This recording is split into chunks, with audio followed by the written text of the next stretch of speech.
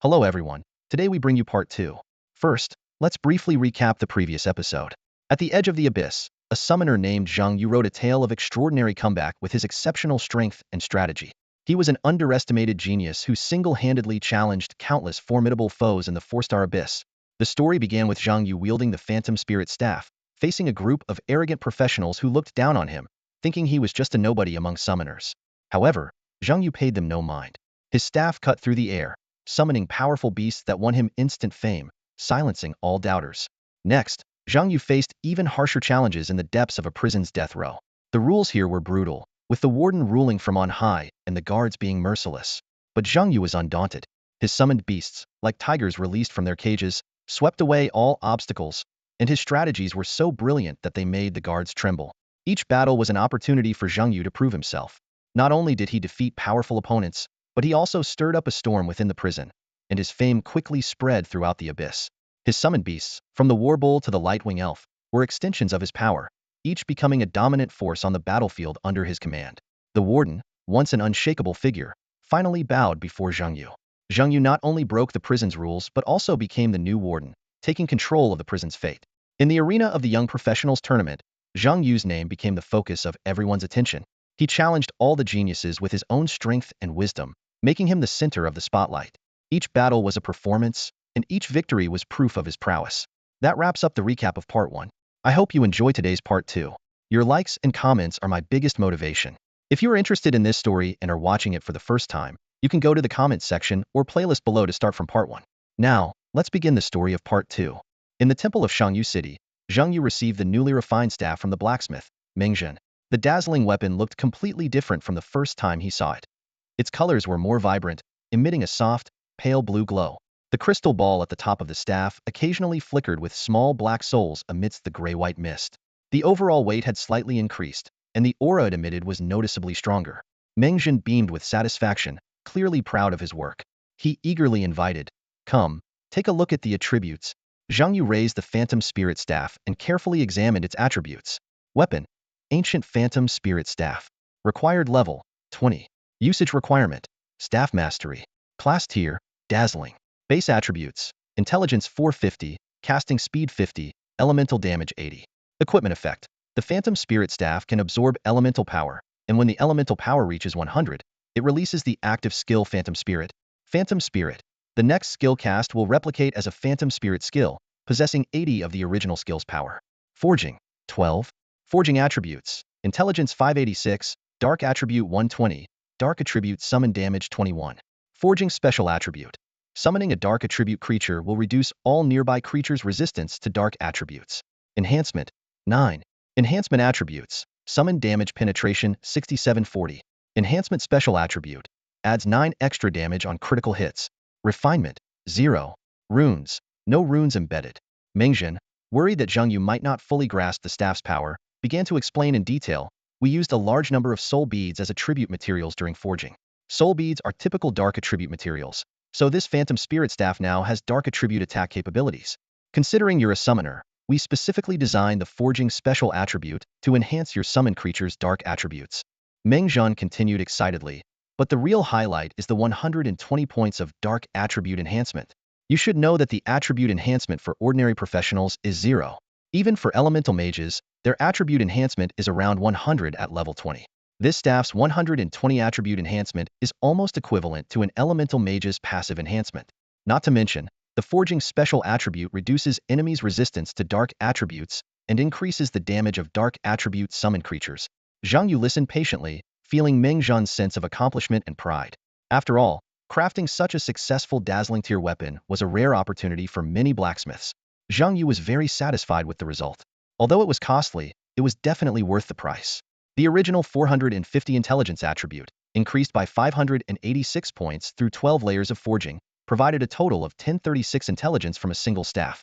Additionally, the 120 attribute enhancement, 21 dark attribute damage, 6740 damage penetration, and 9 extra critical hit damage were undoubtedly top-tier stats. The most exciting part was that his summoned creatures could benefit from the weapon's attribute bonuses. Zhang Yu happened to have a pure dark attribute demon creaturia, high-ranking demon. This powerful dark attribute summoner was a perfect match for the newly forged dark attribute Phantom Spirit Staff. While Mengzhen was still enthusiastically explaining, Zhang Yu couldn't wait any longer. He removed his cold prison staff and equipped the ancient phantom spirit staff. In an instant, he felt a significant change in his attributes, as if he had been completely revitalized. Zhang Yu carefully examined his status panel, a complex mix of emotions flickering in his eyes. His stats seemed impressive at first glance, but there was still plenty of room for improvement in the finer details. His gaze first fell upon a level 10 platinum ring. Despite being a low-level ring, Zhang Yu was quite fond of its shield effect and had yet to find a suitable replacement.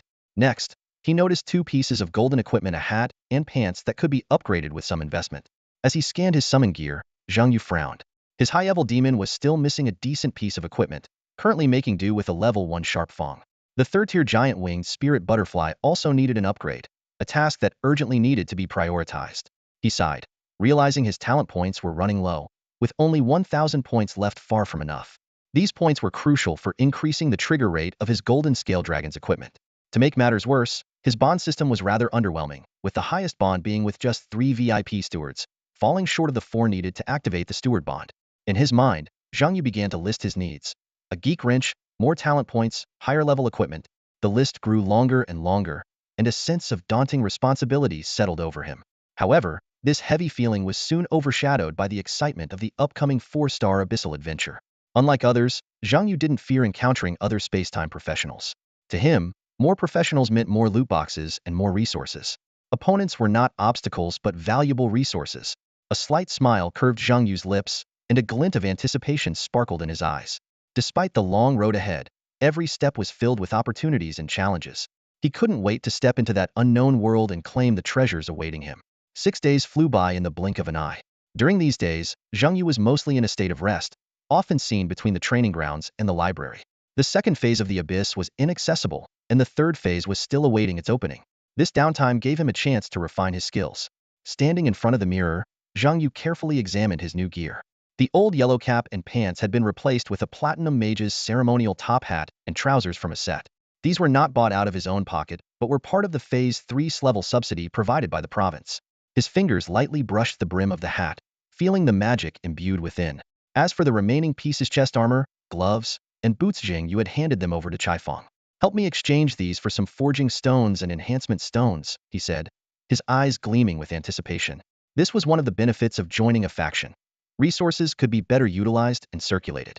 For a genius like Zhang Yu, the provincial subsidies often didn't bring significant improvements. He knew that others like Lu Hinhe did the same, handing over resources to the faction in exchange for necessary materials, with any surplus converted into cash. This practice was an unspoken rule among the elite. Zhang Yu meticulously checked the attributes of his new gear. The mage's ceremonial set effects were satisfactory. Intelligence 200, mana 500, skill cooldown reduction by 5, and most importantly, an active effect called Exquisite Ceremony, which increased spell damage by 8. This number might not seem high, but it was sufficient for Zhang Yu. What excited Zhang Yu the most was the boost in intelligence. The set added 200 intelligence, with the hat and trousers each contributing 50, totaling a 300-point increase. Closing his eyes, he felt the surging mana within him, knowing his intelligence had reached an impressive 2,226 points. Standing in the center of the training ground, Zhang Yu spread his hands and summoned twin magic fire dragons. The fiery aura swirled at his feet, and he could feel the destructive power contained within. Theoretically, disregarding the opponent's defenses, this aura could deal 40,000 damage per second. With the addition of the Jade Mage's staff and the ceremonial set bonus, it could even reach 50,000. Of course, Zhang Yu knew these were just theoretical numbers. Monsters in the third phase of the abyss had various protective abilities, not to mention well-equipped professionals. The true power would need to be tested in actual combat. Besides changing his equipment, Zhang Yu had not been idle these past few days. He used 3 cultivation skills to enhance the size of his warbowl, the spell damage of his twin magic fire dragons, and the attack speed of his goblin general. Although the improvements were modest, this was just the result of the first week. Summoning was a profession that required long-term cultivation, and Zhang Yu understood this well. Fortunately, the Hextech enhancement runes could accelerate this process. During the waiting period, Zhang Yu learned about the situation of this year's new professionals through Chaifeng. The emergence of an SS-level professional shocked the entire circle, and the number of 12 S-level and over 100 S-level professionals set a new record. This starkly contrasted with previous years. Last year, the entire southern region had no S-level talents and only 7 S-level ones. The government's focus had clearly shifted to these top-tier talents. Zhang Yu realized that if it weren't for his outstanding performance in the nightmare level abyss, he might not have received the current level of resource support. Even so, He still needed Zhang Zhan's help through the faction. However, Zhang Yu's position within the faction was now unshakable. He had the highest priority for abyss selection rights, equipment, and skill book purchases, even surpassing the faction leader, Lu Nanyan. After all, new blood was what the alliance valued the most. Just as Zhang Yu was immersed in his thoughts, his communicator suddenly vibrated. It was a call from Chai Fong. "Are you ready?" Chai Fong asked directly, his voice tinged with a hint of nervousness. "No problem at all," Zhang Yu replied calmly, his tone carrying the confidence typical of youth. Chai Fong smiled. "Hey, I like the confidence you young folks have. If I were you, I'd be nervous to death, especially with a solo challenge in a 4-star abyss." Zhang Yu didn't respond, seemingly deep in thought about the upcoming challenge. Unfazed by the silence, Chai Fong continued, "I'll send a car to pick you up later. You should get to Nanqing City and rest for a night. The abyss opens around 7 p.m. tomorrow." "All right," Zhang Yu responded briefly. "Oh, by the way," Chai Fong suddenly remembered, "I found the level 25 summoning beast skill book you asked for." "You found it?" Zhang Yu's voice noticeably lifted, clearly interested in the news. At level 22, if he could reach level 25 in the 4-star abyss, this skill book would be a valuable asset. "Is it a light attribute beast?" Zhang Yu asked. Yes. "Level 25? That's right. What tier talent?" "4th tier," Chai Fong answered. "Not the highest, but it's good enough. Don't worry, the faction is fully backing you. Whatever you need, just ask. There's nothing the faction can't provide." "How much does it cost?" Zhang Yu asked, ready to pay. "No cost." Chai Fong's answer surprised Zhang Yu. Seeing Zhang Yu's puzzled expression, Chai Fong explained, "Actually, this skill book came from the Rong family. When Rong Li heard it was for you, he didn't charge anything." "The sword god?" Zhang Yu confirmed. "Yes, the #1 swordsman in Jiuzhou, sword god Rong Li. Didn't expect him to be so generous," Zhang Yu remarked. Chai Fong laughed. "Even if Rong Li didn't charge, Lu Nanyan, the faction leader, wouldn't take your money. If you manage to clear the 4-star abyss and succeed, you'll be the second Zhuge Wuhan. For the faction, your growth and strength outweighs these resources by far." He paused, then continued, "All right, enough of that. Once you level up more, especially past level 40, you'll understand the importance of the faction. It's more crucial than you think. I've sent the skill book to you via mail. The driver will also bring some gifts from the faction leaders." Chai Fong's tone turned serious. "I won't be going to Nanqing City with you. I have my own abyss to enter soon.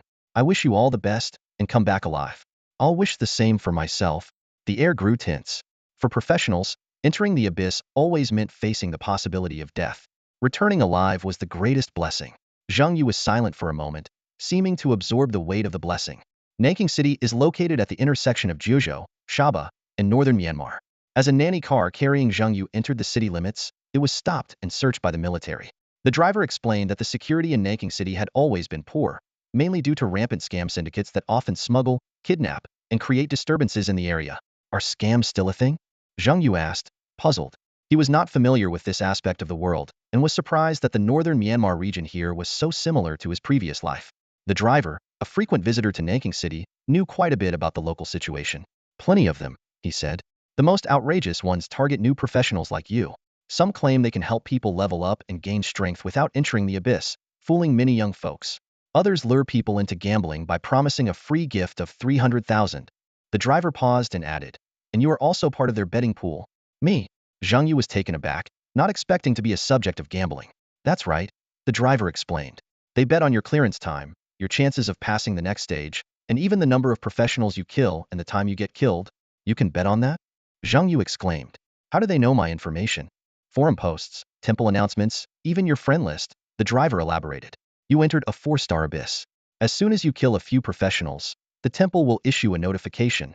Hearing this, Zhang Yu couldn't help but marvel at the bizarre nature of the world.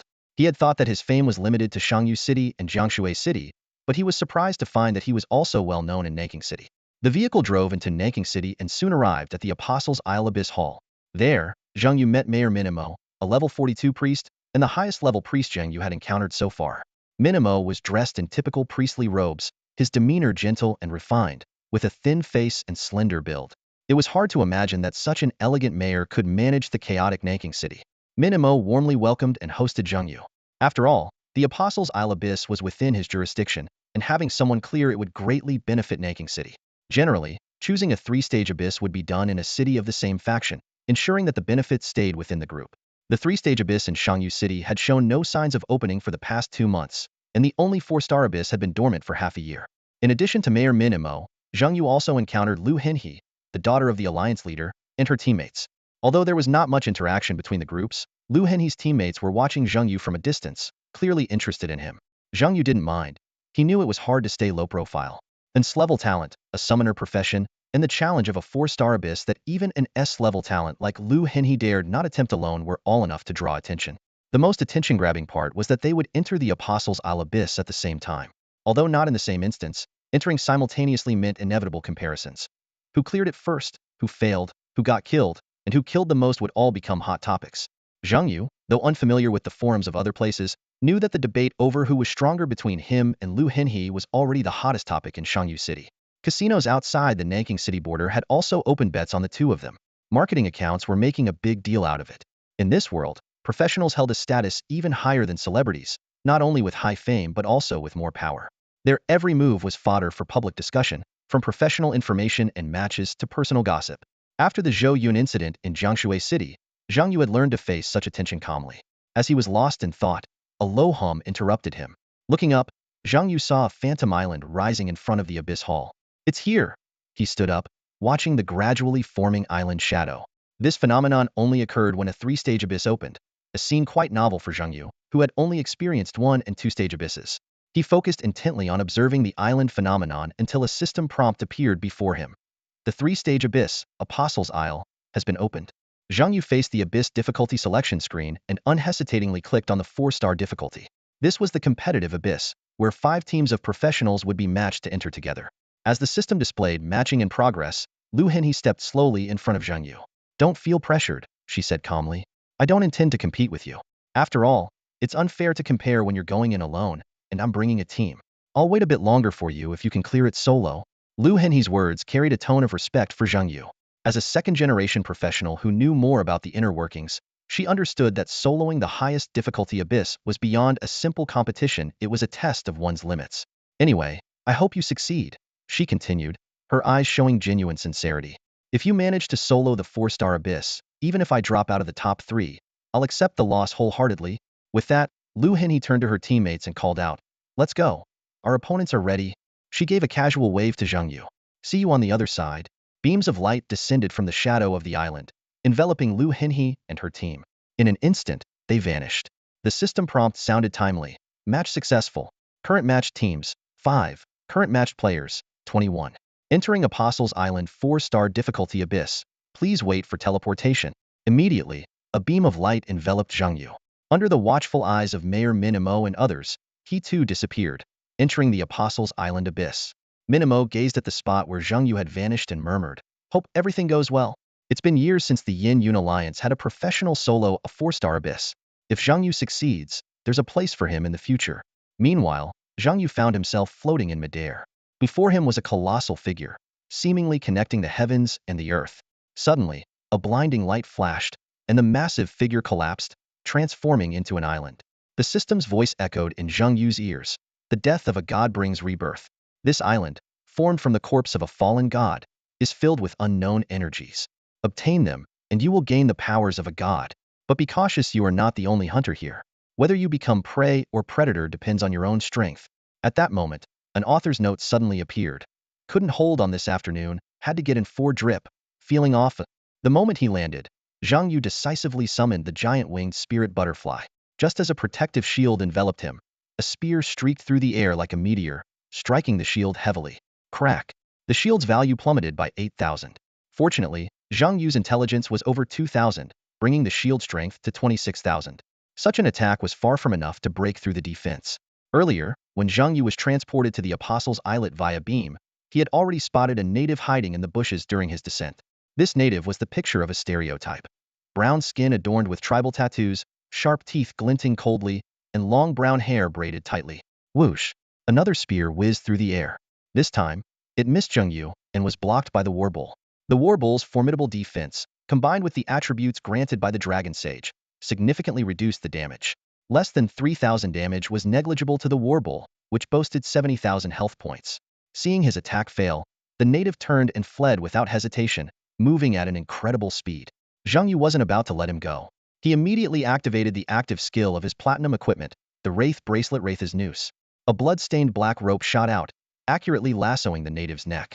With a gentle tug, The rope tightened instantly. The native let out a muffled groan of pain, his body involuntarily leaning back and moving towards Zhang Yu. The warbull seized the opportunity, launching a wild bull charge that sent the native flying into the air.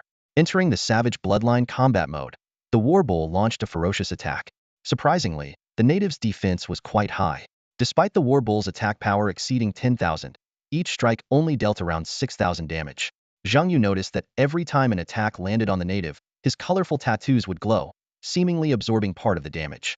Even so, against the warbull, which had 3 control skills and dealt high damage, the native was utterly powerless. Trying to escape, War Stomp pinned him down. Attempting to fight back, War Roar stunned him immediately. Meanwhile, the giant-winged spirit butterfly's butterfly song not only increased the warbull's attack speed, but also utilized the soul-snatching flute's armor-breaking effect to lower the native's defense. Ultimately, the warbull's third strike ended the native's life. A system notification popped up. Killed Apostle's Islet native LV-25.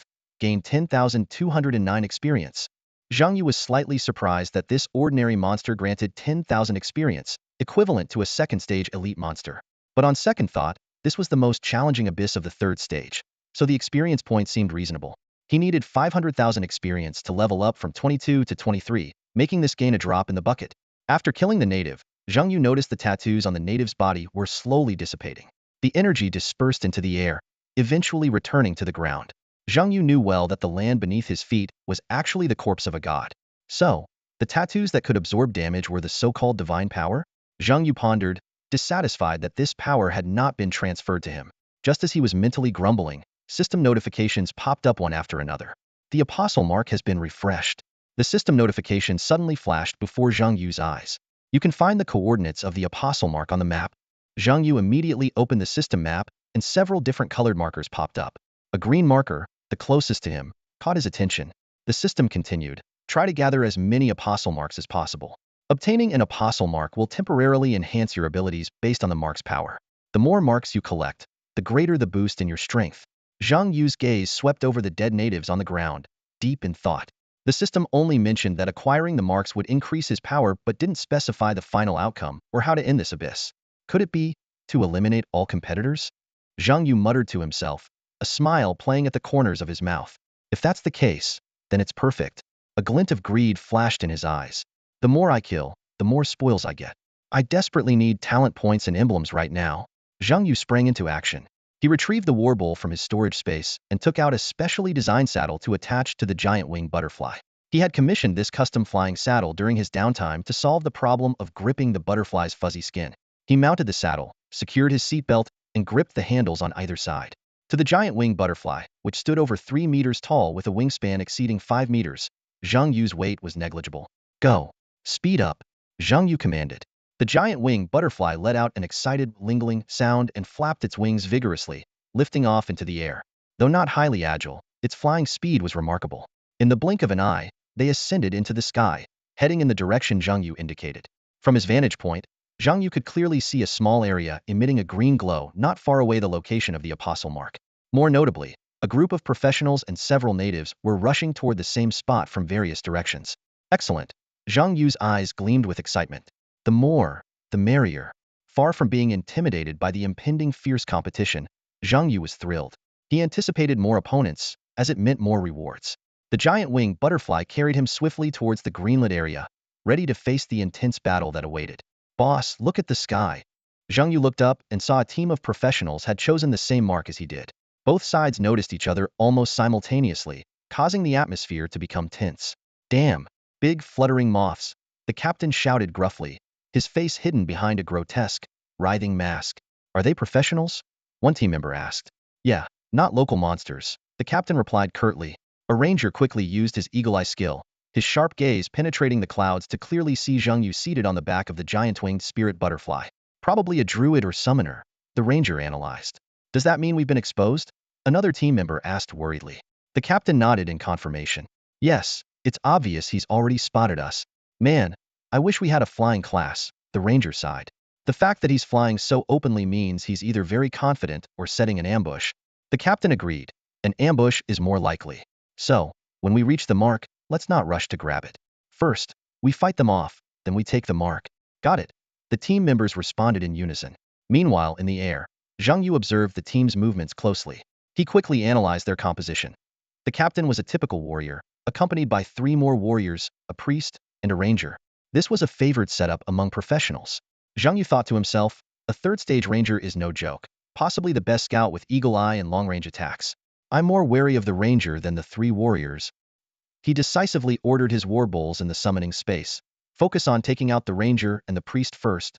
A deep moo responded to his command, and Zhang Yu signaled the giant-winged spirit butterfly to descend. He had already noticed the ranger aiming at him. The giant-winged spirit butterfly landed gracefully, and Zhang Yu instructed, keep the shield on me at all times and help absorb damage. The butterfly responded with a soft chime. Zhang Yu quickly attached 2 training dummies to the sides of the butterfly's frame, all the while keeping an eye on the opposing team's movements. Suddenly, an arrow whizzed past, embedding itself in the tree trunk next to Zhang Yu. It was a probing shot from the ranger. Despite the ranger's long range, accuracy diminished over distance, relying more on skill and luck. Zhang Yu swiftly ducked into the dense forest. Against the ranger's aim, finding cover was his only option to avoid becoming an easy target. He's alone, the ranger confirmed loudly after triple-checking. Alone? The captain frowned, looking serious. Damn, we've got a tough one. The captain continued, I knew it. 5 teams of professionals, but only 21 people? There had to be a lone wolf. Stay sharp, everyone. People like him are either reckless fools or geniuses from their world. Most likely the latter. No space would let a fool into a 4-star abyss. His writhing mask contorted into a serious expression. So, what now? The priest asked. The captain responded decisively. Since we've run into him, we fight. No matter his strength, we have to give it a shot. Besides, druids aren't that tough. If he's a summoner, even better. Ignore his summons and go straight for him. The captain's confidence surged. He might be a genius, but we're no pushovers. To enter a 4-star abyss, you need at least an S-rank talent. Both the ranger and I are S-rank. 2 S-rank professionals and 3 S-rank once that's our advantage. Even if he's an SS rank, we can still take him. He's coming, the ranger exclaimed, noticing the lone professional charging towards them. Prepare for battle, the captain ordered sternly. The priest quickly cast group buffs on the team. Holy Blessing, Divine Favor, Light's Might. Holy Blessing increased their strength, Divine Favor boosted their speed, and Light's Might enhanced their weapon damage. Under these triple buffs, the 3 warriors felt invincible, ready to take on anything. Suddenly, a deafening moo pierced through the silence. Moo. A 3-meter minotaur, standing upright like a tank at full speed, charged towards them with unstoppable force. It didn't employ any technique. It simply relied on sheer brute strength, easily toppling the trees in its path. Damn! One of the warriors couldn't help but curse.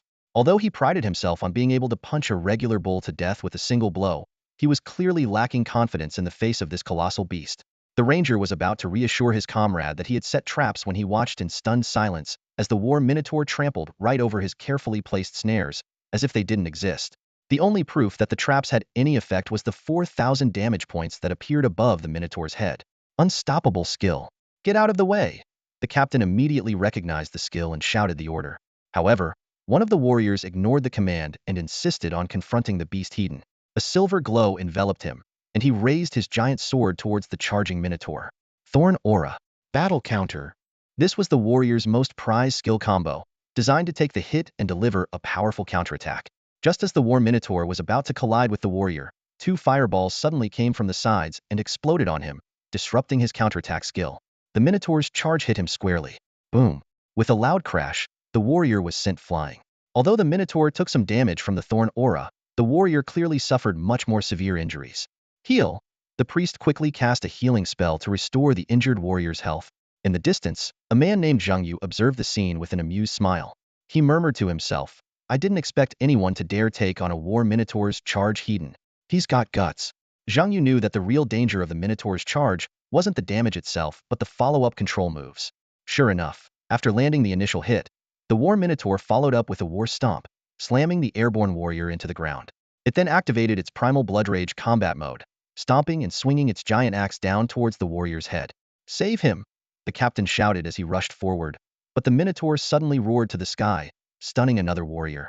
Although the captain dodged the stun effect, he was blocked by 2 goblins wrapped in black cloth and with eerie glowing eyes. The captain's heart skipped a beat, and he immediately retreated. His instincts saved his life just where he had been standing. The 2 goblin assassins self-destructed, leaving 2 horrifying craters in the ground. He can resist control. From a distance, Zhang Yu sat beside the giant-winged spirit butterfly, his eyes scanning the battlefield like a hawk. He analyzed, so far, the strongest one must be that captain with the constantly writhing mask. Not only did he resist the war bull's war roar, but he also keenly detected the dead goblin's self-destruction. He's a tough nut to crack. Zhang Yu's judgment mirrored the captain's. He decisively ordered, "Spirit butterfly, play the music." Instantly, the sound of the butterfly's song and mournful melodies intertwined, directly breaking the warrior's thorn aura. At that moment, a critical axe strike hit its mark, and the warrior fell to the ground. Buzz, the resurrection cross's effect activated, and the warrior stood up again. Damn! Another warrior, just recovering from a stun, cursed as his longsword glowed red. He dashed behind the war bull and stabbed through its waist. Glass-piercing talent. Zhang Yu marveled to himself. Moo, the war bull roared in pain, its health plummeting.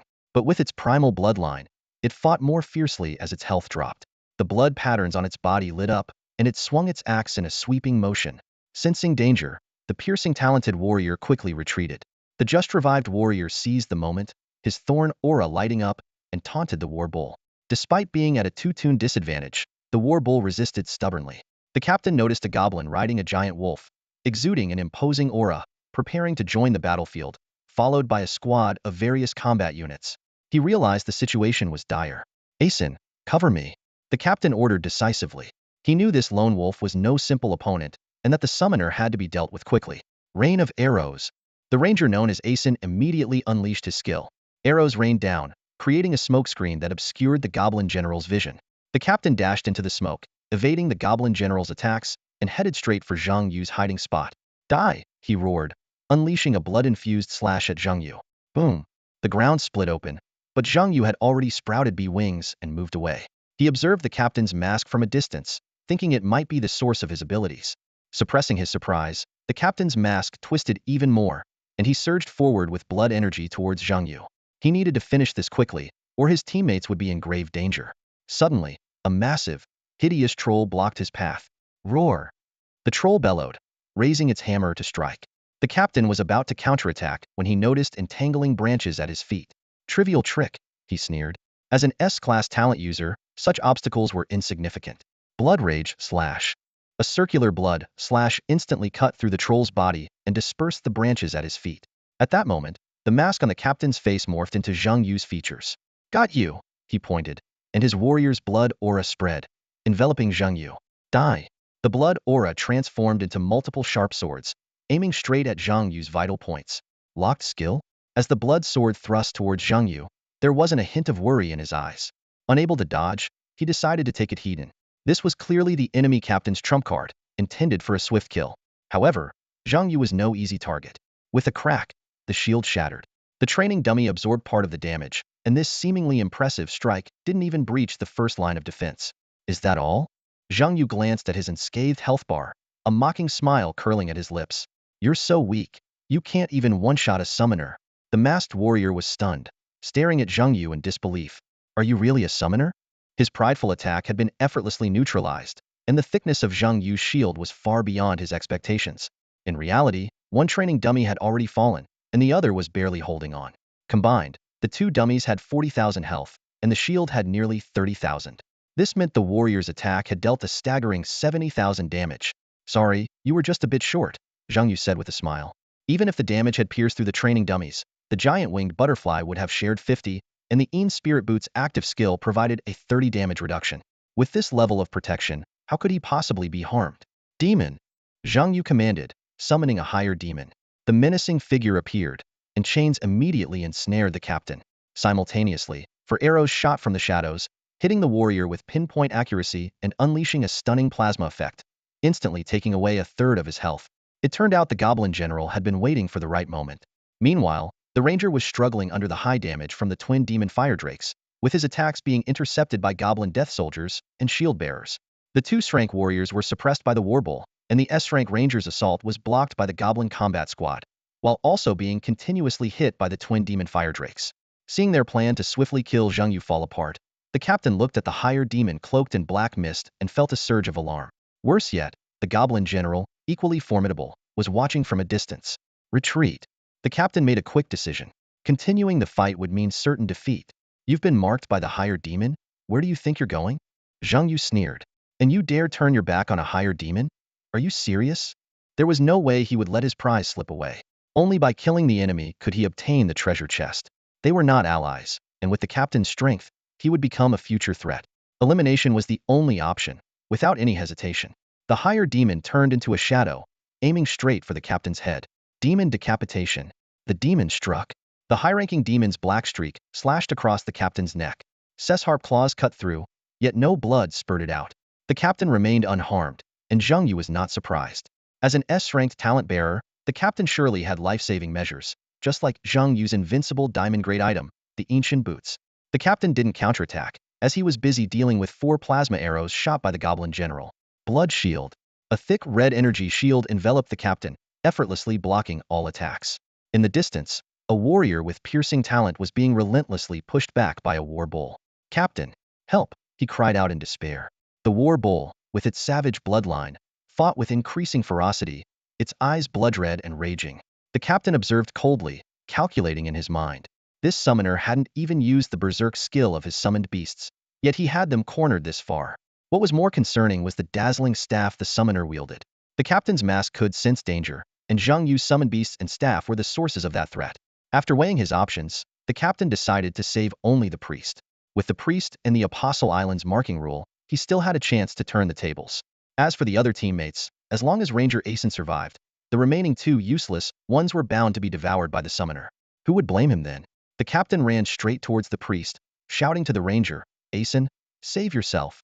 Don't worry about the others." As an S-ranked ranger, Asen could easily escape the battlefield. The 2 warriors would serve as bait to distract Zhang Yu. Zhang Yu noticed the captain's intention and immediately leaped onto the giant winged butterfly. "Chase!" he commanded. The goblin general charged forward, and the high-ranking demon unleashed a chain attack. Seeing the attack closing in, the captain didn't hesitate. Blood burst. Boom! A tremendous surge of blood energy erupted from the captain, propelling him forward like a blood-fueled rocket. However, the giant winged butterfly emitted its eerie melody again. Ling, the lamenting tune enveloped the goblin general and his 44 heavy cavalrymen, instantly boosting their agility by 600 points. The level 22 heavy cavalry, fully armed, showcased their peak strength, speed, and teamwork. Boom boom! Within a few breaths, the heavy cavalry caught up with the blood-bursting captain. Alarmed, the captain halted and slammed his right hand onto the ground. Boom! The powerful blood energy altered the terrain, attempting to block the cavalry's charge. Jump! With the goblin general's command, the heavily armored cavalry leaped high, effortlessly crossing the altered terrain. This scene shocked not only the captain but also Zhang Yu. At the critical moment, the priest acted. Holy punishment! A radiant light enveloped the heavy cavalry, instantly slowing them down. The giant wolves' legs seemed to sink into mud, making their advance difficult. The leap reduced the wave's speed. The priest then cast a slowing spell on the heavy cavalry, effectively neutralizing the charge attack. Sitting atop the giant winged butterfly, Zhang Yu surveyed the battlefield, calculating his next move. Although the goblin general's charge skill had the highest damage coefficient, Zhang Yu preferred to use it as a mobility skill after numerous battles. Despite the charge being neutralized, the goblin general and the heavy cavalry still managed to block the captain's path. At the same time, a higher demon arrived just in time to intercept the priest. The battlefield was in constant flux, with both sides locked in a stalemate. Seeing no way out, the captain unleashed his blood energy and shouted, "Are you planning to annihilate us?" Zhang Yu, looking down with a stern expression, replied, "Didn't we all prepare for death when we entered here? In that case, why act weak? Just hand over the spoils." Zhang Yu had made up his mind. He wasn't going to let the captain go. There were 2 reasons for this. First, the war spoils were determined by the strength of the defeated target, and killing an S-rank talent holder was far more rewarding than defeating a second-stage abyssal elite monster. Second, this Apostle Island abyss contained apostle marks, giving the enemy a chance to turn the tables. The captain's strength, combat judgment, and decisiveness were all formidable. Understanding the hunter's rule of never letting prey escape, Zhang Yu immediately ordered, "Enrage the summoned beasts." Without hesitation, he applied the summoner's strongest state skill to both the goblin general and the higher demon. Under the effect of the enrage, the entire heavy cavalry's momentum doubled. The higher demon's murderous intent began to overpower the higher-level captain. With a cold smile, Zhang Yu said, "You may have numbers, but against a summoner, you should be prepared for a gang assault." The ensuing battle was a one-sided massacre. The blood energy warrior, though versatile, became fatigued when his blood energy was excessively depleted. The captain, after repeatedly using blood sword formation and blood energy burst, was completely overpowered by the murderous higher demon, the battle-hungry goblin general, and the 44 heavy cavalry. He had no strength left to fight back. Defeated warrior LV.26, gained 60,000 XP, received 1 kill point. Acquired thorn armor LV.25 diamond tier, looted and steer talent chest for a LV.26 warrior. On the battlefield, the first to fall wasn't the captain but the heavily armored warrior. Despite his formidable defense, he couldn't withstand the onslaught of the war bull in its bloodthirsty state. Once its primal bloodline was activated, the war bull transformed into a fearsome beast, far removed from its usual docile demeanor. Ironically, the warrior with piercing abilities accelerated their downfall. After effortlessly dealing with the thorn warrior, the war bull swiftly dispatched the piercing warrior, leaving behind his resurrection cross. Following Zhang Ye's orders, it stood guard, waiting for the enemy to revive. Zhang Yu was pleasantly surprised to discover that the rewards for defeating professionals surpassed his expectations. 60,000 experience points, an item of equipment, and a loot chest from the opponent. He realized that the value of the loot chest was directly proportional to the strength, talent, and level of the defeated foe. The stronger the opponent, the richer the rewards. This filled Zhang Yu with anticipation for the captain's loot chest. Defeated priest LV.24, gained 49,000 XP, received 1 kill point. Acquired mystic staff LV.20 diamond tier, looted and steer talent chest for a LV.24 priest. The second to fall was the priest. Perhaps in a rush to buff the captain or realizing escape was futile after seeing the piercing warrior being camped, he chose to revive immediately and was instantly killed. However, Zhang Yu underestimated the captain's will to survive. They had to kill him 3 times to secure victory, the first time due to his own resurrection cross, the second due to the priest's dying resurrection spell, and the third thanks to a mysterious mask. The mask's power caught Zhang Yu off guard. It forcibly transferred half of Zhang Ye's health to the captain. Only then did Zhang Yu understand why the captain had transformed the mask into his own face. Despite this, it was the captain's last card.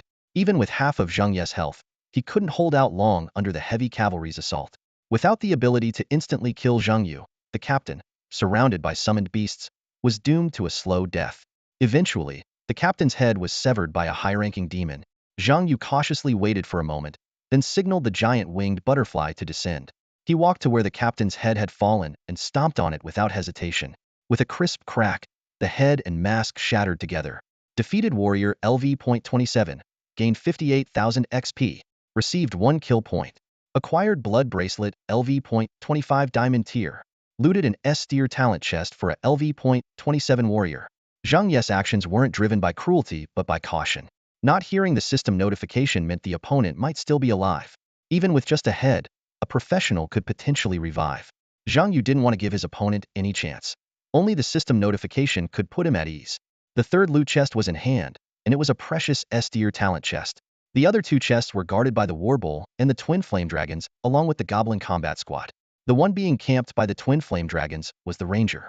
The ranger had tried to escape but underestimated the attack range of the twin flame dragons. When the ranger vanished from their sight, the naturally irritable twin flame dragons were enraged. Watching the other summoned beasts achieve victories and even the newly arrived war bull taking down 2 enemies, the twin flame dragons felt deeply ashamed for not yet defeating a fragile ranger. In a fit of rage, the twin flame dragons expanded their flame aura to its maximum, turning the battlefield into a fiery hell. Countless fireballs rained down like a storm. When they finally spotted a humanoid figure engulfed in flames, they unleashed their long-awaited dragon's breath without mercy, granting the ranger a swift end. After defeating the resurrected ranger, the double Inferno Hydra's mood immediately improved. Both dragon heads stood guard with gleeful eyes, eagerly awaiting praise from Zhang Yu.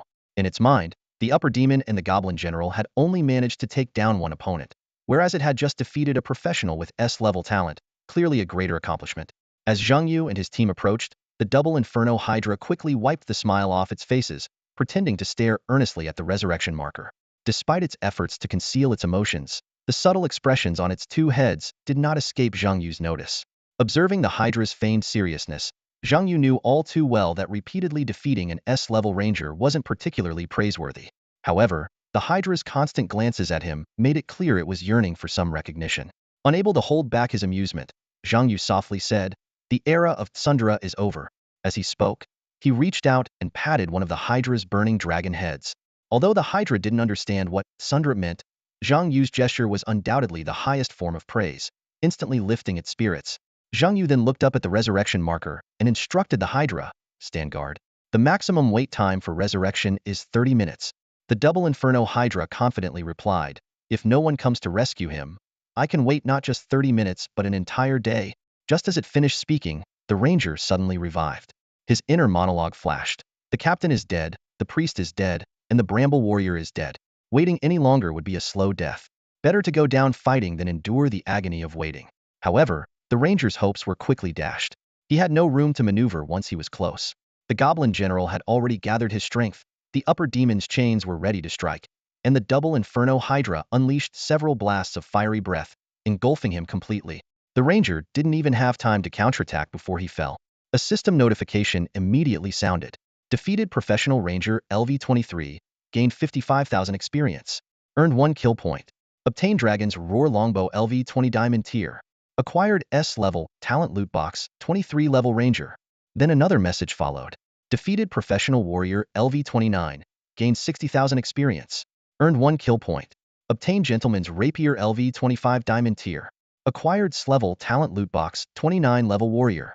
It turned out that upon witnessing the Ranger's downfall, the piercing warrior lost the will to resist. After his resurrection, he was quickly defeated by the War Minotaur. The Revive Cross can indeed save a life, but only if the enemy doesn't camp your corpse. Zhang Yu knew well that under normal circumstances, the Revive Cross needed the protection of teammates to be effective. If all teammates were dead, then the Revive Cross would just be a ticket to a second death. After the brutal battle ended, the battlefield was littered with the bodies of 5 professionals. Zhang Yu surveyed the scene, taking stock of his losses. A troll lay in a pool of blood. All the goblin suicide bombers, shield bearers, and wolf riders were dead, leaving only scattered equipment on the ground. Reflecting on the battle, Zhang Yu couldn't help but marvel at the ranger's prowess. The ranger's arrows rained down like a storm, decimating the squad until only the archers and wizards remained. If the ranger hadn't lost his composure upon seeing his captain suppressed, even the twin flame drakes would have struggled. Both the ranger and the twin flame drakes were fragile but high-damage types. Whoever showed fear first would be in trouble. From the ranger's perspective, Zhang Yu thought he might have chosen to flee too. After all, if the twin flame drakes died, they would just return to the summoner's space. But if the ranger died, it would be a real death. Trading one's life for a summoned beast was a foolish move that no sane person would make. With the battle over, Zhang Yu began to tally his spoils. 5 glowing chests stood neatly before him, containing a total of 282,000 experience points. He calculated that defeating another team of professionals would allow him to level up directly. Through this battle, Zhang Yu realized that the experience gained from killing professionals was based on their level and talents. Besides experience, there were 5 pieces of diamond-grade equipment. 1. Level 25 Thorn Armor. A defensive item for warriors, capable of reflecting damage, likely the core equipment of that warrior. 2. Level 20 Arcane Staff. A weapon for priests. 3. Level 20 Dragon's Roar Longbow. A weapon for rangers. 4. Level 25 Gentleman's Rapier. A weapon for warriors. 5. Level 25 Blood Bracelet. A weapon for blood warriors, dropped by the captain. Zhang Yu examined the equipment carefully, disappointed to find none that he could use. He had hoped the captain would drop the mysterious mask, but it seemed his earlier guess was correct. The mask wasn't equipment but a talent ability that could negate control effects and lock onto enemies for a life swap. Although he couldn't use the equipment himself, their value as diamond-grade items was significant, capable of fetching a large amount of resources. Zhang Yu now understood why Zhuge Wuhan had made a name for himself by solo clearing a 4-star abyss. The resources were indeed abundant. These 5 diamond-grade items would make many warriors envious, as they were all coveted core equipment. After clearing the professional team, Zhang Yu's gaze fell once again on the Green Apostle's mark. The previously eager natives had vanished. During Zhang Yu's fierce battle with the 5 professionals, these natives had been watching from the shadows, neither attempting to seize the mark nor interfering in the fight. Witnessing Zhang Yu's terrifying prowess as a summoner, they wisely withdrew from the competition for the mark. Zhang Yu felt no joy from this, only regret. Even a group of ordinary monsters could provide valuable experience. However, since they had voluntarily backed down, he put it out of his mind and walked straight toward the first apostle's mark. As he approached the green mark, a slowly growing green progress bar appeared before him. Judging by the speed of the progress bar, Zhang Yu estimated it would take about 10 minutes to fully absorb the mark. He realized why the natives had withdrawn. Absorbing the mark didn't restrict movement or combat, so to seize it, one had to defeat the holder. Zhang Yu's display of strength was enough to deter any potential challengers. While waiting for the progress bar to fill, Zhang Yu took out a comfortable lounge chair from his inventory. He sent the injured war bull into the summoner's space to recuperate and restore its energy and health. The twin flame drakes and the greater demon, still in good condition, were tasked with keeping watch. Zhang Yu recalled the goblin general because only in the summoner's space could the goblin squad and heavy cavalry skills reset. He couldn't help but appreciate the goblin shield bearer's greater-than-expected role in the battle. As for the giant-winged spirit butterfly, it could regenerate its health due to its unique physiology. Lying on the chair, Zhang Yu could no longer contain his excitement and began to open the 5 loot chests. He decided to start with the lowest level priest's loot chest. Opening loot chest. Level talent, level 24 priest, gained 1,400 talent points and 1 random emblem. Zhang Yu's eyes widened 400 talent points. This was a substantial gain. Even more exciting was that this was the lowest level, lowest talent priest's loot chest among the 5. With barely restrained joy, Zhang Yu continued to open the chests of the 2 warriors. Zhang Yu's fingers lightly brushed over the surface of the loot chest, his heart racing with anticipation. He took a deep breath and slowly opened the first rank talent chest for a level 29 warrior. In an instant, a flash of golden light erupted, and 1,900 talent points surged into his consciousness like a meteor shower, accompanied by a gleaming mechanical wrench landing in his palm. Next, he opened the second strength talent chest for a level 26 warrior. Another burst of golden light filled the room, and 1,600 talent points flowed into his mind, along with a mysterious emblem replicator appearing before him. Zhang Yu's eyes sparkled with excitement as he realized he had not only gained an extra 3,500 talent points, but also acquired 2 valuable items. The mechanical wrench trembled slightly in his hand, as if whispering its function, creating an additional equipment slot for his summoned beast, significantly boosting its combat power. As for the emblem replicator, a sly smile curled on Zhang Yu's lips as he thought to himself, this is truly a treasure. With barely contained anticipation, Zhang Yu turned to the last 2 S-rank talent loot chests. The first one belonged to a level 27 warrior. Upon opening, it burst forth with dazzling light, and 2,700 talent points surged like a tide, accompanied by a shimmering random emblem and an S-rank resource selection chest.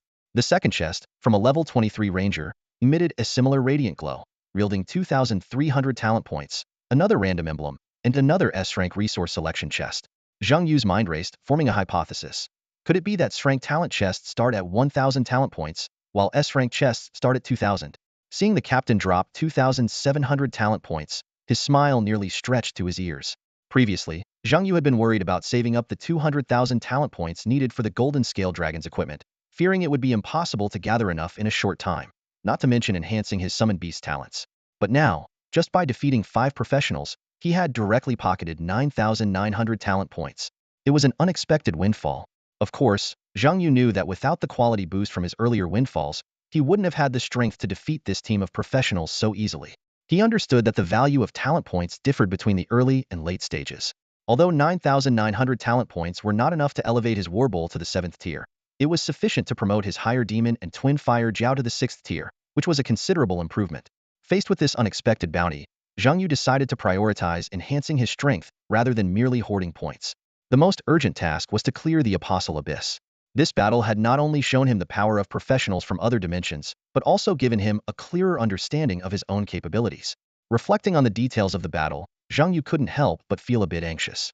If that warrior had been stronger, he might have forced out the life-saving skills of the higher demon. If the ranger had been less cowardly, the twin fire Jiao might now be recuperating in the summoner's space.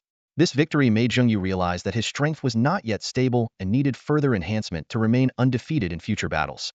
Zhang Yu dared not assume that the S-rank talent captain warrior was the weakest opponent in this abyss. If that were true, his chances of defeating all professionals would be greatly reduced. However, looking at the 9,900 talent points, 3 random emblems, a mechanical wrench, and an emblem replicator in his possession, Zhang Yu couldn't help but feel elated. If S-rank loot chests were this rewarding, what kind of treasures would an SS-rank chest hold? With this in mind, Zhang Yu summoned the twin fire Jiao. He couldn't wait to elevate it to the 6th tier, preparing for the challenges ahead. Zhang Yu summoned his twin demon fire Jiao to his side, focusing intently on this soon-to-evolve creature. As the team's only magic-based offensive summon, the twin demon fire Jiao was expected to be the second to reach the 6th tier. He lightly tapped the plus sign on the summon's attribute panel, injecting 5,000 talent points like a stream of flowing water. Summon Beast. Twin Demon Fire Jiao Tier 5, Talent Evolution Blazing Flame Jiao Dragon Tier 6. As the system prompt sounded, an earth-shattering dragon roar erupted. Zhang Yu's vision was instantly engulfed in a sea of flames, with scorching fire sweeping the surroundings. As a summoner, he was immune to his summon's damage, feeling only a warm heat. However, the environment around him suffered devastating destruction. Moisture in the ground evaporated instantly, and everything the flames touched turned to scorched earth. During this astonishing evolution, the two heads of the twin demon fire, Jiao, completely separated. One transformed into a pure fire spirit, while the other continued its metamorphosis towards becoming a dragon. Although the sixth-tier talent wasn't enough to fully evolve into a true dragon, Zhang Yu breathed a sigh of relief upon seeing the Jiao dragon grow 4 claws and develop fiery scales. As a native of Jiuzhou, he was glad the evolution retained the form of an eastern dragon rather than a western one. In the end, the twin demon fire Jiao split into 2 entities. One fully evolved into a Jiao dragon, and the other became a pure elemental fire spirit. They were named Flame Jiao Dragon and Blazing Flame, respectively, but still maintained a twin form. Blazing Flame, in its fire spirit form, attached itself to the Flame Jiao Dragon, and the overwhelming flames from earlier were its doing. After the evolution, the blazing flame Jiao dragon took a deep breath, absorbing all the surrounding fire into its body. Blazing flame then condensed the flames into a humanoid shape, standing atop the Jiao dragon's head. This form reminded Zhang Yu of the fire character from a fire and ice game he had played faceless, without internal organs, and an exact replica of his own build. Zhang Yu carefully examined the blazing flame Jiao dragon's attribute panel, discovering that health and attack power were calculated separately. Blazing Flame had low health but high attack power, whereas the Flame Jiao Dragon had the opposite. Even their equipment was independent. This meant one set of resources could nurture 2 summoned beasts, which delighted Zhang Yu. From the skill attributes, it was clear that both Blazing Flame and Flame Jiao Dragon had the ability to fight independently. They shared 2 skills, Flame Aura and Fire Serpent Hell, retaining the advantages of twin skills. Blazing Flame possessed Infernal Fire, which could instantly melt an enemy's defenses and cause immense pain, while Flame Jiao Dragon mastered Dragon Flame, featuring explosive damage and fire spread effects. As Zhang Yu reveled in the joy of his summons upgrade, a system message interrupted his thoughts. You have obtained the Apostle's Mark Source of Life. Source of Life. Health increased by 130 additional reward for obtaining the mark alone. Health recovery speed increased by 130 additional reward for obtaining the mark alone. The status lasts until you leave the abyss. This enormous boost left Zhang Yu astonished. He realized that acquiring enough marks could even compensate for power gaps. As a solo player, he could enjoy the extra rewards for obtaining marks alone, which was undoubtedly a huge advantage. Checking his own status, Zhang Yu found his health had skyrocketed to 140,000, and the Blazing Flame Jiao Dragon's health had also significantly increased. Flame Jiao Dragon reached 140,000, and Blazing Flame rose to 56,000. Even more gratifying was that the Apostle's Mark effect could extend to his summons. I have 5 summoned beasts. Doesn't that mean I have the equivalent of 5 professionals? Plus, I get a free 30 bonus for obtaining marks alone? Zhang Yu muttered to himself, his confidence in clearing the Apostle Island abyss greatly boosted. Despite this, Zhang Yu still felt his strength was not overwhelming enough. He decided to continue enhancing his powers, summoning a higher demon to his side, ready for the next step of his upgrade. With a swoosh, a high-ranking demon appeared beside Zhang Yu, bowing its head shrouded in black mist to show respect to its master. At this moment, Zhang Yu's 5 summoned beasts varied in strength. The War Bull possessed a 6th-tier talent and primal bloodline. The Flame Dragon had just advanced to the 6th tier. The Goblin General and the high-ranking demon remained at the 5th tier, and the Great Winged Butterfly was still at the 3rd tier. After a moment of contemplation, Zhang Yu decided to enhance the high-ranking demon's talent. He swiftly invested 5,000 talent points, and the surrounding area was immediately engulfed in black smoke, completely enveloping the high-ranking demon.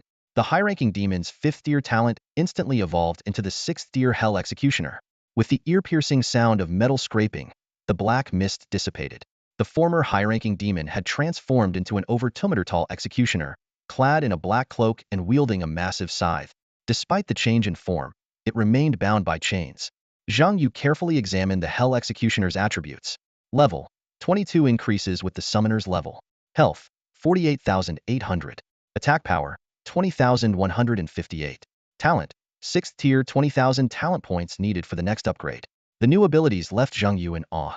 The Executioner's passive effect boosted attack power by 25, and the Execution Decapitation skill could instantly kill enemies with less than 15 health. Skills like High Demon's Killing Intent, Malicious Slash, and Weakness Mark significantly enhanced the Executioner's combat prowess. Looking around, Zhang Yu felt an unprecedented sense of security. Standing next to him was the towering Executioner with a giant scythe, the lazy Flame Dragon basking in the sun at his feet, the Fire Spirit burning fiercely in midair, and the beautiful Great Winged Butterfly fluttering behind him. In the summoning space were 2 formidable Goblin Generals and the War Bull. This lineup made Zhang Yu finally appreciate the advantages of being a summoner. Finally, Zhang Yu's gaze fell on his inventory. There lay 3 random emblems and an emblem duplicator. He knew that synergies were also crucial for enhancing the strength of his summoned beasts, and he began to plan his next steps for further reinforcement. Without any hesitation, Zhang Yu immediately activated 3 random emblems. The system notification sounded. You have opened a random emblem and obtained the fighter emblem. You have opened a random emblem and obtained the crimson moon emblem. You have opened a random emblem and obtained the crimson moon emblem. Zhang Yu raised an eyebrow, feeling a surge of joy.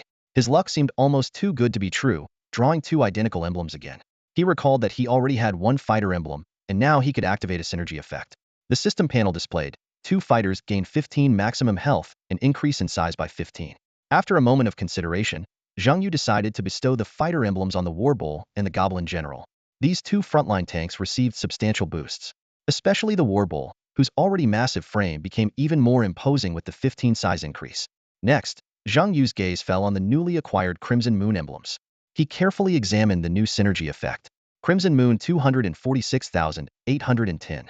Once your summoned beasts collectively lose 50 of their total health, the Galio Golem will be summoned to fight, crashing into the densest group of enemies and knocking them into the air, dealing massive damage. 2 Galio Golem. 4 Tyrant Galio Golem. 6 Demon King Galio Golem. 8 Supreme Demon God Galio Golem. 10 Divine Galio Golem. Galio has no summoning cooldown and remains until death.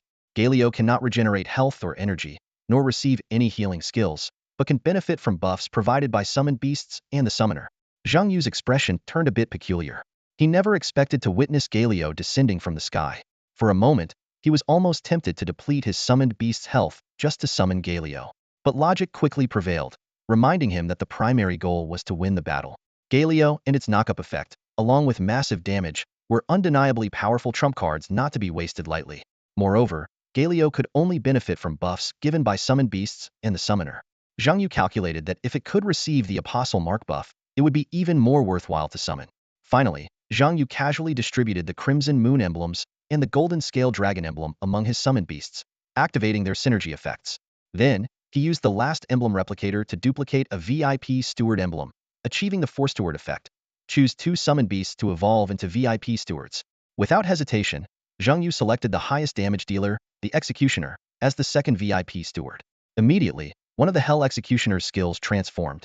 Hell Form VIP Steward. The Hell Executioner can freely enter Hell Form and will not die immediately when health drops to 0.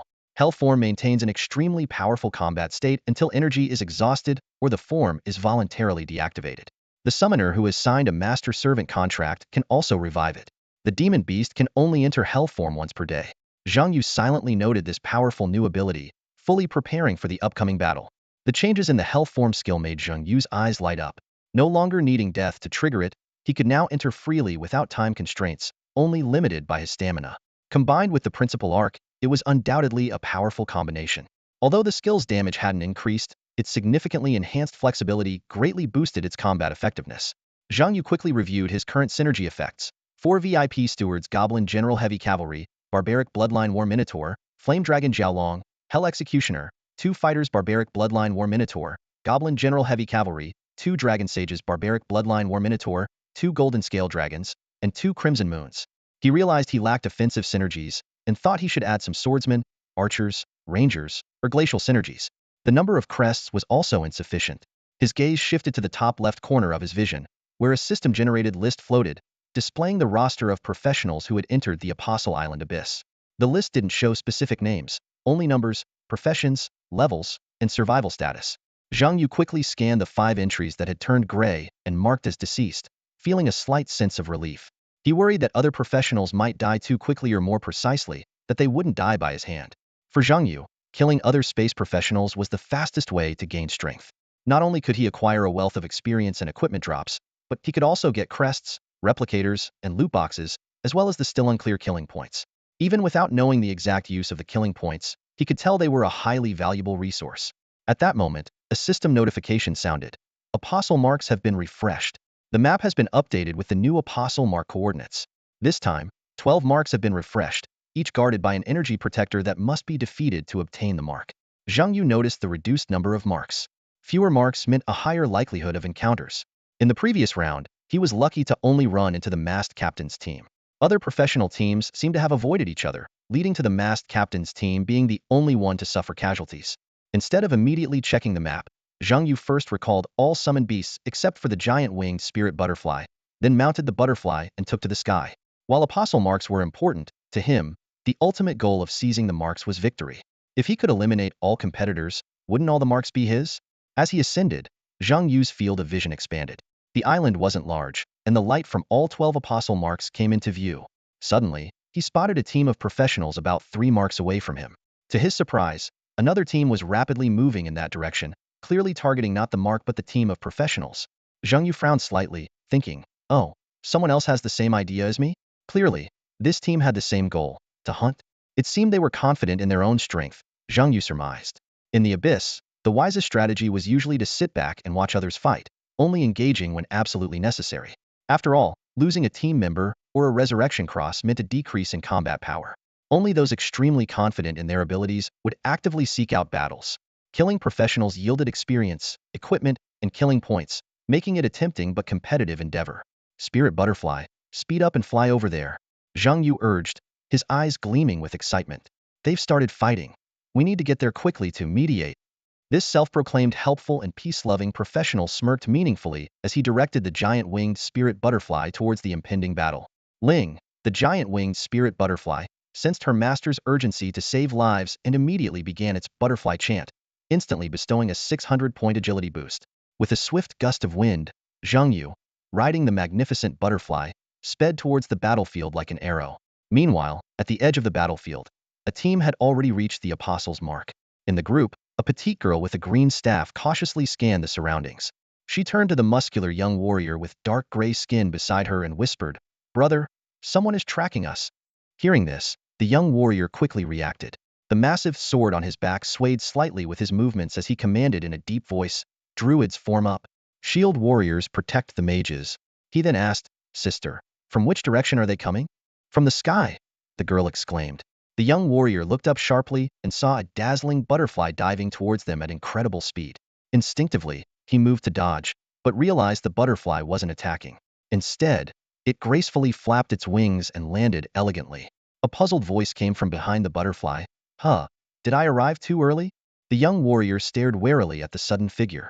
No teammates, no support, just one person alone. This was the hallmark of the legendary lone wolf profession.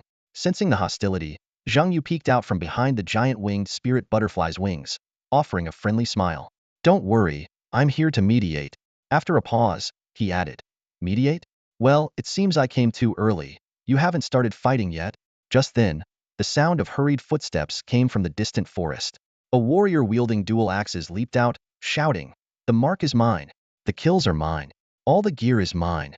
Following him, 4 more similarly armed warriors emerged, roaring like beasts. Zhang Yu and the young warrior exchanged glances, both seeing the exasperation in each other's eyes. Zhang Yu couldn't help but comment, "I thought it was a formidable, confident hunter team, but it turns out, just a bunch of brutes. Dual axe warriors, typical berserkers. A team of 5 berserkers, that's rare. It's even crazier than me with 2 assassins." He then noticed the unusual dark gray skin of the young warrior's group, unlike any ethnicity he knew. The berserker team, each towering over 2 meters tall, also appeared exceptionally abnormal. The lead berserker suddenly realized the number of people present was off and asked in confusion, "Why are there 6 of you?" Zhang Yu promptly clarified, "I'm not with them. I'm just here to mediate." "Meditate?" the berserker repeated, his tone filled with bewilderment. Zhang Yu's lips curled into a meaningful smile. "If you all die, there won't be a fight to mediate. Sorry about last night, I had a fever and got a bit confused. So I made some mistakes with the content for Blood Moon. I've corrected it now." Just as Zhang Yu finished speaking, a whistling axe came hurtling towards his face, spinning rapidly. With 600 points of agility, Zhang Yu easily sidestepped it. The axe traced a graceful arc through the air before landing back in the hands of the burly warrior who had thrown it. "Damn it! Someone's trying to outdo me." The leader of the berserker warriors glared at Zhang Yu, jealousy and rage flickering in his eyes. "Brothers, kill him first." Without a word, the 5 burly warriors charged at Zhang Yu, their weapons gleaming menacingly. Zhang Yu was taken aback. He hadn't expected to encounter such a mindless group of brutes in this high-level abyssal stage. No strategy, no formation, just a straight-up brawl. Zhang Yu acted swiftly, sending his giant winged butterfly into the air and summoning his war bull to stand in front of him. With a thunderous crash, the war bull, its size increased by 15 thanks to the fighter's bond, landed heavily, stirring up a cloud of dust. "Good one." The Berserker leader's battle spirit was instantly ignited at the sight of the war bull's imposing stance. You guys go after that fluttering butterfly. I'll handle this bull. Before the words were out of his mouth, the Berserker leader's muscles swelled, his body expanding until he was nearly as tall as the 3-meter-high war bull. I am Kuhan, with an S-level talent, behemoth's body. Come on. Kuhan ignored everything else, focusing solely on the fierce battle before him. To him, it didn't matter who the opponent was. As long as they could stoke his fighting spirit, he would go all out. Amu. Kuhan and the war bull roared simultaneously, clashing with tremendous force. Their muscled bodies collided like two heavy trucks crashing head-on, making the ground tremble. In a battle where the brave win, Kuhan and the war bull exchanged blows with axes, hammers, fists, and feet. The bull's wild charges, war cries, and stomps interwove with Kuhan's warrior skills, creating an intensely fierce scene. From a distance, a young dark-skinned warrior watched in awe. Is this really just a summoned beast? How is it so powerful? He wasn't astonished by Kuhan's strength, which was expected, but by the war bull's incredible combat prowess, far exceeding his expectations. That's the level expected of an S-grade berserker. The dark-skinned youth pondered, his brow furrowing. He had to admit, Kuhan's strength was indeed superior to his own, but it didn't particularly surprise him. After all, their team's advantage lay in their seamless cooperation, not in the absolute power of individuals. However, what truly left him astonished was the war minotaur. The strength of this summoned beast was beyond belief. How could a summoned creature hold its own against a captain-level, S-grade, top-tier berserker? Not only that, but it could also fight Kuhan to a standstill. The dark-skinned youth had never encountered such a formidable summoned beast. He turned to the druid in their team, his voice tinged with confusion. Can summoners really be this powerful? The druid shook his head immediately, sharing the same puzzled expression. Don't ask me, I have no idea. Summoners are rare in our world. Maybe in that summoner's world, they're the mainstream profession? From what I know, the strength of a summoned beast depends on talent and training. This war minotaur's talent. It's beyond anything I can comprehend. Hearing this, the dark-skinned youth silently noted down Zhang Yu's identification number. He knew that the first 4 digits represented the world region. He turned to the mage girl beside him, his tone serious. In the future, we must be especially wary of summoners from their world. The girl nodded earnestly. Got it. Her eyes darted between the fiercely battling war minotaur and Kuhan, then glanced at Zhang Yu riding his butterfly in midair. Hesitantly, she asked, So, who should we help now? The youth shook his head decisively. No one. This summoner has only called forth one beast, which means he likely has even stronger cards up his sleeve. As for those 5 berserkers, they're no pushovers either. With their reckless, fearless nature, making it this far means their strength is not to be underestimated. I suspect the 5 deceased professionals we encountered earlier were either killed by this summoner or by these berserkers. After all, they came to us first. A glint of determination flashed in his eyes. Now that the summoner is being held up by the berserkers, let them fight it out. And we. His voice lowered, filled with resolve, will go for the mark.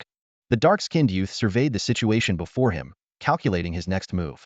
The summoner and the berserker were formidable opponents, but he wasn't afraid. His instincts told him that a direct confrontation would come at a heavy cost.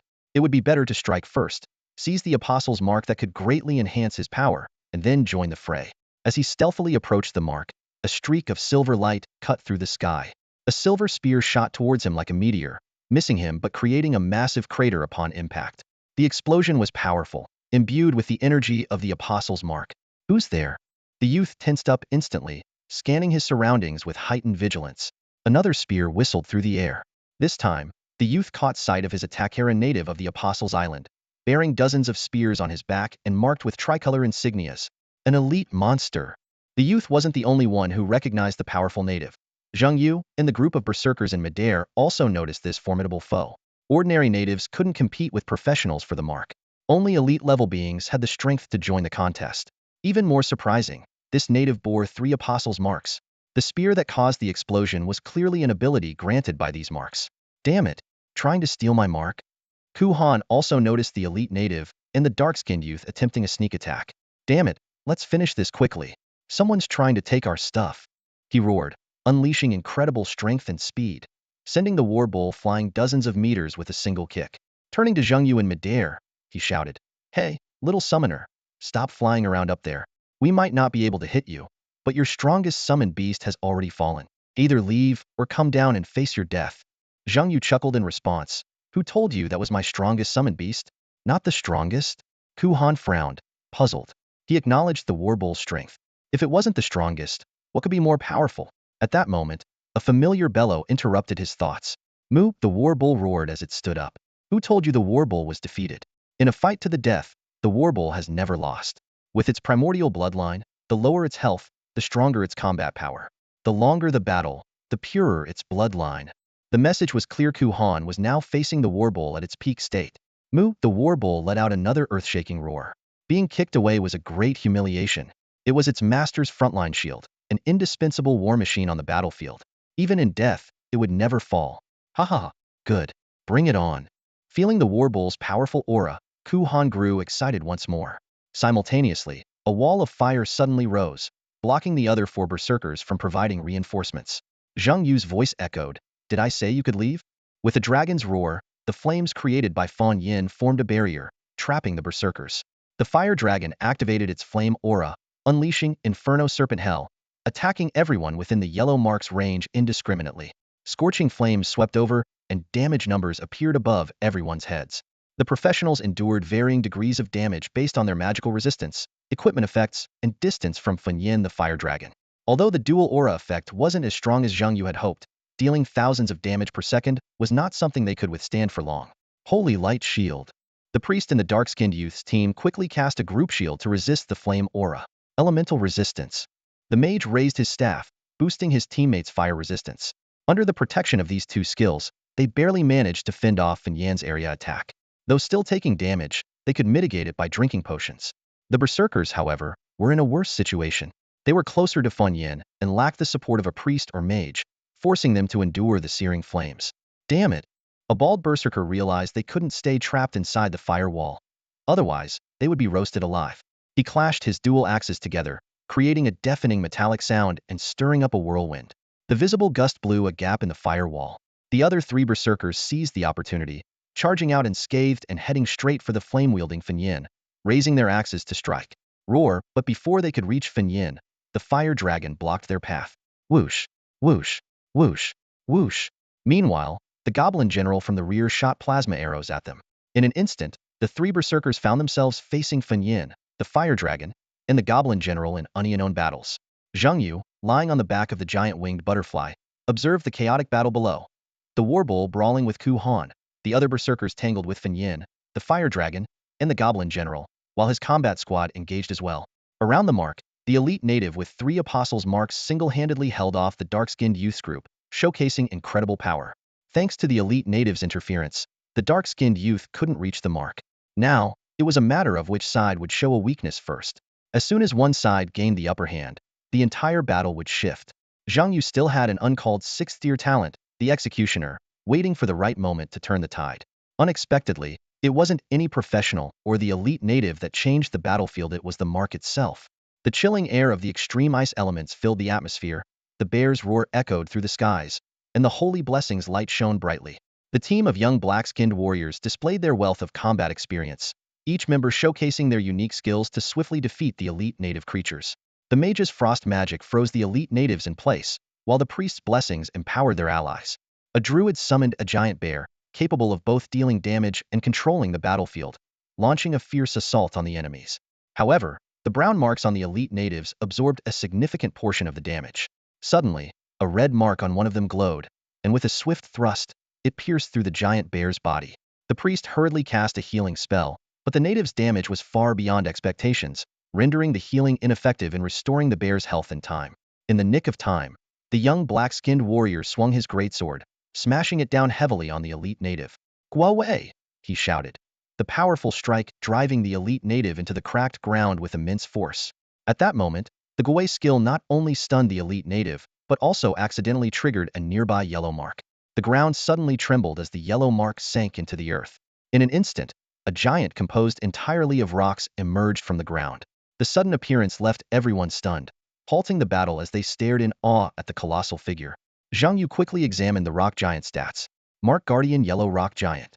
Level: LV 30. Rank: Elite. Health: 2.15 million. Attack power: 8750. Skills: 1 Earthquake, 2 Grand Earthquake, 3 Rock Throw, 4 Rock Shield, 5 Super Earthquake. The emergence of another elite creature brought a glint of excitement to Zhang Ye's eyes. Although it meant more enemies, it also promised greater loot. He decided there was no time to waste and aimed to quickly kill one or two enemies to turn the tide of battle. Executioner. It's your time to shine. Zhang Yu summoned the Executioner while activating his fully charged Phantom Staff. The staff's effect was immediate. The next skill cast would be copied, creating a Phantom skill at 80 of the original strength. In an instant, two Executioners, each wielding a death scythe, appeared beside Zhang Yu, surrounded by dark elemental energy. It's time for the Executioner to hunt, Zhang Yu murmured. Seeing this, the young black-skinned warrior's face darkened. A level 30 elite rock giant with over 2 million health, the elite native that could rise from the ground, and those two terrifying summoned creatures, any one of them was formidable enough. But facing all three simultaneously made him consider retreat. However, they were already engaged with the elite native and had triggered the rock giant, making disengagement difficult. Gritting his teeth, the young warrior plunged his greatsword into the ground and shouted, "Everyone, get in here." Centered on the greatsword, a semicircular shield enveloped the entire team. An ethereal door-like pattern appeared on the ground, with the greatsword acting as a key, slowly turning within the door. Realizing the situation, Zhang Yu immediately commanded the executioners, "Disrupt them. Don't let them escape." He suspected it might be some form of teleportation ability and resolved not to let the opponents slip away easily. The two executioners turned into shadows, swiftly charging at the young warrior's team. Their sharp scythes slashed through the shield, leaving two cracks. The ethereal door on the ground also showed signs of fracturing. With an attack power of 20,000, the executioners were clearly beyond ordinary defenses. As the executioners prepared for a second strike, a sudden impact from an owl eagle knocked one of them off course. Another shield warrior dashed out of the shield, using his body to block the other executioner's attack. "Go!" The owl eagle, speaking with a human voice, urged its teammates to retreat quickly. The shield warrior nodded at the dark-skinned warrior and the mage, a determined glint in his eyes. He took a deep breath and charged toward the executioner without hesitation. At that critical moment, the druid followed closely behind, both of them risking their lives to buy time for the dark-skinned warrior. Buzz. A low hum resonated as the dark-skinned warrior activated his ability just before the stone giant could unleash its earthquake skill. A phantom door appeared on the ground, and the three of them quickly vanished through it. In the final moment before disappearing, the young dark-skinned warrior locked his gaze on Zhang Yu, as if trying to etch his image into his memory. Watching this scene, Zhang Yu felt a strange sensation surge within him. "So, this is what it feels like to be the villain," he mused self-deprecatingly. He had always thought he would be the one sacrificing himself to protect his teammates, but now he had become the one forcing others into desperate acts. Despite the odd feeling, Zhang Yu did not regret his choice. Ever since learning that the 4-star abyss involved battling other spatial professionals, he had obtained some records from his faction. These records depicted not mere competition or combat, but outright slaughter. According to the information provided by Lu Nanyan, other spatial professionals never showed mercy to those from Zhou in their quest for rewards, points, and rankings. In the abyss, killing was the only way to earn rewards. In other words, the weak had no place here. Only the strong thrived. Zhang Yu knew that if their roles were reversed, the other side would show no mercy either. This was why he relentlessly pursued the masked captain and his team. In the abyss, those who were not of his kind were merely walking rewards, a means to grow stronger, and potentially lethal threats to his compatriots. Mercy to the enemy is cruelty to oneself, Zhang Yu recited in his mind. The abyss was a game space where the law of the jungle was taken to its extreme. "Finish them," Zhang Yu ordered coldly, his resolve unwavering. The two executioners, wielding scythes, slashed at the druid who had transformed into a hawk and the shield warrior who had already been injured by the elite natives. Blood splattered, and both fell to the ground. A system notification immediately popped up. Killed professional druid LV.25. Gained 52,000 XP. Earned 1 kill point. Obtained tree spirit staff LV.25 diamond. Acquired loot box.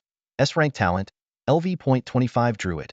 Killed professional shield warrior LV.26. Gained 54,000 XP. Earned 1 kill point. Obtained great deer shield LV.26 diamond. Acquired loot box. S-rank talent LV.26 shield warrior. Zhang Yu quickly tallied his gains. 106,000 XP, 2 pieces of diamond gear staff for the druid and a shield for the shield warrior and 2 loot boxes. He opened the boxes on the spot. Open loot box. S-rank talent, LV.25 druid. Gained 1,500 talent points and a random emblem. Open loot box. S-rank talent, LV.26 shield warrior. Gained 3,600 talent points. As Zhang Yu reveled in his spoils, the system issued 3 more notifications. Warrior Professional ID forcibly exited the abyss and will face penalty for forced exit. Mage Professional ID forcibly exited the abyss and will face penalty for forced exit. Cleric Professional ID forcibly exited the abyss and will face penalty for forced exit. Well, they sure made a quick exit, Zhang Yu remarked with a hint of regret. What a pity. 3 loot boxes gone. He hadn't expected that the dark-skinned warrior's teleportation ability could only be used to escape combat, not to exit the abyss. The decisiveness of their choice surprised him. Don't they have any dreams of a comeback? Zhang Yu sighed, but he was satisfied with the outcome of the battle. Special thanks to Yinxiao Zhangyanmi for the generous support. Thank you, Big Boss. The losses among the black-skinned young warrior team made Zhang Yu frown. 2 team members were dead, 3 had forcibly withdrawn, and 4 other professionals' names had turned gray. The battle was far more brutal than expected. Zhang Yu shook his head and sighed, regretting the loss of 4 more loot chests. The situation in the abyss had taken a sudden turn for the worse. The masked warriors had lost 5 members, the black-skinned young warriors 2 dead and 3 withdrawn, and the mysterious 5th team had inexplicably lost 4 members. Of the original 21 explorers, only 7 were now struggling to hold on. Zhang Yu knew this exploration of the abyss would soon come to an end. Although he never expected to get all the loot chests and new casualties were inevitable, the black-skinned young warrior's old 6, with his forced teleportation ability, had caught him off guard. It was a flaw in his plan. Originally, Zhang Yu intended to deal with the strongest opponent, Ku Han, first. With the stone giant and indigenous elite drawing aggro, and the threat of 2 executioners, it should have been enough to hold off the black-skinned young warriors. However, the forced teleportation threw his strategy into disarray. Zhang Yu couldn't help but envy this divine skill. In the abyss, a skill that could ignore aggro and combat status to directly exit the battlefield was invaluable. Even an assassin's stealth or a shadow walker's shadow form couldn't disengage from combat so effortlessly. Despite his regret, Zhang Yu didn't regret his decision. In his eyes, Ku Han was like his former self, a powerhouse with 4 accessories. The other 4 berserkers, though stronger than ordinary accessories, posed no real threat compared to Ku Han.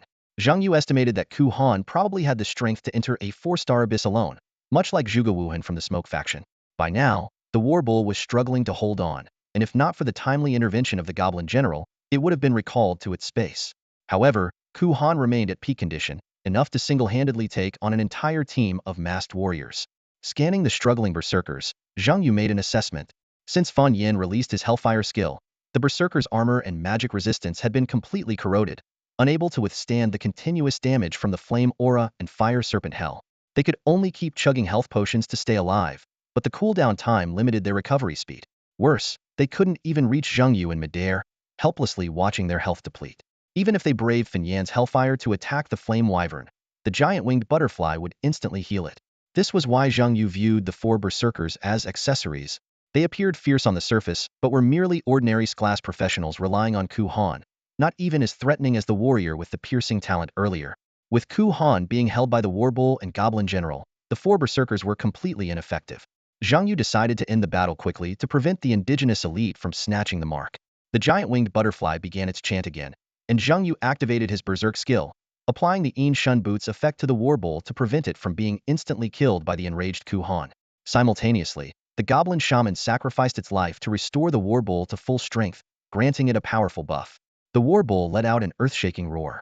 The long-suppressed frustration was swept away, and with 3 buffs, agility and speed from the butterfly's chant, strength and vitality from the shaman's buff, and overall enhancement from the berserk skill, it regained its fighting spirit, ready for battle. Ku Han frowned, watching his once-dominated opponent return to peak condition, feeling a bit frustrated. Twice now, just as he was about to defeat the troublesome Warbull, it had received timely reinforcements. Even more concerning were the 2 summoned beasts wielding black scythes, exuding an aura no less intimidating than the Warbull. Recalling the summoner's earlier words, Ku Han had to admit the other wasn't lying. The Warbull was indeed not his strongest summon. The only piece of good news was that the 2 black scythe-summoned creatures had drawn the stone giant's aggression and were temporarily unable to join the battle. However, even without their involvement, Ku Han felt he was already struggling to hold on. Worse still, if the flaming dragon joined the fray, the situation would spiral completely out of control. Suicidal. Ku Han suddenly shouted at his teammates. These 2 words left Zhang Yu utterly bewildered. Just then, Zhang Yu witnessed a shocking scene. A berserker unleashed an astonishing surge of energy, trading his health for power. His entire body glowed red, muscles bulging, and eyes flashing with madness. In the next instant, the berserker shot toward the flaming dragon like an arrow released from a bow. Zhang Yu was no stranger to this skill. It was the berserker's signature move, sacrificing health for strength, focusing solely on offense with no regard for defense. But he had never seen it perform to such an extreme, exchanging almost all his health, leaving only a sliver. Wasn't this tantamount to suicide? In his berserk state, the berserker moved with astonishing speed. Before the flaming dragon could react, he swung his axe down on the dragon. With a thunderous bang, a damage number of 50,000 floated up, causing Zhang Yu's pupils to contract sharply. Despite the immense power of the strike, the flaming dragon, bolstered by the apostle's mark of the green life source, stood firm with its 140,000 health points. This life-risking blow hadn't even brought the dragon down to half health. The berserker, on the other hand, was incinerated by the dragon's breath the moment his axe fell, leaving only the mark of a resurrection cross on the ground. Just as Zhang Yu was grappling with the apparent futility of the sacrifice, he witnessed something even more astonishing. Kuhan suddenly grabbed the massive war bull and executed a flawless back throw.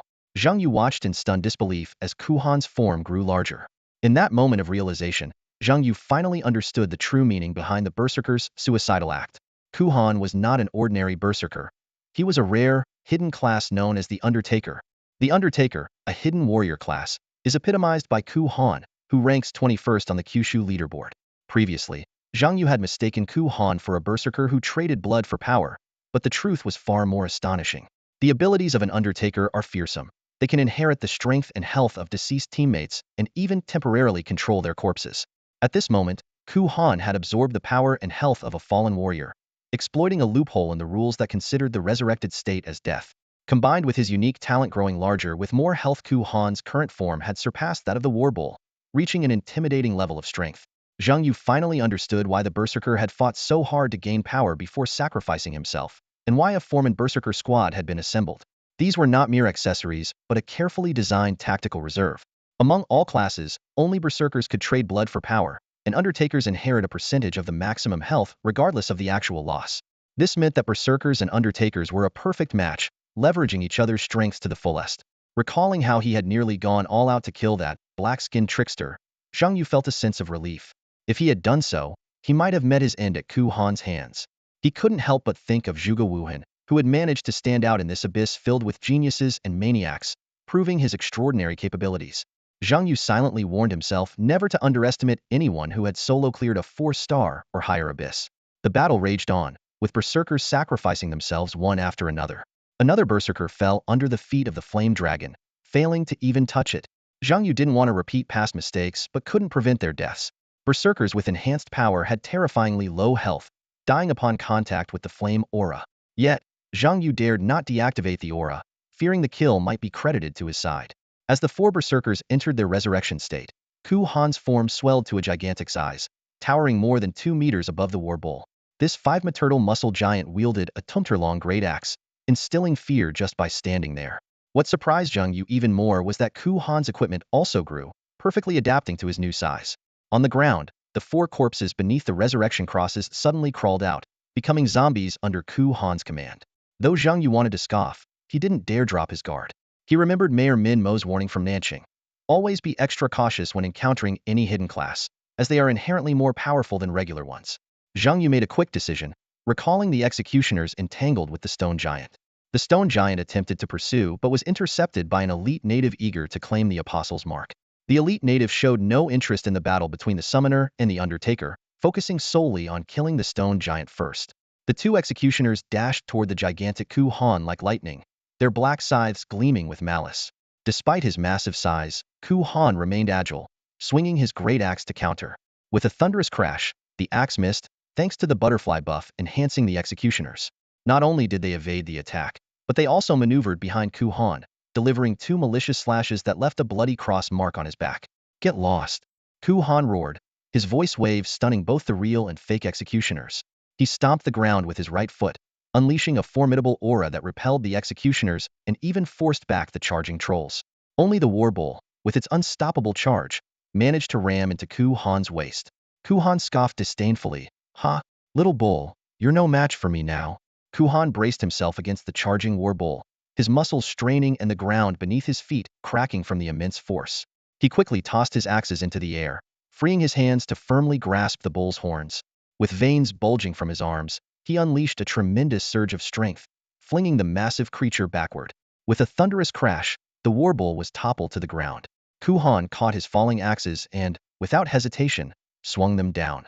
With a sharp crack, the shield protecting the war bowl, hastily conjured by the great winged butterfly, shattered.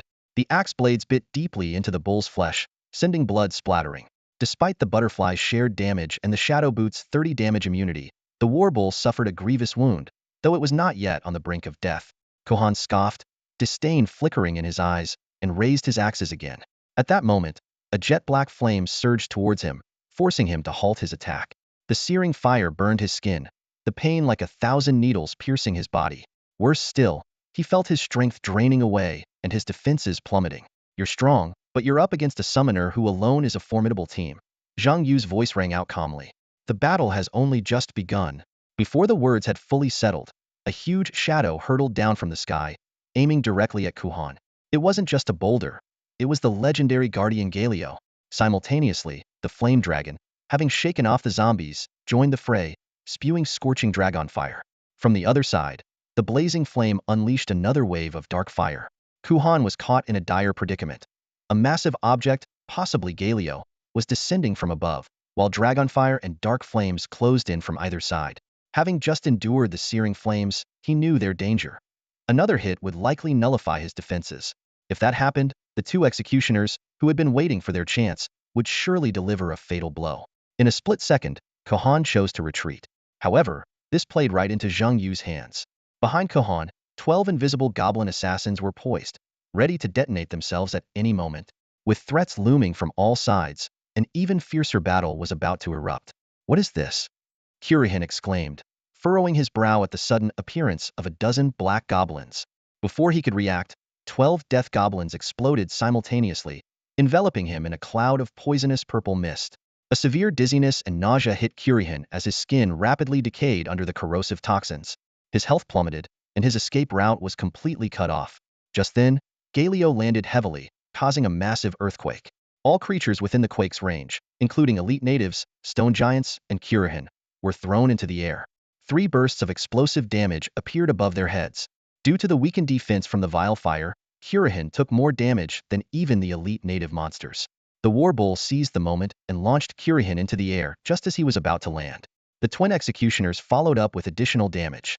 In this dire situation, Kirihin had no choice but to use his life-saving skill Coffin Tomb. A giant coffin appeared out of thin air, enveloping him tightly while releasing a suppression field that temporarily halted the twin executioners' pursuit. Taking this brief moment to catch his breath, Kirihin finally saw the true form of the rock that had fallen from the sky, a colossal gargoyle made of noble anti-magic stone. Its wings spanned dozens of meters, and its fortress-like body exuded an aura of invincibility. Those resolute eyes made it seem like a city's guardian, instilling a sense of security. However, this sense of security only belonged to Zhang Yu. For Kirihin and the unfortunate elite native caught in the battle, the gargoyle Galio was their nightmare. Galio dug his claws into the ground and propelled his massive body towards Kirihin. With a thunderous crash, Kirihin's coffin shattered. At the same moment, 2 sharp explosions rang out on either side of Kirihin. It was the true Hell Executioner and the Phantom Executioner, both in their hell forms. These terrifying summoned beasts aimed their blades at Kirihin's neck. Kirihin barely managed to raise his axes to block, but at the critical moment, Galio suddenly folded his wings and released a strange power. In the next second, Kirihin involuntarily abandoned his defense and swung his axe at Galio's indestructible anti-magic stone body. With a swish, Kirihin's axe struck Galio, while the executioner's blades simultaneously slashed at his neck. This was the Hell Decapitation skill, a hell-form double-sided assault by the twin executioners. Even with the health of 4 berserkers, Kirihin couldn't withstand such terrifying damage. To make matters worse, Dragon Flame, Vile Fire, and Plasma Arrow followed immediately. Kirihin's health hit rock bottom in an instant. In his final moments, he saw the war bull, whom he had repeatedly knocked down but who always got back up, charging towards him. Ha ha ha! Kirihin laughed wildly, pressing his nearly severed neck with both hands. He chose to face his original opponent, the war bull, the only one who had ignited his fighting spirit for a final showdown. With a resounding crash, Kirihin preferred to die standing at the hands of the war bull rather than fall at the feet of those deathly summons. To him, the Grim Reaper was unworthy of taking his life. I, Kirihin, am sorry, brothers. Forgive me for going ahead. These were his last words. As the war bull dealt the finishing blow, the system notification sounded. Killed player Undertaker, LV27. Gained 107,000 experience points. Gained 1 kill point. Acquired equipment, coffin necklace LV25 luminous grade. Received loot chest, S grade talent, level 27 hidden class undertaker. Zhang Yu not only gained 100,000 experience points, but also acquired a piece of luminous grade equipment. No wonder this opponent was so tough in S grade talent, a hidden class undertaker, and a luminous grade necklace. If not for Zhang Yu, this victory in the Abyss would have belonged to Kirihin. Victory in the Abyss depends not only on strength but also on luck. More importantly, Kirihin lacked disengagement skills. In such a life-and-death duel, either Zhang Yu would fall, or Kirihin would perish. In the end, Kohan abandoned the chance to use the Resurrection Cross. His head fell directly into the hands of the War Bull, and his life was abruptly terminated. With their captain's demise, the other berserkers lost their will to continue fighting. They abandoned their strategy of stalling for time and descended, determined to face Zhang Yu in a final showdown to avenge their captain. However, their efforts were ultimately in vain. Zhang Yu, like a ruthless Grim Reaper, wielded his weapon as a scythe that harvested lives. One by one, the berserkers' heads were severed. System notifications flashed incessantly. Defeated warrior LV26, gained 46,000 experience points. Acquired 1 kill point. Obtained silver battle axe LV25, diamond grade. Acquired strength talent chest, 26 level warrior. The accumulated experience from the 4 warriors totaled 191,000, plus the 100,000 experience contributed by Ku Han, propelling Zhang Yu to level 23 in one leap. Looking down at Ku Han's fallen body, Zhang Yu felt no emotional stir. He even ignored the resentful gazes cast by the other berserkers in their final moments. To him, all of this was the inevitable result of the Abyss's game rules. Don't blame me, Zhang Yu thought to himself. If you must blame someone, blame the Abyss that forces us to kill just to survive. Zhang Yu was not inherently cold-blooded. He simply understood that under the Abyss's brutal rules, only true villains could survive. Hesitation or a merciful heart would only lead to one's demise. To Zhang Yu, Kahan was merely a respectable opponent, nothing more. Shifting his gaze to the inventory, Zhang Yu noticed that the loot chest dropped by Ku Han was different. It emitted a faint golden glow, revealing itself as an S-rank hidden class loot chest. Glancing at the stone giant, Zhang Yu saw that it still had half of its health left, but the elite native was nowhere to be seen. This sight deepened Zhang Yu's understanding of the Apostle Island natives' nature. They would flee without hesitation when faced with a formidable enemy. The elite native had probably fled long before Ku Han was killed, which might explain why he had 3 elite marks. They were likely stolen by being a backstabber. Zhang Yu seamlessly took over the battle with the stone giant. After defeating Ku Han and his men, the Axiom Arc rejuvenated the War Bull and the Twin Executioners, enabling them to continue fighting the stone giant. With anticipation, Zhang Yu opened the golden glowing loot chest. Zhang Yu's eyes widened in disbelief as he stared at the shimmering loot chest before him. The rewards far exceeded his expectations. A whopping 3,700 talent points, 1,000 more than the S-tier loot chest of the masked warrior. The customizable emblem chest made his heart rasa customizable. This meant he could precisely address his weaknesses. Images of the Scarlet Moon demon god, Galio, immediately flashed in his mind. Even a 2-bond ordinary Galio was immensely powerful. A 10-bond demon god Galio would be unstoppable. However, a single customizable bond wouldn't be enough to complete the set. Zhang Yu decided to temporarily store it in his inventory, waiting for the right opportunity in the future. Next, he eagerly claimed the Hextech equipment. The system notification sounded. You have received Hextech equipment Stormbringer Greatsword. A familiar blue broad-bladed sword appeared before Zhang Yu's eyes, and he felt a wave of nostalgia. The system then provided a detailed description of the Hextech equipment's features.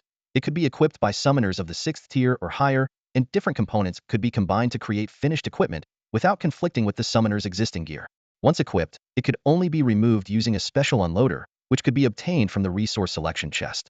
The attributes of the Stormbringer Greatsword made Zhang Yu's eyes light up. 20 attack power.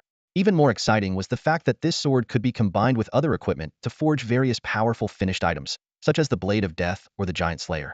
Zhang Yu couldn't help but imagine a 10th tier summoner equipped with 3 Hextech finished items, along with a bunch of emblem bonds and summoner gear. That would be a truly formidable beast. Finally, Zhang Yu opened an S-tier resource selection chest. 8 options were laid out before him, each one tempting. After careful consideration, he ultimately chose the top-quality rapid training voucher. This would solve the long-standing issue of his summoner's lengthy training periods. Holding the training voucher in his hand, Zhang Yu smiled with satisfaction. This time, opening the loot chest not only significantly boosted his strength, but also paved the way for his future development. Zhang Yu obtained a top-quality speedy training voucher, a precious item that can instantly complete 15 rounds of skill training for his summoned beast. His eyes sparkled with excitement as he eagerly anticipated using the voucher. 15 rounds of training? This is unbelievable. Zhang Yu muttered to himself, quickly doing the math in his head. One round takes 3 weeks, so 15 rounds would be equivalent to 45 weeks. This almost cuts a whole year off the training period. For a summoner, training time is directly linked to power enhancement. What made this even more thrilling was that the voucher didn't require any resources completely free. With a satisfied smile, Zhang Yu decided without hesitation to use the voucher on his warbull. A system prompt sounded. Would you like to use the top-quality speedy training voucher? Yes, Zhang Yu responded decisively. Please choose one type of training. Physical, skill, or attribute training for 15 rounds of speedy training. After a moment of thought, Zhang Yu chose physical training.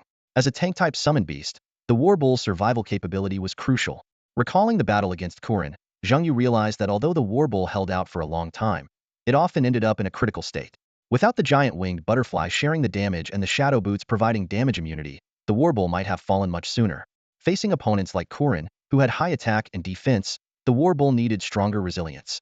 Additionally, Zhang Yu noticed the importance of the beast's size. Therefore, he decided to enhance the warbull's size first. Begin speedy training, Zhang Yu commanded. The system immediately went into action, and a series of successful training notifications flashed by quickly. Warbull's second round of training successful. Size increased by 1. Maximum health increased by 1200 points. Third round of training successful. Size increased by 1. Maximum health increased by 1400 points. 16th round of training successful. Size increased by 1. Maximum health increased by 700 points. After the training concluded, Zhang Yu was pleasantly surprised to find that, excluding the Apostle's Mark bonus, the warbull had gained a total of 61,300 maximum health points and a 16 increase in size through 16 rounds of training including the previous one. This significant boost filled Zhang Yu with confidence for the challenges ahead. Awesome!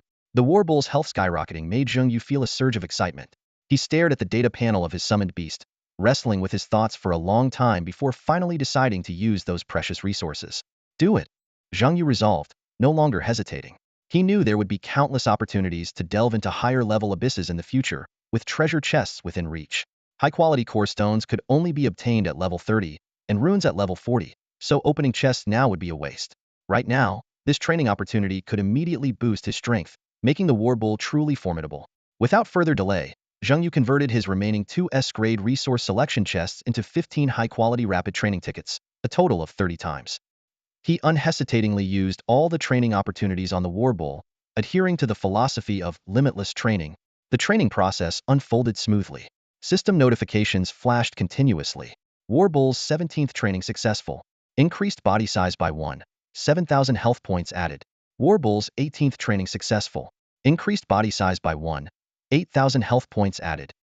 Warbull's 46th training successful. Increased body size by 1. 10,000 health points added. From the 20th training session onward, each training consistently added 10,000 health points. After 30 training sessions, the warbull gained an astonishing 294,000 health points in total. Zhang Yu looked at the warbull's new stats, feeling a wave of satisfaction. The warbull now stood at a towering 4.5 meters, with a powerful and majestic build that exuded an overwhelming presence. Its massive health bar alone was intimidating, offering immense security. The system promptly reminded him, warbull has been trained 46 times. The maximum training limit for a 6-star warbull is 60 times, with 14 training sessions remaining. This reminder did not surprise Zhang Yu. He recalled the teachings from Zhang Anquan's textbook. Talent determines a summoned beast's upper limit, which is the number of training sessions. A 3-star Minotaur could only be trained 15 times initially, highlighting the importance of talent. Zhang Yu calculated that to fully utilize the 60 training sessions, it would take nearly 4 years, not to mention the enormous material costs. The cost of training a single summoned beast could build a powerful warrior, and even a fully trained summoned beast might not surpass a warrior. This is why some say summoners are both costly and impractical. Moreover, training skills can only proceed in a single line. 4 years would be enough to train just one summoned beast, while a level 40 summoner could have 9 summoned beasts. The combined pressure of time and money deterred many summoners. For this reason, the high-quality rapid training tickets were like a divine tool to Zhang Yu, far more valuable than a rune or core stone. At this moment, the warbull's total health had reached 430,000. And with the Apostle's Mark effect, it soared to 860,000. Such health was impressive even for a small boss. What's more astonishing was that Zhang Yu was only level 23 and already had such a formidable summoned beast. With the training complete, Zhang Yu looked up at the battle with the stone giant. The fight was nearing its end. The stone giant, an elite monster, had high health but a simple combat pattern. relying solely on various intensities of earthquake attacks. Whenever the stone giant raised its hand, the war bull, twin executioners, goblin general, and blazing dragon would quickly retreat from the quake zone, easily avoiding damage. Even the largest super earthquake, with its low damage, could be directly withstood. As time passed, the stone giant's health dwindled. Finally, the hell executioner, in its hell form, delivered a decisive blow, beheading the stone giant in one swift move. Defeating the level 30 stone giant granted Zhang Yu 77,841 experience points. His attention was drawn to the system notification that suddenly popped up. Immediately after, another message appeared. Defeated an elite monster. Received a stage 3 abyss loot chest. As the stone giant collapsed, a strange energy surged into Zhang Yu's body. The system notification chimed again. You have obtained the Apostle's Mark source of the stone giant. Instantly, Zhang Yu felt a powerful force enveloping him, with a thick shield forming like a second skin. The system detailed, source of the stone giant, granting a shield equal to 100 of your health plus an additional 30, and increasing physical armor by 100 plus 30. These enhancements last until you leave the abyss. Not only Zhang Yu, but all his summoned beasts were also enveloped in a white shield. This formidable defense made Zhang Yu worry for any potential adversaries. After defeating the stone giant, Zhang Yu habitually glanced at the list in the top right corner. He gasped out of the original 21 participants in the abyss, only 2 remained within a few hours. Seems like there's a kid with dreams here, Zhang Yu mused. Well, let's show him the harshness of reality. Zhang Yu looked down at his status. 860,000 health, 860,000 shield. He smirked, displaying the classic villain grin. With these stats, even if the war bull stands still, that masked warrior would have to slash until tomorrow morning. He thought, even geniuses must bow to these numbers. While waiting for the next apostle's mark to refresh, Zhang Yu took a moment for a quick rest. He swiftly opened the loot chests he had obtained earlier. One by one, the 4 berserkers' chests revealed their contents. S rank, talent level 25 warrior, 1,500 talent points, 1 random emblem. S rank, talent level 29 warrior, 1,900 talent points, 1 equipment forge. S rank, talent level 24 warrior, 3,400 talent points. S rank, talent level 28 warrior, 1,800 talent points, 1 emblem duplicator. Finally, he opened the elite loot chest from the stone giant, gaining 800 talent points. Zhang Yu quickly calculated, including the druid and shield warrior chest from the black-skinned young warrior team and the 3,700 talent points from the frostbite battle, the total talent points gained from this round of combat amounted to 18,200, just shy of 20,000. In this abyss, I'll create a 7th-tier talent summon, Zhang Yu resolved. He then opened the remaining 2 random emblems. The system notifications followed. Congratulations! Obtained the fighter's emblem. Congratulations! Obtained the mutant warrior's voracious appetite emblem. Taking a deep breath, Zhang Yu prepared himself for the challenges ahead. Mutant warriors, voracious appetite 36. Voracious appetite. Each time an ally dies, all mutant warriors gain attack power and spell damage. 3. 2 attack power, 2 spell damage per ally death. 6. 5 attack power, 5 spell damage per ally death. Zhang Yu gazed at the newly flashing emblem before him, his eyebrows furrowing slightly. He muttered to himself, so, the random effect of mutant warriors has turned into a fixed one? Memories surged as Zhang Yu recalled other effects of the mutant warriors, abilities like metamorphosis that grow stronger over time, and Voidborn with its execution capability. His eyes lingered on the word ally in the synergy description. Unlike the usual summon creature term, this one gave him pause. Does this mean units like Goblin Strike Squad, Heavy Cavalry, and even Phantom Executioner count as allies? He chuckled. This synergy is practically sacrifice your teammates for immense power. What surprised him even more was that there seemed to be no cap on the effect. Zhang Yu quickly did the math in his head. The level 23 Goblin Strike Squad had 48 allies, and the Heavy Cavalry had 46. If all of them died, the mutant warriors would gain an astounding 188 attack power boost. That's an insanely high boost. Originally planning to use the selective emblem and duplicate emblem to create a 4 synergy Galio, Zhang Yu now saw greater potential in the mutant warriors. His gaze fell on the selective emblem in his hand. Although he preferred synergies like Fortune, Pirate, or Piltover, the selective emblem could only choose from available emblems. After weighing his options, Zhang Yu chose the mutant warrior's voracious appetite and duplicated it using the duplicate emblem. He swiftly equipped the mutant emblems on Blaze Drake, Goblin General, and Hell Executioner, all of whom had strong offensive capabilities. The fighter emblem was given to the Great Wing Butterfly to enhance its survivability. With the final piece of loot in place, Zhang Yu's lineup was revitalized. War Bullhead became a reliable frontliner, while the mutant warrior's synergy enabled a sacrificial combat style. significantly boosting Blaze Drake and Executioner's damage potential. Just then, the system issued a new notification. Notice: detected remaining members in Outsider Faction, 2. Remaining natives on Apostle Island, 344. Remaining Mark Guardians, 32. When only one outsider remains, the current energy battle will be automatically settled. The sole victor of the faction will receive a random mark. The mark will be weakened upon leaving Apostle Island. Apostle mark has refreshed. The current mark is a special mark arena. The faction with 2 remaining members will determine the winner and receive the ultimate divine reward. In 5 minutes, all faction participants will be teleported to the arena. Zhang Yu scratched his head, suddenly enlightened. No wonder those natives aren't fighting over anything or participating in our battles. They're not even in the same race as us. He quickly pieced it together. The outsider professionals were one race, the natives were another, and the Mark Guardians were yet another separate race. So, was I too fast in killing, leading to such a quick clear? Zhang Yu chuckled at himself. He realized that Apostle Abyss was different from the Cold Street Abyss and Shrine Abyss he had previously experienced. There was no complex storyline here. It was purely a competitive abyss. The mechanism was simple: match professionals to compete for Apostle marks.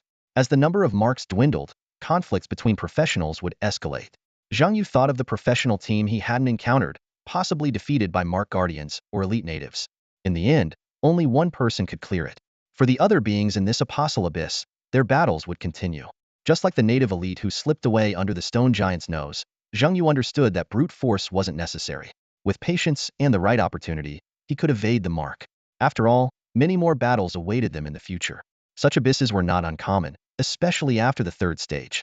However, the survival rate was usually very low, much like the fallen warriors under Zhang Yu's command, Ku Han and Masked Fighter. Their prowess made them treasured assets to various factions in Jiuzhou, just like Zhang Yu now, who was a rare talent. Yet, even they could not escape the fate of death. The brutality of competitive abysses far exceeded that of narrative or pure monster hunting abysses. It forced professionals to fight each other. Even those who tried to hide until the end would be forced into combat by the so-called arena. Zhang Yu thought to himself that it was wise to end the battle quickly and move on to the next abyss. After all the necessary killings were done. Only one opponent remained. Reflecting on this abyss journey, Zhang Yu felt quite satisfied. Although short, it was the most rewarding experience he had ever had. As the 5-minute preparation time drew to a close, Zhang Yu temporarily recalled his summoned beasts to their summoning space, allowing the power of Apostle Island to transport him to the arena. The so-called arena was essentially an open space outlined by yellow energy.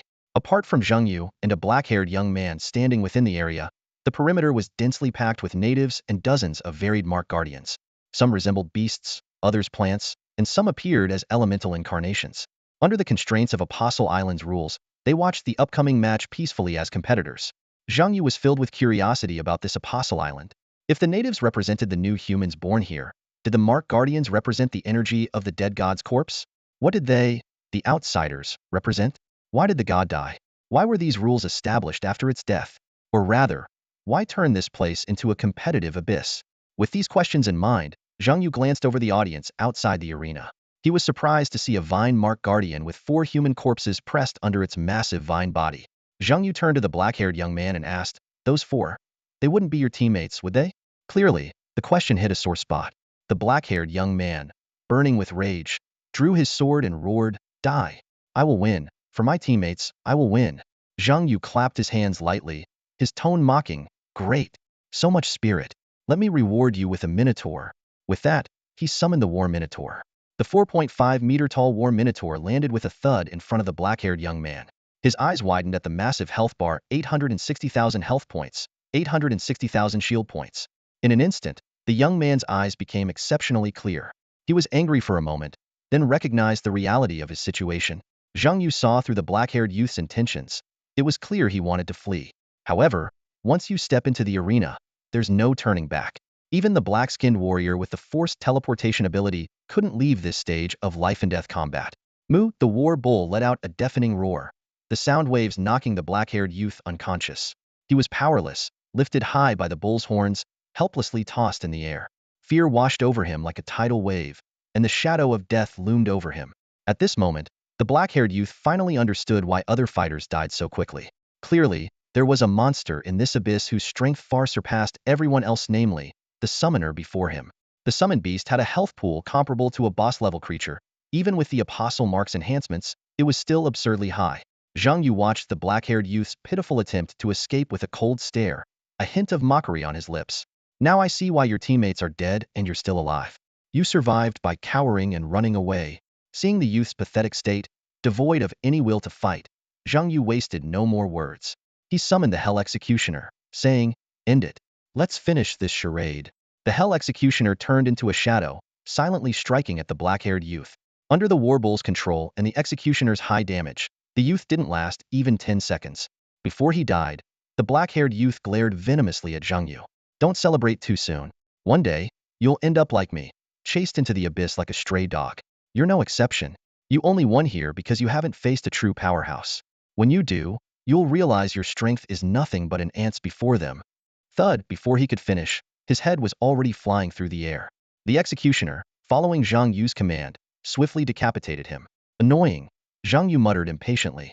He had heard these words countless times before. Over the decades, Earth's fighters had encountered many from other realms.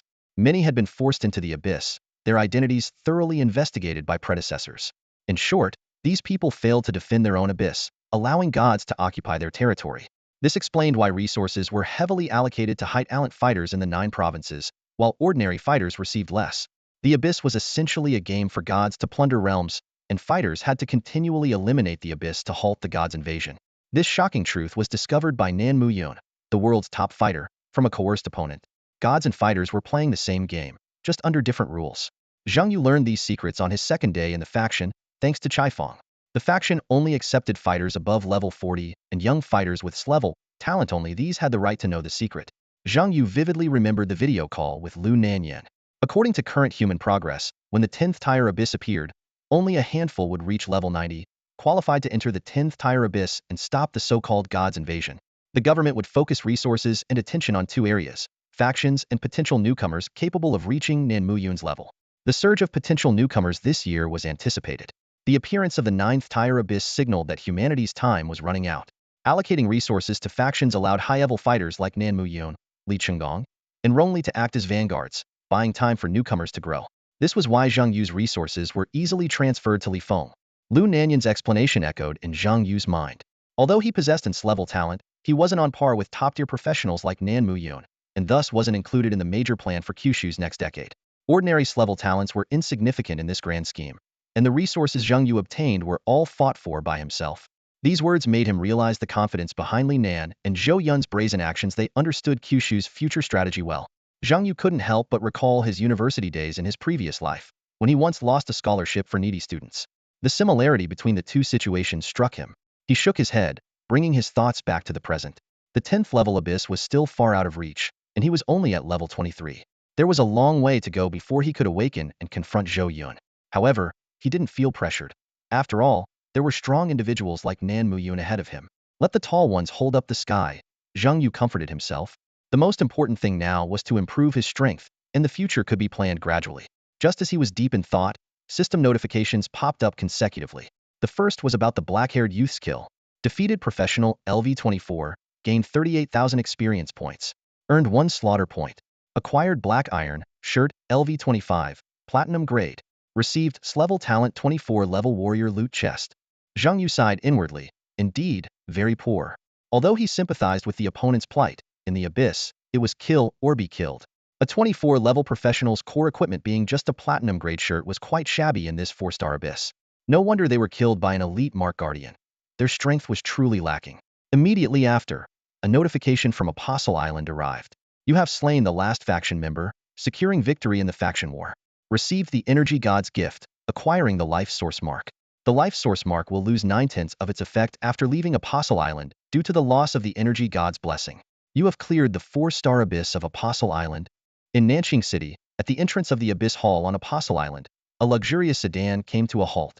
Mayor Minimo quickly approached as a refined man wearing glasses stepped out of the car. It was none other than Lu Nanyan, the leader of the Smoky Cloud faction. What's the current situation? Lu Nanyan asked directly. Minmo's expression was grave. The kill score has reached 12. An assistant nearby added. It just updated to 13. Another one killed? Lu Nanyan raised an eyebrow. Yes. Min Imo nodded, his tone revealing his shock. It's unbelievable. In less than 3 hours, he's already taken out more than half of the professionals. There were only 20 professionals on Apostle Island excluding Zhang Yu. A smile appeared on Lu Nanyan's face. We've struck gold with this one.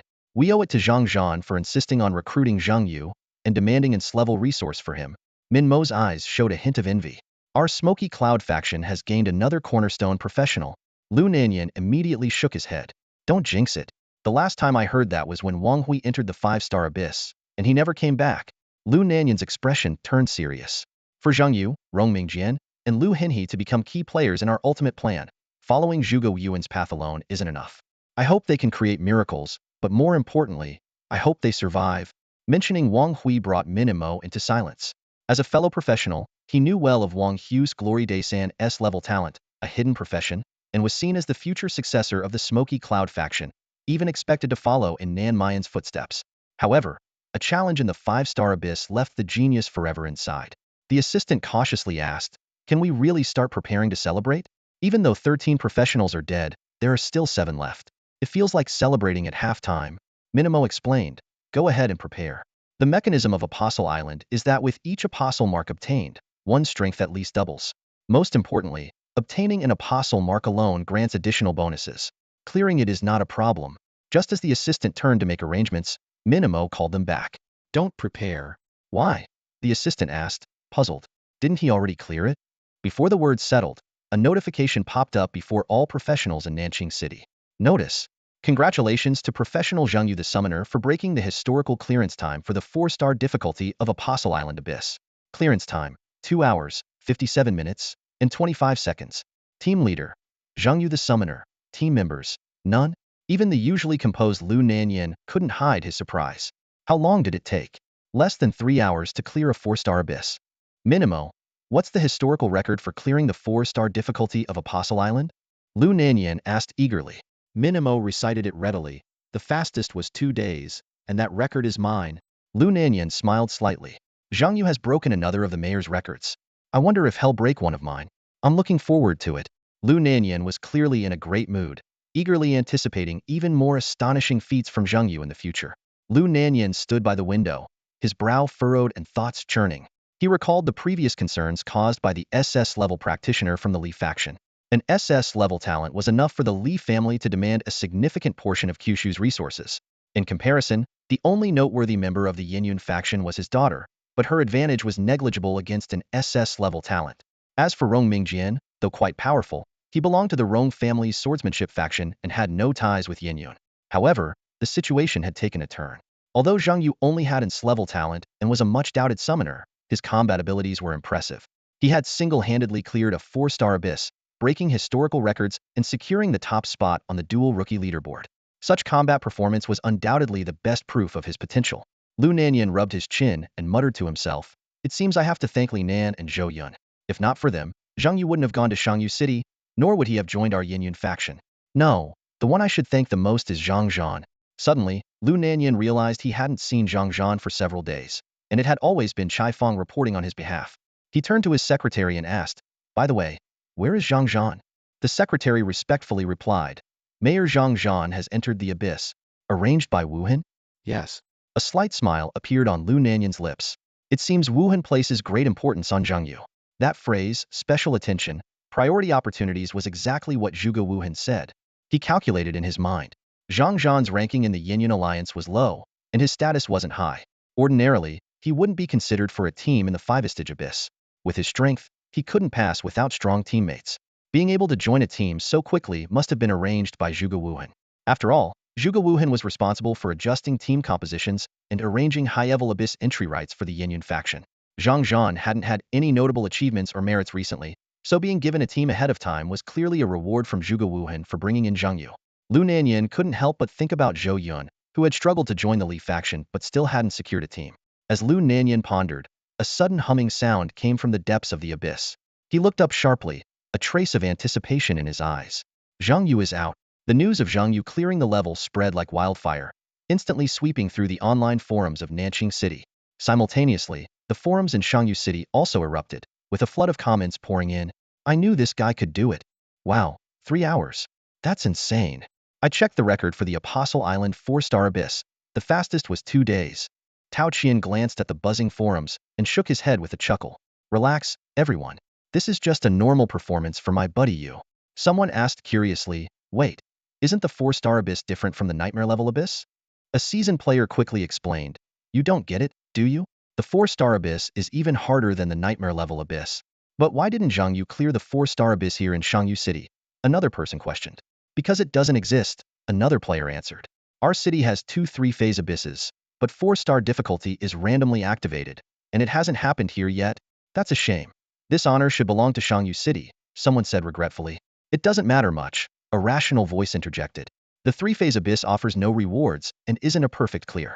When it comes to the 5-phase abyss, Zhang Yu will return to Shangyu City as the mayor. Clearing any abyss then will bring us rewards. True, but if Shang Yu comes back as mayor at level 40, what about Zhang Zhan? Someone pondered. Hell, step aside. Another person responded bluntly. Watch your mouth, young man. A warning voice sounded. There's no need to be cautious, an experienced player explained. Usually, if a new level 40 professional arrives in a city, the current mayor steps down. Before level 20, professionals are in the novice phase, leveling up in local abysses. From level 20 to 30, they go on assignments to challenge different abysses.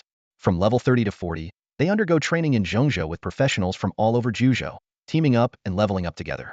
At level 40, known as the graduation phase, they are assigned to their cities. The incumbent mayor then leaves the city to undergo faction training. If they reach the awakening level during their tenure, they get promoted. If not, they won't receive much support from the faction in the future. This is the full progression for a professional, he continued. Of course, not everyone follows this path. Some professionals prefer other routes. In some cities, multiple level 40 professionals from the same year might take roles like mayor and resource department head, just like Zhang Zhan and Chai Fong. You sure know a lot, someone praised. What happens after awakening? After awakening, it's all about internal faction competition. Beyond that, I'm not sure.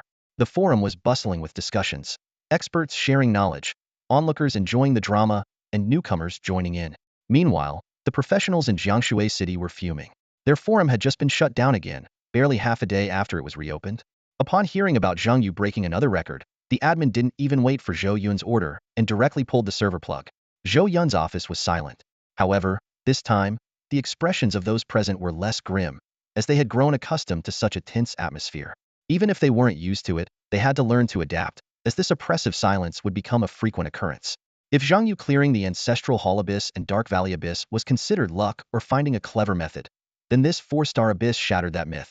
Apostle Island, competitive abyss, 4-star difficulty, true solo clear, breaking historical records, and defeating 13 external professionals. These phrases collectively served as the best evidence. Who could argue against it? At this moment, a smile lingered on Zhou Yun's face.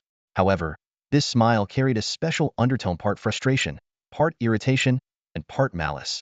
To be honest, Zhang Yu clearing the 4-star Apostle Island abyss wasn't the main source of his complex emotions. The straw that broke the camel's back was the news of Zhang Zhan and Chai Fong entering the abyss. Both were professionals stuck at level 45. Both had low status within their factions, receiving little support, with futures seemingly stalled before awakening. Zhou Yun had even abandoned his previous faction to join the Li family faction, a desperate move branded as traitorous. Yet, Zhang Zhan and Chai Fong received faction support first, forming a team to enter the abyss. Zhang Zhan and Chai Fong were able to form a team before him, all because of Zhang Yu, the very same Zhang Yu he had personally driven away. Zhou Yun watched as the situation spiraled out of his control, feeling a growing sense of confusion and unease. He began to recall the astonishing strength Zhang Yu had displayed. Clearing a 4-star abyss solo was not just a testament to talent but to real, hard-earned accomplishment. Zhou Yun realized that Zhang Yu reaching level 40 in the future was a certainty, and even that might underestimate his potential. Images of the Yin Yun faction pouring all their resources into nurturing Zhang Yu flashed through his mind, just as they had once done for Zhuge Wuhan. Zhou Yun shuddered, fully aware that he would inevitably be surpassed by Zhang Yu. A wave of regret washed over him, but it was quickly replaced by a darker emotion. Zhou Yun's eyes turned vicious, like a cornered madman, filled with resentment and unwillingness to accept his fate. Meanwhile, Zhang Yu stood in the teleportation array, his eyes fixed on the flashing system notifications before him. You have cleared the 3rd stage of Apostle Island Abyss at 4-star difficulty. Reward: Apostle Island Abyss chest 4-star difficulty, 350,000 proficient experience points. Congratulations on breaking the historical clear time for Apostle Island Abyss at 4-star difficulty. Clear time: 2 hours, 57 minutes, and 25 seconds. Reward: Historical Clear Package. Apostle Island Abyss 4-star difficulty, 350,000 proficient experience points. Apostle Island Clear Achievement 4-star difficulty. Zhang Yu quickly did the math and realized that these 700,000 experience points would elevate him to level 24. He had initially thought this Abyss expedition would at least get him to level 25, granting him his 6th summoned beast, but reality had other plans. Leveling up clearly slows down after reaching level 20. Zhang Yu mused. No wonder Zhang Zhan took a full 8 years to reach level 40. Just as he was about to claim his rewards, another system notification popped up. You have slain 13 proficients in this abyss, earning 13 slaughter points. Your slaughter points ranking in Zone 1331, not in the top 1,000. Your slaughter points ranking in the Abyss region, not in the top 10,000. Note: Slaughter Points shop is now open. Zhang Yu's eyes scanned the information quickly, already formulating his next plan of action. Kill Point Store? As Zhang Yu noticed that the teleportation would take some time, he opened the Sanctuary interface and discovered a newly added Kill Points leaderboard option. Curiously, he clicked on it and was immediately presented with 2 leaderboards: the Abyss Kill Points leaderboard and the 1331 District Kill Points leaderboard. The information on the Abyss leaderboard was completely obscured, making it impossible to know the points required to enter the top 10,000. Zhang Yu frowned and pondered, speculating that there could be 2 reasons for this. Either his level and points were too low to access the information, or Earth had not yet entered the 10th tier Abyss stage and thus had not officially joined the leaderboard competition. Turning to the 1331 District leaderboard, familiar names caught his eye. Nan Muyun topped the list with 2,451 points, closely followed by General Liao from the Jiuzhou Military District Liaoning with 2,011 points. Although Liaoning did not rank high in level and combat power, his kill points closely trailed Nan Muyun's, reinforcing his reputation as the god of slaughter. The 3rd place was held by Diana, the national goddess of Eagle Country, with 1,944 points. The gap between the top 3 and the other contestants was like a chasm. The 4th place, the tyrant from Bear Country, had only 1,144 points, while the 5th place didn't even reach 1,000 points.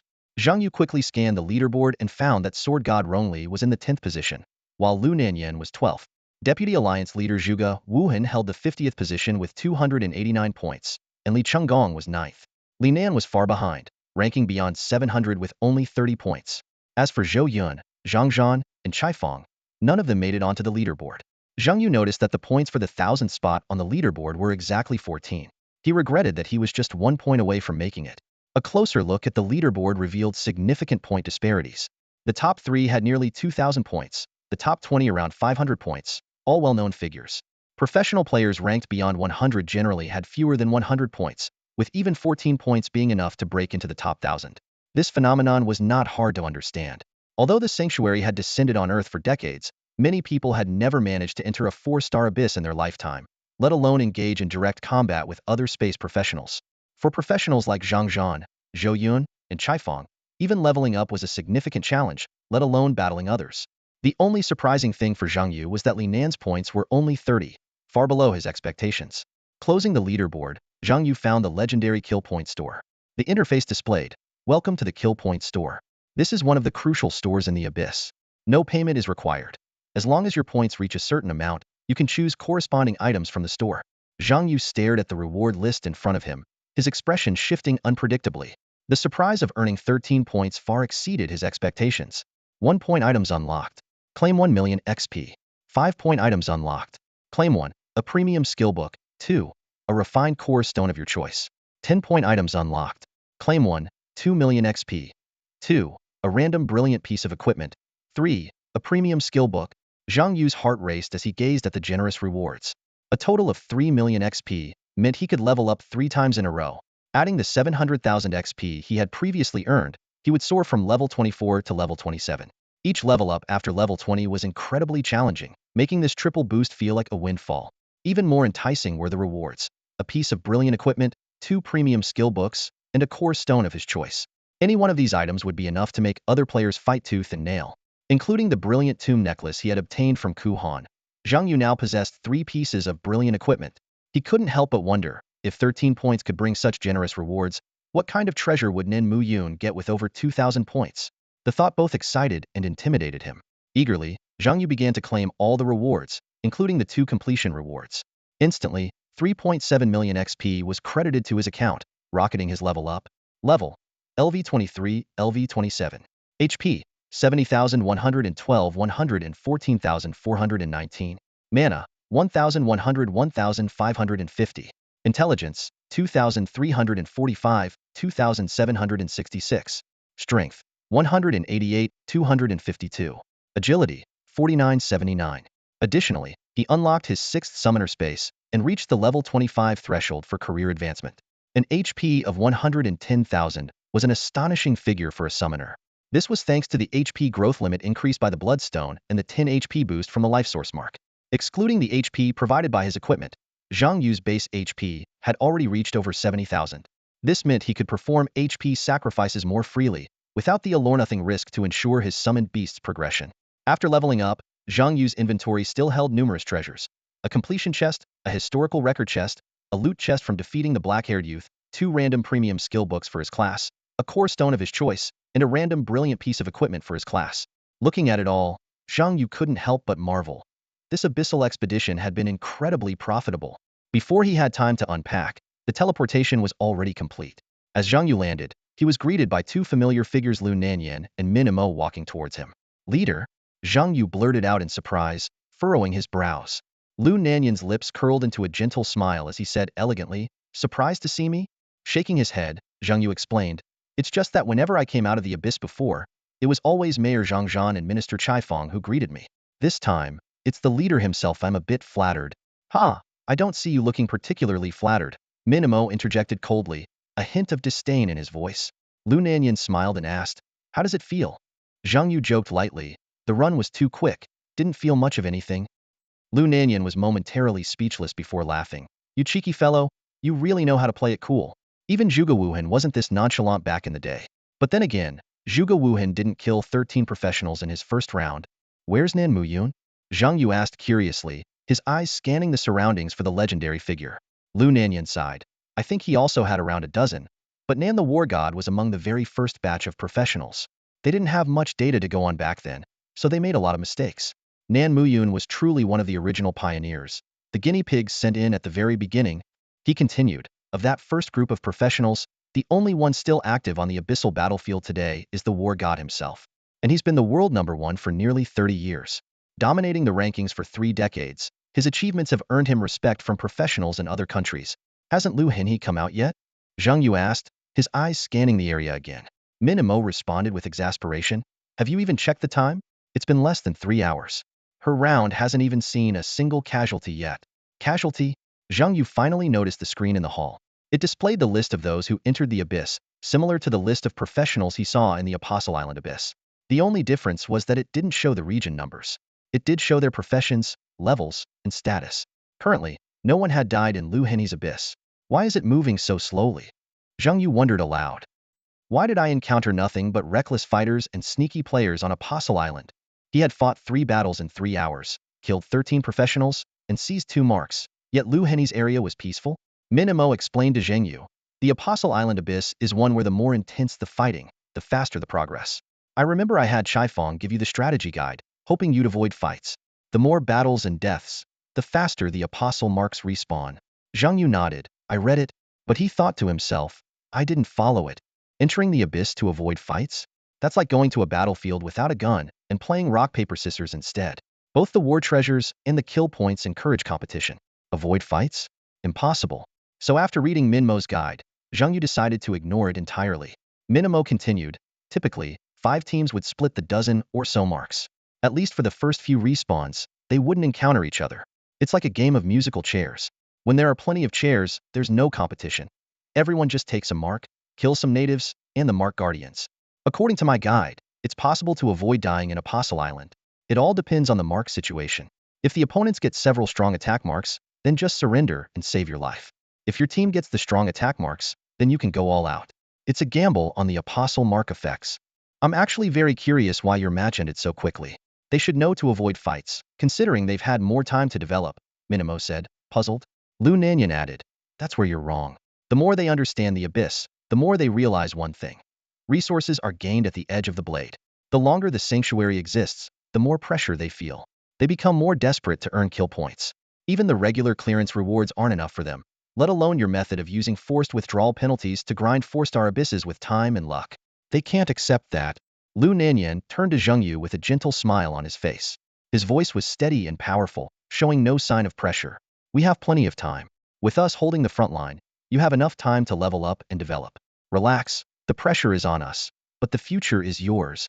His words carried the demeanor of a mature leader without any sense of oppression. Lu Nanyan continued.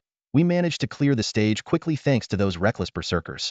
If it weren't for them, that group led by Hei Pai Lao Lu with their teleportation abilities would have really stalled us. He then mentioned an unproven theory. There's a theory that the matchmaking mechanism in competitive abysses pairs professionals of similar strength. You encountered those eager to earn kill points, while Xiaohe faced weaker opponents hoping to win by luck. Of course, there are exceptions. Guided by the secretary, Zhang Yu and Lu Nanyan discussed Lu Henhe's abyss situation as they walked into the VIP room. This high-end lounge was available in every abyss hall to avoid attracting too much attention. After all, Lu Nanyan was highly renowned in Jiuzhou, and Zhang Yu was quite famous in Nanqing City.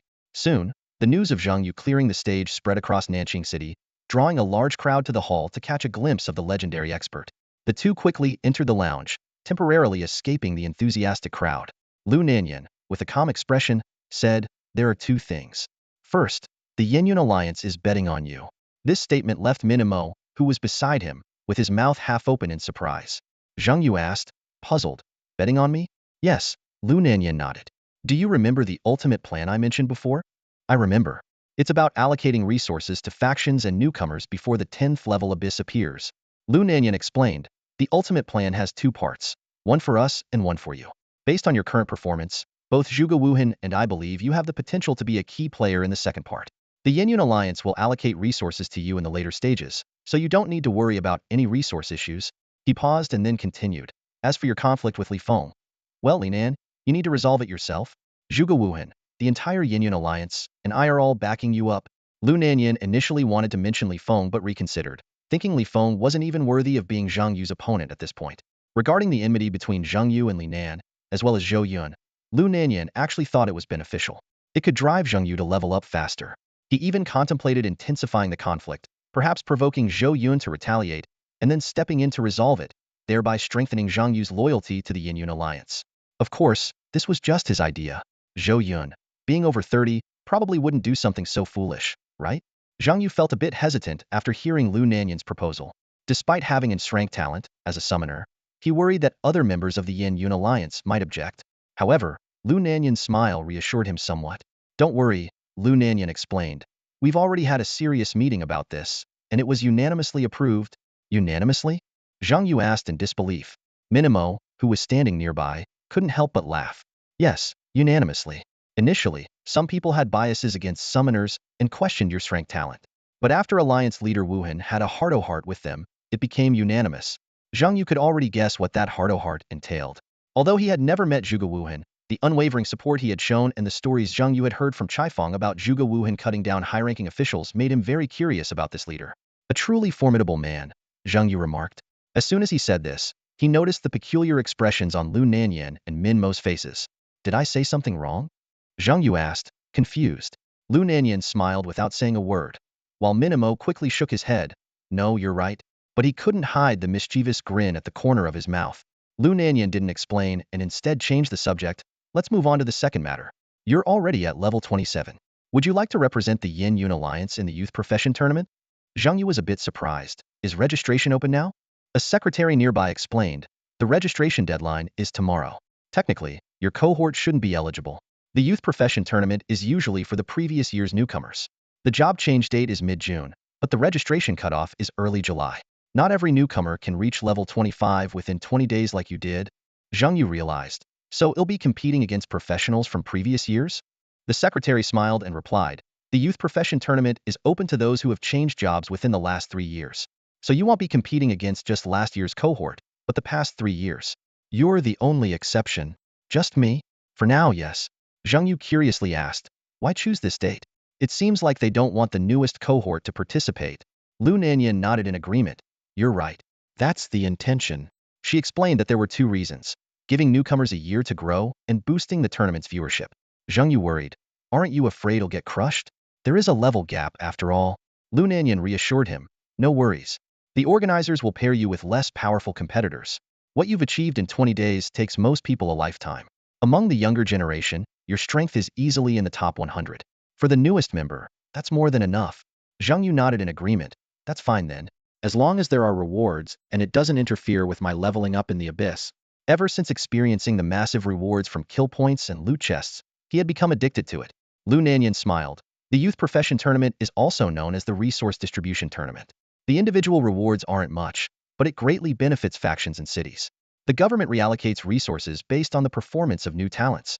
Although you won't get much directly, the resources you bring to the faction and city will eventually benefit you. Both the Yin Yun Alliance and Shangyu City won't shortchange you.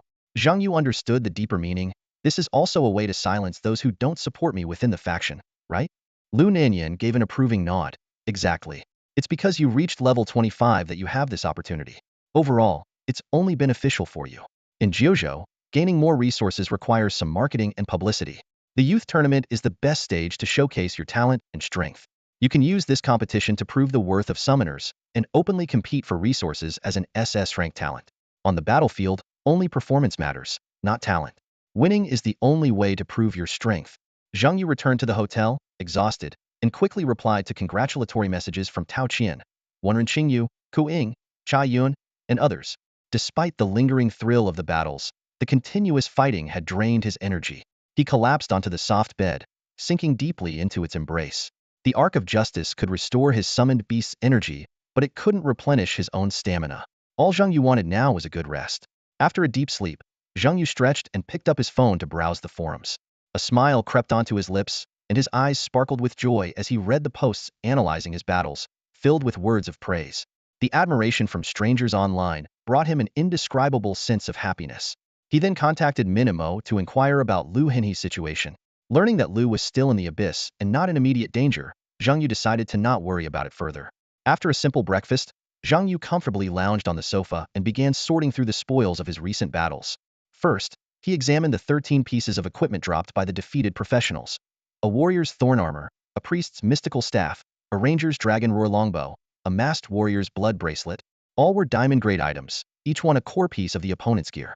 Zhang Yu thoughtfully rubbed his chin. The abyss not only granted kill points, but also dropped the opponent's core equipment, almost enticing professionals to fight each other. The rewards from killing were even richer than those from abyss dungeons. The more one killed, the stronger they became. This realization made Zhang Yu ponder. Could the abyss exist to make professionals stronger to fend off divine invasions? If so, could it be that the abyss and the gods were fundamentally opposed? As he mulled over these thoughts, Zhang Yu took screenshots of the equipment's attributes and sent them to Wang Cheng. As the head of equipment management for the Yin Yun faction, Wang Cheng had established direct contact with Zheng Yu the previous night. This level 55 awakened priest, once a successful businessman, now served as the financial overseer of Yin Yun Alliance. Zhang Yu asked Wang Cheng to estimate the value of the equipment and exchange it for forging stones and enhancement stones. These warrior items weren't very useful to him, but one item particularly caught his attention: the dazzling great equipment from Ku Han, the tomb necklace. Examining the tomb necklace's attributes, Zhang Yu understood why Ku Han was so resilient. This purely defensive accessory not only provided substantial dual resistance, but also had a special effect called Tomb, which could block damage and forcibly interrupt the opponent's attack. Zhang Yu removed his ancestor's blessing necklace and replaced it with the newly acquired tomb necklace, instantly feeling his intelligence increase by 300 points, surpassing the 3,000 mark to reach an astonishing 3066. Another reason to hunt professionals, Zhang Yu muttered to himself, a glint of excitement in his eyes. Finally, Zhang Yu turned his attention to the long-awaited reward: a random dazzling grade equipment obtained by trading 10 kill points. This would be his third dazzling grade item, and more importantly, it would be tailored to his profession. Rubbing his hands together, he silently prayed. Anything but a weapon or necklace, please. With a mix of anticipation and nervousness, he slowly unveiled the mysterious dazzling grade equipment. Zhang Yu's face lit up with joy as he opened the Brilliantier reward chest from his kill points and found a level 25 brilliant quality ring named Cheng Tian Zaiwu. This was exactly the piece of equipment he had been missing. He glanced down at the diamond tier resentment ring on his finger, which he had obtained from the Cold Street Abyss. Despite being only level 10, he had been reluctant to replace it due to its shield skill. However, now that he had the shield provided by the giant winged butterfly and the damage-blocking ability of the coffin necklace, it seemed like the old ring had fulfilled its purpose. Zhang Yu carefully examined the attributes of the new ring. Ring, Cheng Tian Zaiwu. Required level, 25. Requirements, none. Quality, brilliant. Attributes, intelligence 240, strength 240. Effect 1, Cheng Tian. Active skill that creates a Cheng Tian area. Within this area, all life forms except the user, teammates, and summoned creatures are lifted by a powerful upward force, dealing 7,000 fixed damage and causing temporary airborne control. The heavier the life form, the weaker the airborne effect and the lower the elevation. Effect 2, Zid. Active skill that creates a Zid area. Within this area, all life forms except the user, teammates, and summon creatures are pressed down by a strong gravitational force, dealing 1000 fixed damage per second and inducing a 7-second gravity slowdown effect. The stronger the life form, the weaker the gravity effect and the less pronounced the slowdown. Forging. 0 enhancement, 0 refinement, 0 runes, no runes embedded. Zhang Yu evaluated the ring's performance. Although the damage output was average, the two control skills offered significant tactical advantages, one causing airborne status, and the other a gravity slowdown. As a summoner, he lacked personal skills and couldn't learn abilities from other classes, so he relied on equipment to gain additional maneuverability. Not bad. Zhang Yu nodded to himself, acknowledging the ring's value. The 240-point intelligence boost and the 2 additional skills were indeed a considerable upgrade for him. Without hesitation, he removed the resentment ring and put on the Cheng Tian Zai Wu. As the new ring settled on his finger, Zhang Yu felt a surge of power coursing through him, instantly boosting his intelligence attribute to 3,306 points. With 3 dazzling grade pieces of equipment in hand, Zhang Yu stood at the pinnacle of third-stage professionals. He tapped the screen lightly, and the newcomer leaderboard unfolded before his eyes, a glint of anticipation flashing within them. However, to his surprise, the top-ranked equipment was not his beloved illusory spirit staff, but a dazzling grade weapon named Chonghen Sword. Zhang Yu frowned slightly, recalling the image of Rong Mingjian. He had heard that Rong Mingjian also chose to challenge the 4-star Abyss alone to compete for the leaderboard. This dazzling grade longsword was likely a carefully prepared gift from the sword god Rongli for his beloved son. Although third-stage dazzling grade equipment was extremely rare, Zhang Yu was not alone in possessing it. The fact that the Chonghen sword had surpassed the illusory spirit staff in ranking suggested that its forging level was extraordinary. A glint of determination flashed in Zhang Yu's eyes as he resolved to reclaim the top spot. At that moment, Zhang Yu held a wealth of resources. With 12 core pieces of professional equipment alone, he could exchange them for thousands of forging stones and enhancement stones. However, he remembered the advice of master craftsman Meng Zhan. The further you go, the rarer the materials required for crafting become, and the lower the success rate, making it less cost-effective. Moreover, as a level 20 piece of equipment, the illusory spirit staff did not need to be forged to perfection. More importantly, Zhang Yu understood that with his current resources, he was unlikely to compete with the level 68 sword god Rongli. After all, Rong Mingjian, being Rongli's own flesh and blood, enjoyed unparalleled resource allocation. But levels could be a crushing advantage. Zhang Yu quickly adjusted his strategy, deciding to fully upgrade his other 2 dazzling grade pieces of equipment. Although the Chonghen sword's forging level might be higher, it was still just a level 20 piece of equipment. Zhang Yu, on the other hand, could equip level 25 gear, which would give him a significant level advantage over his opponent. His gaze returned to the leaderboard, where he noticed that the Yedobi forged Qingtian Zaiwu and Coffin necklace were ranked 3rd and 4th. Clearly, offensive equipment still outperformed defensive gear. With a bit of crafting, these 2 pieces could easily push the Chonghen sword off the top spot. At that moment, Zhang Yu remembered the information Lu Nanyan had mentioned. Each year's newcomer leaderboard came with generous rewards, especially the equipment leaderboard, which not only awarded a top-tier piece of equipment, but also a complete set of crafting materials, including rare core stones and runes. Even the top 100 received substantial rewards, let alone the top 3. A slight smile curved Zhang Yu's lips as he felt a surge of joy. With his current level advantage, he could equip gear 1 level higher than Rong Mingjian in the mysterious SS grade talent professional. Coupled with the resource support from the Yin Yun faction, topping the leaderboard seemed within reach. Turning his attention to the level leaderboard, Zhang Yu was firmly in first place, leading the second by a full 5 levels. The second was no longer Rong Mingjian, but an S-grade talent professional named He Zhe. Zhang Yu recalled the recent news headline that announced He Zhe's solo clear of the 4-star Abyss Apostles Island, breaking historical records. Following in 3rd to 6th places were all members of He Zhe's team. Rong Mingjian was 7th, and in 8th was Ji Zizhen, a genius from Zhengzhou with an S-grade talent and a rumored hidden profession. 9th was Lu Henhe, who was still battling in the Apostles' Abyss. The rankings indicated that the first batch of professionals to reach level 20 were these 9 individuals. Most others were likely still struggling in the Abyss. Once Rong Mingjian, Lu Henhe, and the mysterious SS grade talent professional returned from the Abyss, the leaderboard would undergo significant changes. Zhang Yu eagerly anticipated the opening of the second Abyss. Thanks to Zhuge Wuhan's arrangements, he no longer needed to make reservations to enter the Abyss. The only other 4-star Abyss opened by the Yin Yun faction was reserved for him, granting him absolute priority. For Zhang Yu, the type of Abyss didn't matter. As long as it was 4-star and allowed him to hunt other professionals, he would be satisfied. Nonetheless, he still needed to wait a few more days. Zhang Yu closed the leaderboard interface and casually opened the clearance chest, looking forward to new surprises. Zhang Yu gazed at the newly opened 3-stage Apostle Island Abyss 4-star difficulty loot chest with a sense of anticipation. As the system notification chimed, he received a piece of armor, the Arcane Battle Armor, level 25, diamond grade. Following that, a refined core stone named Stone Giant also found its way into his inventory. In addition, he collected a significant amount of materials, 35 enhancement stones and forging stones, 50 pieces of island withered wood material, and 10 health potions that restore 15,000 HP each. However, upon inspecting the rewards, Zhang Yu couldn't help but sigh. The recent gear drops are all useless, he muttered to himself. Although slightly disappointed, he quickly adjusted his mindset.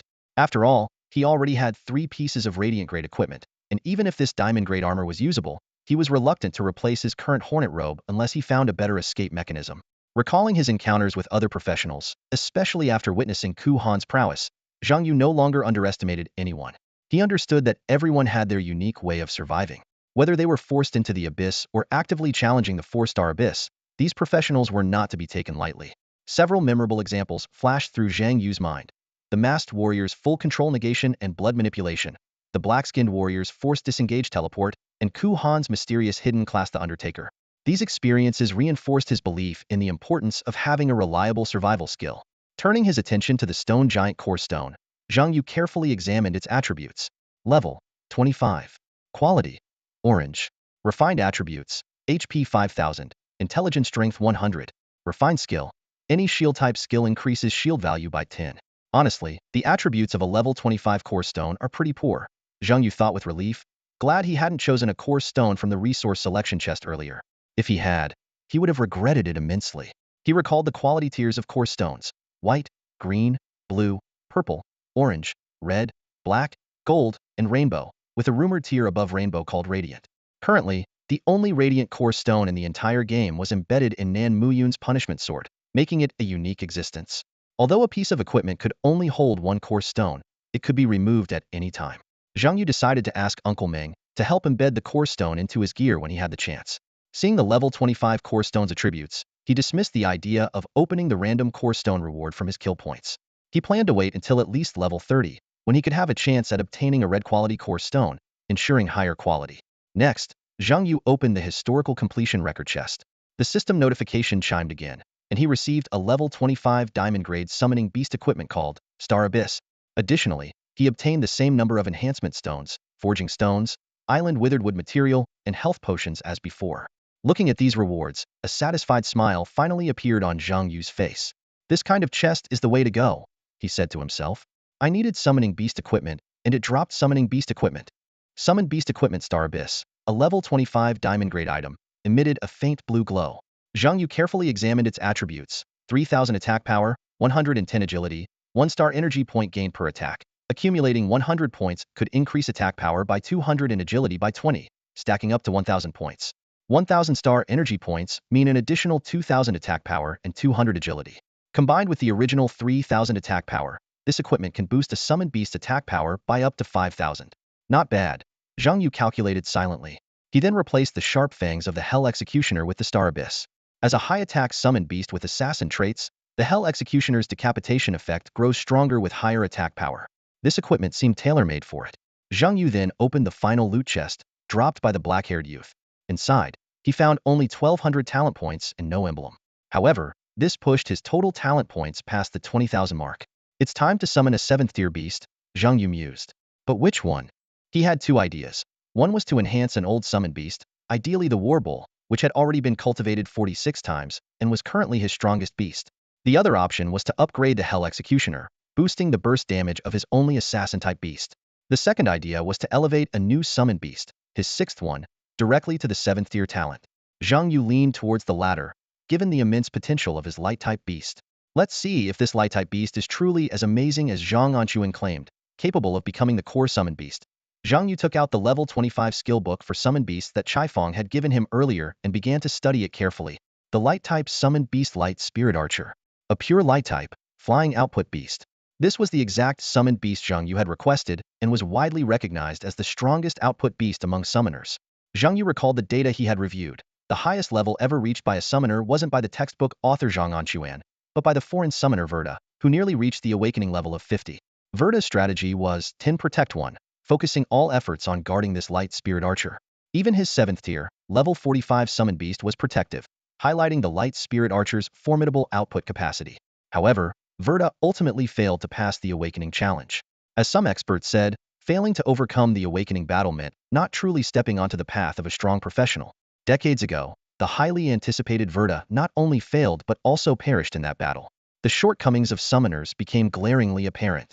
Verda's fall led to fewer professionals choosing to become summoners.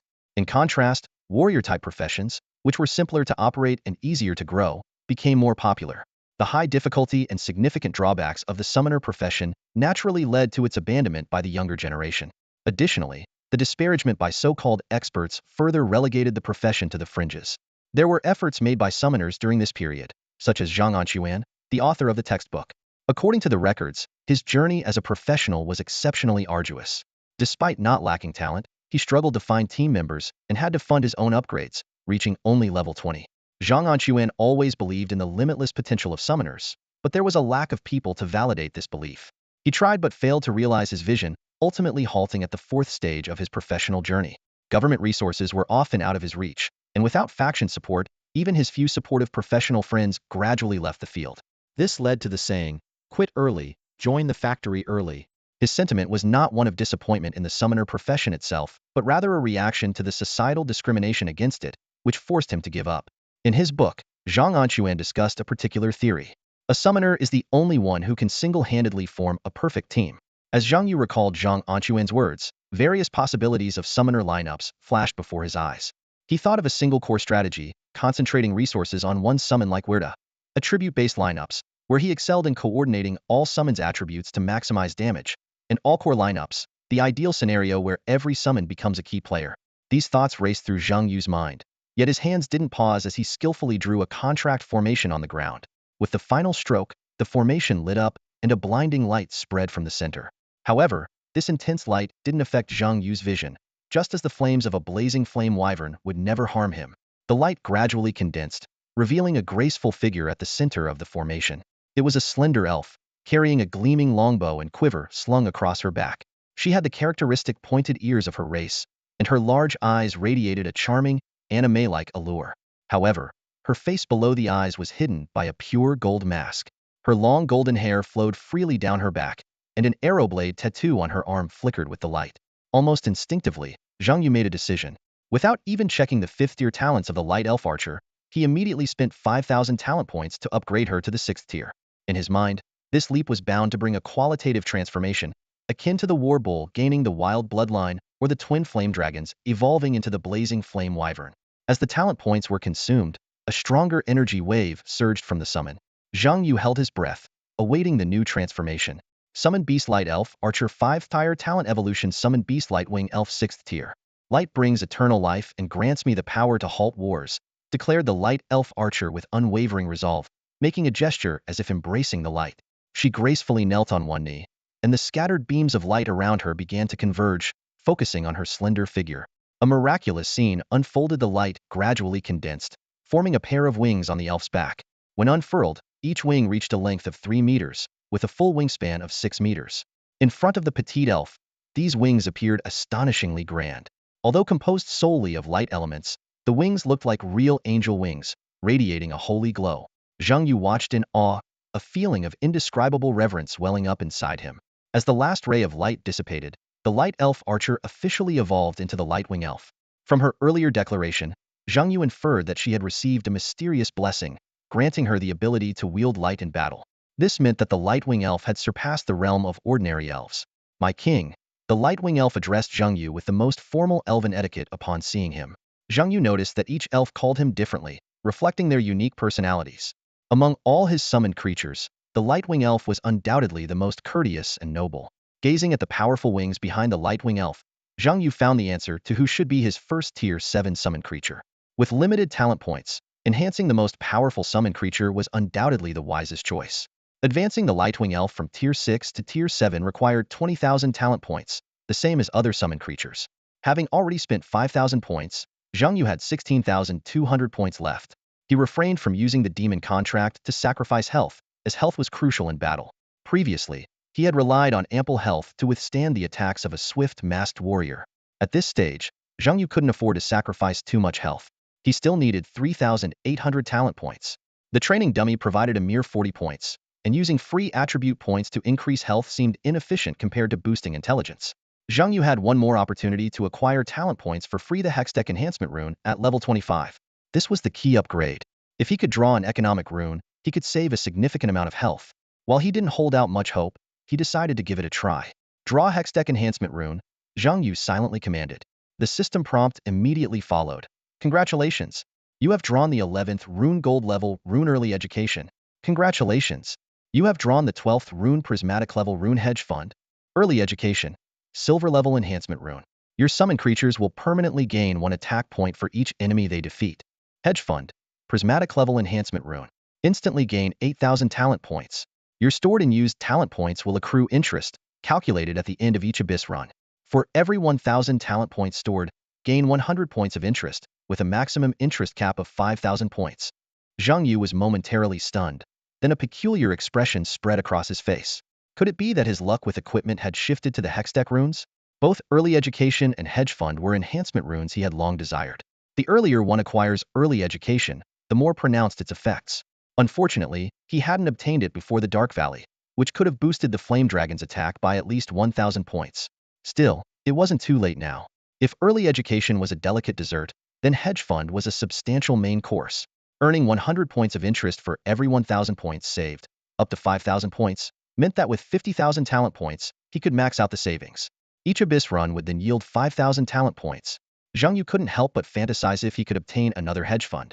Would they merge and upgrade like the training dummies? Zhang Yu hadn't expected to actually draw an economic Hextech rune. Hedge fund not only granted an immediate 8,000 talent points, but also provided ongoing interest. His talent points instantly surged to 24,200, enough to upgrade a tier 7 summon creature.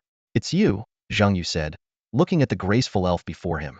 In her eyes, he saw a resolute determination to protect something, even at the cost of her life. Zhang Yu recalled her words when she evolved into the Lightwing Elf. Light granted her not only eternal life, but also the power to combat wars. Unlike the War Bull, who was born for battle, the Lightwing Elf fought out of a necessity to protect. They represented two entirely different beings.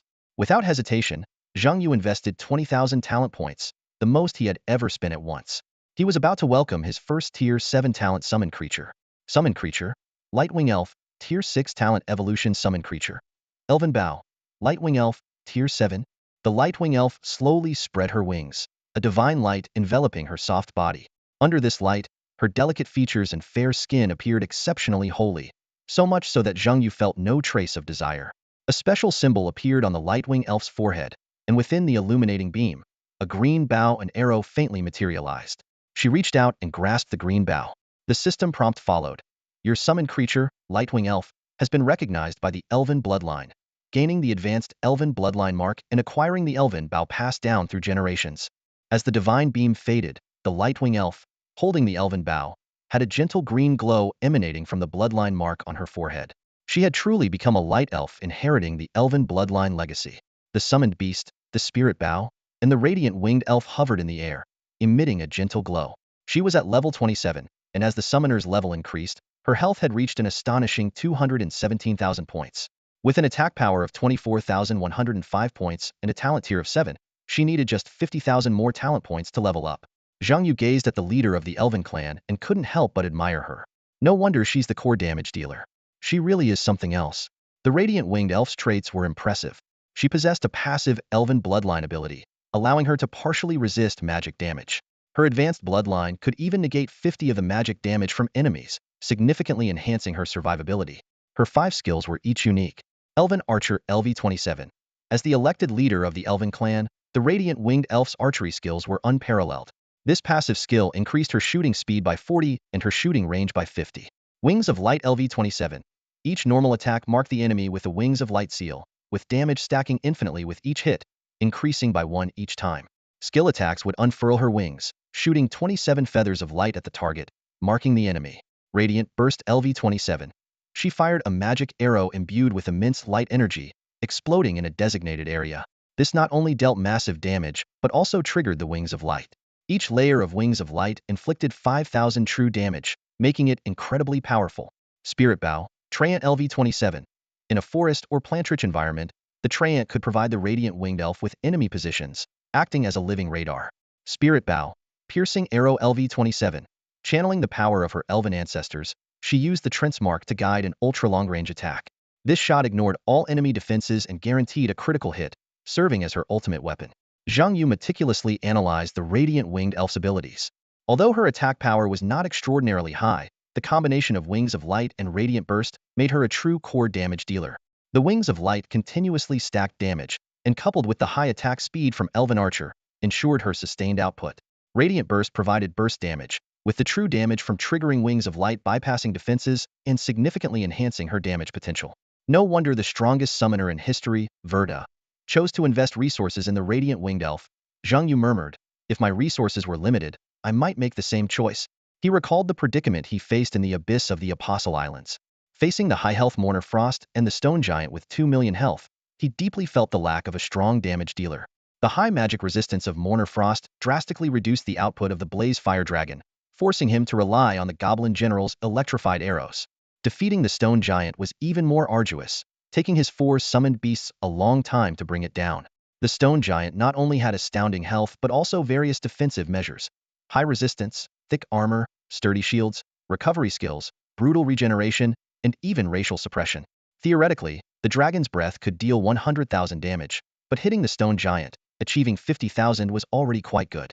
Zhang Yu realized his team of summoned beasts lacked a core damage dealer capable of breaking through the front lines. The Radiant Winged Elf perfectly filled this gap. These 20,000 talent points were well spent. Zhang Yu nodded in satisfaction, looking at the Radiant Winged Elf holding her spirit bow, his eyes gleaming with anticipation. He knew that with this powerful new ally, the future challenges would become even more exciting. Zhang Yu admired the elf bow Lightwing sprite with satisfaction. This newly acquired summon was something he couldn't put down. Continuous damage came from Lightwings, burst damage relied on Radiant Light, tracking ability depended on Tree Spirit, and range was guaranteed by Piercing Arrow. Most importantly, the sprite's appearance was absolutely flawless. He carefully equipped the Lightwing sprite with Star Source pet gear and handed her the Storm Greatsword. Although the Storm Greatsword was just a piece of scattered equipment, its 20 attack boost was perfectly suited for the Lightwing sprite. Zhang Yu then reviewed his own setup. A Tier 5 Goblin General, a Tier 6 Scorching Flame Dragon, a Tier 3 Giant Winged Butterfly, a Tier 6 Barbarian Bloodline War Minotaur, a Tier 6 Hell Executioner, and the newly acquired Tier 7 Elf Bow Lightwing sprite. His equipment had also been updated. His weapon was the Ancient Phantom Staff, Radiant level 20, Forging level 12, Enhancement level 9. His bracelet was the Spectral Bracelet, Diamond level 20. His necklace was the Tomb Necklace, Radiant level 25, and his ring was the Celestial Sustainer, Radiant level 25. The rest of his gear remained the same. Zhang Yu calculated silently. With this setup, even if he encountered top-tier talents like Ku Han again, he could handle them with ease. He sent the Lightwing sprite back to the summon space, curious about how this elegant sprite would get along with the fierce summons already there. His gaze penetrated the summon space. The War Minotaur was swinging a giant axe in training. Although summons didn't need to train to maintain their strength, this one couldn't stay idle. Seeing the new Lightwing sprite, he put down his axe and greeted her warmly. The summon space was vast and boundless, with each summon having its own territory. In the distance, the Goblin General was comforting the emotionally down giant winged butterfly. The Flame Dragon watched with a schadenfreude expression but didn't dare to go too far under the Goblin General's intimidating presence. Since separating from the twin Flame Dragon, the personalities of Scorching Flame and the dragon had become increasingly distinct. The dragon was like a mischievous child, while Scorching Flame was like a reclusive scholar, having built a mountain in its territory and sleeping alone at the peak. Feeling the arrival of the Lightwing sprite, Scorching Flame merely opened an eye to glance at her before going back to sleep. The Goblin General, along with the giant winged butterfly and the Flame Dragon, welcomed the new member and began teaching the Lightwing sprite how to choose a territory and build a preferred environment within the summon space. Zhang Yu was surprised to find that these space rules, which even he as a summoner didn't fully understand, were so well known to the summons. It seemed that the summons had their own unique way of life and social circles within this space. The arrival of the Lightwing Fairy caught the Goblin General's attention. He finally had a companion who seemed mature and level-headed. When Zhang Yu wasn't summoning them, the Goblin General was often exhausted by his less sensible comrades. The giant winged butterfly and the Flame Dragon were particularly clingy, leaving him little room to breathe. Now, with the addition of the Lightwing Fairy, he saw a glimmer of hope in sharing the responsibility of looking after these children. However, the Hell Executioner was not welcoming towards the new Lightwing Fairy. It hissed menacingly, its black scales standing on end, refusing any interaction with the Lightwing Fairy. This hostility was expected. As a creature of darkness, it was naturally at odds with beings of light. The Lightwing Fairy reacted indifferently to the Hell Executioner's hostility, merely furrowing her brows slightly before ignoring it altogether. She gracefully spread her wings and stood quietly aside, as if such elemental opposition was a common occurrence for her. Seeing the 6 summoned beasts coexisting peacefully, Zhang Yu breathed a sigh of relief. He entrusted the task of looking after them to the Goblin General and exited the summoner's space. After completing the Lightwing Fairy's evolution, Zhang Yu took stock of his remaining resources and found he had only 2 top-tier skill books left. Just as Zhang Yu was about to enjoy his lunch, he received a call from his secretary, Lu Nanyan. She brought 2 important pieces of news. First, Zhang Yu's second 4-star Abyss prison dungeon would commence in 2 weeks at the headquarters of the Smoke Cloud Alliance in Hangzhou. Second, the Youth Professional Tournament would hold its first preliminary match 3 weeks from now. Upon learning about the Abyss difficulty and schedule, Zhang Yu worried he might not be able to participate in the tournament. However, the secretary explained that as a faction member, Zhang Yu had a direct pass, allowing him to skip the preliminaries and advance straight to the top 100. This news surprised Zhang Yu, making him realize the privileges of faction membership. But with this came pressure, as direct qualifiers were typically strong professionals who had proven their mettle in previous seasons. Despite this, both Zhuge Wuhan and Alliance leader Lu expressed confidence in Zhang Yu. Their expectations were not about rankings but about Zhang Yu demonstrating his skills in the tournament. Even if he won just one match, it would be worth celebrating. Gradually, Zhang Yu accepted this challenge. He realized that, as a novice summoner with only a month's experience, having such an opportunity was a tremendous fortune. Each additional match he won would be a pleasant surprise for others. The upcoming tournament promised to be a spectacle, featuring an under-the-radar summoner, a highly coveted direct pass, a rookie with limited experience, and the potential for astonishing displays of power. Zhang Yu took a deep breath, ready to face the challenge ahead. Zhang Yu couldn't help but marvel at how the Alliance leader not only had strength but also excellent marketing skills. He could imagine the impact on the audience when they saw the contrast during his matches. The weakest summoner fighting the toughest battles, such a label was sure to draw immense attention. Lu Nanyan's words still echoed in his ears. Just win one match. I'll send you all the information about the prison's death row shortly, the assistant continued. Also, if you need to craft any equipment soon, I can set up a private appointment with a blacksmith for you. Zhang Yu didn't refuse. Although Meng Zhan was a familiar blacksmith, he heard that the faction's own blacksmiths were more skilled and had a higher success rate. The best part was, the crafting fee is waived, and the blacksmith will be at your service before you enter the prison's death row. Zhang Yu thought, it's not about the money, but why not use the free service? One day later, Lu Henhe cleared the Apostle Abyss in less than 2 days. She was very lucky, getting 2 strong attack marks consecutively at the end. With these marks, she finally secured her victory in the arena. Stepping out of the Apostle Island Abyss, Lu Henhe was filled with pride and excitement. Clearing a 4-star abyss meant she had truly joined the ranks of the strong, and the future looked promising. At the entrance, she saw her father, the man who always wore a gentle smile. Lu Nanyan waved and asked, "How do you feel?" Recalling the tough battles of the past few days, and the times her teammates were almost wiped out, Lu Henhe replied firmly, "It was tough, but I felt the pressure from other space professionals. It was my first life-and-death battle with professionals, challenging but rewarding."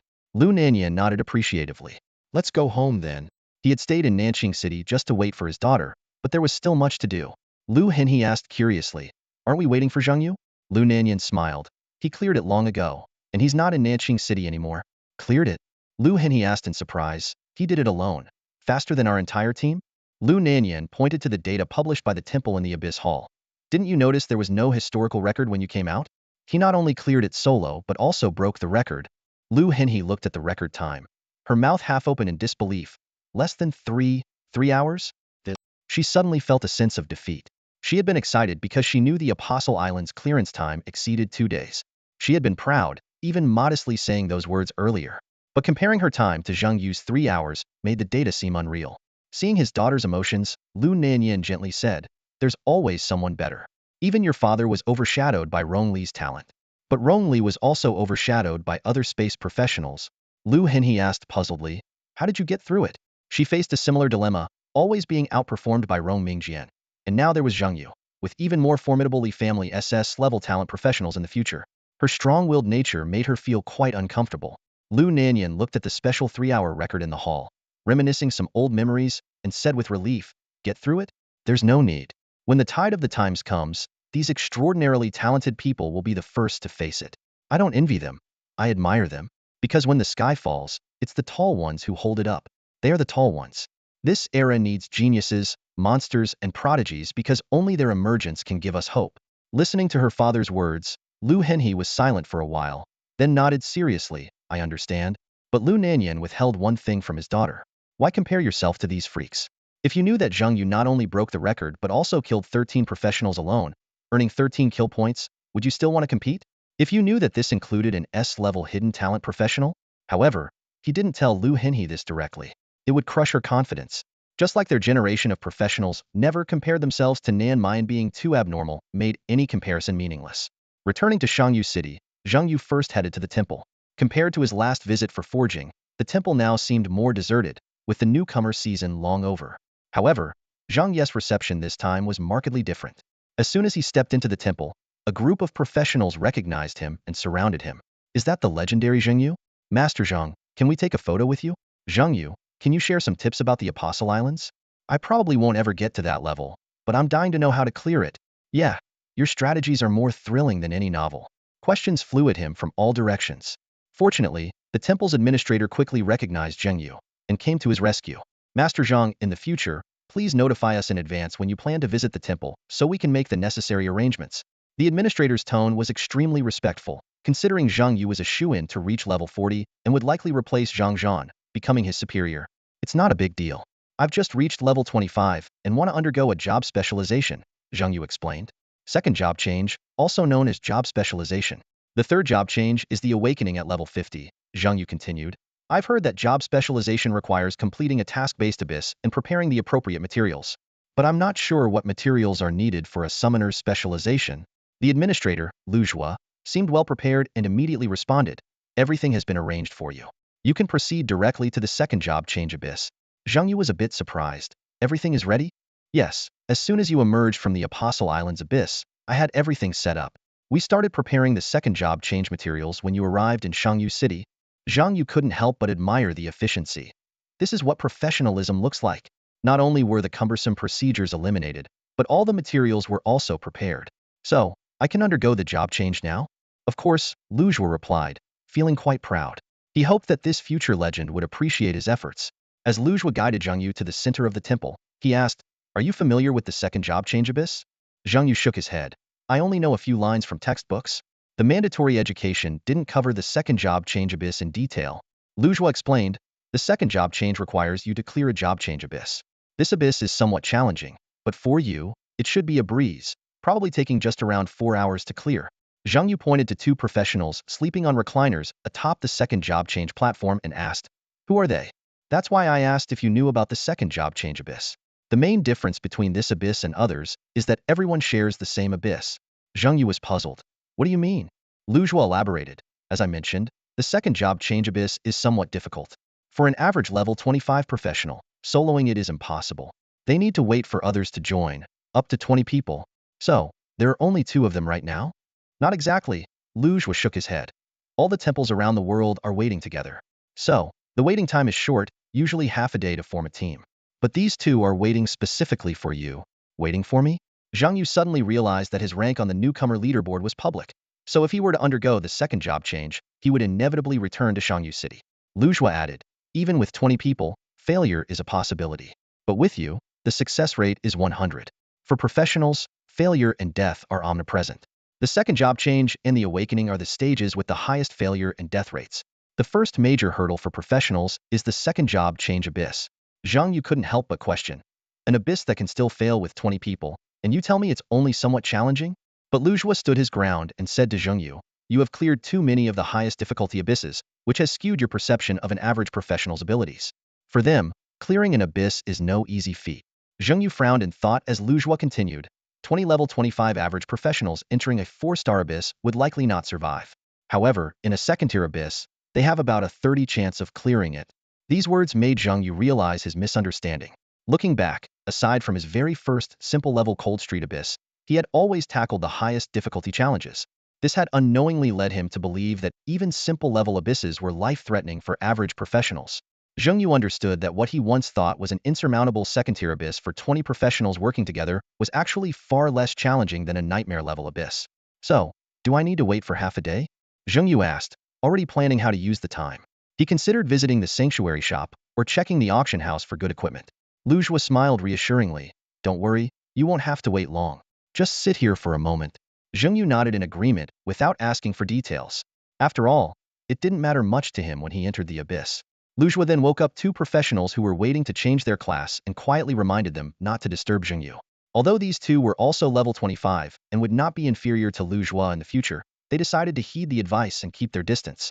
These two professionals realized that as long as Zheng Yu participated in the class change today, their journey through the abyss would be secured.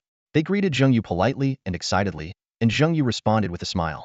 Under Lu Zhuo's operation, 3 soft beams of light suddenly descended in the center of the sanctuary, enveloping Zheng Yu and the two professionals. A system prompt appeared in Zheng Yu's field of vision. You have been granted the sanctuary's authorization for class advancement. Clear the class change abyss and obtain the class change seal, then return to the sanctuary to complete the class change. The class change abyss is of higher difficulty. You may wait for more professionals to join your team. Current matching number: 3 people. Before Zhang Yu could finish reading the prompt, the matching number quickly increased. Current matching number: 7 people. A few seconds later, it changed to current matching number: 11 people. In almost a minute, the group size reached 16 people. Zhang Yu frowned in confusion, but the team chat quickly revealed the reason. The chat was buzzing with excitement. Is it Zhang Yu the Great? Is this his team? Ma Song, the warrior, asked eagerly. Yes, it's him. Our MVP. Wang Zhengyu, the swordsman, confirmed excitedly. Finally, I'm so glad I didn't give up. Lu Nan, another warrior, sent 2 messages in a row. Yu Bao. Zhang Yi, another warrior, shouted in excitement. Qiandong, the warrior, immediately warned, everyone, please behave and don't disgust our MVP. Zhang Yu, awesome. I'm in the team. Li Kersin, the mage, exclaimed joyfully. Wu Xiaohong, the ranger, marveled. You guys are really intense. How did you fill up the team so quickly? Suddenly, an English message interrupted the buzz. Hello? What the heck? Is there a foreign professional? Lu Nan, the warrior, was surprised. Wang Zhengyu, the swordsman, proudly speculated. Could it be that our mighty Yu's fame has spread overseas? Louis Peter, the warrior, asked in confusion. What are you talking about? The message showed auto-translate below it. Looks like he doesn't understand? Li Kersin, the mage, guessed. Wang Si, the monk, analyzed. He probably got in by sheer luck. The rest are definitely here for Zhang Yu. I'm not. Bama, the shield warrior, explained. I had no idea what was happening. My teacher dragged me here early in the morning, and I've been waiting since. Lu Nan, the warrior, laughed. You should thank your teacher. This time, we're guaranteed to clear the dungeon. Because of Zhang Yu, Bama asked tentatively. Call him the Great. Lu Nan corrected. Bama was speechless and simply typed an ellipsis. Louis Peter tried to communicate again. Hello, can someone explain to me what this means? The message still showed auto-translate. Wang Zhengyu, the swordsman, replied impatiently. Peter, don't ask. Just enjoy the ride. Louis Peter could only respond with a series of question marks, indicating his confusion. Watching the lively chat, Zhang Yu finally understood what Lu Zhuo meant by quickly entering the second-tier abyss. Clearly, the news of him entering the second-tier abyss had not only caught the attention of professionals in Shangyu City, but had also been sold as information. This group had been waiting for him. Zhang Yu approached 2 silent professionals and asked their names. Zhang Xian, warrior. Xiong Qisheng, warrior. They answered briefly. They didn't participate in the chat because their idol was right in front of them, making words unnecessary. Zhang Yu continued to ask, how did they know I was entering the second-tier abyss? Because the temple has team information that shows the names, one of them explained. Zhang Yu suddenly understood. Just then, the system notification sounded. Matchmaking complete with 20 participants. Entering the second-tier abyss demonic giant tree. In less than 2 minutes, the team was assembled. Including the 3-minute preparation time, Zhang Yu had only waited for about 5 minutes. Good luck. Lu Zhuo waved goodbye to Zhang Yu with a smile, watching him and the 2 professionals disappear into the beam of light. During the teleportation, a prompt appeared before Zhang Yu. Second-tier abyss. You need to defeat the demonic giant tree and the demonic creatures in the forest within the specified time to obtain the transfer badge. Time limit, 5 hours. If you fail to kill the demonic giant tree within 5 hours, you will be corrupted by demonic energy, reducing all attributes by 99. Timer starts now. 4 hours 59 minutes and 59 seconds. The countdown began immediately. Louis Peter, the warrior, anxiously typed in the chat. It's a timed abyss. How did I get so unlucky? We haven't even landed yet, and the countdown has started? Lu Nan, the warrior, reassured him. Unlucky? You'll change your mind soon. Wang Zhengyu, the swordsman, bluntly said. Don't panic. Zhang Xian, the warrior, explained. In a normal abyss, you would have to pay to join a team. Wang Si, the monk, was immediately interested. Pay? Will Zhang Yu the Great lead people into the abyss for a fee? I'd pay any amount, let's discuss it. Lu Nan, the warrior, countered. Do you think Zhang Yu the Great needs money? Wang Si, the monk, retorted. Even the greatest need money for more resources. Besides, you might not know how much money I have. Lu Nan was about to respond when the beam of light suddenly transported them to a forest. 20 people looked at each other, the scene falling into silence, starkly contrasting the lively chat. Zhang Yu observed, feeling like it was an online meetup where people who were lively in the chat suddenly became shy in person. However, the silence lasted only a moment. Because they could see each other's professions, and Zhang Yu's summoner profession was too conspicuous to hide. Zhang Yu the Great. The first to recognize Zhang Yu was Wang Si, the monk. The monk was a hidden profession that Zhang Yu had never seen before, and the only close combat profession without a weapon. Feeling everyone's gaze, Zhang Yu decided not to hide anymore and said directly, "So, follow my lead? All yours." Except for the foreign warrior, everyone replied almost in unison. Peter anxiously said, "It seems you're very famous in Kyushu, but no matter how great you are, we need to speed up. Timed abysses are the hardest to clear, with a final boss that's not only powerful but also has terrifyingly high health. If we don't hurry, we won't be able to clear it." Zhang Yu nodded in agreement. You're right. He also wanted to finish the dungeon quickly, and since he had never experienced a timed abyss, caution was necessary. Zhang Yu turned to the other professionals and said, "Follow me." With that, he summoned the giant winged spirit butterfly, flew into the air, locked on a target, and headed in that direction. Such a beautiful summon, several female professionals couldn't help but admire. Now's not the time for admiration. Let's keep up, or we'll be left behind. And that could be dangerous, someone reminded. True. The group immediately sprang into action, following Zheng Yu in unison. Peter watched this and sighed. No wonder Kyushu people are so united. Zhang Yu looked up to see the giant winged spirit butterfly circling anxiously in the sky. Its murmurs filled with worry. Below, the footsteps of their pursuers grew ever closer. Don't worry, once we change classes, I'll upgrade your abilities, Zhang Yu gently reassured the disgruntled butterfly. He knew exactly why it was upset the newly arrived Lightwing Elf had already been upgraded to level 7, while the butterfly was still stuck at level 3. Zhang Yu was already planning to upgrade both the giant winged spirit butterfly and the goblin general to level 6 as soon as possible. However, his current pool of less than 5,000 talent points was far from sufficient. Nevertheless, the abyssal transition would also yield a substantial amount of resources. Just a bit longer, it won't be too much longer. Zhang Yu comforted the butterfly as if it were a child. This tactic worked well. Upon hearing Zhang Yu's promise, the butterfly flew with renewed vigor. There, over there. Zhang Yu pointed to a tree that was moving not far away. The giant winged spirit butterfly swiftly descended. Rora tree spirit, sensing Zhang Yu and the butterfly's presence, lashed out with a branch without hesitation. Snap! The whip-like branch cracked through the air with a sharp sound. The pursuers, hearing the tree spirit's roar and the cracking of the whip, knew that Zhang Yu had engaged in battle and quickened their pace. Only Peter muttered in bewilderment. Don't all JoJo professionals work in teams? Why is he acting so disorganized? You even know that word? Lu Nin couldn't help but retort. No one else paid Peter any mind. Chasing the swift giant winged spirit butterfly had already drained their energy, and no one wanted to waste breath on Peter. However, when they reached the battle site, they found only the severed remains of an ordinary tree spirit. No way, he finished it that quickly? Where's Zhang Yu? Up there. Keep going. Slasha Black Panther with blood-red eyes didn't even have time to react before it was instantly killed by a combo from the Hell Executioner. Despite its decent health, it couldn't withstand the Hell Executioner's ferocious attacks. The entire forest was filled with the aura of corrupted creatures. Zhang Yu had already slain over a dozen such creatures, but they were all minor monsters, offering only a small amount of experience and a slight increase in his summon's attack power. Though it was only a few points, it was better than nothing. An hour had passed, and neither the aerial view from the giant winged spirit butterfly nor the communication with tree spirits by the Lightwing Elf had revealed the location of the boss, the corrupted giant tree. With no directions, no storyline, and no markers, there was only one conclusion: it hadn't killed enough yet. Blazing Flame Dragon. Zhang Yu's patience was wearing thin. If they want to stall for time like this, don't blame me for being ruthless. Burn it all. Boom! The blazing flame dragon activated its double flame aura mode, indiscriminately setting the forest ablaze. Kill notifications flashed continuously. Killed corrupted groundhog, LV25, gained 6,451 experience. Killed corrupted flower spirit, LV25, gained 5,555 experience. Killed corrupted spider, LV25, gained 7,111 experience. Zhang Yu flew overhead while the blazing flame dragon rampaged on the ground. With double flame auras and double flame serpent infernos, nothing was left in their wake. Attack 1. Attack 1. Attack 1. Talent points 20. Talent points 20. The early education and golden scale dragon equipment effects were both active.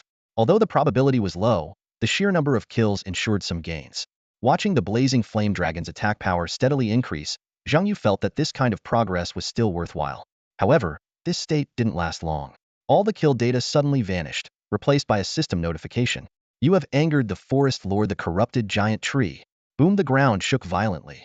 A towering giant tree, dozens of meters high, emerged in an unexpected manner. It burrowed out from underground. Are you a tree or a mole? Zhang Yu quipped.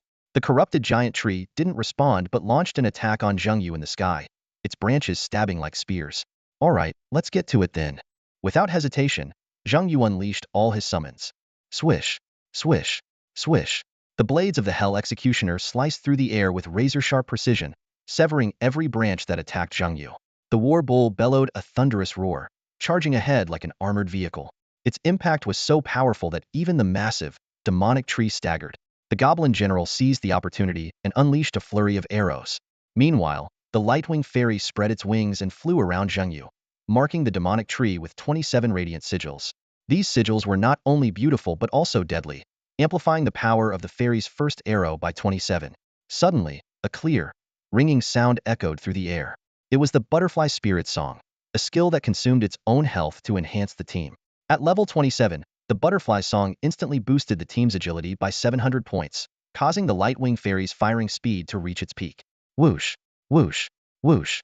Green arrows rained down like a torrential downpour, each shot dealing more damage than the last, with the numbers continually rising. The goblin general was not to be outdone, firing a relentless barrage of plasma arrows at the tree. The blazing fire Jiao unleashed a torrent of flames, dealing nearly double damage to the plant-like creature. The demonic tree's body was soon riddled with damage numbers, interwoven with burn marks and arrow impacts. Despite its massive health pool, it had limited offensive capability, no defense, no resistance, and no special skills, making it even weaker than nightmare-level abyssal monsters. Whenever the demonic tree attempted to act, the war bull would immediately interrupt. It would either stomp the opponent into a daze, stun it with a deafening roar, or use an unstoppable charge to disrupt the tree's skill casting. This coordination left the demonic tree completely powerless. As the battle progressed, the Lightwing Fairy's wings gradually covered the tree with luminous sigils. The fairy spread its wings wide, channeling light energy into its bow, forming a magical arrow imbued with immense radiant power. Boom! The light arrow was released, instantly triggering all the radiant sigils on the tree. A blinding light illuminated the entire forest, as if a miniature sun had risen among the trees. In the distance, the group waiting for the flames to die down suddenly saw the notification of the demonic tree's death and the completion prompt. They fell silent, astounded by how quickly the battle had ended, without even witnessing most of it. Can someone tell me how Zhang Yu managed to kill the demonic tree? Someone asked in bewilderment. But no one could answer, as they had spent their time either traveling or catching up. Every time they reached Zhang Yu's battle site, the fight was already over, and they had to keep chasing. The foreign professional named Peter stared in disbelief at the still glowing light in the distance. He murmured to himself, another genius from Jiuzhou? And a summoner at that?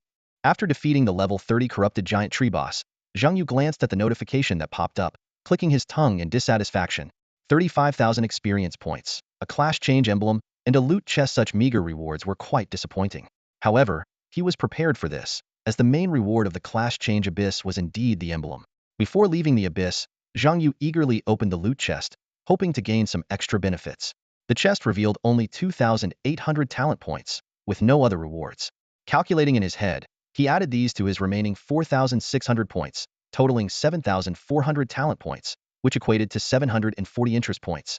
Returning to the sanctuary, Zhang Yu received his completion rewards, 20,000 practitioner experience points, and a class change abyss completion chest. Curiously, he opened the chest to find a level 25 silver grade heavy armor chest piece. He casually tossed this piece into the sanctuary store for auction. Guided by Luzhua, Zhang Yu began the tedious class change process. He methodically completed the steps of resource allocation, waiting for the sanctuary's response, and making his vows. Finally, standing on the familiar class change platform, he completed the summoner's class enhancement. The system notification chimed, announcing that Zhang Yu had acquired the summoner exclusive class enhancement skill energy level.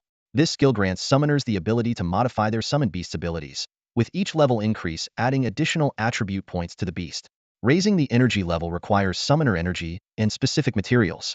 Upon reaching level 10, it unlocks the professional cultivation skill for further enhancing the summoned beasts. Professional cultivation consists of two aspects: star rank and talent reversal. Star rank cultivation begins when a summoned beast's energy level reaches 10. Each additional star affects skill damage, skill form, and even the overall form of the beast. Talent reversal, on the other hand, requires the beast to reach 10 stars and full cultivation status, achieved by completing exclusive Abyss challenges to enhance the beast's talent level. Zhang Yu realized that becoming a true practitioner only starts at level 25. Before that, it was just the beginner's village. The core of the summoner class lies in cultivation, with all skills revolving around it. At level 10, summoners manage their beast's physique, skills, and attributes. Post-level 25 class enhancement introduces energy levels and star ranks for cultivation. Each energy level upgrade demands both money and time, while star rank improvements require even more resources. However, the real constraint for summoners is the energy, which can only be obtained through combat and kills. Even the former top summoner, Verda, only managed to cultivate one elf archer to 10 stars, successfully enhancing its talent to obtain the light-winged elf. This indicates that aside from demonic contracts, there are legitimate ways to upgrade a summoned beast's talent level, albeit extremely challenging. Zhang Yu realized this gave him another reason to hunt other practitioners. His current hex deck runes, like War Chest and Early Education, were significantly enhanced through kills. Now, the summoner's inherent abilities also encouraged him to battle and kill. Zhang Yu couldn't help but marvel at how the Abyss and the Sanctuary had taken the law of the jungle to its extreme. Class enhancement not only brought cultivation skills, but also opened up more avenues for him to explore. Zhang Yu completed his summoner specialization, gaining 3 new active skills: Mass Dispel Summoner, Mass Heal Summoner, and Swarm Attack. These skills allow him to remove negative effects from his summoned creatures, provide significant healing, and command them to focus their attacks on specific targets. Coupled with his previous cultivation skills, Zhang Yu finally felt like a true summoner. However, in Zhang Yu's eyes, this specialization was merely the first step out of the beginner's village. Lu Nanyan had once told him that human practitioners would ultimately have to face gods capable of destroying entire worlds. Clearly, the power he gained from this specialization was far from sufficient. The other 2 practitioners who successfully changed their professions alongside Zhang Yu came to thank him, even offering money and resources. Zhang Yu politely declined their goodwill, as helping them through the Abyss was just a casual favor for him. Yet, this casual favor of Zhang Yu's signified the emergence of a new competitor in the eyes of some. Nonetheless, initially, no one paid much attention to this matter. In a bar, Peter recounted Zhang Yu's feat of instantly killing a demonized giant tree to his friends, but he was met with ridicule. "Come on, Peter. How much did you drink last night?"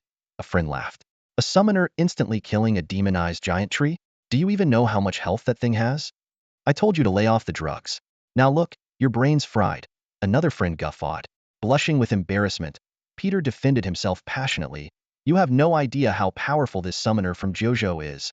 "How powerful?" his friends inquired. Peter suddenly froze, realizing he hadn't actually witnessed how Zhang Yu had quickly killed the demonized giant tree. This realization made his friends laugh even harder. Peter hastily added, "He's ranked first on the Jojo rookie leaderboard.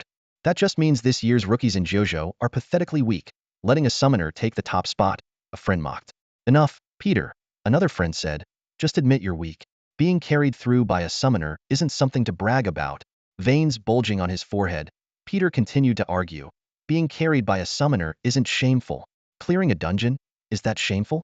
Peter then began describing some incomprehensible scenes, like giant butterflies, mountains ablaze, and holy light. This just made everyone laugh even harder, filling the bar inside and out with a joyful atmosphere. After his job transition, Zhang Yu enjoyed a rare period of relaxation. He leisurely strolled through the temple, bonding with his summoned creatures, and occasionally basked in the sun at his newly acquired villa. Sometimes, he would put on sunglasses and a mask to go shopping, as his newfound fame required caution. In stark contrast to Zhang Yu's laid-back lifestyle were Tao Qian, Wenren Xingyu, Ku Ying, and Chai Yun. This quartet formed a team striving to reach level 20. They were well-equipped and experienced, making even the challenging ancestral halls seem like no big deal. In Shangyu City, they had secured a spot among the top-tier professionals. Zhang Yu, however, stood out as a unique figure. During this period, 2 global events shook the world. First, an elite team led by Liao Ning, the killer god of 9 provinces, along with the Bear Nation's tyrant, the Eagle Nation's present-day Statue of Liberty Diana, the Indian Dark Monk, and the Sun Never Sets captain, successfully cleared the 7th tier abyss, the Abyssal Rift in the Eagle Nation. Even more thrilling, Liao Ning, the tyrant, and Diana all broke through to level 70. This achievement was monumental. As the Abyss levels increased, they became rarer, and conquering each one made a significant contribution to global stability. If an Abyss was left unchecked, it would become unstable. A 5th-tier Abyss going out of control could devour an entire city, while a 7th-tier Abyss could engulf 1/3 of the Eagle Nation's territory. This was not alarmist rhetoric, but a tragic reality from the past. Hence, powerful individuals worldwide put aside their differences to combat these high-level abysses. After all, professionals above level 60 were extremely rare. The second event that followed was even more nerve-wracking. War god Nin Muyun announced that he would lead the newly promoted Liao Ning, the tyrant, and Diana to challenge the 8th-tier abyss located at the equator. This decision shocked everyone. The equator abyss was not only the first abyss in human history, but also the highest known tier. If not addressed promptly, it could become unstable with catastrophic consequences. Nan Muyun would be the first person in human history to step into an 8th-tier abyss. Zhang Yu spent his idle days on forums, closely following these major events, especially the reactions to Nan Muyun's challenge. To his surprise, hardly anyone doubted Nan Muyun's success. This almost blind faith stemmed from Nan Muyun's illustrious past achievements.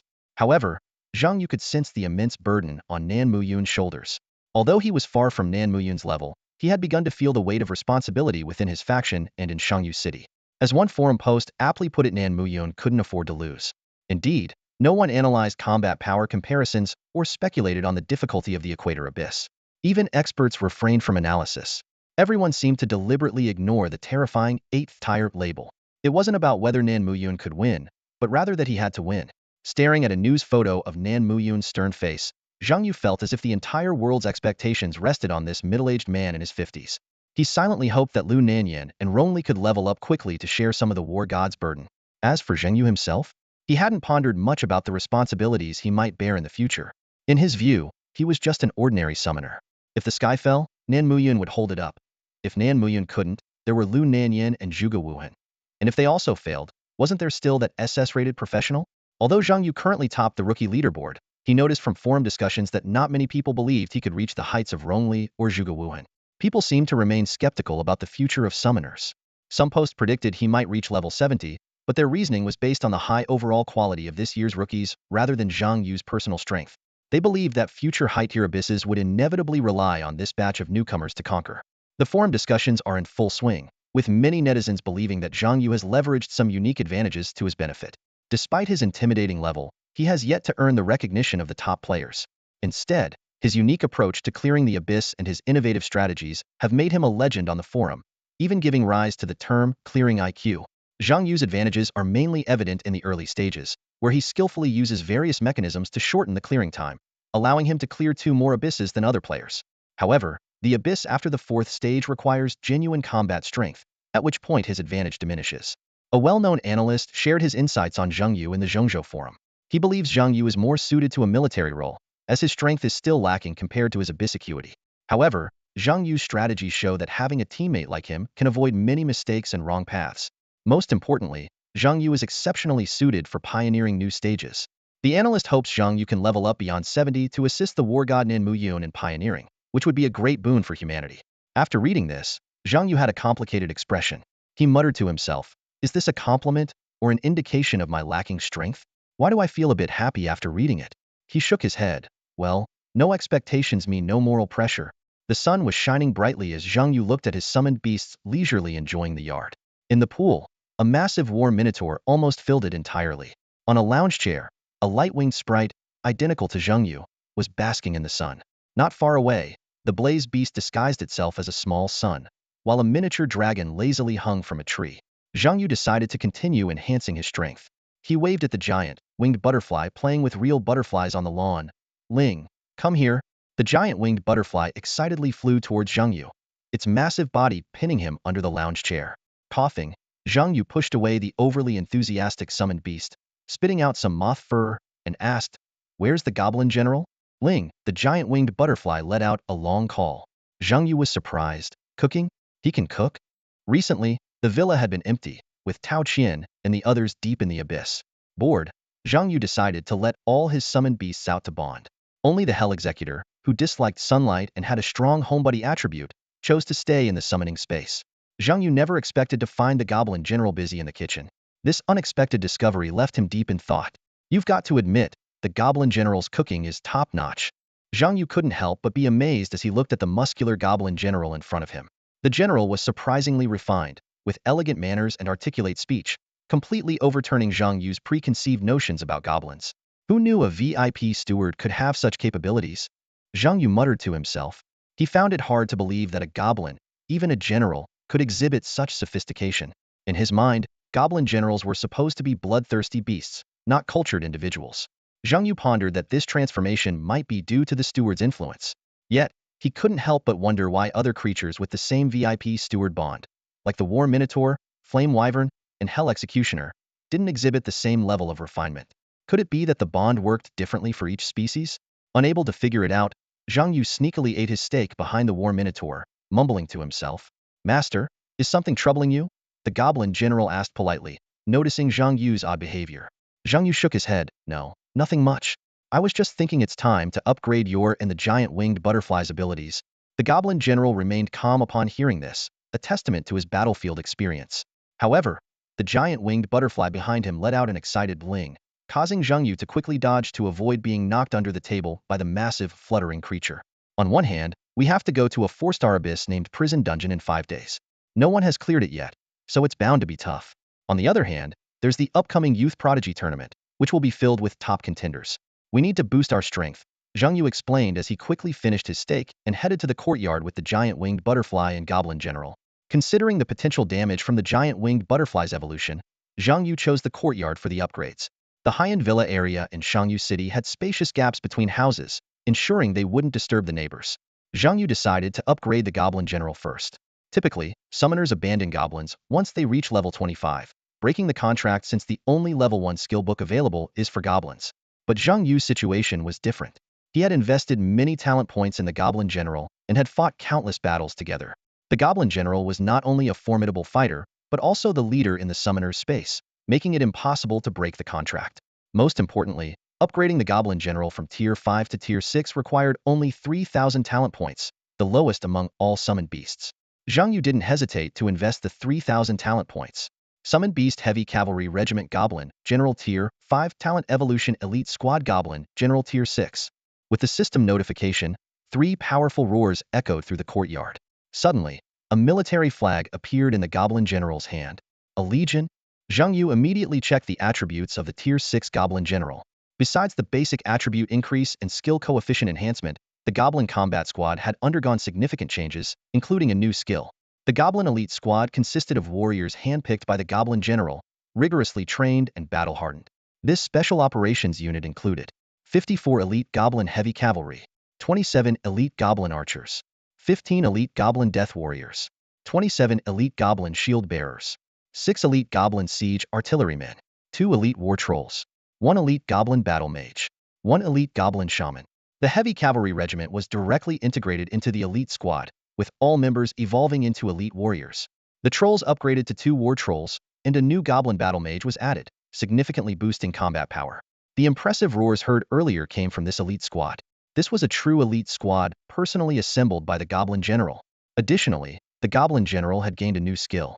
The war banner fluttered in the wind as the Goblin General held it high, leading the charge. The crimson flag seemed to call for victory, its presence invigorating every member of the elite squad with a surge of energy. Their steps became more agile, their weapon swings faster, and each strike more powerful. This group enhancement skill, though only affecting the elite squad, had the potential to change the course of the battle. Zhang Yu watched this scene intently, his mind already charting the future evolution path for the Goblin General. He envisioned a significant increase in numbers more goblin troops, each stronger and braver than before. The Goblin General would grow into a true commander, leading vast armies. Although goblins are often regarded as weak, this perception stems from their low starting point. Unlike other races, goblins find it nearly impossible to enhance their innate abilities through level and star upgrades. However, Zhang Yu firmly believed in the limitless potential of the Goblin General's future. He even fantasized about the day when this goblin army could rival the legendary Undead Scourge in numbers. Reflecting on his current summoned beasts, Zhang Yu had a clear plan in mind. The Goblin General would focus on expanding the army and improving the Goblin Warrior's quality. The War Bull would develop towards a larger size, greater resilience, and better control abilities. The Hell Executioner would enhance its assassin's burst power, while the Light-Winged Elf would boost sustained damage output. As for the giant-winged Spirit Butterfly, Zhang Yu unhesitatingly invested 5,100 talent points into it. He watched the transformation process with rapt attention. 300 points elevated it from Tier 3 to Tier 4, 800 points from Tier 4 to Tier 5, and finally, 4,000 points pushed it to the peak of Tier 6. With the infusion of talent points, the giant-winged spirit butterfly began an astonishing metamorphosis. Its body gradually expanded, and its wings became more vibrant. Upon reaching Tier 4, it wrapped itself in a massive cocoon, its surface shimmering with strange lights, as if life was being nurtured within. Finally, at the moment it broke through to Tier 6, the cocoon split open. A breathtakingly beautiful butterfly emerged, its enormous body and brilliantly colored wings exuding a queenly majesty. Its delicate antennae swayed gracefully, and each flap of its wings released a mesmerizing floral fragrance. Seeing this true spirit butterfly queen, Zhang Yu couldn't help but smile and murmur to himself, "Did I just fast forward through the 5-stage cocoon process?" Queen of Spirit Butterflies, a level 27 summon beast, grows stronger as the summoner levels up, with its health increasing accordingly. At this moment, it boasts 80,500 health points and 14,478 attack power. To reach the next stage, it needs another 20,000 talent points. Zhang Yu carefully examined the skill list of the Queen of Spirit Butterflies. Skill I, Queen's Protection, level 27. The Queen of Spirit Butterflies forms a protective bond with another summon beast, providing a powerful shield worth 72,390 points. Queen's attack power 5. When the shield breaks, it deals 43,434 damage to the enemy. Queen's attack power 3 and absorbs 50 of the damage. Skill 2. Spirit Butterfly level 27. As a spirit entity, the Queen of Spirit Butterflies has incredible regenerative abilities. Its passive effect increases recovery speed by 50. When activated, it instantly restores 86,868 health points. Queen's attack power 6 and enhances its own recovery effects by 50. Skill 3. Butterfly Song, level 27. The Queen of Spirit Butterflies consumes 3 of its health per second while chanting, increasing the agility and movement speed of all the summoner's beasts by 730 points each. Skill 4. Cocoon level 27. The Queen of Spirit Butterflies can encase a fallen summoned beast in a cocoon, which will eventually bring the beast back to life after a period of time. Skill V. Dance of 1,000 Butterflies level 27. The Queen of Spirit Butterflies spreads its wings, summoning numerous young spirit butterflies. Each butterfly can restore 250 health points to allies and provide a 150-point shield, while dealing 150 damage to enemies and reducing their recovery abilities. Zhang Yu's eyes lit up when he saw the cocoon skill. This was undoubtedly a powerful resurrection ability. Although it required some waiting time, it was far more convenient than the 24-hour spatial resurrection. The only limitation was that it could only revive summoned beasts, not human teammates. He couldn't help but compare the Queen of Spirit Butterflies to the Priest class. Priests gain resurrection skills at level 25, and at level 50, they can even perform group resurrections. In contrast, summoners have more limitations. However, for Zhang Yu, who preferred solo combat, this wasn't a big issue. His summoned beasts were his most reliable companions. Zhang Yu recalled a detail. Priests seemed unable to resurrect summoned creatures. This made the Queen of Spirit Butterflies' cocoon skill even more valuable. He continued to analyze the Queen of Spirit Butterflies' 5th skill, Dance of 1,000 Butterflies. This was a powerful skill that combined healing and damage. More importantly, it could restore health to allies. Each young spirit butterfly could heal allies and provide a shield, while dealing damage to enemies and weakening their recovery abilities. Although the 150 damage per butterfly seemed low and might not break through enemy defenses, Zhang Yu believed the true value of Dance of 1,000 Butterflies lay in its recovery weakening effect, which would be highly effective against classes with strong healing abilities. Currently, all of Zhang Yu's summoned beasts were at least 6th tier, with the Lightwing Sprite reaching the 7th tier. Although he had no remaining talent points, he knew he could obtain more from loot chests. Next, Zhang Yu began adjusting the equipment of his summoned beasts. He first removed the Speculator's Blade and Plasma Source Stone from the Goblin General, then used the 2 spare Geek Wrenches in his warehouse to unlock 2 new equipment slots for the Lightwing Sprite. He equipped the Speculator's Blade and Plasma Source Stone on the Lightwing Sprite. These items were perfect for the Lightwing Sprite, which had sustained output capabilities. The Speculator's Blade increased attack speed, and its talent point activation was based on attacks rather than kills. The Plasma Source Stone synergized with the Lightwing Sprite's high attack speed to deal more plasma damage. Currently, the Lightwing Sprite was equipped with Star Abyss Summoned Beast equipment, Plasma Source Stone Summoned Beast equipment, Speculator's Blade originally belonging to the Golden Scale Dragon, and the Storm Greatsword, which didn't occupy an equipment slot. Zhang Yu then equipped the Goblin General with a War Rhino Drum, a summoned beast item he had the faction help him find. Although it was expensive, the faction provided it for free. War Rhino Drum level 25 Diamond Summoned Beast equipment. Attributes: 25,000 health, 2,580 attack power. Effect. When the drum is struck, it increases the summoned beast's health limit by 15 and boosts speed by 35 when charging at enemies, lasting for 3 minutes. Zhang Yu considered this item a crucial asset for team battles. Finally, he placed a platinum wind shield amulet in the Goblin General's second equipment slot. Zhang Yu gazed at the 3 pieces of gear: the Radiant Wing Sprite, the Goblin General set, and the Clingy Spirit Butterfly Queen, feeling a surge of anticipation. He recalled how he had used a specialized wrench to unlock an equipment slot for the Goblin General, perfectly fitting the faction-gifted wind shield talisman. This platinum-grade equipment not only significantly boosted his health and attack power, but also generated a powerful shield every half hour, which, when broken, increased his movement speed. This was the essence of resource allocation. With everything ready, Zhang Yu couldn't wait to dive into the abyss and show other dimensional adventurers what a burst damage summoner was capable of. However, he had to leave Shangyu City earlier than planned. One reason was that ardent fans had discovered his residence. Despite living in a high-security neighborhood, they managed to sneak in and take a few photos. Interestingly, their target wasn't Zhang Yu himself but the Spirit Butterfly Queen. For a time, discussions about the Spirit Butterfly Queen on the Shangyu City forum even outshone those about Zhang Yu. This stunningly beautiful summoned creature had even made the news, being hailed as the most beautiful summoned beast. Another reason for his early departure was that, according to the timeline, Zhang Zhan and Chai Fong should have already emerged from the abyss. Zhang Yu wanted to reciprocate their previous kindness by personally picking them up. Unfortunately, after waiting in Qinglan City for 2 days, they still hadn't shown up. Reluctantly, Zhang Yu contacted Zhang Zhan's secretary, informing her that his abyss dive would commence the day after tomorrow, necessitating his departure. The secretary reassured him, "Don't worry, Mr. Zhang. Mayor Zhang Zhan and Minister Chai Fong entered only a moderate difficulty abyss, and they are led by faction experts. They will be fine. We look forward to hearing about your success in clearing the 4-star abyss again. Wishing you a safe return." Safe return was the best blessing one could give to a professional about to enter the abyss. The secretary arranged for a vehicle, driver, and an assistant to escort Jingyu out of Qinglan City. Instead of heading directly to Jingchuan City, where the prison death cells were located, Zhang Yu first went to Hang City, home to the headquarters of the Smoky Cloud Alliance. The 2 radiant-grade pieces of equipment he had left there had been successfully forged, and he was eager to see their final forms. Hang City, a bustling metropolis, gradually awakens in the early morning. As a rising star in the economic development of the Jiuzhou continent, the city's rapid ascent in recent years has been remarkable, even showing signs of surpassing Guangzhou and Shenzhen. The city's meteoric rise can largely be attributed to 2 of the top 5 alliances in Jiuzhou: the Yan Yun Alliance led by Lu Nanyan and the Swordmaster Alliance headed by Rong Li. Today, the headquarters of the Yan Yun Alliance is unusually lively.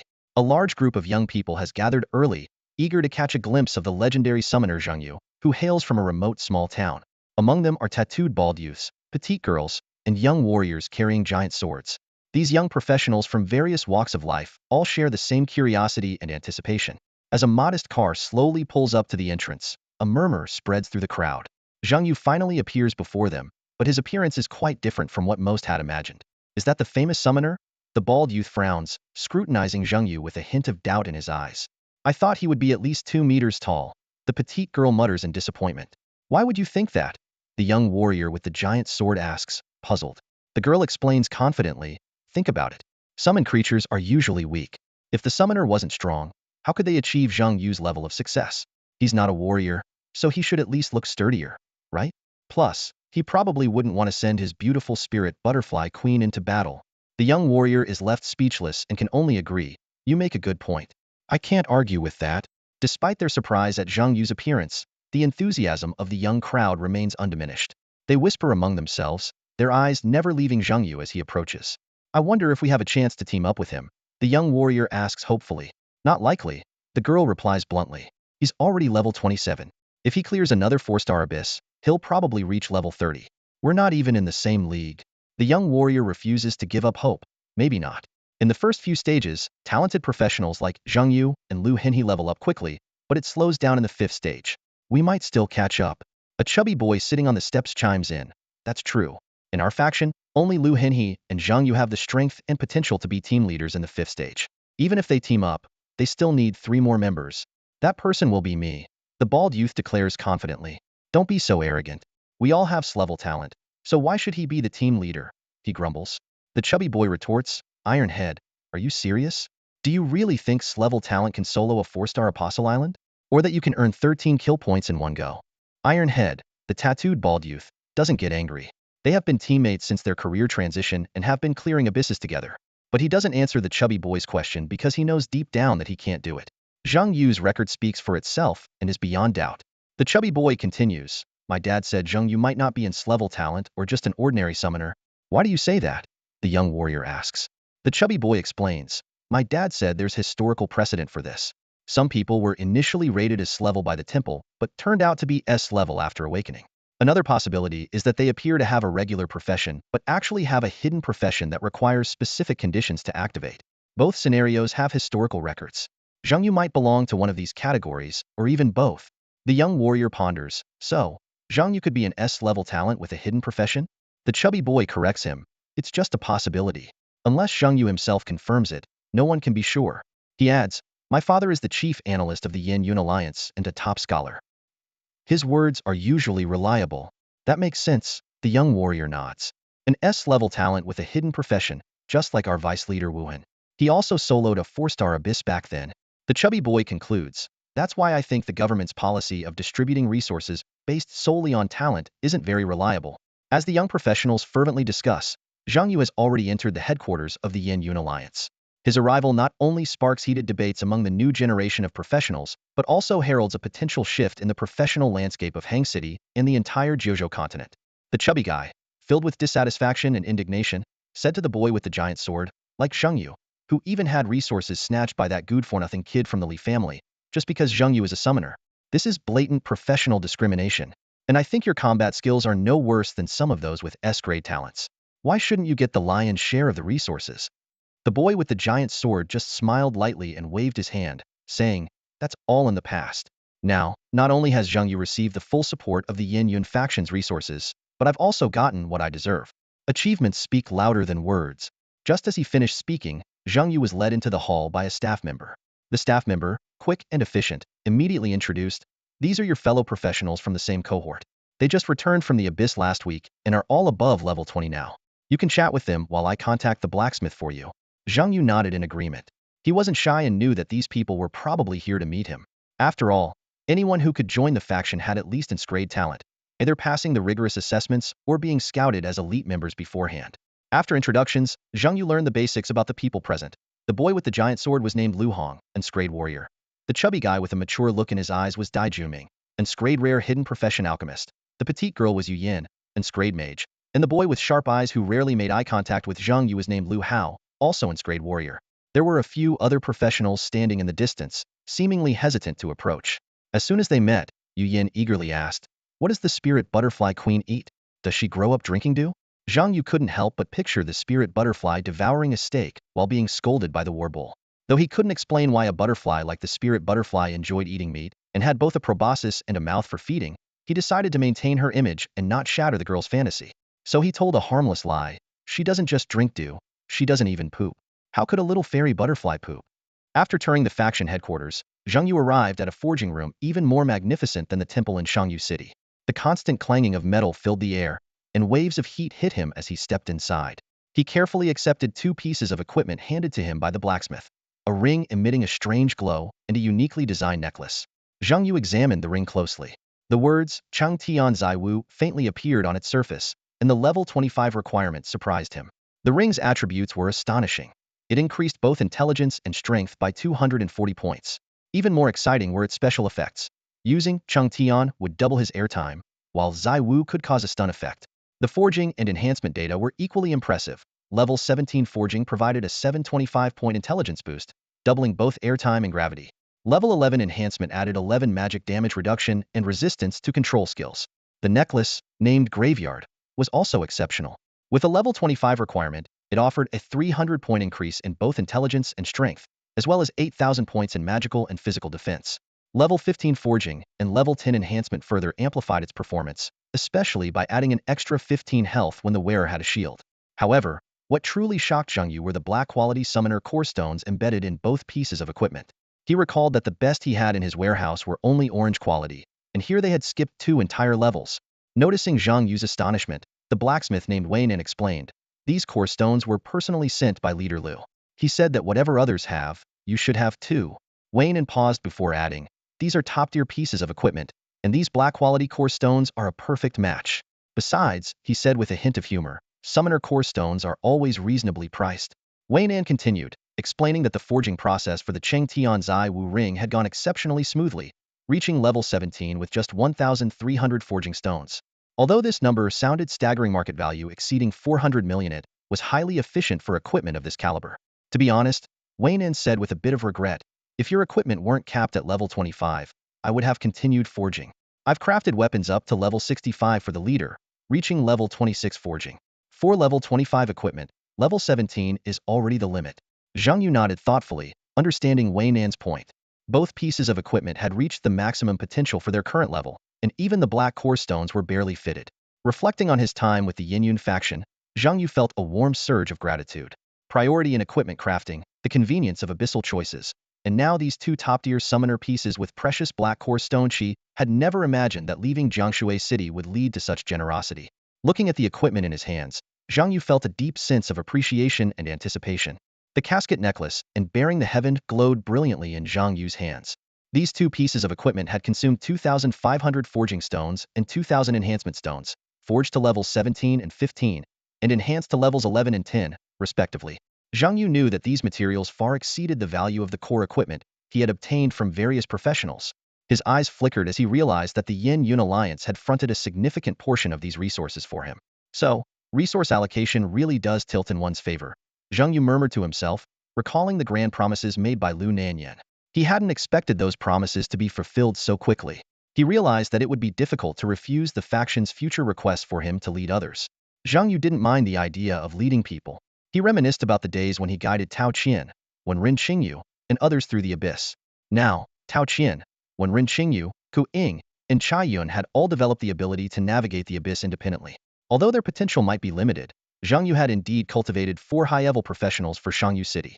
He believed this exchange was fair. Enjoying resources naturally required reciprocation.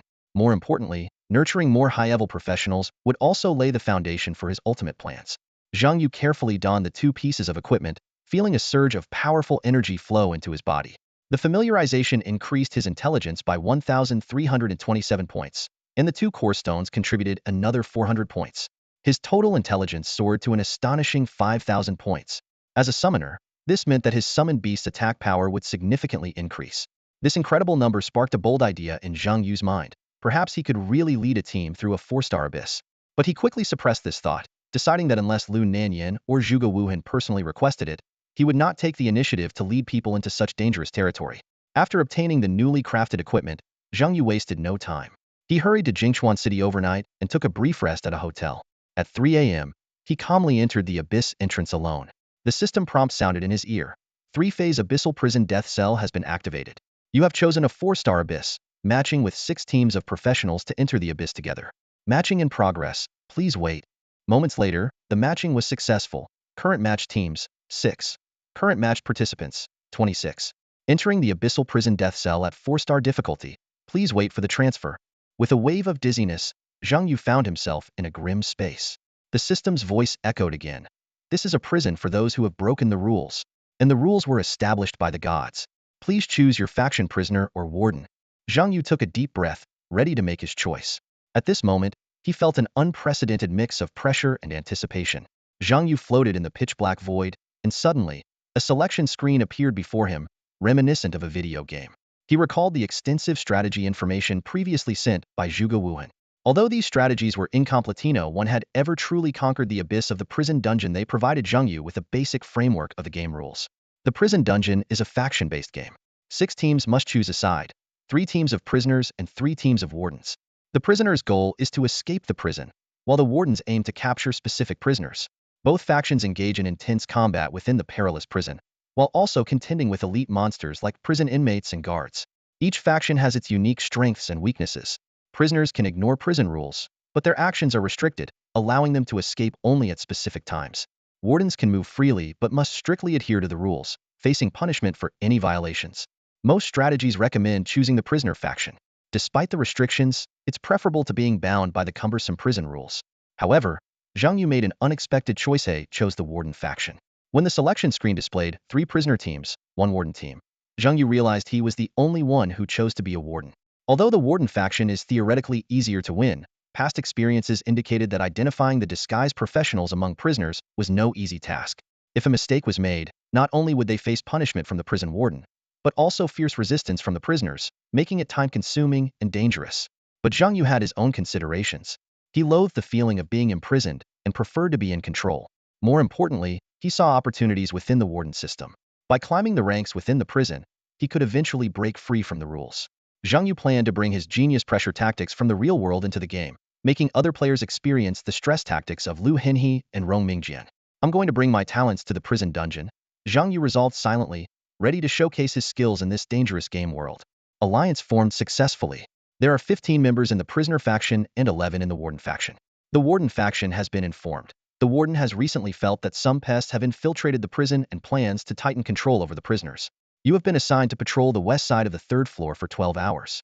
Zhang Yu found himself in a crisp prison guard uniform, standing among a group of similarly dressed guards. In front of them, a burly warden was giving a stern speech, his voice low and full of authority. Nothing must happen in the next 12 hours. The warden is in a terrible mood lately. If anyone breaks the rules and gets killed, don't expect me to help. These prisoners are vicious. Don't enter the cells lightly, even during punishment time. If you die, no one will collect your body because they'll eat you clean. During the briefing, Zhang Yu discreetly glanced around. He noticed another guard doing the same. Their eyes met, and they understood each other instantly. They were both professionals. Zhang Yu thought to himself, only one other person? It seems the patrol teams are not assigned by squad. The warden began assigning patrol areas. Zhang Yu was assigned to Area 3 in the West Wing, while the other professional was sent to Area 1. During the shuffle, the other professional quickly approached Zhang Yu. Professional? He asked in a low voice. Zhang Yu nodded in confirmation. In this special prison abyss, professionals' ability to scan data was blocked. They couldn't see each other's levels or professions directly. Wang Ting, warrior. The other introduced himself. Zhang Yu, summoner. Zhang Yu replied honestly, knowing his profession would be revealed in battle anyway. Wang Ting was visibly surprised to encounter a summoner in a 4-star difficulty abyss. He looked Zhang Yu up and down and asked, have you been in the prison abyss before? Zhang Yu shook his head. Wang Ting sighed subtly, feeling a bit disappointed with his novice partner. He spoke seriously to Zhang Yu. I've entered the 4-star prison abyss twice. The first time I failed and had to retreat, but I have more experience than you. Patrolling is an opportunity to find the prisoner faction, but since we're not in the same area, don't act rashly on the first day. Observe before taking action. Zhang Yu nodded obediently. Got it, boss. Satisfied with Zhang Yu's compliance, Wang Ting continued. Just follow my lead. I can't guarantee you'll clear it, but at least you won't mess up the warden faction's rhythm. Let's stay steady on our end. There's a very skilled player in my team. We'll stabilize and let him lead. Zhang Yu nodded again. Understood. Watching as Zhang Yu walked away with the patrol team, Wang Ting stood still, his brow furrowed. He muttered to himself, why would anyone bring a summoner to a prison's death row? Don't they know how high the individual strength requirements are here? Wang Ting shook his head, trying to shift his focus away from Zhang Yu. He looked around, feeling a wave of loneliness in the empty corridor. Forget it. It's none of my business. I haven't figured out my own situation yet, he murmured with a bitter smile. Captain, where are you? Your poor teammate has no one to lean on now. Taking a deep breath, Wang Ting forced himself to calm down. He walked forward cautiously, each step filled with vigilance. I hope those crazy prisoners will settle down, he prayed. At least let me hold out until the day of the prison riot. Suddenly, a terrifying thought crossed his mind. Oh no, I hope I don't run into any other professionals. With these anxious thoughts, Wang Ting followed the patrol team ahead, heading towards Zone 1. Meanwhile, Zhang Yu was facing his own challenge. The patrol team leader, a stern-faced middle-aged man, shoved a pile of cleaning tools in front of him. Zhang Yu looked down and saw brooms, mops, and other cleaning supplies. What's this? Zhang Yu began to ask, only to be sharply interrupted by the leader. This is the treatment for newcomers, the leader said coldly. Every newcomer goes through this. While we're on patrol, you're responsible for cleaning up Zone 3. Zhang Yu was stunned, thinking to himself, wow, workplace bullying at its finest, and in the abyss no less. He realized that all professionals who joined the manager's camp started as the lowest-ranking rookie guards, often bullied by others. This explained why professionals usually avoided the manager's camp. Dealing with these people alone consumed a lot of energy. Just then, a mocking voice came from a nearby cell. Haha, bullying the newbies again. Are we? Zhang Yu turned to see a prisoner with a sinister expression sitting in the cell, a disturbing smile on his face. The prisoner's gaze was fixed on Zhang Yu, like a predator eyeing fresh prey. The patrol leader glared at the prisoner and barked, this has nothing to do with you. Keep your mouth shut if you don't want a beating. However, the The prisoner seemed unfazed and laughed even more brazenly. Why don't you come in here and beat me up? This was clearly a provocation, but the patrol leader chose to ignore it. He walked away quickly, and the other guards followed suit. Zhang Yu noticed a flicker of fear on the leader's face clearly. Even he was afraid of the prisoner in the cell. Well, that was boring, the prisoner said, watching the patrol team leave with a mix of mockery and disappointment. At that moment, Zhang Yu spoke, his voice surprisingly calm. Those bones on the ground, are they your cellmates? During the exchange between the patrol leader and the prisoner, Zhang Yu had been closely observing the cell's interior. The space was large, clearly not designed for a single person. Yet, there was only one prisoner in the cell. The bones scattered on the ground, the bloodstains on the walls, and the heavy malevolence emanating from the cell all silently spoke of the prisoner's brutal nature. Zhang Yu made a judgment. This guy was an elite monster. The prisoner seemed puzzled by Zhang Yu's reaction. You're not leaving with them? He asked, confused. In his experience, no newcomer had ever faced him without fear, and even the veteran guards were wary of him. Could it be that this kid was an idiot? Seeing Zhang Yu curiously examining him and the corpses behind him, the prisoner concluded in his mind. This kid must be out of his mind. Zhang Yu raised the mop and broom in his hands, his tone relaxed. I can't leave. I still have to clean up. He pointed to the bones inside the cell with a look of disdain. They're rotting. Let me clean them up for you. The prisoner was stunned. He had seen reckless fools, but never someone so reckless. This kid was really out of his mind. The prisoner immediately dropped his menacing demeanor and put on a friendly facade. He took 3 steps back and said, that would be great. I was just worrying about how dirty it is in here. The other guards all think it's too smelly to come in. If you can really help me clean up, that would be a big help. As he spoke, the prisoner almost drooled, unable to contain himself. He hadn't had meat in a long time and was craving it badly. Just as the prisoner regretted his lack of acting skills, Zhang Yu actually walked up to the cell, took out the prison key, and prepared to unlock the door. The prisoner was ecstatic. Is there really someone this stupid? It doesn't matter if my acting is bad. The other party is a complete fool. He quietly hid a bone blade behind him, ready to feast as soon as Zhang Yu opened the door. However, Zhang Yu had already noticed the prisoner's subtle movements. But he didn't care, as if he hadn't seen the murderous glint in the prisoner's eyes at all. A seemingly weak hunter is about to step into a trap. Zhang Yu pushed open the iron door of the prison, a harmless smile on his face. He looked around, deliberately furrowing his brow, and said, this place is filthy. It needs a good cleaning.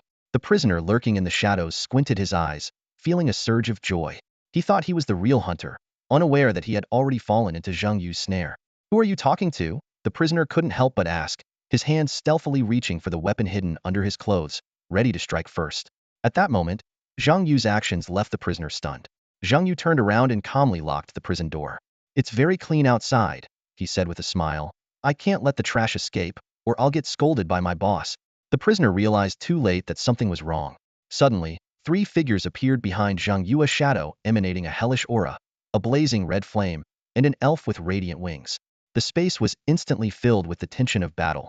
The scythe of the Hell Executioner sliced through the air, the tongues of the blazing fire licked the surroundings, and the feathers of the light-winged elf flew like sharp arrows. The prisoner unleashed a powerful aura, trying to resist the sudden onslaught. But faced with 3 top-tier summon creatures, his struggle was futile. Nonetheless, the elite prisoner's strength was remarkable, managing to hold out for over a minute under the 3-pronged attack. In the end, the Hell Executioner's scythe swung down, and the prisoner's head fell to the ground. A system notification sounded in Zhang Yu's ear. You have slain elite prisoner LV.28, gaining 26,587 experience points. Loot chest 1 acquired. Zhang Yu nodded in satisfaction and began to clean up the scene. He picked up a shovel and started burying the prisoner's body, muttering to himself, it's too cold. Better cover up with more dirt. No more jumping around. Despite being known as the living king of hell, the warden showed a bizarre hint of tenderness at that moment. Meanwhile, the hurriedly departing patrol team noticed Zhang Yu was not with them. Captain, that new guy didn't follow us?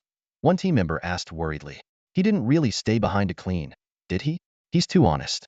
I hope he doesn't get tricked into opening the prison door by those inmates. The patrol captain replied indifferently, it's fine. If he dies, we'll just recruit another. Plenty of new recruits. True, another team member agreed. I don't know why so many newbies come to this hellhole each year. They come and die, and more keep coming. But that new guy seemed pretty straightforward. Hope he doesn't get into trouble.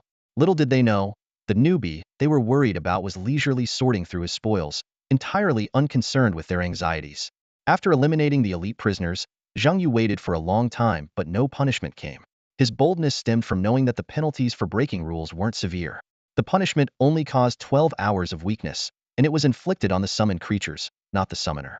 The only real concern was the warden's punishment, which, according to veterans, was just a high-damage hit.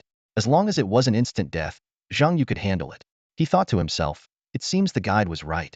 The warden's punishment will be dealt with during the assembly. This means I have plenty of time to kill more prisoners. As for the punishment, I'll deal with it when the time comes. Who knows, maybe it won't even be me getting punished. Zhang Yu crouched down and carefully buried the prisoner's body. Then, he started cleaning the cell, disposing of the remains until the space was spotless. Looking at the pristine prison, a satisfied smile appeared on his face. Not bad, he muttered to himself. Where can you find a diligent civil servant like me? The workplace needs more people who take their job seriously. Let me set an example. Picking up a broom, Zhang Yu tapped on the bars of the neighboring cell and calmly said, "Hello, I'm here to clean." The prisoners next door had clearly heard everything that had transpired. The thin walls between cells made it easy to hear any noise. A trembling voice responded, "Clean? You're here to clean us out, aren't you?" Standing outside the door, Zhang Yu remained silent. After a moment, he said coolly, "I'll take that as no one's here, so I'm coming in." With that, the cell door clicked open. Inside, there were over a dozen prisoners, all eyeing Zhang Yu warily. He looked around and frowned. Why is there so much trash? And it's all non-recyclable waste. Infuriated by his taunt, the already irritable and unruly prisoners couldn't hold back their anger. Despite hearing the sounds of the previous killings, they couldn't help but retaliate. You can kill a man but not insult him. You. Their rage lasted only for a second before their heads flew into the air. The executioner of hell had begun his reaping. With the VIP steward's enhancement, Zhang Yu moved gracefully through the cell, decapitating every prisoner in no time. System notifications flashed continuously. Killed common prisoner LV30, XP 6874. Killed common prisoner LV27, XP 4444. Killed common prisoner LV26, XP 4257. As expected, they were all common prisoners. After killing over a dozen, he had only gained around 70,000 XP. To level up from 27 to 28 required 1.4 million XP, so there was still a long way to go. However, killing common prisoners did contribute to his early-stage attack power. Even a small increase was valuable. Every little bit helps. Looking at the pile of bodies, Zhang Yu said, "There are too many of you. How about a cremation?" As soon as he finished speaking, black flames from his incineration spell burned the corpses to ashes. He then summoned the Goblin General and a squad of elite warriors to start a thorough cleanup. With many hands, the cell was quickly spotless. The trash was sorted into bags and neatly placed at the cell door. The Goblin warriors carried the bags to the recycling area. Despite the sudden appearance of busy goblins in the prison, no one took notice. After all, strange creatures were everywhere in this place. Eyeballs growing from cracks in the walls, human spider hybrids delivering messages, brown slimes cleaning toilets, and even pig-headed beings offering to help carry trash. The warden's camp also had numerous non-human entities, and even the human-like ones were mostly disguised. The cells were even more peculiar. According to previous guides, there were 10 cells in the prison abyss that were off-limits and 10 wardens not to be provoked, half of whom were non-human. So, even summoning a massive war minotaur wouldn't raise suspicion. Besides, as part of the management camp, Zhang Yu had no need to hide. Thinking this, Zhang Yu summoned the war minotaur. He thought, since these prisoners are all hiding in their cells, it means they can't move before the riot day and can't switch cells. So, there's no need to search deliberately. I'll just kill them one by one. Eventually, I'll force him out. After all, it's the summoned beast breaking the rules, not me. With this thought in mind, Zhang Yu turned his gaze to the next cell. The cell was deathly silent, the prisoners too scared to make a sound. Zhang Yu, following his usual routine, asked calmly, "If no one speaks up, I'm coming in to clean."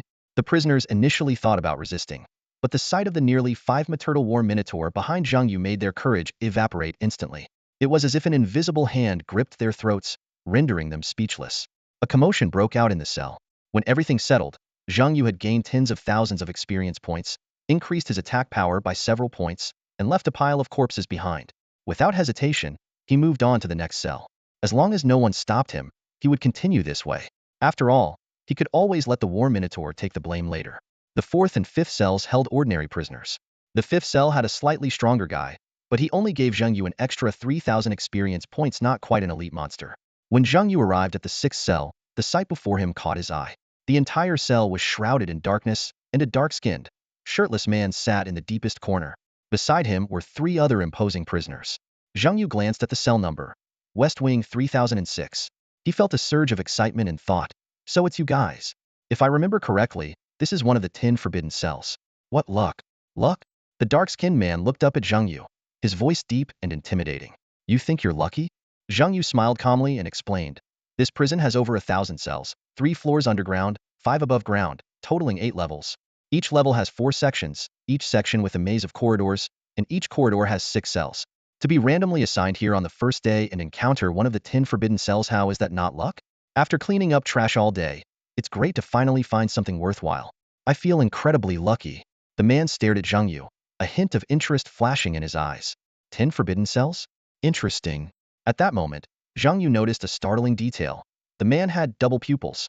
Even more shocking, the 3 prisoners beside him also had double pupils. 4 pairs of double pupils fixed on Zhang Yu, and in that instant, he felt unprecedented pressure. He thought to himself, no wonder this cell is notorious. There's definitely something special here. Let's hope the loot they drop doesn't disappoint. With that, Zhang Yu opened the cell door in front of them, skillfully locking it behind him. Moo. The war minotaur landed with a deafening roar. Simultaneously, the 4 prisoners sprang into action like arrows released from a bow. Boom! The prison gate shattered with a deafening explosion, and the ground split open with several jagged cracks. A prisoner was violently thrown out of his cell, but before he could even hit the ground, a blood-stained rope coiled around his neck like a venomous snake. Who gave you permission to leave? A cold voice rang out. If you step out, you'll trigger the alarm. Get back in here. Before the voice had even faded, the rope tightened abruptly, yanking the prisoner back into the cell like a rag doll. What followed was a series of bone-chilling sounds. The ground shook violently, blinding flashes of light erupted, and a cacophony of screams, bull roars, and even faint dragon cries filled the air. Inside the cell, flames burst forth, and dazzling lights occasionally pierced through the iron bars. Feathers flew out and then back in, accompanied by a rhythmic, tearing sound. The entire prison block erupted into a frenzy. The other inmates in nearby cells fell silent, too terrified to make a sound. They prayed silently, hoping that the prisoner with the nickname He Gue would be able to subdue this mysterious new guard. They knew all too well that if even He Gue couldn't hold his ground, they would be the next trash to be cleaned up. Amidst this atmosphere of fear, a young prisoner stood out. His face was a mix of curiosity and terror as he clung to the bars, straining to see what was happening in the neighboring cell. As a professional, he knew that the rampaging guard was also a professional, and his target was to capture people like them. It's over. It's over. It's over. The boy muttered to himself. How did I run into such a rule-breaking lunatic? Isn't he afraid of getting killed by the warden? The boy recalled the rules he had heard. Professionals in the management camp couldn't kill prisoners at will. If they killed the wrong person, they would face punishment and a weakened state. Did this guard not care about any of that? His gaze fell on the massive minotaur that had followed Zhang Yu into the cell. A bold guess flashed through his mind. A summoner? No way. The boy seemed to understand why Zhang Yu was so recklessly breaking the rules. In this abyss, neither the guards nor the prisoners knew much about professionals, let alone the unique profession of a summoner. This meant that the one who would ultimately be punished was the summoned creature, not the summoner himself. Isn't this a bug exploit? The boy's expression grew stranger. Why didn't anyone notice this before? He quickly realized that this was a 4-star abyss. Ordinary summoners didn't have the qualifications or strength to enter, let alone sweep through one prison cell after another. Whether it was a druid or a necromancer, they needed to personally cast spells to fight. Only a summoner could completely relinquish control and rely solely on their summoned creatures to battle. This bug could only be exploited by a summoner. Damn, this is so unfair. The boy muttered as he prayed that the prisoner with dual-colored eyes in the neighboring cell could kill Zhang Yu. The elite prisoner in cell 3006 was formidable, but the boy knew it was a slim hope. From the screams, it was clear they were human screams, not the cries of summoned creatures. 3 minutes later, everything fell silent. The light vanished, and the sound stopped. A goblin dragged a blood-stained sack into the corridor. Blood seeped from the loosely tied sack, and the boy glimpsed a lifeless, blackened head haphazardly piled inside. Shit. The boy's heart sank. Anyone who could easily kill the prisoner in cell 3006 was undoubtedly far stronger than himself. And the next target was undoubtedly his cell. Without allies, he would be like a fish in a barrel, waiting to be slaughtered. The thought of forcefully quitting flickered in his mind, but was quickly dismissed. This was his second time entering this abyss. If he exited again, he would never have another chance to enter a 4-star abyss. His future growth would inevitably lag behind other geniuses. Fight back? The idea was snuffed out as quickly as it appeared. Compared to clearing the abyss, his life was more important. The boy never imagined he would find himself in such a dire situation, despite his exceptional talent. Sigh. Master was right. There's always someone better. Always another genius above a genius. The boy murmured to himself, his gaze fixed on the corridor outside. Now, there was only one option left. The young man reached out and drew a massive sword, its blade gleaming coldly. With a swift motion, he slashed through the lock on the cell door, the sound of metal breaking echoing sharply in the silent prison. He shoved the door open and dashed out without hesitation. The prisoners behind him stared in shock, unable to utter a word. Whispers filled the air. What a day! First, someone dared to break the warden's rules and kill at will, and now someone's escaping at a time like this. Just as the young man stepped out of the cell, a piercing alarm blared, reverberating throughout the entire prison. Bzzz. Not far away, Zhang Yu stood with a look of delight on his face, eyes fixed on the young man who was desperately fleeing while weakened. He thought to himself, well, what do we have here? This guy must be a professional to risk escaping like this. The pressure must have been immense to drive him to such a suicidal act. Turning to his subordinates, he commanded, "We need to move faster. Take him down immediately. The alarm will attract a swarm of guards. Even the captain and the officers will come. We can't let them get the kill." As soon as he finished speaking, the executioner of hell turned into a black streak, darting towards the young man like lightning. The young man, seemingly exhausted, didn't even attempt to fight back and kept running. Zhang Yu sneered. Trying to run? Zaiwu. He activated the Zaiwu equipment skill, and an intense gravitational force instantly pressed down on the young man. Boom! The sudden gravity crushed the young man to the ground, knocking him unconscious. Zhang Yu was pleased. The effect of his level 17 forging was indeed powerful, doubling the gravity and causing dizziness. Although the stun was brief, it was enough for the executioner of hell to catch up. Just as the young man regained consciousness and prepared to flee again, a black mark appeared above his head. He immediately felt weak, cold sweat trickling down his neck, as if his deepest fears were about to manifest. Shook the sound of a scythe slicing through the air. The young man instinctively dodged but was still struck on the back, a deep wound opening up, blood gushing out. The executioner of hell's weakness mark was now on the young man who was solely focused on escaping. Following that, the negative effects of being a fugitive also took hold. Dozens of radiant wings appeared, their blinding light shining directly at him. In that moment of light and darkness intertwined, the executioner of hell, filled with malice, swung his weapon once more. A flash of light, a shroud of darkness, and the damage erupted in an instant. The brilliance of light directly triggered the real damage of the wings, and the precise strike of the hell executioner in hell mode hit the opponent's body. A critical hit of 50,000 damage erupted instantly, combined with nearly 20,000 true damage. Even the sturdiest of warriors lost a quarter of their health in an instant. The young man widened his eyes in disbelief as he watched his health bar plummet. He had never imagined that a summoner could unleash such terrifying damage. The black summoning beast wielding a scythe dealt more damage with a single strike than any assassin he had ever encountered. However, what truly made him feel endangered was the spirit capable of inflicting true damage. Although the first few arrows seemed insignificant, the young man quickly realized that the spirit archer's damage increased over time. Worse yet, he couldn't avoid these incredibly precise arrows. Damn it! He cursed inwardly, regretting his impulsive gamble. He had assumed that summoners were just weaklings skilled at siege warfare. With a warrior's mobility and the labyrinthine terrain of the abyssal prison, shaking off a summoner should have been easy. But this summoner's beasts were ridiculously powerful, one more lethal than an assassin, another more accurate than a ranger, not to mention the warbull standing in the rear. In just a few seconds, the lightwing archer had reduced his health to less than half. Now, he was caught in a dilemma. Escape, but the mark of the weak on him would ensure the hell executioner chased him relentlessly. Fight back, but he would have to deal with the lightwing spirit first, leaving him vulnerable to the warbull whose health seemed bottomless.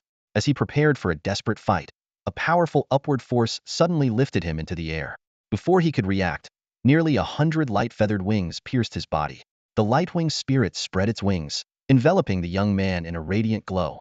SSSHHH, all the light-feathered wings exploded simultaneously, causing damage to overflow. The young man didn't even have a chance to retaliate. His health hit zero instantly, and he died on the spot. A system notification popped up. Killed profession. Warrior LV.25. Gained 49,000 EXP. Gained 1 kill point. Acquired equipment. Xian Iron Greatsword LV.25 Diamond Grade. Acquired loot. S-Class Talent Chest for Level 25 Warrior. Eliminated a prisoner faction professional. Remaining 14. Zhang Yu commanded the Hell Executioner to pick up the young man's corpse while recalling the Lightwing Spirit, Blazing Flame Dragon, and all the goblins back into the summoning space, leaving only the Warbull and the Hell Executioner. At this moment, other prison guards finally arrived. The massive frame of the war bull blocked the corridor entrance, exuding an intimidating presence that made the patrol captain hesitant to approach. "Bull, move aside and let them in," Zhang Yu ordered. The war bull stepped aside, creating a path. The patrol captain recognized the newcomer Zhang Yu immediately, his face full of confusion. "Is it you? What are you doing here? There was a prison break alarm just now. Did you see anything?" Zhang Yu nodded. The captain immediately reprimanded him. "You saw it and just stood here? Why didn't you go after them?" Before he could finish, a guard beside him reminded, "Captain, the alarm has been lifted." "Lifted?" The captain was even more puzzled. "It just went off. Could the alarm be faulty?" He never considered that the newcomer before him might have already dealt with the escapee. The captain stepped into the corridor and was instantly stunned by the sight before him. 6 cells, and not a single prisoner in sight. So clean it was suspicious. He frowned and thought, had the prisoners escaped? But why had the alarm suddenly stopped? Just as he was puzzling over it, his gaze fell upon several blood-stained sacks by the side of the corridor. A sense of foreboding washed over him. "New guy. What's that?" The captain turned to Zhang Yu, who was standing nearby, his voice tinged with tension. Zhang Yu answered impassively, "Prisoners. Prisoners?" The captain's brows knitted together. Before the captain could ask further, Zhang Yu stepped forward and briskly opened one of the sacks. A blackened human skull rolled out, spinning a few times before coming to a stop. The captain gasped, immediately recognizing who it was: Heisho, the prisoner from cell 3006, known for his dual pupil abilities. As the patrol captain responsible for this area, he had a vivid impression of this particular inmate. "Did you kill them?" The captain stared at Zhang Yu's calm face, alarm bells ringing in his mind. He instinctively took a step back, his right hand already on his weapon. "Do you know what you've done?" Zhang Yu chuckled softly. "Of course I do." The captain felt a surge of absurdity. "You knew and still dared to kill the prisoners?" The warden made it clear that the prisoners are more important to this prison than we are. "We can punish them, but we must never kill them. You're endangering all of us." At that moment, the captain wished he could immediately execute Zhang Yu, but he couldn't be certain these prisoners had indeed been killed by him. If he mistakenly killed a colleague, he would also face severe punishment. Breaking the rules? Killing prisoners? Zhang Yu feigned innocence and pointed behind him. "It was them. I'm just a lowly worker following your orders to clean up." The captain didn't understand what lowly worker meant, but he suddenly realized that his escape route was blocked by a war bull. His expression grew serious in an instant. "So, you're all in this together?" The captain's voice trembled slightly, realizing he might have walked into a carefully laid trap. Ahead, Zhang Yu stood there, flanked by hellish creatures wielding scythes, clearly his allies. A massive war minotaur blocked the way behind him. Despite the dire situation, the patrol captain remained calm. They had the advantage in numbers and were not weak themselves, but the unknown nature of the opponent made them hesitant to act rashly. Zhang Yu carefully observed the patrol captain's reaction and quickly concluded that they were unaware of the summoned beast's existence.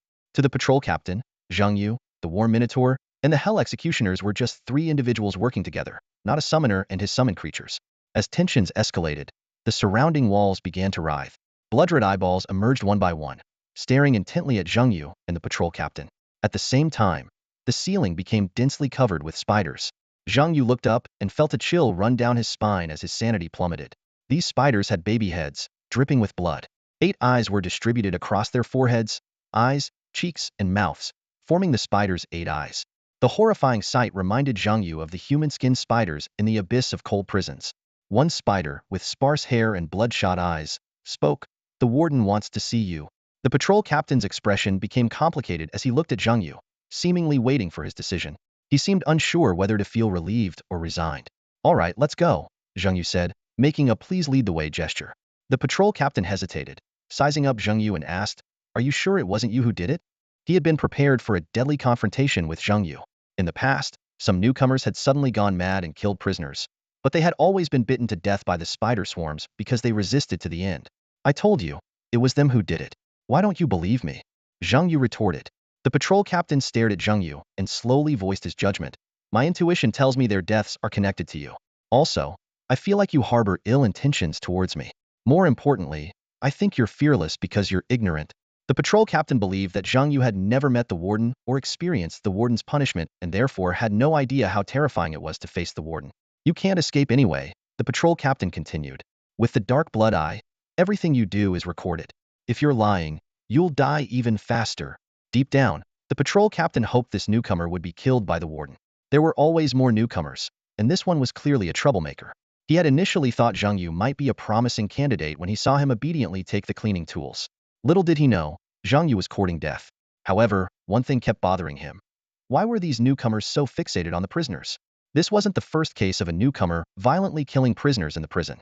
Even though it was strictly forbidden, some were still willing to risk death to do it. Suddenly, a terrifying thought crossed the patrol captain's mind. Could these newcomers be assassins planted by the warden's enemies? He looked at Zhang Yu warily and took a step back, maintaining his distance from Zhang Yu and the war minotaur, because he considered another possibility. This newcomer was so calmly going to meet the warden. Could the warden be his real target? If he had the strength to target the warden, that was beyond the patrol captain's capacity to handle.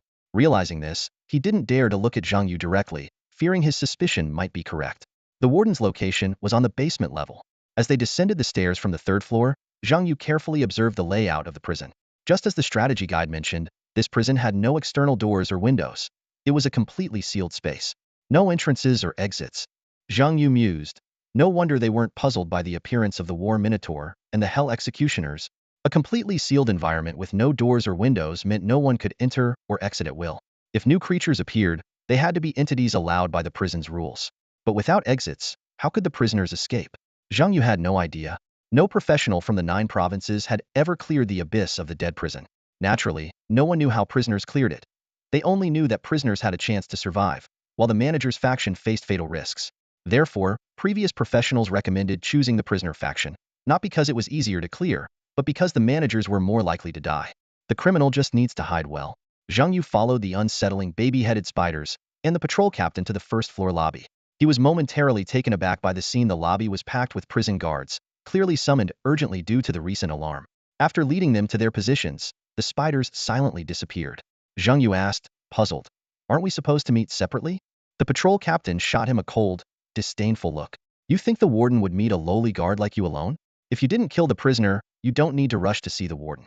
The spider lady will prove your innocence. But if you're lying..."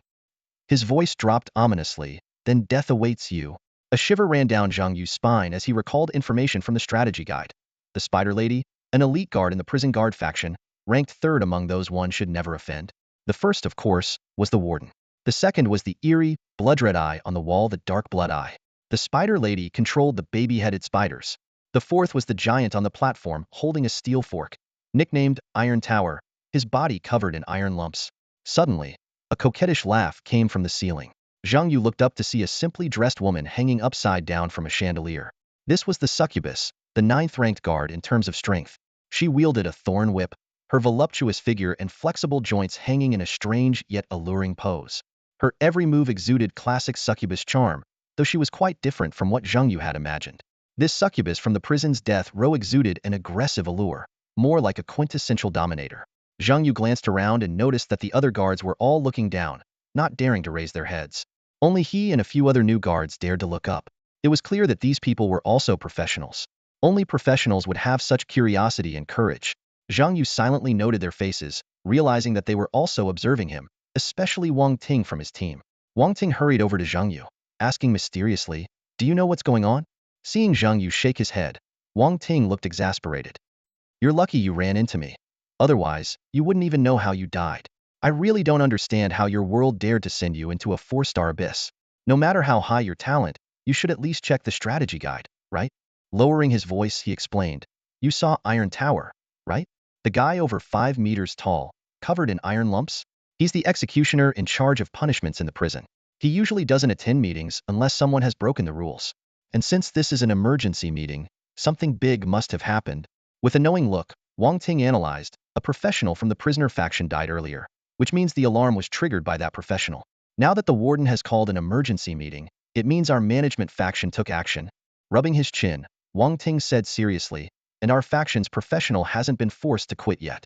Dragging it out this long means he might have a way to withstand a punishment that could kill me in an instant. If he can really endure it." Wang Ting looked excited. "Brother, we might have found a real powerhouse." Zhang Yu nodded in agreement.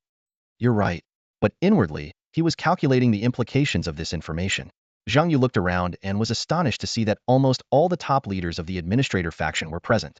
The spider swarms were restless in the corners. The tentacles of the dark blood eye slithered along the walls, monitoring every move within the prison. The executioner, as towering as an iron tower, stood on the terrace. A succubus elegantly circled the ceiling, while the kobold patrol captain stood imposingly at the entrance. This formidable lineup made Zhang Yu uneasy. Clearly, something significant was about to happen. Seeing Wang Ting so familiar with the scene, Zhang Yu couldn't help but ask, "How long did you stay here last time?" Wang Ting recalled, "About 10 days. It was quite a long time." 10 days? Zhang Yu was shocked. No one managed to clear it in that long? Wang Ting, seemingly understanding Zhang Yu's confusion, sighed and explained, "You don't understand the difficulty of the administrator faction. If a prisoner really wants to hide, we can't catch them. Just look at the current situation. Even to kill a few prisoners, we have to hold such a large-scale meeting. Unless someone can withstand the pressure, we'll lose a valuable member for nothing." Zhang Yu asked, puzzled. "If the prisoners hide, they can't escape the prison either, right?" Wang Ting shook his head and patiently explained, "The key to this abyss is the riot day on the 10th day. Before that, the prisoners need to complete their tasks to successfully escape on riot day. Our chance is to find these prisoners performing tasks before riot day because their actions will inevitably cause disturbances. But if someone hides and doesn't do their tasks, we're in trouble. The situation will be deadlocked, and everyone will be forced to quit, or else be trapped in this prison forever." With a complex expression, Wang Ting said, "The prison death cell truly traps people in the prison forever." Zhang Yu pondered and asked, "So if I were in the prisoner faction, I would have some complete tasks while others hide. Even if you catch the active prisoners, the administrator faction still can't clear it, right?" Wang Ting nodded in agreement. "You're right. That's why no one wants to choose the administrator faction. Didn't you notice? The prisoner faction fills up immediately. Everyone wants to be a prisoner. The administrator faction is for the unlucky ones who are too slow. But as long as you strictly follow the rules and don't make mistakes, the worst that can happen is enduring another forced exit punishment." Zhang Yu finally understood why everyone thought the administrator faction was so hard to play. He asked again, "Since you all know the prison death cell is difficult to clear, why enter it? Why not choose a relatively stable 4-star abyss?" Wang Ting looked puzzled at first, then seemed to realize something. "Has your world not even experienced the first divine descent?" "Divine descent? You mean a world invaded by gods but failed to resist?" Zhang Yu thought the other was also forced into the abyss. Wang Ting shook his head and explained, "Quite the opposite. We are from a victorious world. Although I don't want to sound arrogant, I have to tell you that our world is currently ranked in the top 10, and we've reached the 3rd stage of divine descent. Your world hasn't reached that stage yet, so you can't see the world rankings. You currently believe that failure leads to being forcibly sent into the abyss. But unfortunately, even if you fend off the first wave of divine descent, there will be a second, a third. It's a never-ending game. Or rather, there is an end. But no world truly clears it. The worst part is that each wave of divine descent adds a new rule, each making it harder for the professionals. For example, our world's current rule is forced entry into the abyss based on strength rating." Wang Ting's words hit Zhang Yu like a heavy blow, striking deep into his heart. He slowly revealed a suffocating truth. Strength professionals are destined to enter hell-level dungeons. As for someone like me, an S-rank hidden class candidate, I'm basically guaranteed the hardest dungeons, and there's a high chance I'll be thrown into an unbeaten one. A hint of helplessness flickered in Wang Ting's eyes. "You think I want to be in this prison of death? I was forced into it." He patted Zhang Yu on the shoulder, his tone carrying a touch of envy. "Honestly, brother, I'm quite envious of you. Your world has just entered this game, and you can still hold out for a long time." He paused, then continued, "You're lucky to have run into me. Most people wouldn't tell you this much. Your higher-ups probably know a bit about these things, but they're likely afraid to tell you, fearing you'd panic. It's definitely not good news." Zhang Yu carefully observed Wang Ting's expression, sensing a deep-seated despair from his tone and demeanor. He realized that no matter what, the outcome was the same.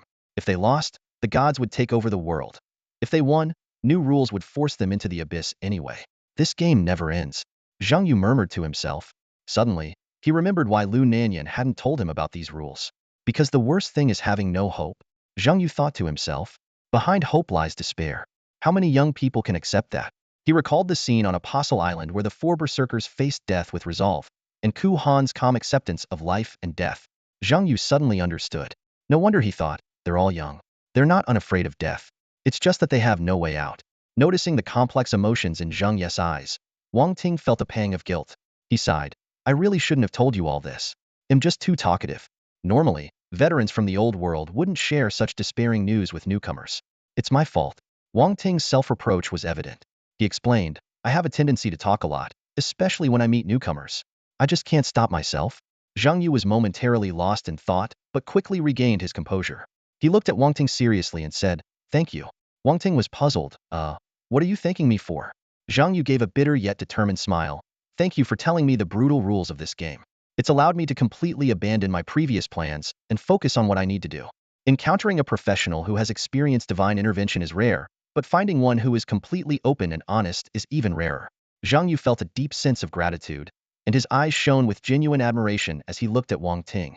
If it weren't for Wang Ting's candor, Zhang Yu might still naively believe that, when the sky falls, the tall ones will hold it up. However, the harsh reality is that in this game, the sky falling means the destruction of everyone.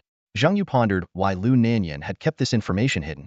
Perhaps she did it out of kindness, not wanting to cause him unnecessary panic. After all, the ultimate plan was just the first level of this vast game. Yet, Zhang Yu believed these truths deserved to be known. Surprisingly, upon learning the truth, he didn't feel fear or despair. Reflecting on the past, Zhang Yu had always thought he was powerless to change the course of the world. He was just a latecomer. While there were many strong individuals like Nan Muyun who held up the world, or professionals like Lu Nanyan who were willing to mentor newcomers. But Wang Ting's words made him realize, even a genius like Nan Muyun was not considered top tier in this massive game involving countless professionals from various world spaces. Their world was like a novice, just starting out. In the face of an impending collapse, everyone needed to work together to hold up the sky. Zhang Yu recalled his original intentions, to catch up with Li Nan, to challenge Zhou Yun, and simply to become stronger. The goal of becoming stronger was also straightforward higher status and a better life. But when he truly understood the essence of the Abyss game, a crucial realization dawned on him. His talent belonged to this world, not just to himself. He felt a heavy sense of responsibility and knew he had to turn this divine talent into real strength to live up to his potential. Wang Ting keenly sensed the subtle shift in Zhang Yu's emotions. Although he couldn't pinpoint exactly what it was, he could feel a newfound determination emanating from the newcomer. What's up with you? Wang Ting couldn't help but ask. Zhang Yu smiled calmly. Nothing, just figured some things out. I was hesitant before about whether to do this, but now it seems necessary to give it a try. Wang Ting frowned. Stop being cryptic. Zhang Yu smiled mysteriously. You'll find out soon. I think I might be able to help you clear this level, as a thanks for telling me all this. Since they were in the same faction, it wasn't unreasonable to say he could help him clear the level. What? You help me clear the level? Wang Ting's eyes widened, wondering if the newcomer had been scared senseless by the truth. I'm an S-rank professional from the old world, with full strategies and having been through this twice. I wouldn't dare say I could clear it. And you, a complete newbie, think you can help me clear it? He shook his head, thinking the kid must be crazy. At that moment, a low hum suddenly echoed. The giant door behind the tower slowly opened, and a massive serpent slithered out. Atop the serpent's head sat a well-built man, draped in a black cloak, wearing the distinctive warden's hat, with a long blade strapped to his waist, exuding an intimidating presence. The warden. A low murmur erupted from the crowd, and everyone immediately lowered their heads, facing the warden's direction. The atmosphere grew tense. After a few minutes of silence, the warden finally spoke, his voice cold and authoritative. A prisoner has died. I've said before, prisoners are the most important commodities in this prison. Each death is a loss for the prison. His gaze swept over the crowd, finally resting in the direction where Zhang Yu stood. However, I'm surprised this time. You knew the penalty was death, yet you still came? Following the warden's gaze, everyone's eyes focused on the area around Zhang Yu, trying to identify the rule breaker. Standing beside Zhang Yu, Wang Ting panicked and whispered urgently, "Should we move? The warden seems to be looking our way. Could the killer be right next to us?" He added nervously, "We better not get implicated." In the prison's management ranks, the most important thing is to stay low-key and obedient. Zhang Yu smiled and reassured him, "Isn't it possible that he is looking at us?" Huh. Wang Ting was momentarily confused. Before Wang Ting could react, Zhang Yu had already fixed his gaze on the warden and said clearly, "Warden, I'm just a witness, not the killer. So, you shouldn't suspect me." As soon as Zhang Yu finished speaking, all eyes instantly focused on him, including Wang Ting, who was standing right beside him. Wang Ting's face turned deathly pale, and a storm of shock surged in his heart. He had never imagined that the professional he had been speculating about was actually this seemingly ordinary newcomer next to him. Wang Ting opened his mouth to speak, but suddenly realized that Zhang Yu had mentioned both of them. This realization made cold sweat break out all over him. Even though not everyone might suspect him, keeping a low profile in the future was now impossible. Just as Wang Ting was grappling with his turmoil, the warden's cold voice rang out again. "So, who should I suspect?" An invisible pressure bore down on Zhang Yu, but it was intercepted by the sudden appearance of a massive war bull, which absorbed the brunt of the warden's intimidation. Pointing at the war bull, Zhang Yu said casually, "Here, I've brought you the culprit." This action left Wang Ting and a few other professionals from the same faction dumbfounded, clearly not expecting such an unconventional move. The warden stared at the giant war bull that had effortlessly blocked his attack and asked, "Are you saying he killed the prisoner?" Zhang Yu shook his head and pointed behind him. "The killer is that man in black. He's been following me. If it weren't for the protection of the spider swarm, I'd probably be dead by now." He was referring to the Hell Executor, who immediately put on a fierce expression and bared his teeth at Zhang Yu. Despite the poor acting, it didn't detract from their performance. The warden's gaze shifted to the Hell Executor. The skin of the giant serpent beneath him suddenly split open, revealing numerous small blood-red eyes. The warden seemed to be communicating silently with these eerie eyes. About a minute later, he questioned Zhang Yu. "But you still killed one." Zhang Yu didn't hide anything. He pulled the corpse of a young prisoner faction member from his personal space and threw it to the ground. "You mean him?" "Yes, I killed him. But he was not only an escapee but also one of those bugs you particularly despise." Zhang Yu explained that when he killed this professional, he had used a piece of equipment, which meant he was directly involved in the act. The warden looked down at the corpse. The disguise provided by the Abyss rules was gone, and the boy's true identity as an outsider was clear. The warden's initial anger at the breach of rules seemed to subside a bit, but he still asked, "Why were you there? Shouldn't you have been on patrol?" Zhang Yu pointed at the patrol captain. "My captain asked me to clear out the trash." A hint of a smile seemed to appear on the warden's lips. "So, you treated the prisoner's body as trash to be disposed of?" Zhang Yu nodded in acknowledgement. Before the warden could respond, the patrol captain burst out, "I told you to clear out the trash, not to clean out the prisoners in the jail." He finally understood why the cells were empty yet unusually clean. It was all because this kid had treated everything as trash to be cleared. Zhang Yu responded with a smile. "You told me to clear out all the trash. In my view, they are all trash and should be cleared out." He glanced around, his gaze sweeping over the succubus on the ceiling, the iron tower on the balcony, and the kobold not far away. He continued, "And I'm not targeting anyone in particular. I'm just saying that everyone here is trash. Trash should be cleared out to make way for the capable."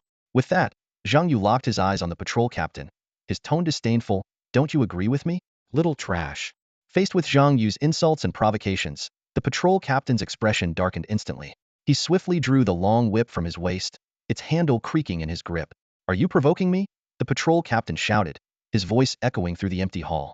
"Defying your superior and disobeying orders? Do you even know what you're doing? Even if you didn't kill the prisoner, you're still violating the warden's rules." Before he finished speaking, the patrol captain had already raised his whip and swung it fiercely at Zhang Yu. The air whistled with the sharp sound of the whip, but the expected strike never landed. With a crisp snap, the whip was suddenly cut in two by a dark shadow. The Hell Executioner had appeared in front of Zhang Yu, his scythe gleaming coldly as he growled at the patrol captain. "So, you are in cahoots?" the patrol captain accused, pointing at Zhang Yu behind the Hell Executioner, his voice rising as if he had found decisive evidence. Zhang Yu shrugged nonchalantly and said calmly, "This is his personal action, not related to me." He then turned his gaze towards the warden. The warden watched the scene with interest and asked, "Do you want to argue?" Zhang Yu smiled slightly. "Not argue, just a few questions I'd like to ask you, warden." The patrol captain immediately scolded. "What right do you have to question the warden? Or are you doubting the rules set by the warden?" Zhang Yu remained unbothered and nodded. "I do have some confusion about the warden's rules. It's not a challenge. I just don't want to die without understanding why." Doubting the rules? Wang Ting, standing at the back, was stunned. He looked at the powerful summon beast beside Zhang Yu, seeming to understand Zhang Yu's intention. Facing the direct challenge from Zhang Yu, the warden scrutinized him with a meaningful gaze. Next to him, the Iron Tower guard shouted sternly, "Rules are rules. In this prison, the warden holds absolute authority. Questioning the warden's rules means breaking them." Zhang Yu responded fearlessly, "Punishment? I'll take it. Even if it means death. I refuse to be led by trash. I just want to know one thing: why is he the captain and I'm just a guard? Is it just because I'm new?"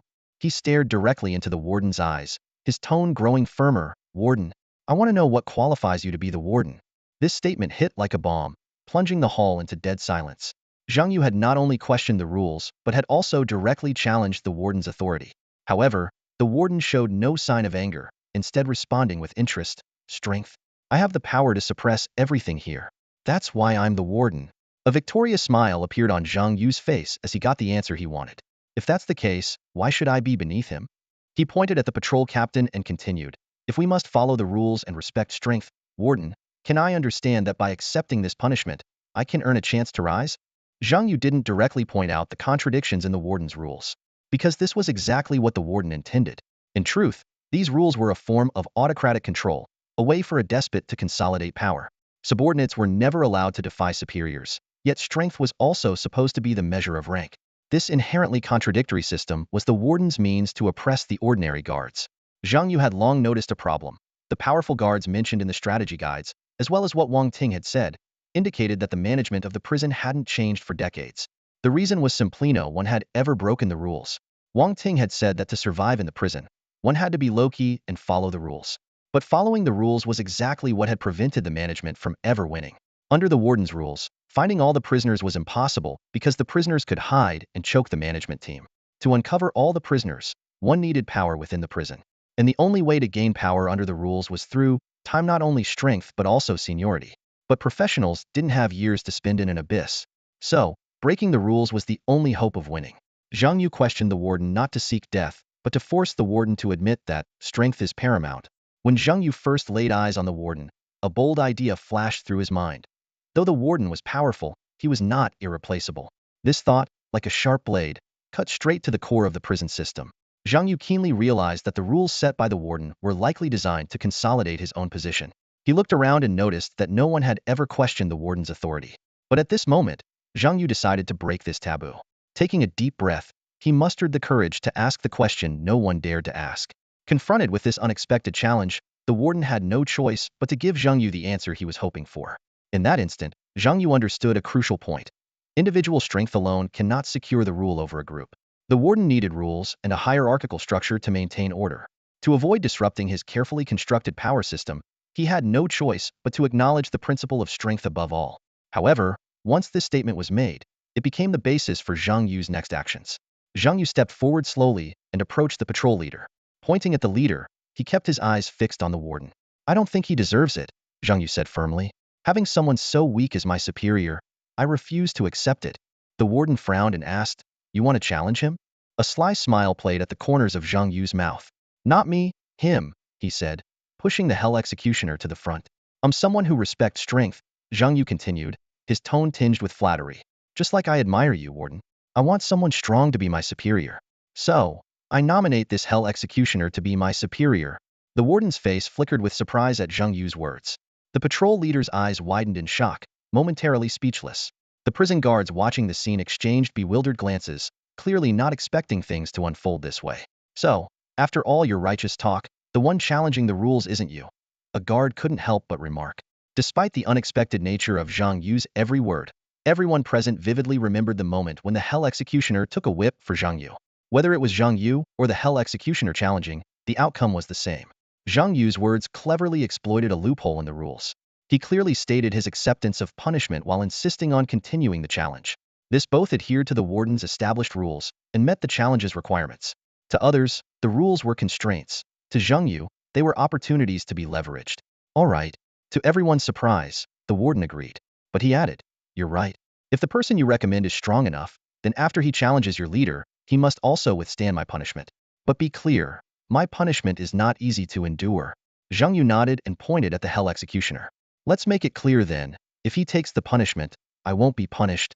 The warden felt a tinge of displeasure at Zhang Yu's insolent behavior, but there was a glint of admiration in his eyes. He keenly sensed that this newcomer had some sort of connection with those two formidable creatures, akin to the relationship between a spider queen and her brood. Unlike his guards who only knew brute force, Zhang Yu, with his intellect and courage, could be a valuable asset in managing the prison. The warden had been overwhelmed with the recent troubles plaguing the prison. If Zhang Yu truly had the capability, he was willing to give him a chance. However, this was contingent on Zhang Yu's underlings being strong enough to endure punishment. Upon receiving the warden's approval, Zhang Yu stepped back to make way for the Hell Executioner. The patrol captain's face turned ashen as he looked at the warden in disbelief, hoping he would reject this absurd request. He knew all too well that he couldn't even handle the inmates in cell 3001, and he always avoided eye contact with the prisoner in cell 3006. How could he possibly be a match for Zhang Yu? The warden's gaze remained fixed on Zhang Yu, filled with admiration. The patrol captain realized that the fight was inevitable. He glared at Zhang Yu, his voice tinged with a plea. "Is it really necessary to target me just because I asked you to clean up? Did I ever insult you? All the other newcomers have gone through this. Why can't you just endure it? Why do you have to make a scene?" Zhang Yu sneered. "Endure it? Make a scene? You've got it wrong. I'm not targeting you. I'm targeting everything about this place. The old ways here need to change. You just happen to be the first in line. It's just your bad luck." Before he finished speaking, the Hell Executioner let out a shrill cry, and its scythe slashed a black arc of malice. The patrol captain barely managed to block it, his face instantly darkening. He realized that this hell executioner was far more terrifying than any he had faced before. With just one move, he knew that its power was far beyond his own. In that moment of hesitation, the hell executioner marked the patrol captain with the weakling's mark. The outcome was decided. Zhang Yu watched the patrol captain struggle, surprised at how long he held out. He had preemptively used the Berserk Beast skill on the hell executioner. In unknown combat, the hell executioner was his strongest summon. The malicious slashes rained down like a storm, and the patrol captain had no means to counterattack. His arms, legs, and abdomen were covered in wounds, with black malicious energy preventing them from healing. Zhang Yu noticed that when only one summon was fighting, its energy was exceptionally abundant, allowing it to unleash skills without restraint. The Hell Executioner was already a unknown expert, and the enhanced energy limits from fighting alone left the patrol captain defenseless. A precise slash severed his right arm at the root. Isu, the patrol captain's plea for mercy was cut short as the Hell Executioner dashed forward like lightning. A dark shadow flickered, and the patrol captain was instantly decapitated. Execute. Behead him. With the command given, the executioner from hell, moving with the grace of a gentleman, swung his scythe elegantly. The patrol captain's head fell cleanly, landing perfectly on the blade. The executioner raised the scythe, displaying the head high above. He turned to face the crowd, slowly rotating the scythe as if flaunting his trophy. Then, he silently retreated to stand respectfully behind Zhang Yu. This seamless sequence of actions silently declared the true master of this battle. The professionals present, especially those aware of Zhang Yu's summoner identity, looked on with surprise and awe. Their gazes darted between the Hell Executioner and the even more formidable War Bull nearby, all thinking the same thing. So powerful? This is exactly the ally we've been searching for. Though Zhang Yu's strength wasn't enough to completely dominate third-stage professionals, calling him a pillar was certainly fitting. The warden stared at Zhang Yu and said in a deep voice, "I acknowledge the outcome of this challenge. But rules are rules." Zhang Yu nodded slightly. "I understand." He immediately led the still-dazed Wang Ting away, deliberately keeping his distance from the Hell Executioner. This subtle move even caused the warden's mouth to twitch slightly. This kid sure knows when to play his cards. The warden raised his hand, and a purple mist appeared out of thin air, condensing into a purple steel fork. All eyes were drawn to the steel fork, making the patrol captain's death seem insignificant. They all knew that from the moment Zhang Yu issued the challenge, the captain's defeat was inevitable. Now, the real focus was whether the black creature wielding the scythe could withstand the warden's punishment. If it could, it would mean the creation of a new rule-enduring punishment while gaining the right to challenge higher ranks. This would drastically alter the long-standing power structure of the prison. Suddenly, a prompt appeared before Zhang Yu. Warning: you are under attack by the warden's punishment. This attack cannot trigger the revival effect of the resurrection cross, nor can it activate the priest's holy resurrection skill. This explained why previous professionals couldn't attempt to endure the punishment. But Zhang Yu's situation was different. Firstly, the one being punished was a summoned creature, which could revive after a day even if it died, and it was protected by the Queen of Spirit Butterfly's cocoon. Secondly, he had 6 summoned creatures. Most importantly, the Hell Executioner was not afraid of massive damage. Hell form. When the demon beast's health reaches 0, it does not die immediately but enters hell form. It can be revived by the summoner with whom it has a master-servant contract. The demon beast can enter hell form only once per day. Boom. The purple steel fork struck down, causing a string of astonishingly high damage numbers to appear instantly. The massive shockwave sent nearby guards flying several meters. The warden clearly hadn't held back, aiming to demonstrate his strength and keep the restless in line. More importantly, he valued Zhang Yu himself, rather than just the Hell Executioner. If losing the Executioner meant losing his abilities, then this newcomer wouldn't be worth nurturing. As the dust settled, everyone was astonished to see the Hell Executioner still standing. He forcefully pulled the steel fork from his chest and let out an enraged roar. The aura of hell swept through the entire hall. He actually withstood it. Wang Ting and the other professionals murmured in disbelief. They had racked their brains trying to withstand the warden's punishment, with lesser rule violations only costing them some health. But the punishment for killing an inmate had always been unbearable. Even those who barely survived due to their profession were ostracized by the guards. However, Zhang Yu was different. This battle had the warden's consent and was a legitimate promotion fight. Zhang Yu turned to Wang Ting with a smile and said, "Now we have a new captain." Wang Ting glanced at Zhang Yu, then at the Hell Executioner, and without hesitation, grabbed Zhang Yu's hand, fawningly saying, "Captain, what are we having for dinner?" "It's on me." Zhang Yu was momentarily speechless and could only shake his head in resignation. Death row, 4th floor. Cell 4108. The floor was awash with blood, the stench of iron thick in the air. A pale, ghostly figure appeared silently at the cell door, emitting a faint glow. The ghostly figure, with a woman's voice, spoke to a writhing mass of flesh inside the cell. One of the prisoner faction's professionals has died. But none from the management faction were harmed, which means someone among them can withstand the punishment for breaking the rules. A deep, raspy voice emanated from the blood mass, accompanied by unsettling swallowing sounds. No need to worry. This is an inherently unfair abyss. The risks the management faction takes are far greater than ours. No one has ever beaten the prisoner faction as a manager. As soon as the words fell, a man with a bare torso stood up from the blood mass. He reached out and absorbed the mass into his hand, revealing several shriveled corpses on the floor. His movements were graceful, his demeanor exuding an air of superiority. The ghostly figure still seemed worried, but this time, the management faction has caused quite a stir. How big? The man asked, raising an eyebrow. The ghostly figure hesitated before replying. They killed a patrol captain and took his place. The man took a white shirt from his inventory and put it on, walking towards the cell door. Just a lower-tier elite monster. Is it worth all this concern? Even in the dim, damp cell, he maintained an air of nobility as he approached the ghostly figure. Stick to the plan. Don't let external factors distract you. Go find the other professionals in the prisoner faction and reassure them. Tell them, with me here, the final mission will surely be completed. Yes, the ghostly figure responded but still had concerns before leaving. Are we really going to ignore that professional? The man fixed the ghostly figure with a sharp gaze. What are you worried about? The ghostly figure hesitated before admitting. I just have a vague sense of unease. Someone in the management faction once did something that affected the prisoner faction. Did they succeed? The man asked. The ghostly figure shook her head. A glint of insight flashed in the man's eyes. Willing to endure punishment to improve their position, they certainly have guts. If they can withstand the punishment and gain the warden's approval, they must be strong. But they chose the wrong faction. He deduced the opponent's plan from mere hints, not because he was infallible, but because others had tried this path before. Even the strongest predecessors couldn't win from the management faction. No matter how strong they are, they can't beat us. Besides, with me here, what do you have to worry about? Have I ever lost? The man's eyes shone with unwavering confidence, which the ghostly figure saw not as bravado, but as fact. He had earned his right to boast, and had the confidence to back his words. I understand. The ghostly figure said no more. The man nodded. Go do what you need to do. Have them complete the basic tasks quickly. I want to earn the historical record rewards. Got it. The ghostly figure responded excitedly. Following the man had earned countless historical record rewards. If he said something could be done, it would be done. Just as he had vowed to climb over the predecessor's records, fulfilling his promises every time. This time would be no different. The ghostly figure had near-blind faith in the captain. The pale ghostly figure cheerfully phased through the wall, entering a cell on the third floor and merging with a pale-faced woman. Meanwhile, in the guard's break room, a group of people stared in shock at the hellish executioner wielding a scythe, exuding a menacing aura. Even the patrol captain was speechless, watching as his position was usurped.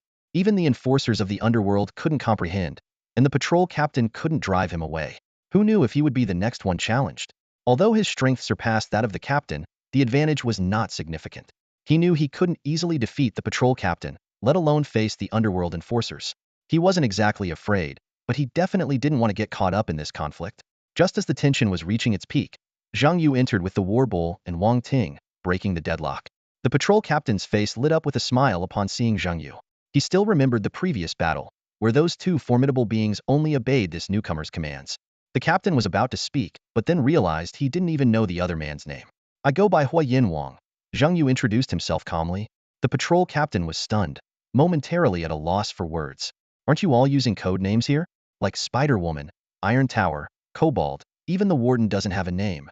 From now on, just call me Hua Yin Wang, Zhang Yu added, his eyes carrying a hint of undeniable authority. The captain's mind raced, but outwardly he only furrowed his brow slightly. Hua Yin Wang, are you sure? Although they did use titles to address each other, never had there been one so audacious. He didn't say it out loud, but he thought to himself. You may have some strength, but you're still too weak compared to those ruthless prison officers. When you finally anger them, that's when you'll regret it. Hua Yin Wang? Ha! Don't end up in hell for real. Suppressing his annoyance, the captain turned to Zhang Yu, trying to maintain politeness. Well, Hua, little brother, could you ask your friend to get off my spot? The sooner we finish preparing for tomorrow's tasks, the sooner we can all rest, right? He still couldn't bring himself to say, Hua Yin Wang. Zhang Yu nodded slightly and gestured to the underworld enforcer. Step down for now. This spot isn't ours yet. Yeah. The patrol captain caught the implication in Zhang Yu's words, and his face darkened. In this prison, the lowest rank was the newcomers, like Zhang Yu and Wang Ting. Next were the veteran guards and regular members. Above them were the zone captains, responsible for managing specific areas. That was his current role. An alarming realization struck him. Zhang Yu aimed to climb higher, and his next target was him. The captain's heart sank as he understood that an inevitable clash was on the horizon. The regional officer tried to maintain his composure as he assigned tasks for the next day, but he quickly made his exit. He didn't want to face Zhang Yu's seemingly harmless yet notoriously cunning demeanor, nor did he want to confront the hellish executioner and the war bull that watched him with predatory intent. The weight of the pressure from these newcomers was like a mountain on his shoulders, a feeling of urgency he had never experienced before. Zhang Yu watched the officer's hurried departure with satisfaction. This was exactly the effect he wanted: a workplace brimming with positive competition. Did the old employees think they could coast on their seniority? Let's see if Zhang Yu, the master of internal competition, would allow that. Other patrol teams also began to leave, feeling the same invisible pressure and eager to return to their training. Although they might not see significant improvements in the short term, at least it provided them with some mental comfort. Finally, only one team remained: the team originally led by the former patrol captain, now under the command of the hellish executioner. The team members were silent, none daring to speak up or leave.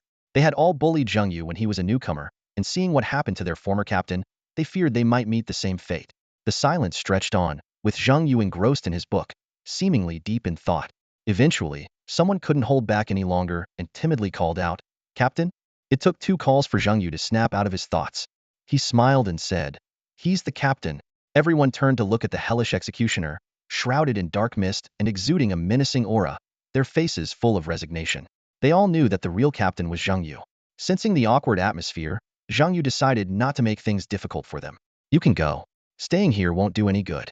Go back and rest well. There's important work tomorrow." The team members were surprised. "You're really letting us go?" Zhang Yu smiled. "Of course. I never hold grudges. I settle them on the spot." He pointed at the hellish executioner. "So remember that, or else the captain won't be pleased." The team members quickly pledged their loyalty. "Understood. We'll follow your lead from now on." They were not only afraid of losing their lives, but also saw an opportunity in following this living Yama. In that moment, their previously complacent attitudes seemed to awaken. After everyone left, Zhang Yu returned to his room to sort through the day's spoils. 7 loot boxes, elite monsters from cells 3001 and 3006, the former patrol captain's defeat, and a treasure box from a young warrior in the prisoner faction. Zhang Yu was pleased with the results. 7 loot boxes on the first day, and his progress in the abyss had already reached the captain level. Considering this was an abyss that would last over a dozen days and was filled with elite monsters, Zhang Yu estimated that the prison wardens like Iron Tower and the Cobalt, as well as the powerful inmates on the 3rd underground and 5th prison levels, would far exceed elite monster status. This abyss was difficult but resource-rich. Zhang Yu planned to use these days to at least enhance 2 7th-tier summon beasts in preparation for the upcoming young professional tournament. The Yan Yun Alliance and Shangyu City had treated him sincerely, and he wanted to repay them with excellent results. Excelling in the tournament would benefit Shangyu City's professionals and bring advantages to Mayor Zhangzhan and Chaifeng, possibly helping the Yan Yun Alliance secure more government resources next year. As a complete newcomer, Zhang Yu's achievements would be even more convincing. He silently vowed to stand out in the tournament. Zhang Yu eagerly opened the 7 loot chests while mentally planning his next moves. As the lids lifted, his eyes fixed on their contents, and his heartbeat quickened involuntarily. The prisoners from cell 3001 and the 3 prisoners from cell 3006, excluding the Blakaya demon, each contributed 1,500 talent points, with no additional rewards. Zhang Yu quickly calculated a total of 6,000 points. He nodded slightly, feeling that the outcome was satisfactory. Having opened many chests before, Zhang Yu had figured out the pattern. He thought to himself, ordinary elite monsters' chests usually only contain talent points, and the chances of other items appearing are very low. Even among elite monsters, there are different levels, though the distinctions aren't very clear. He recalled the most troublesome prisoner from cell 3006, the dark-skinned, double-pupiled prisoner, who was evidently stronger than the other 3, qualifying as a high-level elite monster. Consequently, his loot was more abundant. Similarly, the patrol captain was also a high-level elite monster. As for the chests from professionals, they undoubtedly offered the best rewards. The system notification rang in his ears. "You have opened the loot chest of its level 25 level warrior, gaining 1,500 talent points and 1 random emblem." Zhang Yu quickly took stock of his gains: 7 chests, 3 random emblems, and a total of 9,900 talent points. His eyes sparkled with excitement. If he could have similar gains tomorrow, he would be able to acquire another tier 7 summon beast. Indeed, It's through combat that one improves, Zhang Yu murmured to himself. He began considering his next steps. If he could indeed get another Tier 7 summon beast, he decided to prioritize upgrading the War Minotaur or the Hell Executioner. These two summon beasts were the best for solo challenges. One a warrior-type assassin, the other a strong control-type tank, both ideal for elevating his status through single combat. But Zhang Yu's ambitions didn't stop there. His gaze grew deeper as a bold idea formed in his mind. If possible, if the resources are sufficient, Tier 8 might not be out of reach. A Tier 8 summon beast would mean breaking the talent ceiling for summon beasts in his world. He clearly remembered that the highest talent summon beast in Verda was a 45th level support beast, which was only a Tier 7 talent. Summoning a Tier 8 beast would be a historic breakthrough.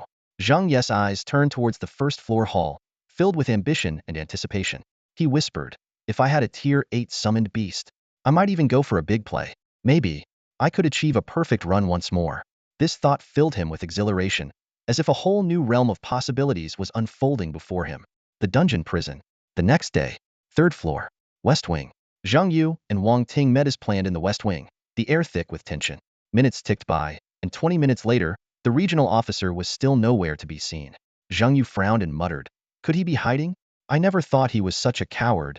Wang Ting chuckled, a knowing glint in his eyes. If I were him, I'd hide too. As long as you stay hidden well enough, you won't get a chance to challenge me. He's probably thinking the same.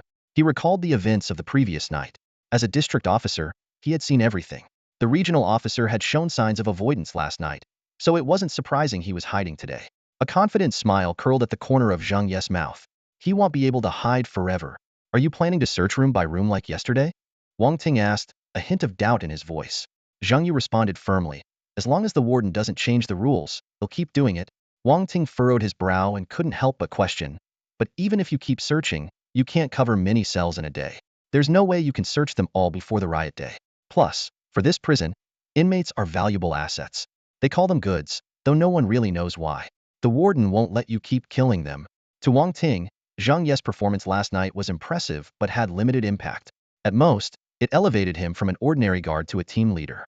This didn't solve the problem of finding the inmate faction professionals, nor change the prison's systemic issues. Zhang Yu turned to Wang Ting, a mysterious smile on his face. I don't plan to keep searching forever. Wang Ting looked puzzled. Then what do you plan to do? Zhang Yu countered with a question.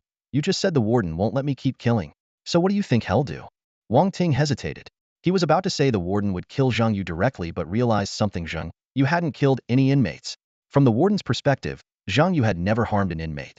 His only actions were against the professionals in the inmate faction, which could even be seen as commendable. After a moment of contemplation, Wang Ting uncertainly said, change the prison rules? Exactly. Zhang Yu nodded in confirmation and explained, even though you call my world a newbie world, it has plenty of strategies. All of them share one thing. The rules have never changed. Just like the hierarchy of the warden's officers, which has never changed. Wang Ting's eyes lit up with realization. If the rules change, the officer hierarchy will too? Yes. Zhang Yu affirmed. I want the warden to change this himself. He established a power order in this prison, but it's really just a violent order. He uses his absolute authority and strength to keep the strong in check. Once the rules are broken, it means the violent order will lose its order. Zhang Yu made a fist and then relaxed it. Without order, violence is just pure chaos. The prison will when everything falls apart. It's time to rebuild order. Listening to Zhang Yu, Wang Ting's expression became uneasy, his eye twitching slightly. He couldn't help but say, I thought you just wanted to climb the ranks in the prison. I didn't expect you to be this crazy. Crazy? Zhang Yu shook his head. This is the only way I can think of for the warden's faction to win. Even if I could keep climbing, what rank could I reach? Replace the warden? I don't have that strength. Zhang Yu had a clear understanding of his abilities. He could defeat the 9th-ranked succubus and might have a chance against the 3rd-ranked spider-woman, but only with all his summoned beasts. In an unknown fight, he couldn't even beat the 6th-ranked kobold.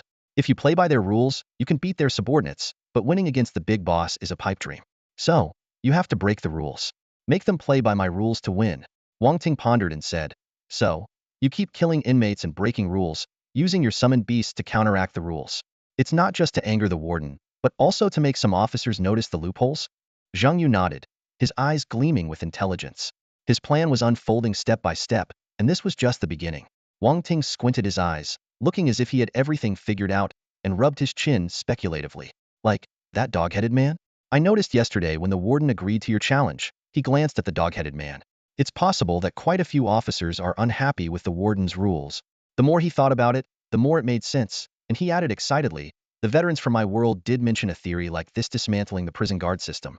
But while the theory is simple, putting it into practice is nearly impossible because we've never had a summoner of your strength before. At this point, Wang Ting's expression turned peculiar, and he muttered under his breath, it's hard to imagine just how resource-rich your world must be to produce a summoner of your caliber. Zhang Yu ignored his remark and calmly said, no matter how rational or powerful a person is, they can lose control if their interests are compromised. Wang Ting couldn't help but ask, but what if nothing goes out of control? Glancing at the Hell Enforcer behind him, Zhang Yu said indifferently, then that's my second reason for killing the prisoners. He didn't elaborate further. Seeing that the regional officer still hadn't arrived, Zhang Yu motioned for the Hell Enforcer to follow him as he headed towards cell 3007, the place where the professional escaped yesterday. The other team members exchanged glances, but followed silently and in unison. Wang Ting unhesitatingly left his original team to follow Zhang Yu, leaving his former patrol leader seething but unable to protest. Zhang Yu was in the west wing of the third floor, which had over 60 cells. The corridors were spacious, and as they passed cell 3001, Zhang Yu noticed it had a new inmate. A keen-eyed guard immediately explained, these are prisoners transferred from the first underground level. Lots of prisoners on the first underground level? Zhang Yu asked. The guard replied, new arrivals are usually placed there first. After being screened by the level's officers, they are then distributed among the cells. We generally don't leave cells empty. Who are the officers on the first underground level?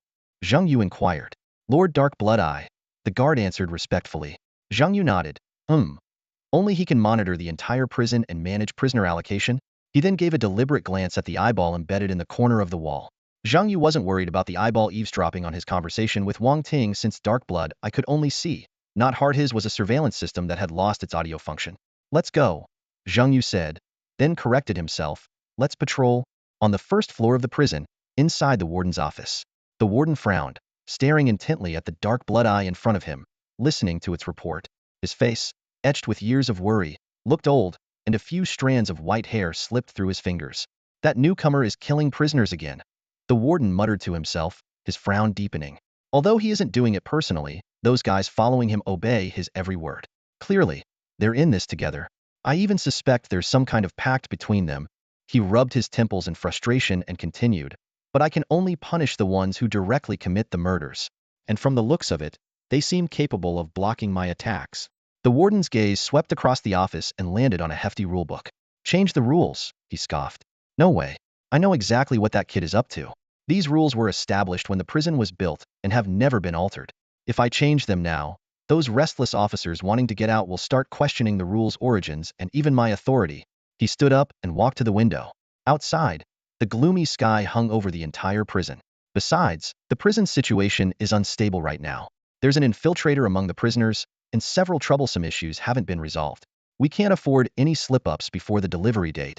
Turning back to face the Dark Blood-I, a fierce glint flashed in his eyes. If worst comes to worst, we'll just increase tonight's punishment. He paused, then added, but we can't let him keep killing. Who's the officer in charge of the third level? The warden struggled to recall, finding his memory increasingly foggy. Just then, the giant python beneath him let out a low hiss, as if reminding him of something. Oh, right, it's the succubus, the warden realized. Have the succubus get close to that kid and find out what he's up to. If he's just addicted to killing like that crocodile, send him underground. It's full of rejects down there. Let him kill to his heart's content. The warden's voice turned low and dangerous, but if he has another motive, it means we're caught up in their game too. That would be a real problem. He tiredly touched his increasingly aged face and sighed. Go, get it done. I'm exhausted. The Dark Blood-I responded with a sound like tearing paper. Understood. It then vanished into the shadows. In truth, the warden never really cared much about the prisoners' deaths. While he wasn't lying when he said the prisoners were cargo, he didn't genuinely care about their well-being. After all, cargo always has the potential to get damaged. Just then, a deafening scream echoed from the direction of the cells. Outside the cells, the guards watched in disarray as Zhang Yu put on a show. He feigned extreme anxiety, seemingly trying to stop the Hell Executioner and the War Minotaur from their killing spree, as if he hadn't been the one to bring the War Minotaur to this cell. This scene had already played out many times. From the morning patrol at 7 a.m. to now, near dusk, they had cleaned 20 cells. Even Wang Ting couldn't help but marvel at Zhang Yu's efficiency, combat prowess, stamina, and his relentless cleaning ability, leaving no prisoner behind. In just one morning, they had cleared 20 cells. taking down over 70 ordinary prisoners and 12 elite prisoners. Although they hadn't encountered any prisoner faction professionals, the results were still staggering. One of the prisoners was even stronger than yesterday's duelite inmate. Such continuous high-intensity combat was something Wang Ting couldn't even imagine. Typically, a battle lasting over 10 minutes was considered long. Facing 12 elite opponents consecutively was something Wang Ting knew he couldn't do, and he doubted even professionals of the same level could manage it. What was more astonishing was that after clearing each cell, Zhang Yu would put on a stop-the-killing act. He did it tirelessly, never giving anyone the chance to catch him red-handed. He wasn't the one killing the prisoners. He even tried to stop it. Wang Ting couldn't help but admire Zhang Yu's dedication. However, Zhang Yu's feelings were mixed. On one hand, he was pleased with the day's rich haul, accumulating over 800,000 experience points. 12 elite prisoners meant 12 loot chests, 2 of which were on par with yesterday's duelite elite. The resources from the prison's death row far exceeded his expectations. But aside from resources, there were no significant gains. For instance, they hadn't encountered any prisoner faction professionals. More unsettling, no one had come to trouble him all day. Zhang Yu had been almost continuously killing prisoners from morning till now, stopping only briefly to clear cells and rest. Yesterday, a meeting was called after just a few hours, but today, everything was unusually quiet. After clearing the 21st cell, Zhang Yu noticed the ever-watchful dark blood eye and couldn't help but mutter, "Something's not right." "What's wrong?" Wang Ting asked, a hint of confusion flashing in her eyes. Zhang Yu pondered silently. He could sense Wang Ting's excitement over the day's gains. Hundreds of thousands of experience points, heaps of equipment and materials, and no fear of penalties. Grinding like this for a few more days would be a dream come true. But the warden's silence made him wary. Normally, the warden would never tolerate him to this extent. Zhang Yu had to admit that without a complete strategy, everything was just speculation. He realized that simply farming the prison inmates wouldn't solve the challenge of clearing the warden's faction. After a whole day, they had only cleared 21 cells. Considering the prison had thousands of cells, not to mention the larger underground cells, this method was clearly inefficient. Although clearing 21 cells was already fast, if it weren't for the Spirit Butterfly Queen's quick energy recovery skill, the Hell Executioner and War Minotaur would have been exhausted by the 10th cell. Zhang Yu's goal in farming the cells wasn't to clear the level but to gain experience, loot, and provoke the warden. However, the warden's silence left him uneasy. At that moment, a faint scent of roses wafted through the air, instantly brightening Zhang Yu's eyes. In this dark prison filled with the stench of blood and decay, such a fragrance could only come from one person, the third-tier cadre, the succubus. "Little brother, did you enjoy the killing?" Succubus Kaya's coquettish voice echoed, her seductive tone striking straight to the heart. Wang Ting and the other prison guards broke out in cold sweat, their faces turning even redder. As the 9th strongest in the warden's faction, Succubus Kaya had the power to directly control men. Seeing the succubus appear, Zhang Yu immediately flashed a bright smile, seemingly unaffected. He walked over to her with large strides, enthusiastically shaking her hands like a polished professional. "Welcome, tier leader Succubus, to inspect our work. Let's give a round of applause." He led the applause, his movements earnest, a professional smile plastered on his face, signaling Wang Ting and the other guards to join in. Clap, clap, clap. The sound of applause echoed through the cells. "Welcome, leader." Zhang Yu is a true professional. Zhang Yu's unexpected performance left Succubus Kaya momentarily at a loss for how to react, her emotions becoming somewhat disjointed. After encountering the succubus, Zhang Yu gained a new understanding of this race. He was surprised to find that succubi were not merely beings that seduce desires, as he had initially thought. This realization made him aware of his own stereotypes. The succubi's allure was far more complex than he had imagined.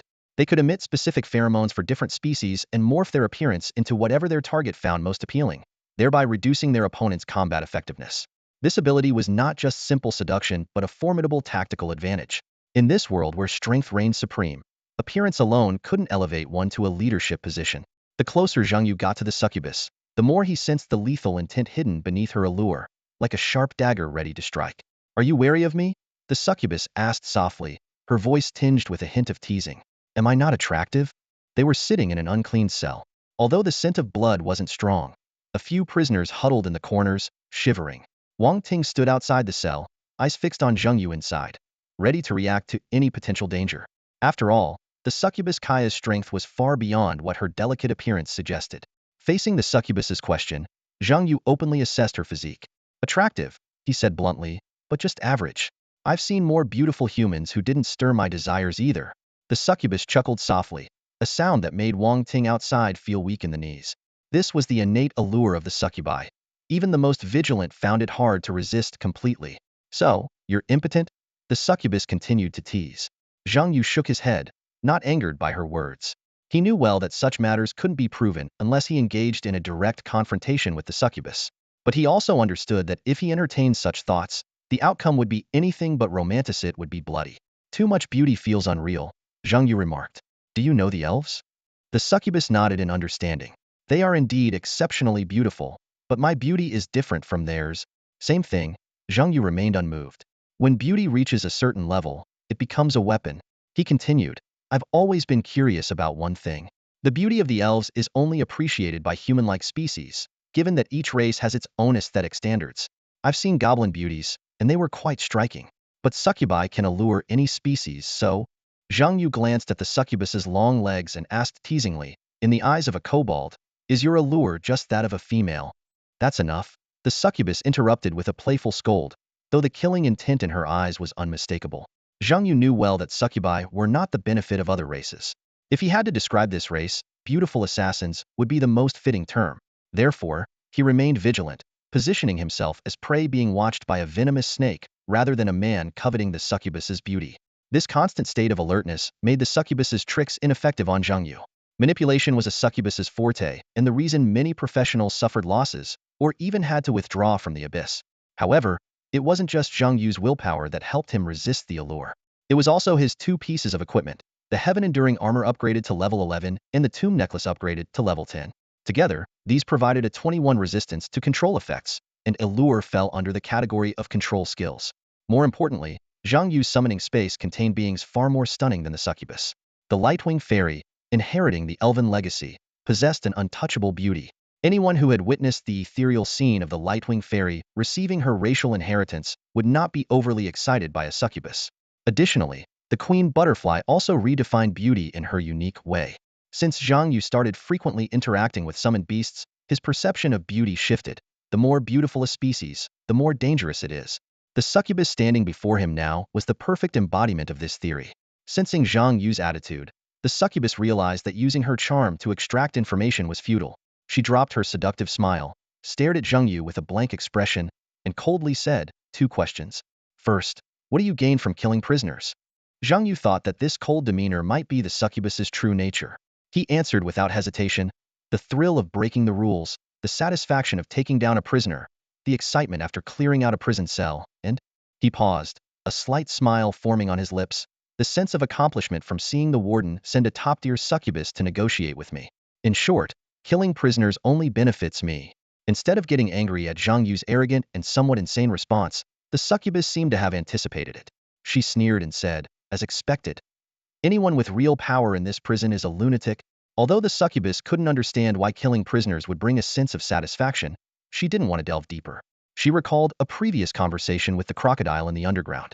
The crocodile claimed that dismembered corpses were his faith, and that he would go mad if he didn't tear apart a few prisoners daily.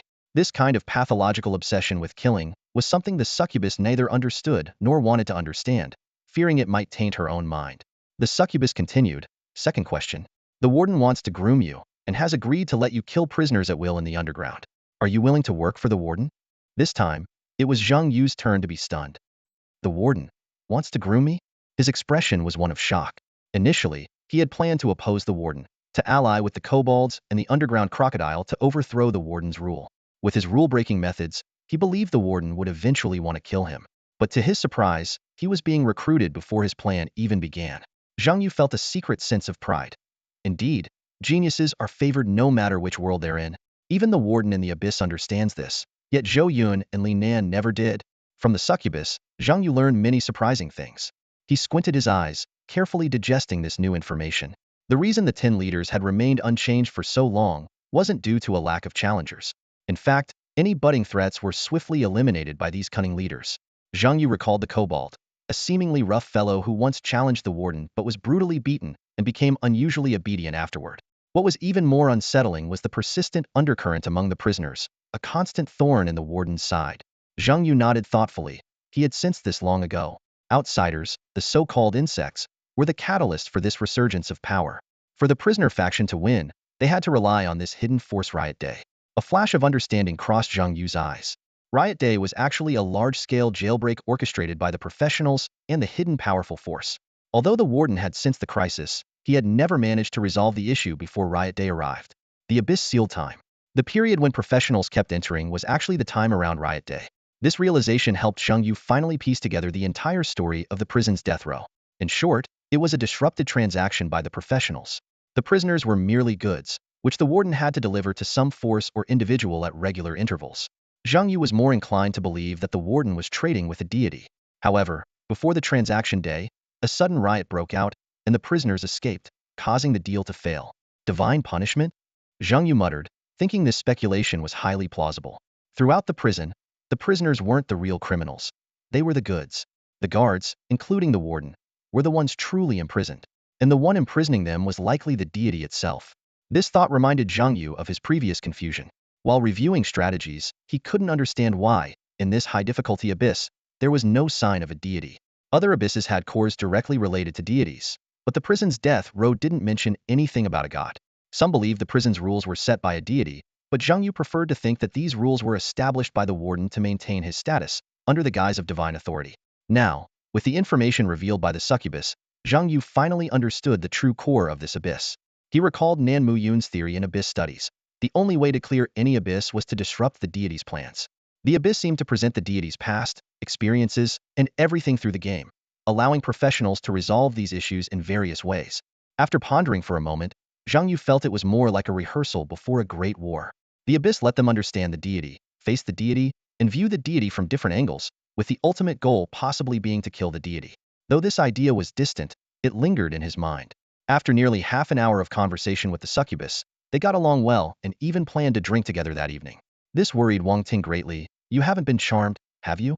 Zhang Yu retorted. Do I look like I've been charmed? Wang Ting nodded without hesitation. If I were alone in a cell with a succubus for half an hour, I definitely wouldn't be able to resist.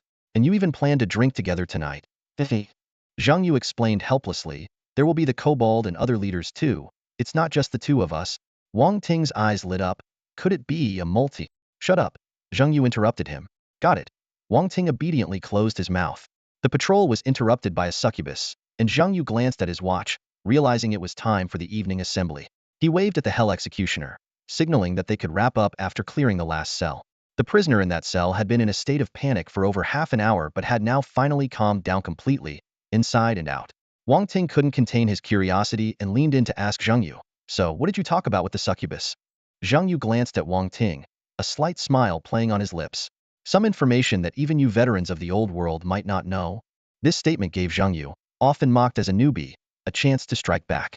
The succubus had revealed certain secrets that he was confident the veterans were unaware of. From Wang Ting, Zhang Yu learned that their world seemingly lacked professionals personally trained by the warden. Given that the warden regarded these professionals as his own, the succubus naturally disclosed secrets she would never normally reveal. What exactly did she say? Wang Ting pressed, knowing that any new intel would fetch a high price in their world. Zhang Yu didn't answer directly. Instead, he calmly stated, I can only tell you this. The plan has changed. I'm going to be a floor leader. A floor leader? Who are you going to challenge? Wang Ting wasn't surprised by Zhang Yu's ambition. It was part of their plan. Kill prisoners, challenge the rules, challenge superiors, and climb the ranks from squad leader to officer to floor leader. I'm not challenging anyone. The warden is giving me a floor. Zhang Yu's response was unexpected. What? Wang Ting was momentarily confused. Zhang Yu elaborated. The prison has 8 floors, 5 above ground and 3 below, not counting the main hall. Each floor has a floor leader. The 5th floor is led by a kobold, ranked 6th. The 4th floor by a sphinx, ranked 7th. The 3rd floor by a succubus, ranked 9th. The 2nd floor by a masked butcher, ranked 10th. The 1st underground floor by the dark blood-eye, ranked 2nd. The 3rd underground floor by a crocodile, ranked 5th. The spider queen is the deputy warden, overseeing the 2nd floor, ranked 3rd. The python is unranked but is 8th in power. Iron Tower manages the rules and is ranked 4th. The warden is 1st. Now, what do you think is missing? Wang Ting quickly went through the list and realized. The 2nd underground floor doesn't have a floor leader? Exactly, that's the warden's offer of goodwill. Zhang Yu confirmed. Wang Ting scratched his head, still puzzled. Goodwill? Zhang Yu didn't elaborate further and continued. Actually, after facing the succubus directly, I realized that in an unknown fight, I might not necessarily win against one of the officers. Being given a floor leader position saves me a lot of trouble. I might not excel in single combat, but I'm great at causing chaos. I need to bring you all into my game to win. Group battles are my forte. As dusk fell, the prison's big meeting was about to begin. Standing at the edge of the hall, Zhang Yu was calculating the information he had just received from the succubus. His eyes scanned the room and noticed the warden preparing something on the stage. At that moment, the succubus silently appeared beside Zhang Yu and whispered, "The warden will appoint you as a floor leader in tonight's meeting, giving you the 11th rank and assigning you to manage the second underground level." Zhang Yu raised an eyebrow, sensing there was more to it. "But there's a catch, right?" The succubus nodded slightly, her gaze drifting into the distance. "Not exactly a requirement. The second underground level has been managed by Iron Tower, and he might not agree to step down. You'll need to fight him. To prove my strength?" Zhang Yu speculated. The succubus turned, a teasing smile playing on her lips. "What strength do you have?" Zhang Yu was at a loss for words. Though he wanted to retort, it was true. He glanced at the war bull and hell executioner, always by his side, pondering silently. To other professionals, his summoned beasts were proof of his power, but to the warden and the succubus, he and his beasts were seen as separate entities. The succubus continued, "The warden values your mind and the relationship you have with those two powerful beings. Although I can't see any clear connection that makes them obey you, the warden is convinced there's a deep contract between you and them." Zhang Yu's eyes flickered with surprise at the warden's insight. Being able to deduce the contract relationship without a summoner concept was already a testament to the warden's acumen. The succubus went on, "Otherwise, why do you think such a good opportunity would fall to you? The warden's been overwhelmed lately, balancing Iron Tower and the kobolds, preparing for an imminent delivery, and dealing with the troublesome prisoners I mentioned. Among the officers, few are competent, either traitorous like the kobolds or clueless like the Sphinx. Only Dark-Blood-I and the Spider-Woman can offer the warden any real help. You showed up at just the right time." The succubus spoke casually, as if discussing everyday matters, devoid of her usual seductive aura. Zhang Yu asked, "So, what are you to the warden?" The succubus smiled alluringly. "A messenger? A tool," Zhang Yu bluntly translated. The succubus wasn't offended. Instead, her eyes flashed with a heart-shaped charm. "Very fitting for your straightforward style." Zhang Yu brushed away the tangible charm and asked, "So, I need to order the Hell Executioner to fight Iron Tower?" "Yes," the succubus nodded. "Make the Hell Executioner fight this impossible battle for you to prove their absolute loyalty, akin to the Spider-Woman's spider swarm. Only then will the warden trust you with authority. Also, the warden promises you the right to investigate any cell." Zhang Yu's eyes lit up. "To find the outsiders?" "Exactly," the succubus explained. "The warden believes those outsiders are sent by an unknown faction to disrupt the deal. Eliminating them will ensure the transaction proceeds smoothly. But just do your best. With the warden in charge, the deal won't go wrong." Zhang Yu's expression turned slightly nuanced. As a transmigrator, he knew that the deal the succubus deemed foolproof was bound to have issues. Zhang Yu asked, "You trust the warden that much?" The succubus's tone carried a mix of warning and advice. "Your ambition is good, better than those whose spirit has been broken by the warden's rules. But understand one thing. You ended up in this prison not because you're capable, but because you're a failure. In other words, you're just another prisoner here. The only one with real authority is the warden. He has restraints more terrifying than you can imagine. Best keep your ambitions in check." The succubus's rare seriousness seemed more like a genuine caution against self-destruction rather than a threat from the warden's perspective. But Zhang Yu caught on to a key word: the warden's restraints, not strength. This subtle difference stirred something within him. This once again reinforced Zhang Yu's previous suspicions. The warden was trying to win him over and groom him, not because he wanted to change the rules, but because he couldn't eliminate him within the confines of those rules. The system that governed the entire prison was the true authority. As for the warden, Zhang Yu was more inclined to believe that he, like the rest of the guards, was just another kind of prisoner. The succubus walked alongside Zhang Yu, her voice low and magnetic. "All right, I've told you enough. In short, you need to be aware of your position. You've seized an opportunity now. As long as you survive the trade day, the position of floor leader is yours. From then on, you and I will be equals in this prison. I like talking to you, little brother. So if you ever need help, don't hesitate to come to me." They walked into the meeting hall, and the guards already gathered there started whispering upon seeing the succubus so close to Zhang Yu. She let out a soft laugh, a sound that, though gentle, rippled through the entire hall. The murmurs ceased immediately. The succubus, whose beauty was unparalleled in the eyes of any species, was a terrifying presence to these guards. Her soft laugh was enough to silence them all, showing that her status in the prison stemmed not just from her looks, but also from the blood-stained whip she wielded. Smiling, the succubus said to Zhang Yu, "I'll be waiting for your performance." She hung her whip on the chandelier and was about to leave when Zhang Yu suddenly spoke. "Oh, there's something I need to ask." "What?" The succubus paused. "In the fight with Iron Tower, can I kill him?" Zhang Yu looked directly into her eyes. You see it as a test of the executioner's loyalty to me, but I see it as my best chance to climb the ranks. So, can I kill him? A flicker of surprise crossed the succubus's delicate face before she chuckled. It seems my earlier warning didn't sink in.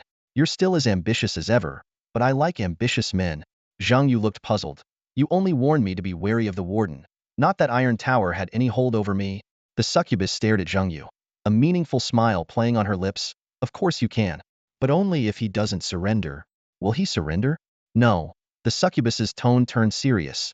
But if it comes to that, the warden will order you to stop. Zhang Yu instantly understood the underlying message.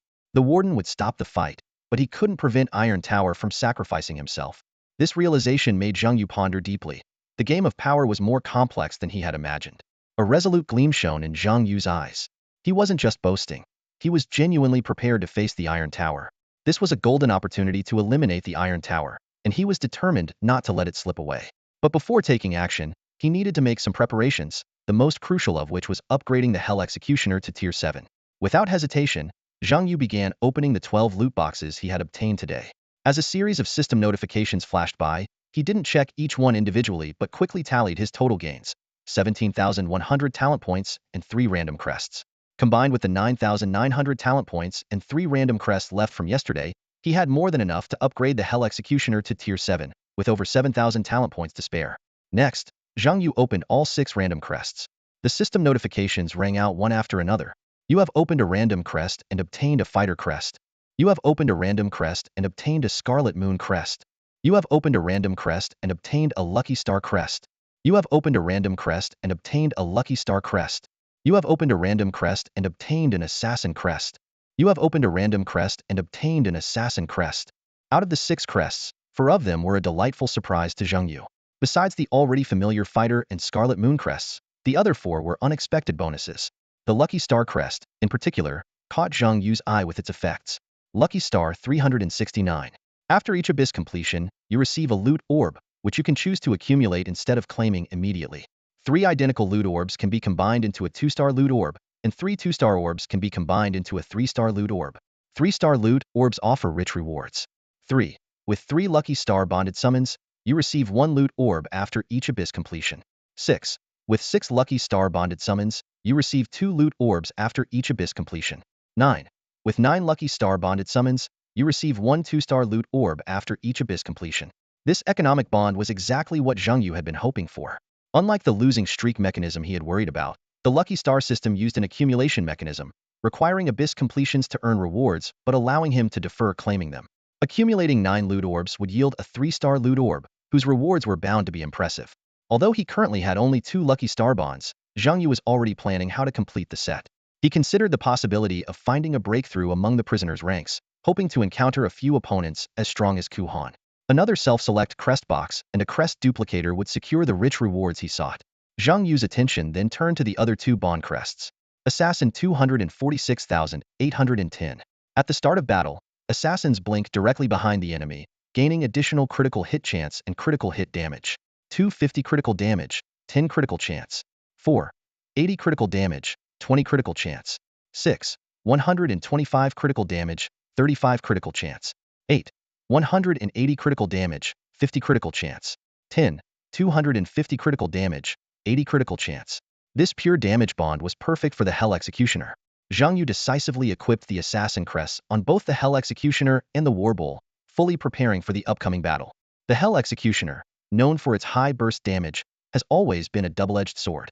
The emblem that Zhang Yu added to the War Bowl not only activated the synergy effect but also granted the Hell Executioner a 50 critical damage boost, significantly enhancing its lethal power.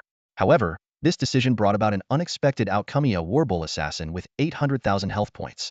An intriguing tactical idea came to Zhang Yu's mind: have the massive bull blink directly behind enemy lines.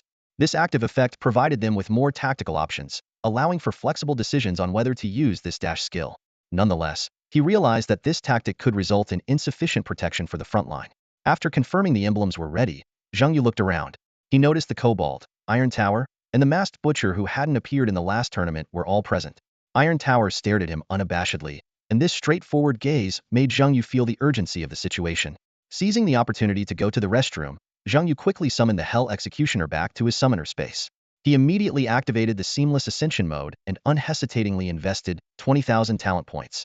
In an instant, the summoner's space was engulfed in thick darkness, and a hoarse voice echoed through the gloom. Without enforcers, the scythe cannot make law ironclad. Without the scythe, enforcers turn law into violence. I have endured torment in hell, willingly, for I am atoning. But who will atone for hell? Is it me, the scythe? As the last word faded, the hell executioner suddenly grabbed at the dark mist covering his face.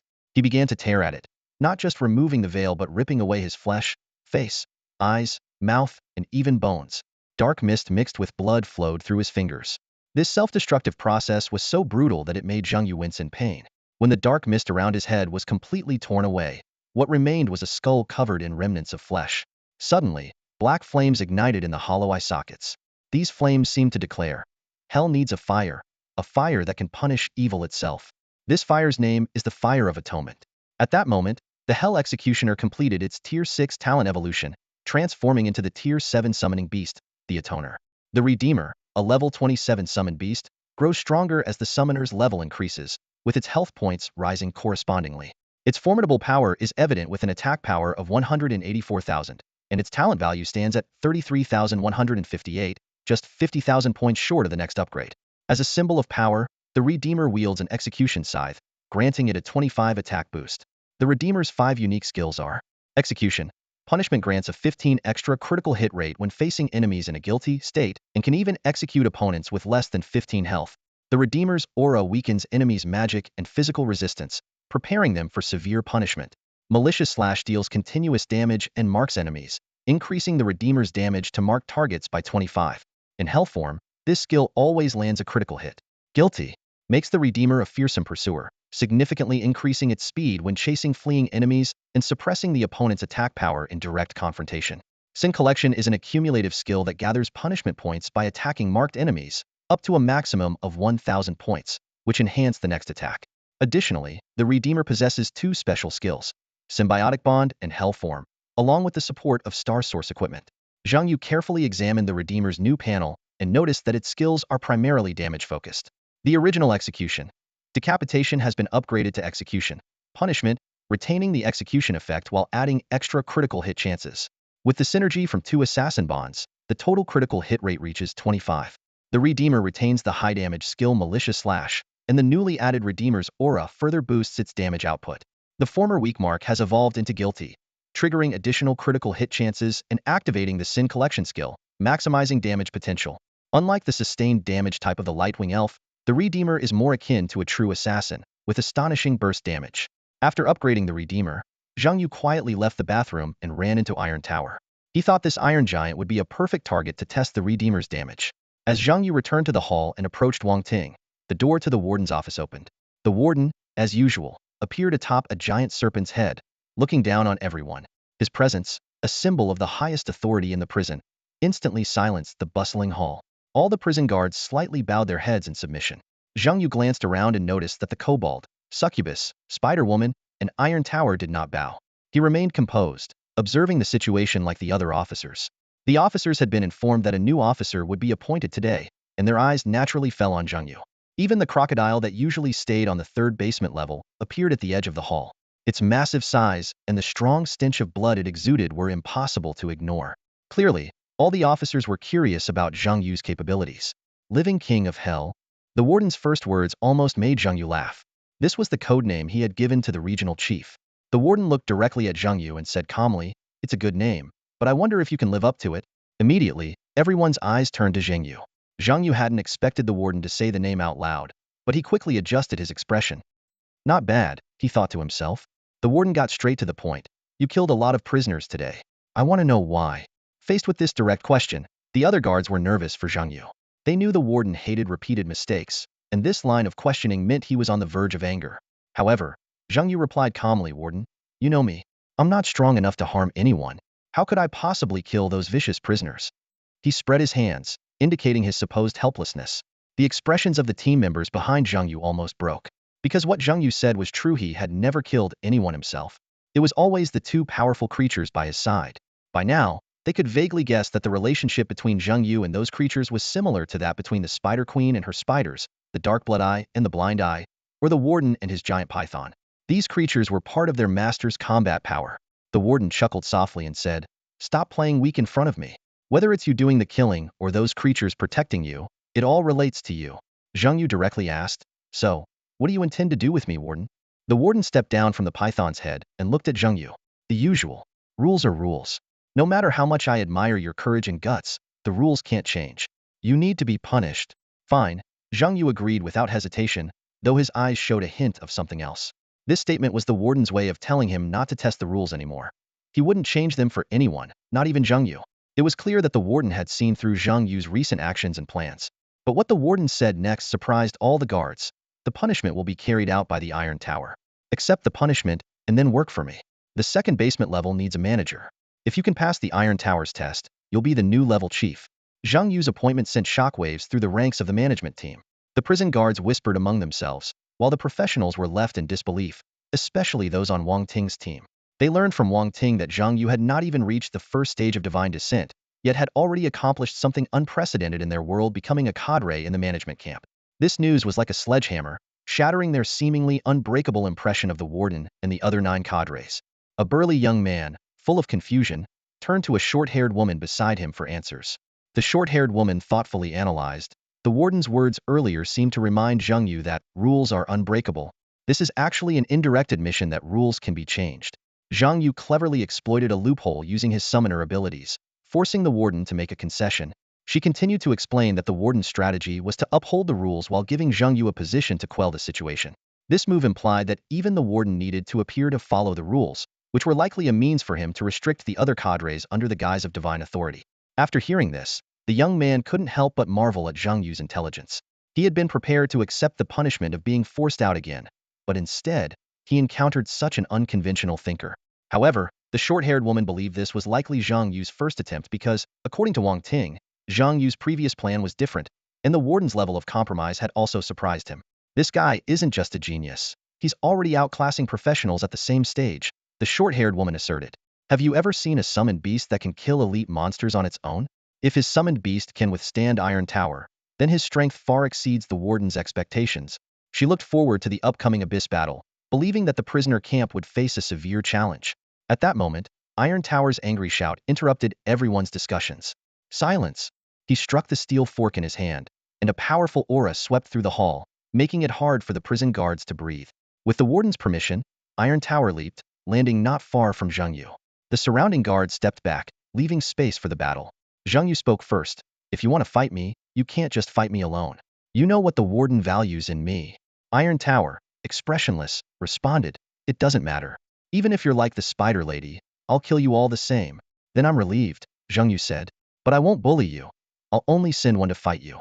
If you can win, I'll acknowledge the strength of your cadres." Iron Tower's eye twitched slightly, clearly displeased with Zhang Yu's words. His aura began to gather, like a volcano about to erupt. "Acknowledge us?" Iron Tower coldly repeated, his tone filled with menace. Zhang Yu nodded impassively, as if oblivious to everything before him. He repeated his earlier words. "That's right, I said before. I can't work under trash, nor can I stand on equal footing with trash." With a hint of provocation in his tone, he continued, "At the very least, you need to prove that your leaders aren't trash." A flicker of anger flashed in Tieta's eyes, but his voice remained calm. "Are you trying to provoke me?" A slight smile played at the corners of Zhang Yu's mouth, and he felt a sense of satisfaction. Though his provocation hadn't fully succeeded, it wasn't entirely ineffective either. Tieta's attitude seemed to shift from merely completing a task to a desire for combat, exactly what Zhang Yu had hoped for. "Go on, Redeemer." Zhang Yu deliberately raised his voice. "Make this clueless blockhead repent for his sins." Before his words had fully settled, a 7th-level Redeemer appeared out of thin air in front of everyone. Its raspy voice filled the hall instantly. "Judgment." The Redeemer's aura enveloped everyone present, including the warden. The warden's eyes flickered, silently confirming the correctness of his decision. This newcomer was indeed formidable. If things got out of hand, he might not be able to handle it. Giving him some power for now might be the best solution. Black flames burned atop the Redeemer's head, and the oversized scythe in its hand emanated a heavy scent of blood. From a distance, a crocodile caught a whiff of this and smiled knowingly, seemingly developing a bit of fondness for Zhang Yu, perhaps for the Redeemer. "You want to judge me?" Tieta suddenly roared, the statement unexpectedly striking a nerve. He could tolerate being called trash, but couldn't stand the Redeemer's judgment. At this moment, Everyone realized that the two beings about to clash both had the authority to punish evil. They were both executioners. Tieta hesitated no longer and attacked directly. The steel fork in his hand crackled with thunder as he thrust it towards the Redeemer. Thunder justice, he bellowed, and several bolts of lightning struck the Redeemer's position. However, the Redeemer was faster. It instantly appeared behind Tieta, raising its scythe and bringing it down swiftly. Guilty. The Redeemer's judgment fell like divine retribution, and Tieta was forced to one knee, resembling a condemned criminal awaiting execution. This scene stunned everyone present, including Tieta himself. A sudden surge of inexplicable guilt overwhelmed him, making him feel both absurd and deeply humiliated on a psychological level. The Redeemer appeared like a ghost behind the iron tower, his scythe exuding an aura of hellish terror. The blade, shrouded in black mist, whistled as it slashed towards the iron tower. Under the negative status effect, guilty as charged, the iron tower's reactions were sluggish, failing to dodge in time. The scythe struck his neck with a piercing metallic clang. Surprisingly, the iron tower's incredible defense allowed him to withstand the lethal blow. A look of astonishment flashed in Zhang Yu's eyes as he thought, an offensive and defensive mage warrior? No wonder he's ranked 4th in the prison's death row. This brief encounter not only revealed the iron tower's strength, but also gave Zhang Yu a rough estimate of the other officer's capabilities. Despite blocking the attack, the iron tower's expression was unusually grim. The damage from the Redeemer far exceeded his expectations. Without his high defense, that sneak attack would have killed a regular patrol captain instantly. He realized he had severely underestimated his opponent. Last night, after witnessing the Hell Executor's battle with the patrol captain, he believed the opponent was unworthy of the warden's position. As a result, he volunteered to carry out today's punishment on Zhang Yu, hoping to make the warden see reason. However, things didn't go as planned. It was clear that the opponent had held back yesterday. The power of that single flickering sneak attack was enough to secure a foothold in the prison's death row. The iron tower reached for his neck, his shoulder already stained with blood. Though not a fatal wound, he was indeed injured. Thunder prison. The iron tower roared, slamming his steel trident into the ground. In an instant, a thunderous zone formed around him. Lightning flashed across the floor, ceiling, and air. Zhang Yu and the other prison guards quickly retreated. Those who moved too slowly were instantly trapped, their bodies paralyzed and skin smoking. Electric execution. The term suddenly flashed in Zhang Yu's mind. The Redeemer, being the closest, couldn't escape the onslaught. Arcs of electricity danced across his body, his health plummeting rapidly. The lightning damage was staggering, and given the Redeemer's high attack but low defense, the situation was dire. However, the Redeemer wasn't fighting alone. Zhang Yu pulled out his phantom staff and discreetly tapped the ground. A green light enveloped the Redeemer. The group healing summoner activated, instantly restoring the Redeemer to full health. The iron tower was furious, turning to glare at Zhang Yu. Facing the iron tower's questioning gaze, Zhang Yu shrugged with a smile, utterly unrepentant. From the beginning, no one said this was a unknown duel, right? Isn't this just a punishment? He had long abandoned the notion of a fair fight, determined to exploit the loopholes in the rules. If the iron tower proved too strong, he was prepared to bring in the war bull and the lightwing elf. To Zhang Yu, victory was the sole objective. Then I'll kill you first. The iron tower, seething with rage, hurled his thunderous trident. To everyone's shock, Zhang Yu made no effort to dodge. With a ripping sound, the trident pierced Zhang Yu's heart. For a moment, the hall fell silent. No one had anticipated such a turn of events, nor had they expected Zhang Yu's strength to be so lacking. Only the succubus on the ceiling and the observing warden furrowed their brows. They had seen through Zhang Yu's true intention in taking the hit without defense. Zhang Yu, with a steel fork protruding from his chest, slowly sat down on the ground. Feigning weakness, he spoke in a faint voice. This time, you're guilty. The Redeemer knows what to do, right? With that, he suddenly collapsed, making a soft thud and pretending to be dead. Suddenly, a piercing scream shattered the silence. The Redeemer seemed to go mad instantly, his eyes burning with the fire of revenge. He swung his weapon furiously at Iron Tower, each strike more ferocious than the last. With the boost from his Star Source summoned beast equipment, the Redeemer's attack power soared. Iron Tower looked at the scene in bewilderment. Zhang Yu dead on the ground, the enraged Redeemer, and the prison guards watching the spectacle. He could sense the vigorous life force within Zhang Yu, yet he clearly appeared dead. This contradiction left Iron Tower momentarily confused. To the other prison guards, the scene had escalated from a sparring match to a life-and-death battle of vengeance. Iron Tower had no time to ponder, as the Redeemer's assault grew increasingly fierce. Entering his hellish form, the Redeemer transformed into a relentless killing machine. The speed and explosiveness of an assassin, combined with the extra energy from his hellish form, made each of his strikes lethally dangerous. Thunder Blast. A concentrated bomb of thunder elements appeared at the Redeemer's feet. Thanks to his 21 control immunity, he quickly shook off the paralysis effect of the lightning and continued his attack on Iron Tower. Iron Tower reacted swiftly, forming a steel fork made of lightning elements in his hand. The scythe and the fork clashed continuously, sparking bursts of light.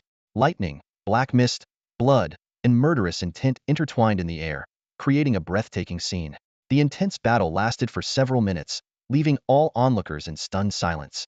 On the ceiling, the succubus watched with wide eyes, recalling Zhang Yu's previous bold claims. She hadn't expected him to possess such strength. Even more surprising was Zhang Yu's method of creating an opportunity to kill Iron Tower. The succubus gazed thoughtfully at Zhang Yu on the ground.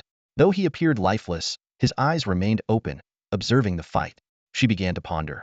If Iron Tower truly died, the power structure of the prison would undergo a significant shift, far beyond just gaining a new floor leader. Staring at Zhang Yu, the succubus murmured to herself, "So, what exactly is your ambition?" The battle raged on, but Iron Tower was gradually losing ground. The hell cage he had just unleashed had drained him significantly, while the Redeemer's strength had surged in his hell form, overwhelming Iron Tower. In terms of combat experience, the Redeemer, who had clawed his way up from the depths of hell, had the upper hand. If not for Iron Tower's nearly impenetrable iron skin defense, the fight might have already ended. The Warden watched coldly, making no move to intervene. He had immense confidence in Iron Tower's defensive capabilities and didn't believe the Redeemer could defeat Iron Tower under his watch. With his absolute control over the prison, he was certain he could halt the battle at a critical moment. However, he underestimated the Redeemer's explosive power. At this moment, the Redeemer was ready to unleash two deadly moves. The first was Star Source, which could boost his attack power by 10,000 points and his agility by 1,000, maximizing his attack speed. The second was Punishment Value. Under the negative effect of Guilty, Iron Tower was already at a disadvantage, making it easy for the Redeemer to accumulate punishment value. In just a few minutes, it had reached the peak of 1,000 points. When the punishment value hit 1,000, the next attack would deal massive damage. This was the Redeemer's lethal strike prepared for Iron Tower. The Redeemer reversed his grip on the scythe, crouched low, and swiftly dodged Iron Tower's lightning thrust, propelling himself close to his opponent in an instant. The scythe whistled through the air, and Iron Tower instinctively leaned back to evade. "Don't dodge," shouted the dark blood-eye from a distance. But Iron Tower had no time to heed the warning, leaning back and stepping away to easily avoid what seemed like a harmless strike. In the next moment, Iron Tower saw a sinister grin on the skull face covered in black flames. He instantly understood the dark blood-eye's warning. It was a trap set by the Redeemer. Now off balance, Iron Tower saw the sweeping scythe circle around the Redeemer and slash from a new angle. This strike carried the terrifying effect of the fully accumulated punishment value. Realizing he couldn't dodge, Iron Tower resorted to his ultimate defensive move, Iron Body. His body stiffened, and his skin turned as hard as molten iron, becoming nearly unbreakable. A screeching sound of metal grinding against metal echoed between Iron Tower and the scythe. Blood gushed out like a fountain. The Redeemer's devastating strike had torn through Iron Tower's vaunted defense. "Stop!" The Warden finally intervened. Any further, and Iron Tower would surely die. As his most loyal and dependable executioner, the Warden couldn't bear to see him perish, especially not at the hands of a rule-breaking newcomer. If it weren't for the impending delivery deadline and the nearing completion of his final sentence, he wouldn't have given Zhang Yu such a chance to maintain prison stability. With a wave of his hand, the Warden enveloped the Redeemer in a purple toxic mist, halting his fatal blow. As the scythe was forcibly withdrawn, all the professionals present witnessed the staggering damage value of over 100,000. This, even after Iron Tower had activated his defensive skill. The young man and the short-haired woman exchanged glances, both wondering the same thing. If this strike had hit them, could they have survived? A single blow to kill? Or was it the summoner's beast? It was mind-boggling. Though Iron Tower had narrowly escaped death, this feat had undoubtedly defeated him in the eyes of everyone else. The Warden had stopped the fight, but the Redeemer continued to roar, seemingly mourning the fallen Zhang Yu. Just then, a voice suddenly sounded behind Iron Tower. "Sorry, you must die. Your execution line has been reached." A creature identical to the penitent suddenly appeared behind the heavily injured Iron Tower. Its head was surrounded by black flames, emitting an aura indistinguishable from the penitent. This was a second penitent. "In the name of the penitent, I condemn you to your ultimate punishment. Execution. Retribution." The penitent's voice was like it came from the depths of hell, sending shivers down the spine. The Warden immediately intervened, but even his immense power couldn't stop the second penitent's attack in that brief moment. This was because the Mirage staff had created a doppelganger that perfectly replicated the original penitent's abilities, including the effects of the assassin's emblem. A scythe pressed against Iron Tower's neck and then lifted upwards. Iron Tower's head fell, severed from his body. The massive damage of 1,000 punishment points was not a fatal blow but was meant to reduce the opponent's health below 15, allowing the penitent to execute the target instantly. Zhang Yu had anticipated the warden's interference. While the warden could block the real penitent, he couldn't stop the second penitent who had suddenly appeared and teleported behind Iron Tower. Iron Tower had to die. This could potentially bring higher rewards, but more importantly, Iron Tower's death could shatter the impenetrable clique of the prison officers. Death was the harbinger of conflict. Iron Tower's head flew into the air, mirroring the death of the patrol captain the previous night. But today, the fallen was someone who had always upheld the prison rules, the warden's most trusted right-hand man. The warden's face turned ashen, just as he was about to speak. The penitent who had killed Iron Tower suddenly disintegrated, turning to dust and vanishing. At the same time, the real penitent, controlled by the warden's purple mist, broke free and rushed to Zhang Yu's side, letting out a whimper. It knelt down in a bowing posture and then breathed its last. In that moment, the penitent had completed its most crucial skill, master-servant symbiosis. It sacrificed its life for Zhang Yu. The deathly aura surrounding Zhang Yu dissipated instantly as he stood up expressionless, with the iron fork still lodged in his chest. He reached out and pulled the iron fork from his chest, then bent down to touch the now extinguished head of the penitent. Throughout the entire process, Zhang Yu remained emotionless, whether pulling the fork from his chest or touching the dead penitent. Finally, he turned to the warden, still expressionless, and said, "He was the first to harbor killing intent and to strike. If it weren't for the penitent, I would be dead by now. A life for a life. I believe it's a fair trade for everyone." Zhang Yu calmly looked at the warden, his tone devoid of any joy or sorrow. The entire hall fell into a deathly silence. Iron Tower, once a formidable executioner, now lay lifeless on the ground. Such an incident was unheard of in the death row of the Persona death row officer accidentally killing himself during an execution. Everyone held their breath, their eyes fixed on the warden, awaiting his decision. Would he avenge Iron Tower by killing the newcomer, or would he accept Zhang Yu's proposition of a life for a life and let it go? The warden's gaze swept over Iron Tower's corpse and the lifeless penitent. A hint of helplessness flashed across his face. He sighed softly and muttered, "Why did it have to come to this?" Then, he beckoned to the giant serpent. The massive serpent slithered slowly to the warden's side, lowering its head to a level he could step onto. The warden climbed onto the serpent's head and descended from the lofty platform of authority to stand before Zhang Yu. Behind Zhang Yu, Warbull and Wang Ting tensed up, but Zhang Yu shook his head slightly, indicating they should remain calm. He knew the warden had no other choice at this moment. Having already lost one officer, he couldn't afford to kill another. The dead couldn't be brought back to life, and killing Zhang Yu wouldn't revive Iron Tower. The warden's voice echoed through the hall. "From today onwards, the living king of hell will take Iron Tower's place as the fourth-ranked prison officer, in charge of the second underground level. The vacant position of executioner will be temporarily filled by the giant serpent." As everyone reeled from this unexpected decision, the warden suddenly struck. A steel spike, formed from a purple poison mist, shot straight at Zhang Yu. Warbull instantly stepped in front of Zhang Yu, blocking the spike with his massive axe. However, the moment the spike was deflected, it exploded, and the poisonous liquid began to corrode Warbull's skin like a relentless parasite. Warbull's shield of 30,000 hit points instantly shattered, and his health plummeted. He dropped to one knee, clearly poisoned. Despite this, Zhang Yu remained calm, his gaze steady on the warden. On one hand, Warbull had over 800,000 hit points, so this damage wasn't fatal. On the other hand, Zhang Yu understood that this was the warden's moment to assert his authority. After all, a newcomer had killed one of his officers. He couldn't just let it slide without doing anything. Attacking Zhang Yu was a way to demonstrate his power as the warden. By not resisting, Zhang Yu was also giving him face. The warden stared at Zhang Yu, his voice booming. "Remember, all the rights you have in this prison are granted by me. I am the rule here. Next time I tell you to stop, you stop?" Zhang Yu smiled and replied, "Understood." Only then did the warden remove the poison from Warbull. Warbull, paralyzed, collapsed onto the ground, completely immobile. The warden pointed at the dead penitent and asked, "You should understand why I made you an officer." Zhang Yu nodded. "You want me to catch the bugs in the prison?" The warden's tone was filled with reproach. "But do you still have the capability to work for me?" It was as if he was blaming Zhang Yu, suggesting that if he hadn't killed Iron Tower, he might still have a strong ally instead of just a big oaf. Zhang Yu responded confidently, "Don't worry, I still have some reliable helpers." Facing Zhang Yu's nonchalant response, the warden said expressionlessly, "I hope your helpers can assist you in completing the task before the trade day. Otherwise, you know the rules." His tone carried a clear threat. Zhang Yu responded fearlessly, "Of course I know." The warden nodded. "Good. Since you know, then do your job properly." Seeing Zhang Yu's compliance, the warden sighed slightly.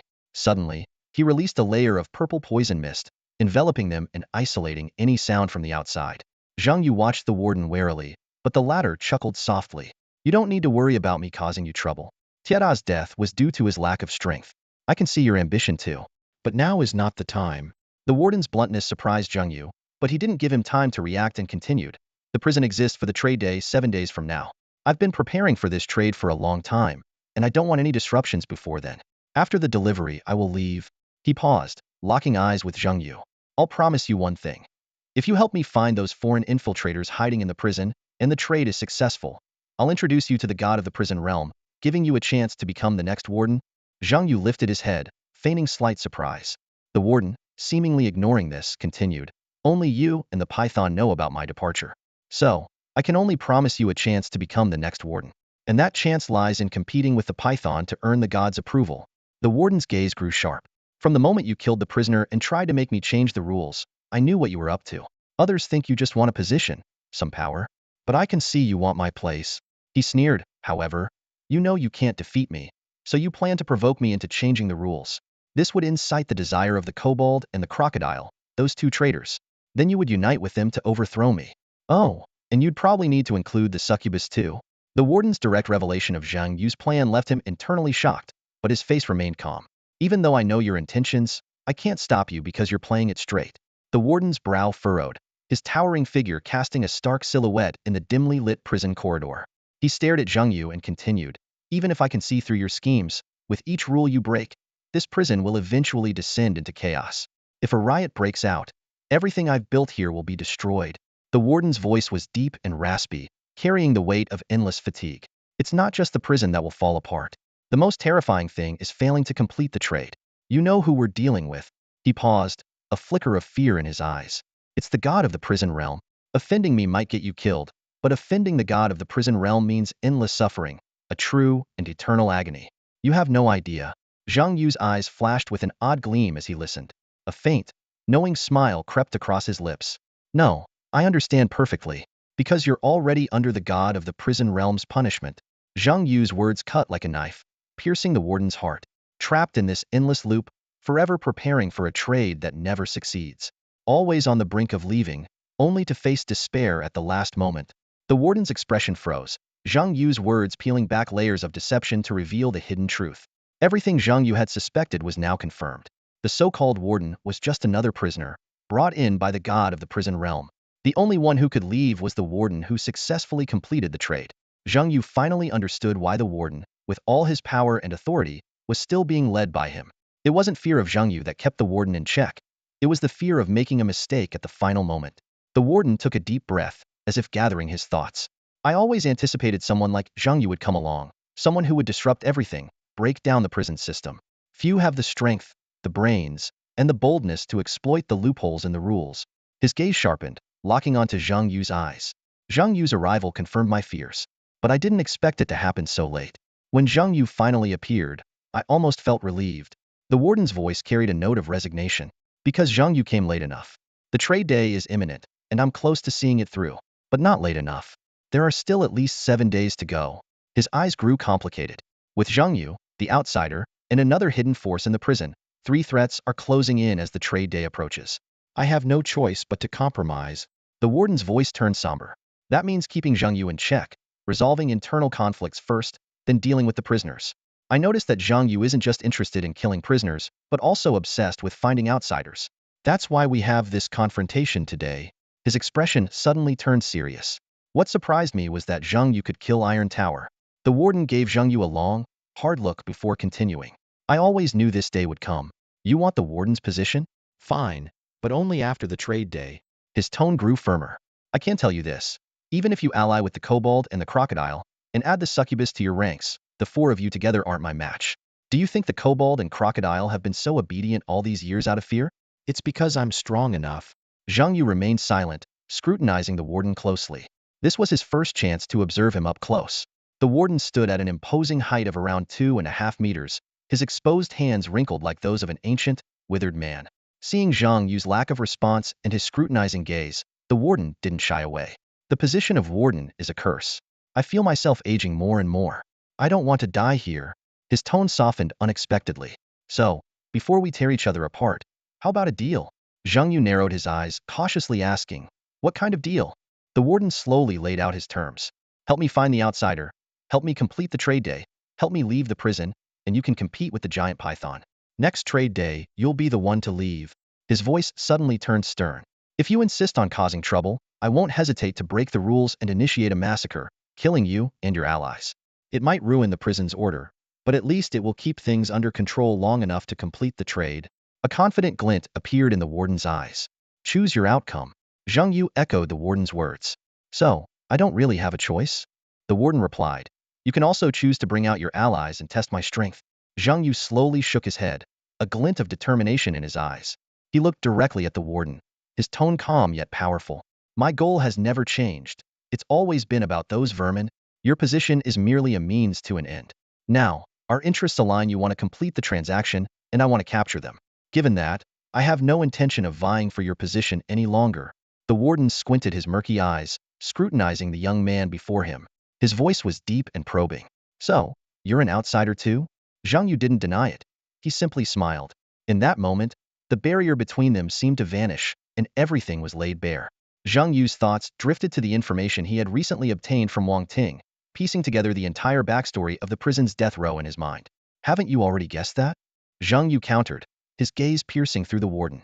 Seeing the warden remain silent, Zhang Yu continued, the god of the prison domain granted you the power to control both the administrators and the inmates, but not me. That's the real reason behind your compromise. He paused, his tone softening. But just as you reassured me, you don't need to worry. My target is only those outsiders from a different faction. Zhang Yu's voice grew quieter, almost as if he were talking to himself. We've never won before.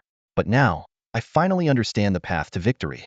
It's not about taking your position or disrupting the prison system. It's about cooperating with you to complete the transaction. He recalled his reasoning process. If the inmate's way to pass was by sabotaging the transaction, then the administrator's goal should be to complete it. Escaping? In this closed-off time loop, where was there to escape? From Wang Ting's strategy, Zhang Yu realized that for the warden, power within the prison wasn't paramount. The consequence of the inmate's success would be chaos, preventing the transaction from being completed. This was the true reason the warden was trapped here. For the warden, the transaction was crucial. He would do anything to see it through. Zhang Yu understood that he needed to push the warden to compromise step by step, killing inmates, resisting punishment, exploiting loopholes, showcasing strength. Defeating the Iron Tower every step sent a clear message to the warden. If he didn't take control, forget about the transaction day. In a few days, Zhang Yu could lead the dog-headed and crocodile men to stage a coup, leaving no time for the transaction. This was Zhang Yu's strategy to break the deadlock. He had two plans, the current relatively safe avoidance of conflict and the more aggressive approach of ousting the warden. Frankly, Zhang Yu hadn't expected the warden to compromise so quickly. He thought it would at least take revealing the strength of his 8th-tier summoned beast to get a face-to-face negotiation. Clearly, the impending transaction made the warden more anxious and desperate than Zhang Yu had anticipated. So, we cooperate? The warden extended his withered hand. Zhang Yu grasped it, a smile playing on his lips. A win-win situation naturally calls for cooperation. As the warden was about to disperse the poisonous fog, Zhang Yu suddenly spoke, by the way, I might know why you're aging faster recently. The warden was about to ask when Zhang Yu continued, but I can't tell you now. The time isn't right. I'll let you know when you're about to leave. The warden's expression fluctuated, leaving him momentarily speechless. Zhang Yu had just stepped out of the warden's office when Wang Ting rushed over to him, his face full of anxiety. How did it go? How did it go? Wang Ting asked urgently, his voice trembling slightly. To him, Zhang Yu was their ticket to success, and he couldn't imagine what would happen if Zhang Yu ran into trouble. Seeing Wang Ting's nervousness, Zhang Yu casually spread his hands. Do I look like something happened to me? Do I look like a ghost? Wang Ting realized he might have overreacted.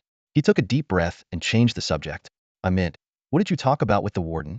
Mostly, everything's sorted. Zhang Yu replied briefly without elaborating. That simple sentence made Wang Ting's face light up with hope, as if he had seen the first rays of dawn. Zhang Yu continued, but there's one thing, you all need to cooperate with me and follow my instructions from now on. No problem. Wang Ting agreed without hesitation. Zhang Yu smiled. Don't you need to discuss it with him first? Wang Ting replied firmly. Discuss what? I'm the one who calls the shots here. To him, with Zhang Yu on their side, there was nothing to discuss. Besides, His team leader had already agreed to comply with all of Zhang Yu's requests the night before. Wang Ting knew his proud and capable female leader well. If even she was on board with Zheng Yu, there was nothing more to say. All right then, Zheng Yu said, recalling their first meeting and marveling at how much things had changed. Two things. Zheng Yu got straight to the point. First, you need to inform your teammates, including the big shot you mentioned earlier, and gather all the professionals from the manager's faction. All to the second basement level? Wang Ting interjected quickly. Yes, Zhang Yu nodded to confirm. So we don't need to search for professionals on other levels? Wang Ting asked, puzzled. No need. The warden will help us find the professionals. The warden has a way to locate the bugs? Wang Ting asked. Zhang Yu chuckled. If he did, he wouldn't need my help. So how do we find them? It's simple, really. We search room by room. Wang Ting was stunned, thinking they were back to square one. But he didn't dare question Zhang Yu, and instead speculated that Zhang Yu must have a clever plan. Seeing through Wang Ting's thoughts, Zhang Yu explained. Sometimes the simplest method is the most effective. Besides, this time we're not searching alone. The warden will assign all the officers to assist us, including the Dark-Blood-I and the Spider Lady. With them, finding the professionals will be easy. I'll show you the specifics. After discussing the first task, Zhang Yu moved on to the second. Upon hearing it, Wang Ting's expression turned serious. Do we really have to do this? Isn't it a bit risky? We just need to find the professionals from the criminal faction to clear the game, right? Zhang Yu anticipated Wang Ting's hesitation and didn't press.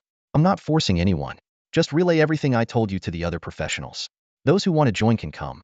Those who don't can leave after winning the faction game. Looking into Wang Ting's eyes, Zhang Yu's tone was enticing. But sometimes, you have to take a chance for something worth it. If it means a perfect game clear, would you go for it?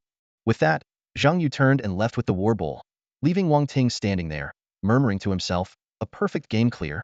Is it really possible? Watching Zhang Yu's retreating figure, Wang Ting felt a sudden surge of confidence. If it were this man, maybe it really was possible. Wang Ting began gathering the professionals from the manager's faction. They had never been this excited. In a faction that was previously considered impossible to clear, they finally saw hope, a big hope.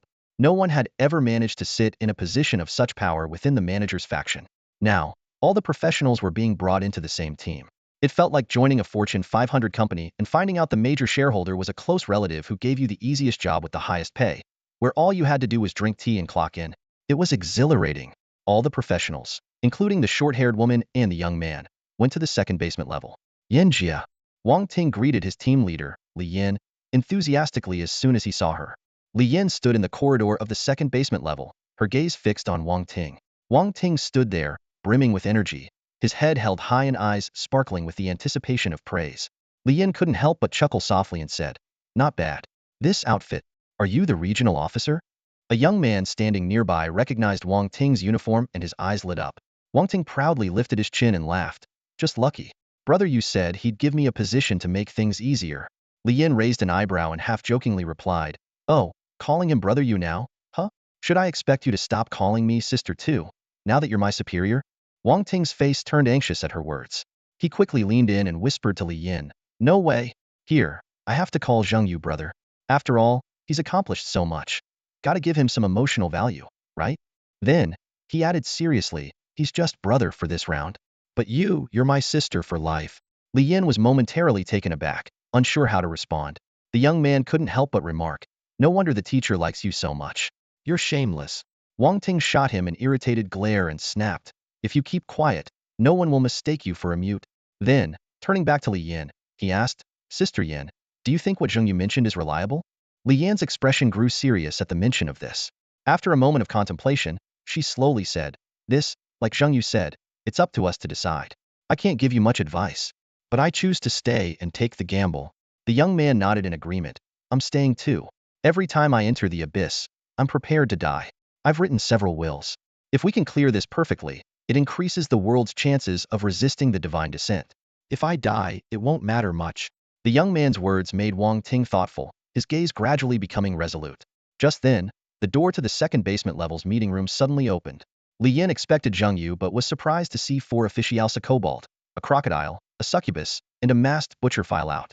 The succubus laughed seductively, her gaze sweeping over the newcomers outside, and turned to Zheng Yu behind her, saying, so these are your secret weapons? Zheng Yu's lips curved into a confident smile as he replied, don't underestimate them. Each one possesses unique skills. The crocodile's massive body squeezed through the crowd and approached Li Yin.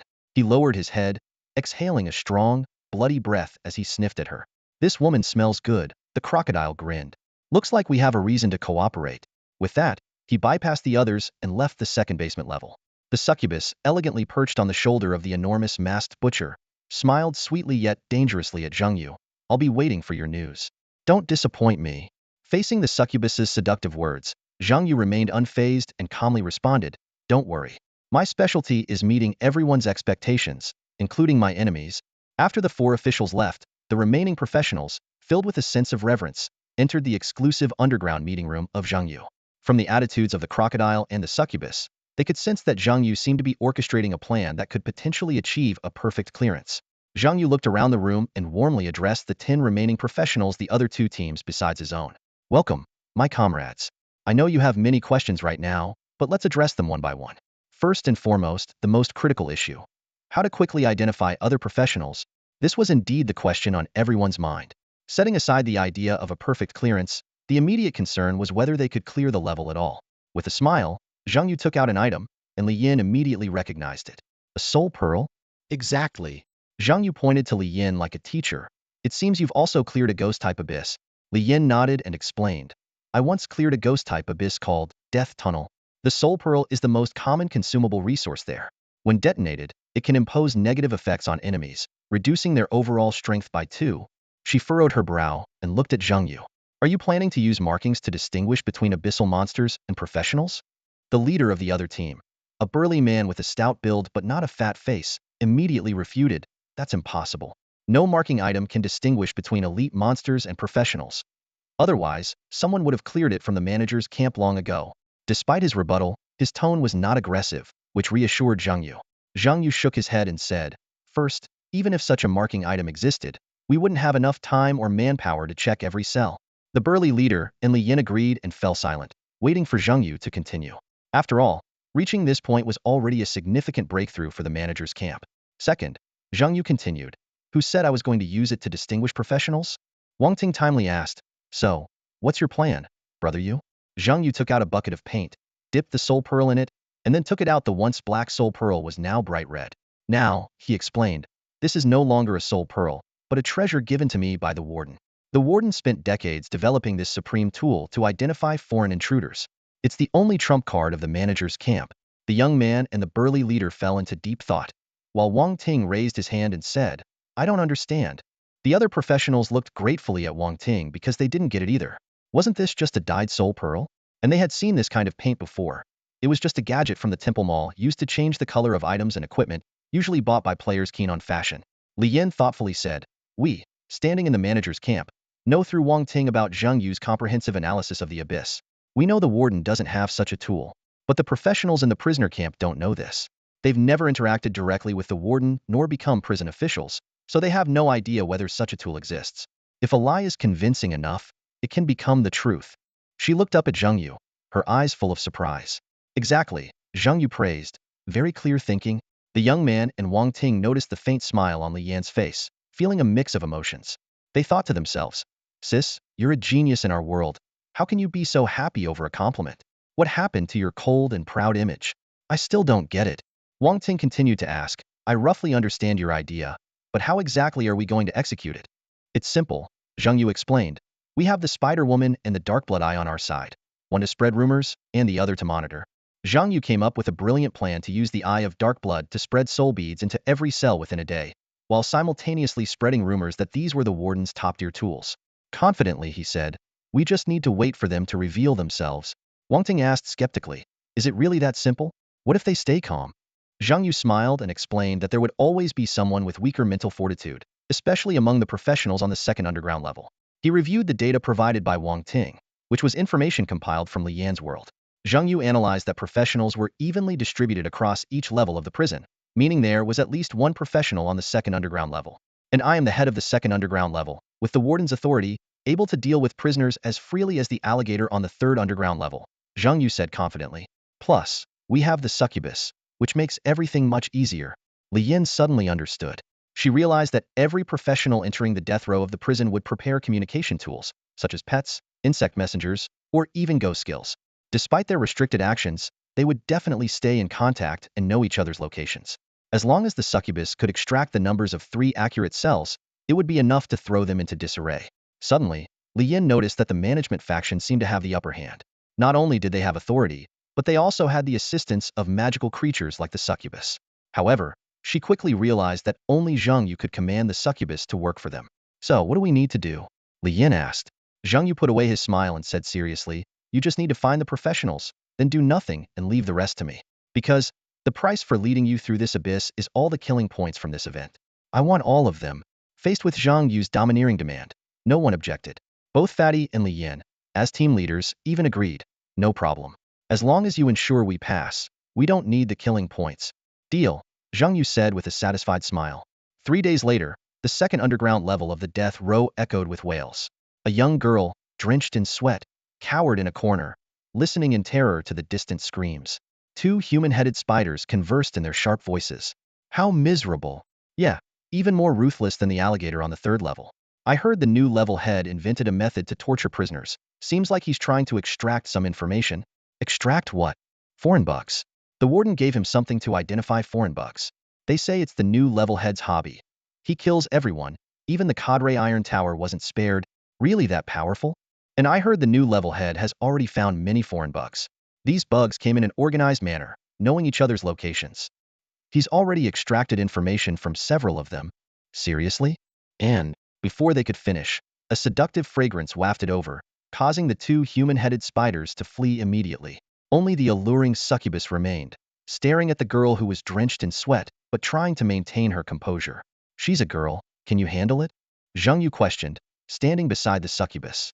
The succubus rolled her eyes. I can handle both genders. Zhang Yu nodded. Not picky, that's good. The succubus was left speechless. Zhang Yu sincerely thanked the succubus.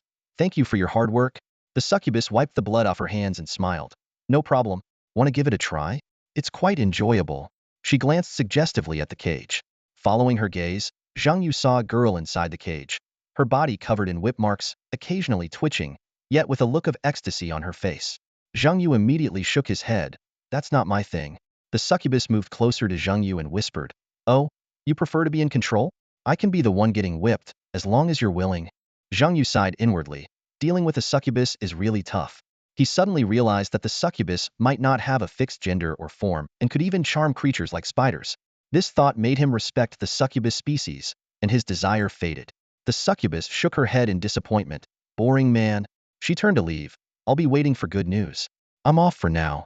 After the succubus left, Zhang Yu let out a long breath. He realized that the succubus hadn't used her full charm on him. If she had, his 21 immunity to control wouldn't have been enough. The girl in the cage was still savoring the experience, letting out faint moans. Zhang Yu called over 2 waiting guards and instructed, lock the cage and stand guard here 247. Notify me immediately if anything unusual happens. Yes, sir. The 2 guards responded respectfully. They were old acquaintances of Zhang Yu from the 3rd level and knew his methods well, not daring to slack off. Zhang Yu looked at the girl collapsed on the ground without a trace of pity. In this abyss battlefield, everyone wanted to survive. If their roles were reversed, she wouldn't show any mercy either. The succubus had obtained 2 cell numbers from the girl, confirming that there was indeed some form of communication among the prisoners' factions. Although the girl only knew her captains and another professional cell numbers, it was enough. By precisely killing the professionals and keeping the girl alive, it would serve as a slow torture for the other faction's professionals. As Zhang Yu was contemplating his next move, a crude curse interrupted his thoughts. Hey, you little punk, you're the new floor leader, right? Did you kill my brother? Come on, let me see what kind of guts you have to be the floor leader here. You better not let me get close to you, or you're dead meat, ha. Zhang Yu frowned, recognizing the voice. Underground 2009? Oh, it's you, beast? Ha ha ha, so you know my name. Seems like you've got some sense. The towering, tattooed man laughed menacingly. Underground 2009 cell, one of the 10 absolute restricted zones. Known as Beast, ranked 3rd. The previous Double Eyes was only ranked 8th, strong but not top tier. Zhang Yu sized up the tall prisoner, a satisfied smile creeping onto his face. What are you smiling at, you punk? Beast roared. Unfazed, Zhang Yu calmly asked, let me ask you a question. What kind of beast are you? Beast was taken aback, not understanding. What are you talking about? With a smile, Zhang Yu summoned the reanimated penitent and war bull, and continued, I asked, what type of beast are you? He introduced himself. I forgot to mention, I'm the new floor leader, in charge of your life and death. You can call me the Grim Reaper. The Reaper collects beasts, but trash needs to be sorted. I need to know what kind of beast you are. Zhang Yu waved his hand, and the menacing Redeemer immediately understood, moving heavily towards the cage. Its scythe-like claws glinted ominously in the dim light as it muttered, guilty, under its breath. The beast inside the cage had long piqued the Redeemer's interest, and now it stirred its killing intent even more. Sensing the overwhelming presence of the Redeemer, the man inside the cage panicked, his voice trembling. You can't kill prisoners. Ha! Zhang Yu let out a cold laugh, a hint of disdain flashing in his eyes. So you're just a cowardly beast. I thought you had some backbone. Rank 3rd. This is it? Kill him. He didn't bother to explain further, clearly not believing the man hadn't heard the previous screams. The fight was over as quickly as it began. In the blink of an eye, the elite beast ranked 3rd among the prisoners was decapitated. Its grotesque head, now held by the Redeemer, looked like a deflated ball, devoid of its former menace. A system notification sounded. Killed elite prisoner beast LV-30. Experience 86,874. Acquired loot chest. Level up. Level. LV-27 LV.28 inch. 143,000 more experience points needed to level up. Zhang Yu surveyed the second underground level, nodding in satisfaction. He thought to himself, kill at will without worrying about breaking any rules. In 6 more days, I should reach level 30. After becoming the floor leader, Zhang Yu learned that the second and third underground levels were essentially storage for inferior goods. New prisoners would be sorted into 4 levels by the Dark Blood-I on the first underground level, and those deemed inferior were placed on the second and third levels. The exact criteria were unknown, as the Warden and the Dark Blood-I kept it secret. This meant that even if Zhang Yu and Crocodile slaughtered all the prisoners on the second and third levels, it wouldn't affect trade days. Using a bunch of trash to appease 2 bloodthirsty individuals was a win-win situation. Zhang Yu was secretly pleased. Trash to them, but experience to me.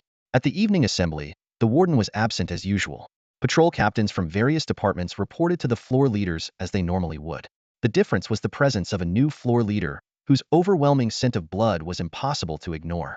Remembering the recently deceased Iron Tower, everyone began to avoid the guards from the second underground level, fearing they might become targets. This feels so strange, mumbled the chubby captain, scratching his head. A young man beside him sighed and said, the management's usual approach is to keep a low profile. The lower the profile, the fewer the troubles, and the easier it is to complete tasks. When have we ever scared them like this? It's absurd. As second-time professionals, their words carried weight. Even Li Yin couldn't help but agree. It really is absurd. She had personally seen the beast's corpse being carried out of the prison and thrown into the incinerator. This was the third-ranked prisoner. In other words, apart from the top-ranked warden in the management and the top figure in the prisoner ranks, Zhang Yu had already surpassed everyone else. Li Yin couldn't help but look at Zhang Yu, secretly envious. If only he were a professional from our world. I'm so envious of his world, having such a genius and powerful individual. 4th layer. In the depths of the dark dungeon, a life-or-death conversation was underway. How many professionals have died so far? A deep male voice broke the silence. The voice of the White Spectre cut through the air like a cold blade. 5. She began listing them one by one. The first one died on the first day, from the team of World 2876. The second and third perished on the 5th day, both from World 0719. On the 6th day, another professional from World 2876 fell. The last one, her voice trembled slightly, was Xiao Nan, who died yesterday. The man's voice lowered, a glint of coldness in his eyes. How did Xiao Nan die? The White Spectre shook her head, her tone tinged with helplessness. I wasn't there when she died. The place was filled with dark blood eyes, and I couldn't find a blind spot. The man furrowed his brow, seemingly struck by a thought. The professional on the second underground floor, they're from World 0719, right? Yes, the White Spectre replied curtly. Aside from the professional on the second underground floor who's gone missing, what's the status of the remaining 2 professionals from World 0719? The man pressed on. The White Spectre's voice carried a sense of anxiety. Not good. They're thinking about forcefully retreating, afraid they'll lose the chance to disengage if they're targeted. Fools. The man rarely lost his composure, a hint of anger flashing across his face. A classic prisoner's dilemma? What a cunning opponent. The White Spectre urgently interjected. Captain, this situation can't continue. Not only do the professionals from World 0719 want to retreat, but the team from World 2876 feels the same. They're unsure if the items the spider swarmed through into the cages over the past 2 days are real and don't want to take the risk. Even, she hesitated. A sharp glint flashed in the man's eyes. Are Xiao Ning and Degu also thinking about retreating? The White Spectre's silence was answer enough. Idiots, the man sneered. Can't they use their brains? If such an item existed, why wait until now? If it existed, why keep the professional on the second underground floor alive? Are their brains made of dung? The White Spectre tried to explain. Because no one has ever become a floor leader in the manager's camp, they're worried? No what-ifs, the man interrupted decisively. Such an item simply doesn't exist. Despite his firm tone, a fleeting hint of doubt crossed his eyes. What should we do now? The White Spectre did not argue, hoping the captain would come up with a solution. The man's expression hardened. Simple. Kill that professional, and everything will be resolved. In this abyss, strength is what matters. Once he's dead, none of the remaining professionals will have the capability to become the floor leader. His death will break this deadlock. With that, the man raised his hand. A ball of blood seeped through the gaps of the cage, spreading to the surrounding cells. Amidst a few harrowing screams, all the prisoners in the cells perished. Blood gushed out like a tide, staining the entire corridor and continuing to spread, claiming more lives from the cages. That should be clear enough, the man said coldly. The White Spectre, however, asked worriedly, what if he doesn't come? He will come, the man said with confidence. For geniuses like him and me, the abyss is secondary. It's the kill points that matter. He knows what we, as top-tier geniuses, are thinking. He has my approval, but he will also pay for his greed. Meanwhile, somewhere on the second underground floor, Zhang Yu was busy opening a loot chest. Since becoming the floor leader 4 days ago, he had slaughtered all the elite prisoners on this floor, reaching level 29 with 70 of his experience bar filled. His gains were substantial, 32 loot chests, including one from the 3rd-ranked beastly prisoner and another from the 4th-ranked Iron Tower officer. As for the professionals, Zhang Yu had killed 5. Aside from the chest from the young warrior he killed on the first day, 4 loot chests remained. 2 were from the teammates of the female professional on the second underground floor, both S-grade talent chests. The other 2 belonged to professionals with weaker mental fortitudes. Almost the very next day after the rumors about the soul gems started spreading, the prison began to show signs of disturbance. One female professional's reaction was particularly intense. She even started attacking the guards. Each time a guard entered her cell, she would react like a startled bird. Zhang Yu stood in the monitoring room, his eyes scanning the rows of flickering screens. He muttered under his breath, still no professionals have voluntarily opted out. Their mental resilience is better than I expected. In truth, Zhang Yu wasn't worried about finding these individuals. In this abyssal challenge, even if he didn't identify all the professionals from the prisoner faction, he still had a way to clear the level. In other words, he never intended to find them all from the start. Zhang Yu's goal was a perfect clearance. He didn't care about the outcome of the faction battle. Finding these people was merely for the loot boxes and experience points. Just then, a light knock came from the door. Knock, knock, knock. Zhang Yu turned to see a seductive figure standing in the doorway. The succubus had a mysterious smile playing on her red lips. I have good news and bad news. Which one do you want to hear first? The succubus asked, her eyes gleaming with mischief. Zhang Yu raised an eyebrow, signaling her to continue. The good news is, she said, an outsider has revealed himself. He killed the surrounding prisoners, apparently to lure you out. Zhang Yu wasn't surprised. He calmly said, looks like he couldn't hold back any longer. For the professionals from the prisoner faction, dragging this out would be a prolonged suffering. Choosing to directly exit the abyss is a short-term pain. Opting for a hidden confrontation like this, that's extreme pain. He chose extreme pain over prolonged or short-term pain. And the bad news? Zhang Yu asked. The succubus smirked and replied, the Sphinx is already on its way. That creature doesn't have much brains. She was teasing Zhang Yu because she could tell he had a particular obsession with killing outsiders himself, or perhaps some unknown interest. However, Zhang Yu wasn't in a hurry at all. He calmly said, then I need to prepare. The succubus asked, puzzled. You're not in a rush? Zhang Yu smiled and explained. Since he revealed himself, it means he knows the only way to break the situation is to kill me. An outsider who can come up with such a plan isn't someone the Sphinx can easily kill. We can wait a bit. If the Sphinx is seriously injured, I'll clean up the mess. If they both get hurt, that's a double win. Double win? The succubus asked, confused. I win twice, Zhang Yu said with a meaningful smile. The succubus frowned. You really underestimate the Sphinx's strength? Zhang Yu shook his head. I know the Sphinx is strong. He's ranked 7th not because of his strength, but because of his intelligence. You just underestimate the outsider's power. I believe he's the kind of genius I'm looking for, and I need something he might have. The succubus didn't understand Zhang Yu's words, but she was used to it by now. So, what are you going to prepare? She asked curiously. As Zhang Yu answered, he opened all the loot boxes, his eyes shining with anticipation. A surprise for him. A total of 32 loot boxes. The virtual interface before Zhang Yu was instantly flooded with dense information. He quickly scanned through each pop-up notification. Open loot box, stage 3 abyss, common elite monster, gained 1,500 talent points. This message appeared 26 times in a row, all offering talent points as rewards. Zhang Yu realized that the common elite monsters in Stage 3 Abyss only provided these guaranteed rewards. However, what truly caught his attention were the special loot boxes. S-level resource selection box? Zhang Yu raised an eyebrow, suddenly aware that the strength of Tietia and Qingshou was likely far beyond his expectations, comparable to S-level talent professionals. After all, only by defeating S-level talent professionals could such precious resource boxes be obtained. Zhang Yu compared the data carefully. Tietia, ranked 4th in the administrator's camp, had 2,300 talent points, while Qingshou, ranked 3rd in the prisoner's camp, had only 1,800 points. This gap made him ponder. It seems the overall strength of the administrator's camp is indeed higher than that of the prisoner's camp. However, the mastermind hidden in the prison is the real wild card. Recalling the previous battles, Zhang Yu couldn't help but compare. Killing Tietia was indeed much easier than killing Qingshou. Of course, I used the combination of a 7th-tier Redeemer and a 6th-tier Warbull against Qingshou. If Tietia faced such a tank and assassin combo, he probably wouldn't last long either. As he continued browsing through the loot information, Zhang Yu's eyes were drawn to several special rewards. Open loot box, S-level talent, level 29 warrior, gained 2,900 talent points, emblem replicator 1. S-level resource selection box. Open loot box, S-level talent, level 26 assassin, gained 2,600 talent points, geek wrench, S-level resource selection box. Open loot box, S-level talent, level 27 warrior, gained 1,700 talent points, random emblem. Open loot box, S-level talent, level 26 warrior, gained 3,600 talent points. Not bad. Zhang Yu nodded to himself. Professional loot is indeed the most abundant.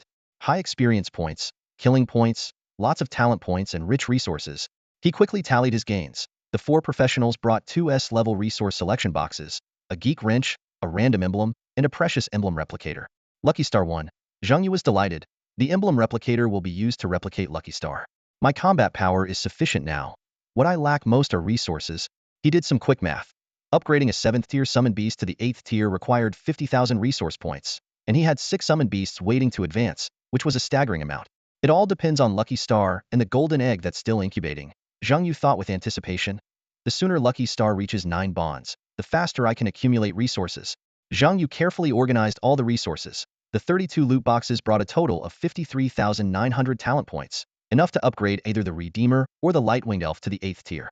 Additionally, he had 4 resource selection boxes, 3 random emblems, an emblem replicator already used to replicate Lucky Star, now with 3 bonds activated, and a geek wrench used to open an equipment slot for the main Redeemer. The results of opening the 3 random emblems made Zhang Yu's eyes light up, 2 fighter emblems, and 1 battle mech emblem.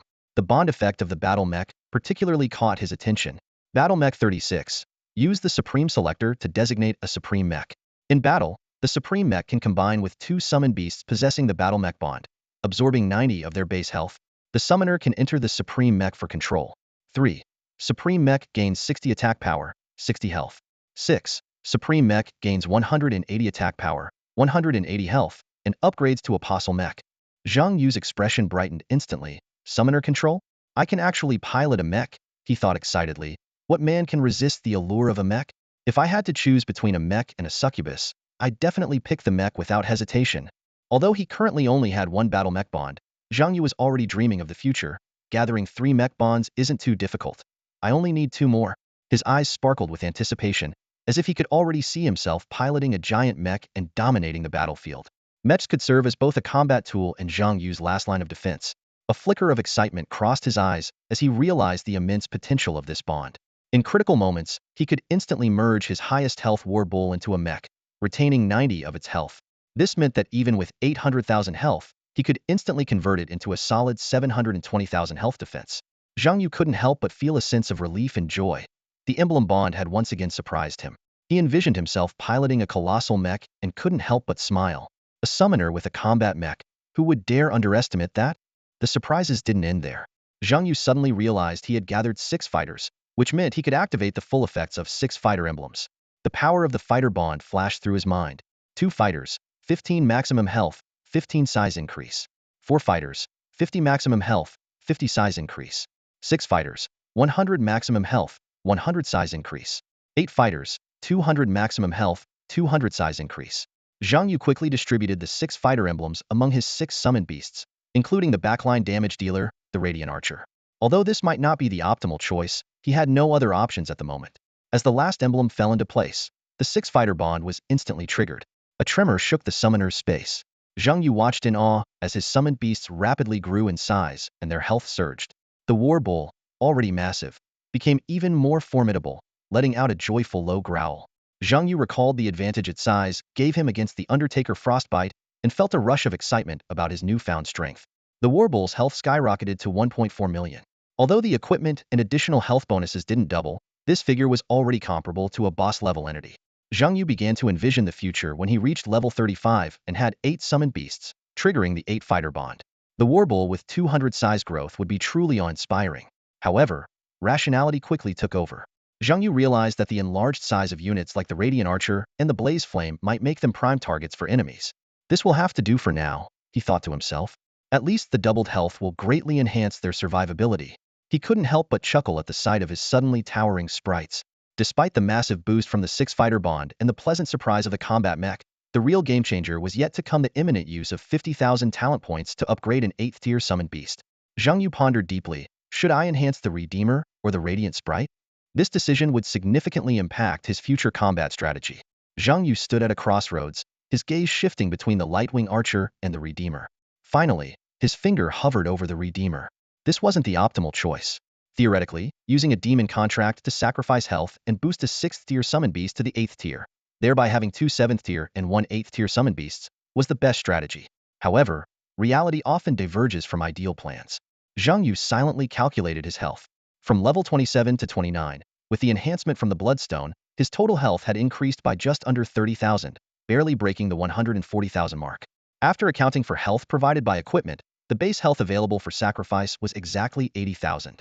But at this stage, Zhang Yu knew he couldn't afford such a massive health loss. Even with a total health of 140,000, he was still at risk of being instantly killed. Reducing his health further would only worsen that risk. What made things even more concerning were the high-level skills that could reduce his health directly, bypassing shields and defenses. Then there was the terrifying true damage and the Warden's lethal venom.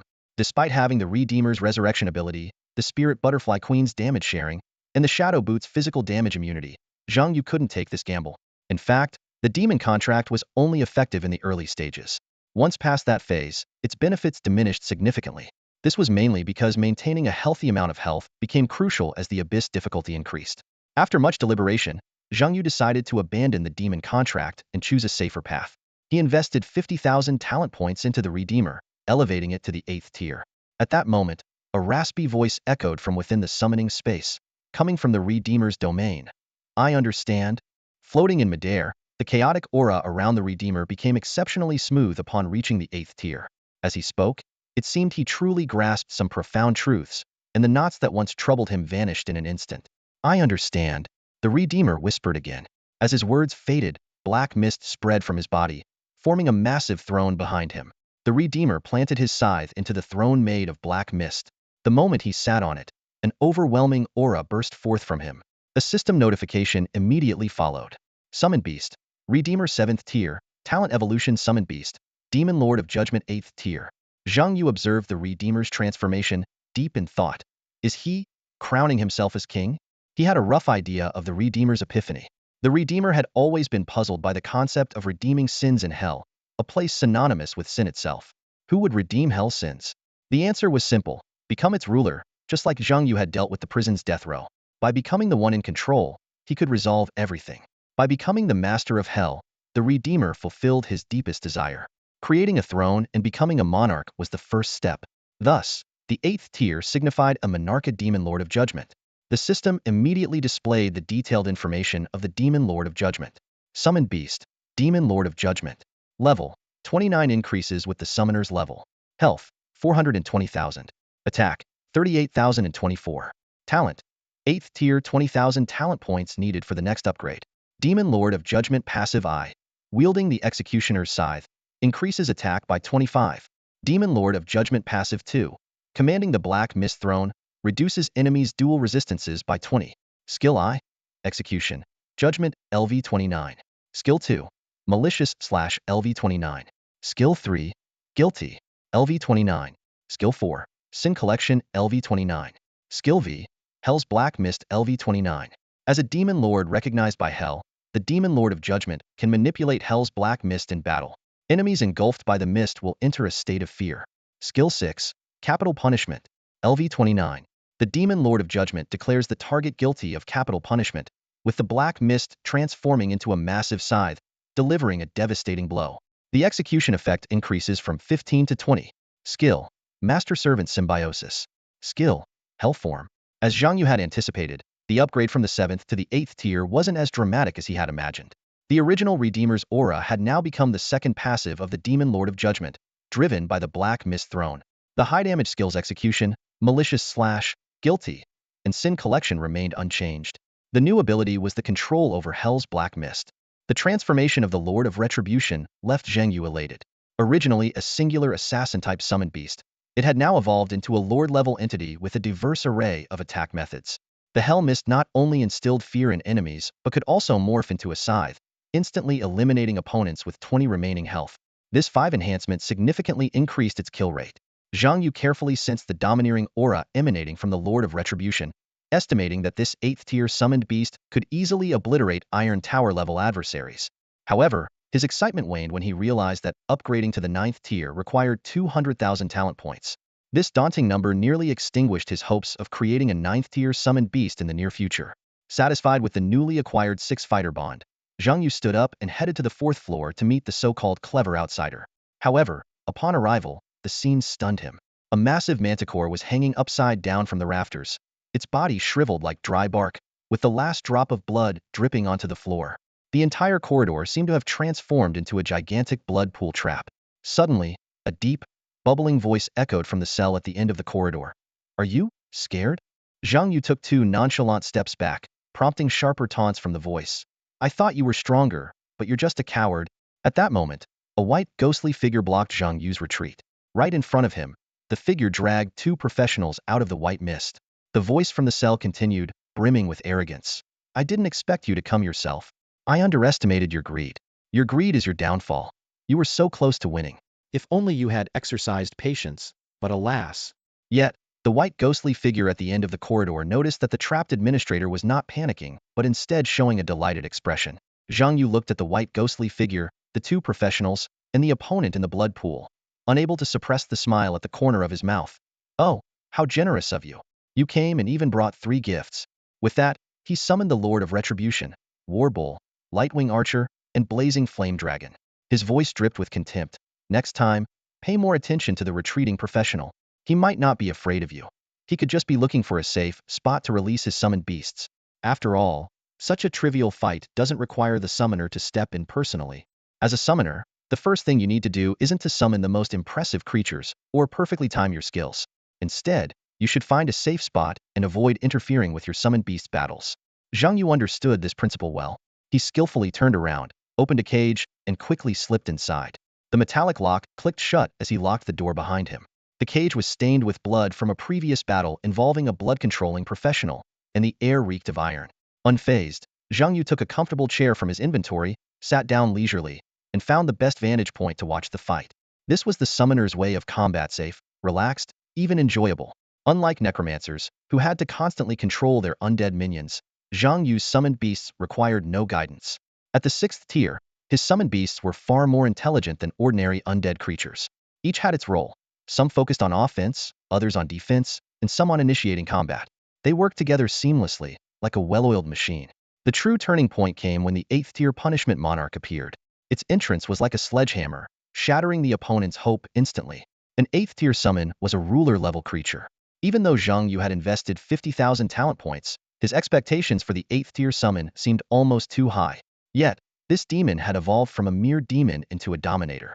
This qualitative leap couldn't be fully captured by skills or stats alone. It was only by witnessing the Punishment Monarch in action that its true power became evident. The reaction of the professional who tried to flee was the best proof. "Run? Coward, you are sentenced to death." The Punishment Monarch's raspy voice echoed, as if from the depths of hell. It raised its arms slightly, and a tide of hellish black mist surged forth, enveloping the narrow corridor. The chilling fog echoed with eerie whispers, swallowing the white phantom and 2 other professionals. 2 blood-curdling screams pierced the air, then abruptly ceased. Zhang Yu realized he had underestimated the power of the hellish black mist. He had thought it was just another attack method of the Punishment Monarch, but now it seemed it was a symbol of its status, possibly even a projection of hell itself. As he pondered, the system notifications rang out. Defeated Shield Warrior LV25. Gained 53,000 experience. Kill points 1. Acquired Mithril Shield LV25 Diamond Grade. Loot Chest S Rank Talent. LV25 Shield Warrior. Defeated Warrior LV30. Gained 67,000 experience. Kill points 1. Acquired Diamond Greatsword LV30 Diamond Grade. Loot Chest S Rank Talent. LV30 Warrior. The black mist dissipated, revealing the punishment monarch holding a scythe, the heads of the two professionals severed. Against the 8th tier punishment monarch, these sub-30 level strength professionals were like paper, unable to last even a second. True instant kills. The white phantom had vanished without a trace, and that invincible ghost realm boasted by the blood controller had existed for mere seconds before disappearing. Mag, the blood controlling professional, fell silent. His mind seemed unable to process what had just happened. Two strength professionals, one of them even level 30, had been instantly killed? He hadn't even seen what occurred. When the hellish black mist appeared, Mag felt a twinge of unease, but dismissed it as a bluff. After all, he was facing a mere summoner, or rather, just one of the summoner's beasts. How strong could a summoned beast be? Even the monarch's aura that pressured him didn't change his belief that summoned beasts were trash. However, the reality before him shattered his perceptions mercilessly. Could a summoned creature actually be stronger than a professional combatant? Mag thought to himself, but the scene before him quickly answered his question. The scythe-wielding summoned creature instantly killed a level 30 class professional without giving them a chance to fight back. Mag's previously composed demeanor crumbled in an instant. As the Lord of Punishment approached, his muscles tensed, and he looked as if he were straining on a toilet, utterly undignified. Cold sweat rolled down his forehead, stinging his eyes and reminding him of his last chance forced exit. At that moment, a voice suddenly sounded behind Mag. "You aren't thinking of a forced exit, are you?" Mag spun around in terror to find the summoner had somehow appeared behind him.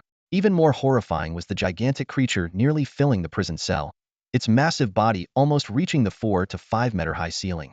Although it didn't exude the same powerful aura as the scythe-wielding beast, its sheer size in such a confined space made Mag feel immense pressure. "Bluffing!" Mag shouted, realizing his last escape route was cut off. Despite his growing regret, he was convinced he still had a chance to win. An assassin-type summoned beast? A tank-type summoned beast? These must have cost you a lot of resources, Mag sneered. I can't understand why your world would train a summoner. If those resources were invested in other professionals, they would be stronger. And that professional should be me. I am the chosen one.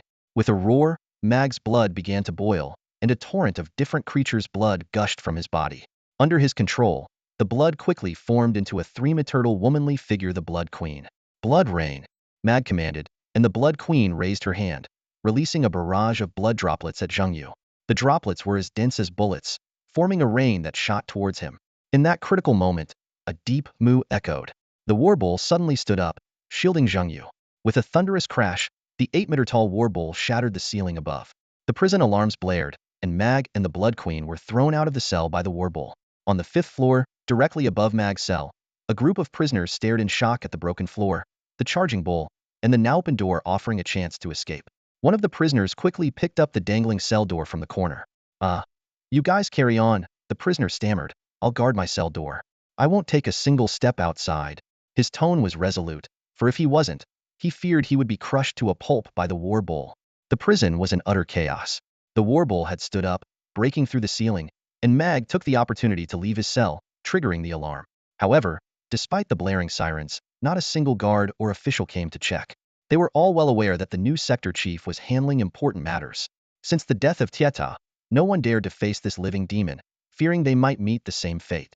Now, witnessing the colossal war bull and the punishment lord, they were even more convinced that their previous cowardice was wise. Not only had the scythe-wielding creature that killed Tieta grown stronger, but even the minotaur that always followed Zhengyu had become impressively massive. Moop the war bull shielded Zhengyu from the blood rain, sustaining only minor injuries but becoming extremely enraged. A few drops of blood had bypassed his defenses, injuring Zhengyu. Although it didn't cause any significant harm to him, it was enough to infuriate the war bull.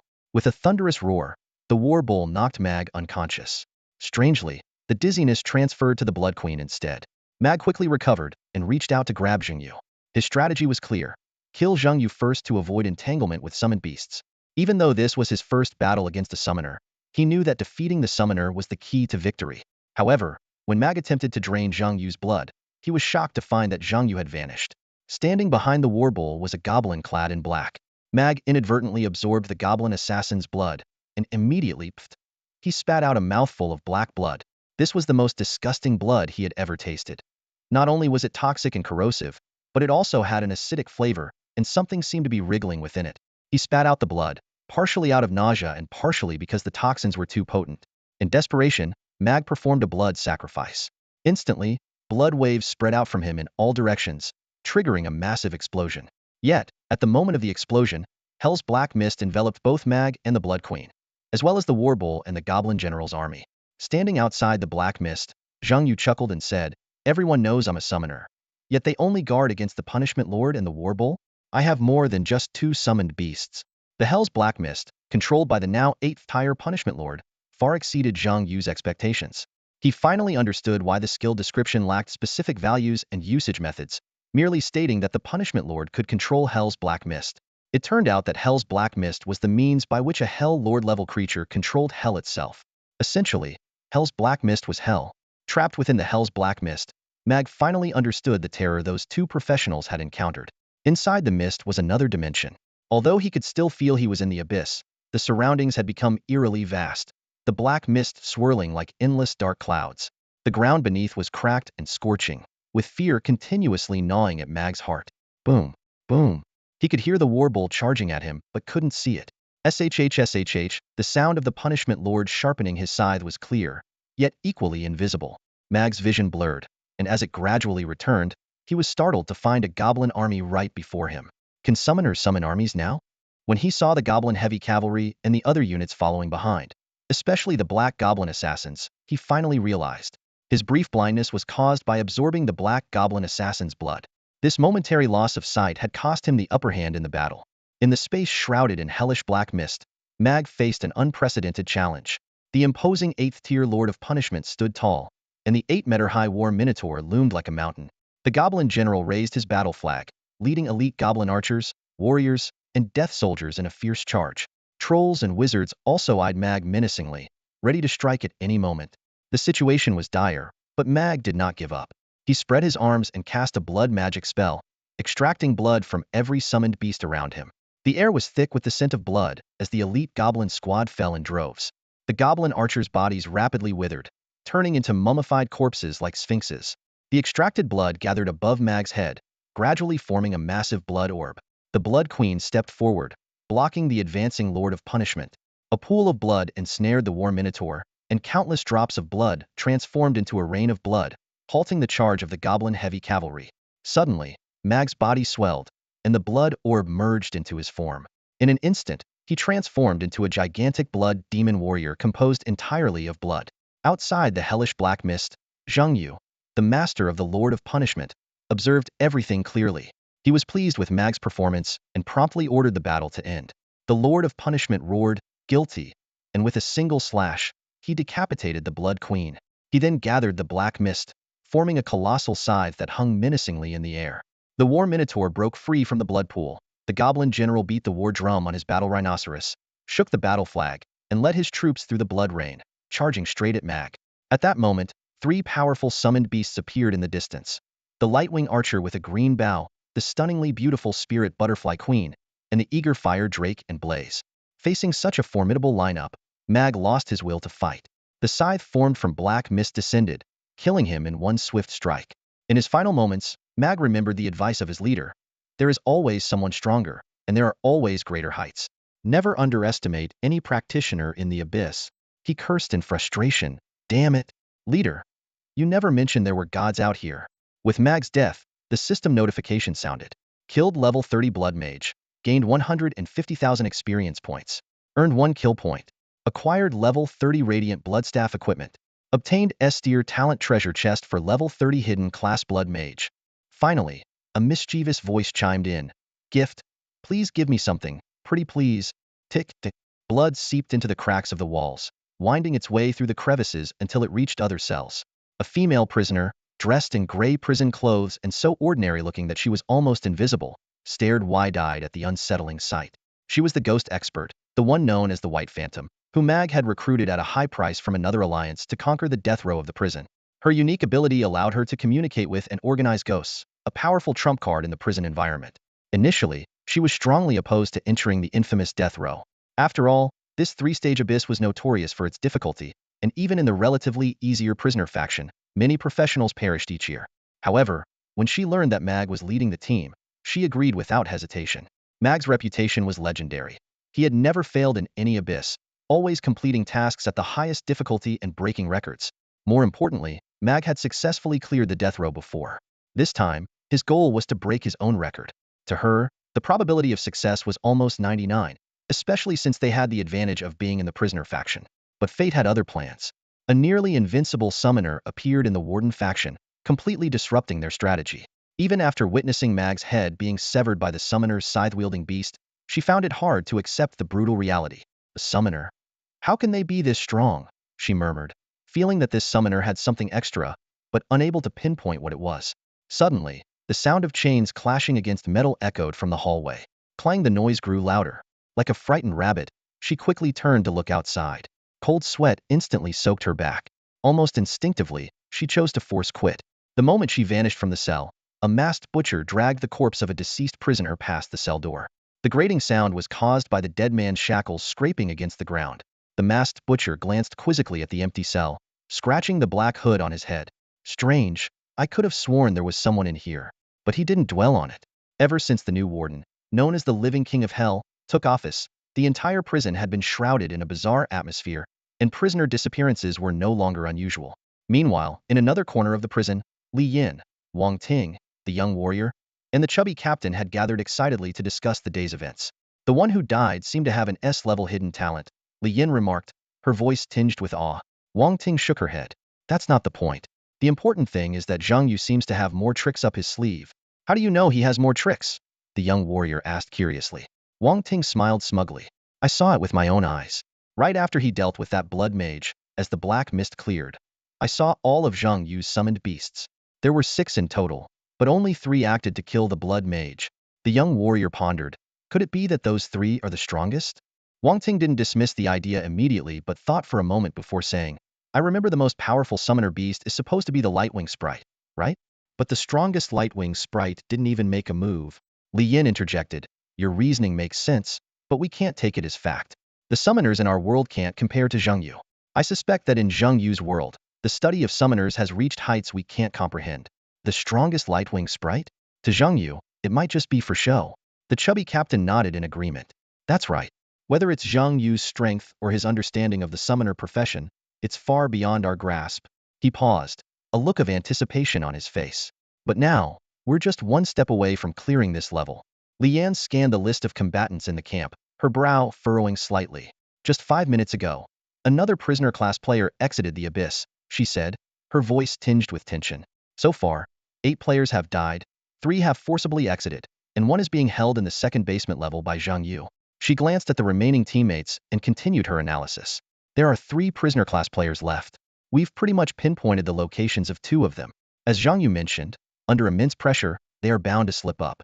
With Darkblood's Eye and the Spider Queen keeping watch, we've already noticed their suspicious behavior. Lian paused, a flicker of anticipation in her eyes.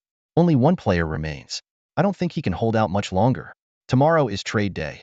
If he doesn't want to be traded like merchandise, he'll have to pretend to be a defective good and enter the underground. Her voice became resolute. In previous abysses, even if they all entered the underground prison, we couldn't find them. With Crocodile and Iron Tower guarding, the warden's rules and identity restrictions, we were blocked from searching the underground. But now, things are different.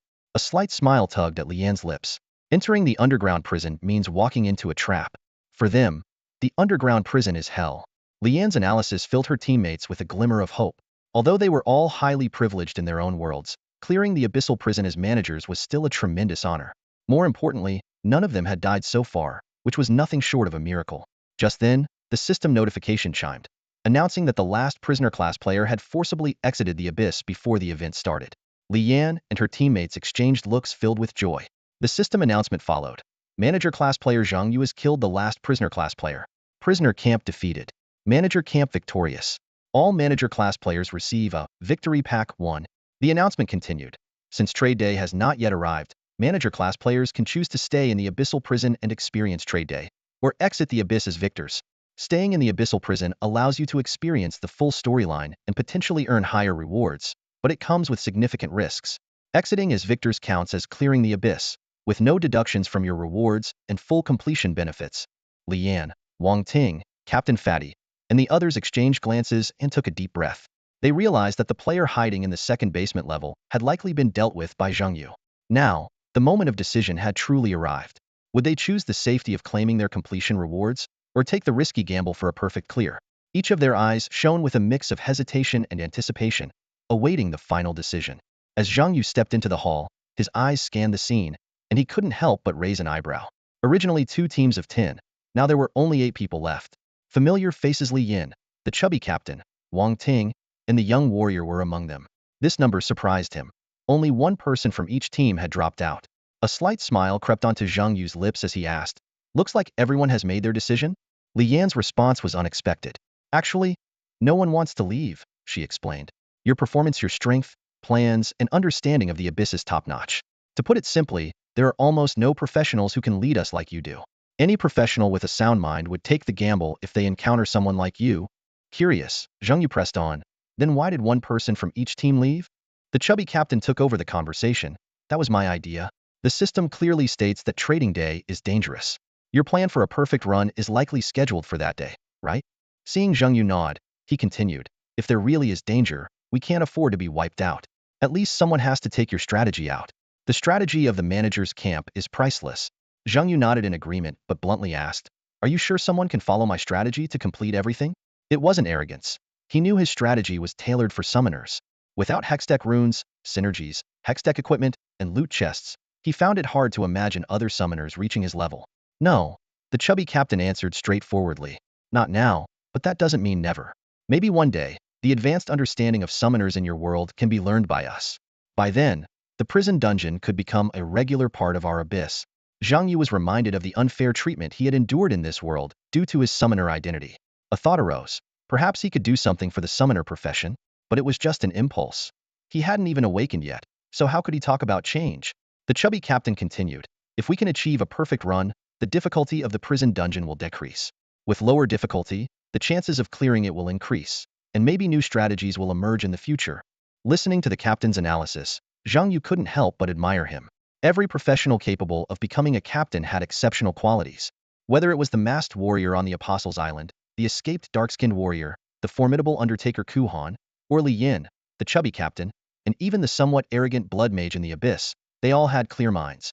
"Then let's take the gamble," Zhang Yu decided. "I can't guarantee a perfect run, but since the prison dungeon has a trading day, it means there are rewards inside. We have to try.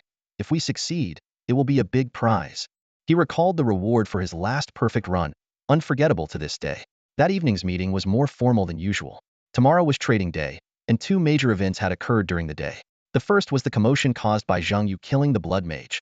All the intruders were dealt with. Destroying the prison didn't result in punishment, but rather became a merit. However, Zhang Yu didn't care much about this merit, as the prison dungeon would disappear after tomorrow. The second event involved the warden.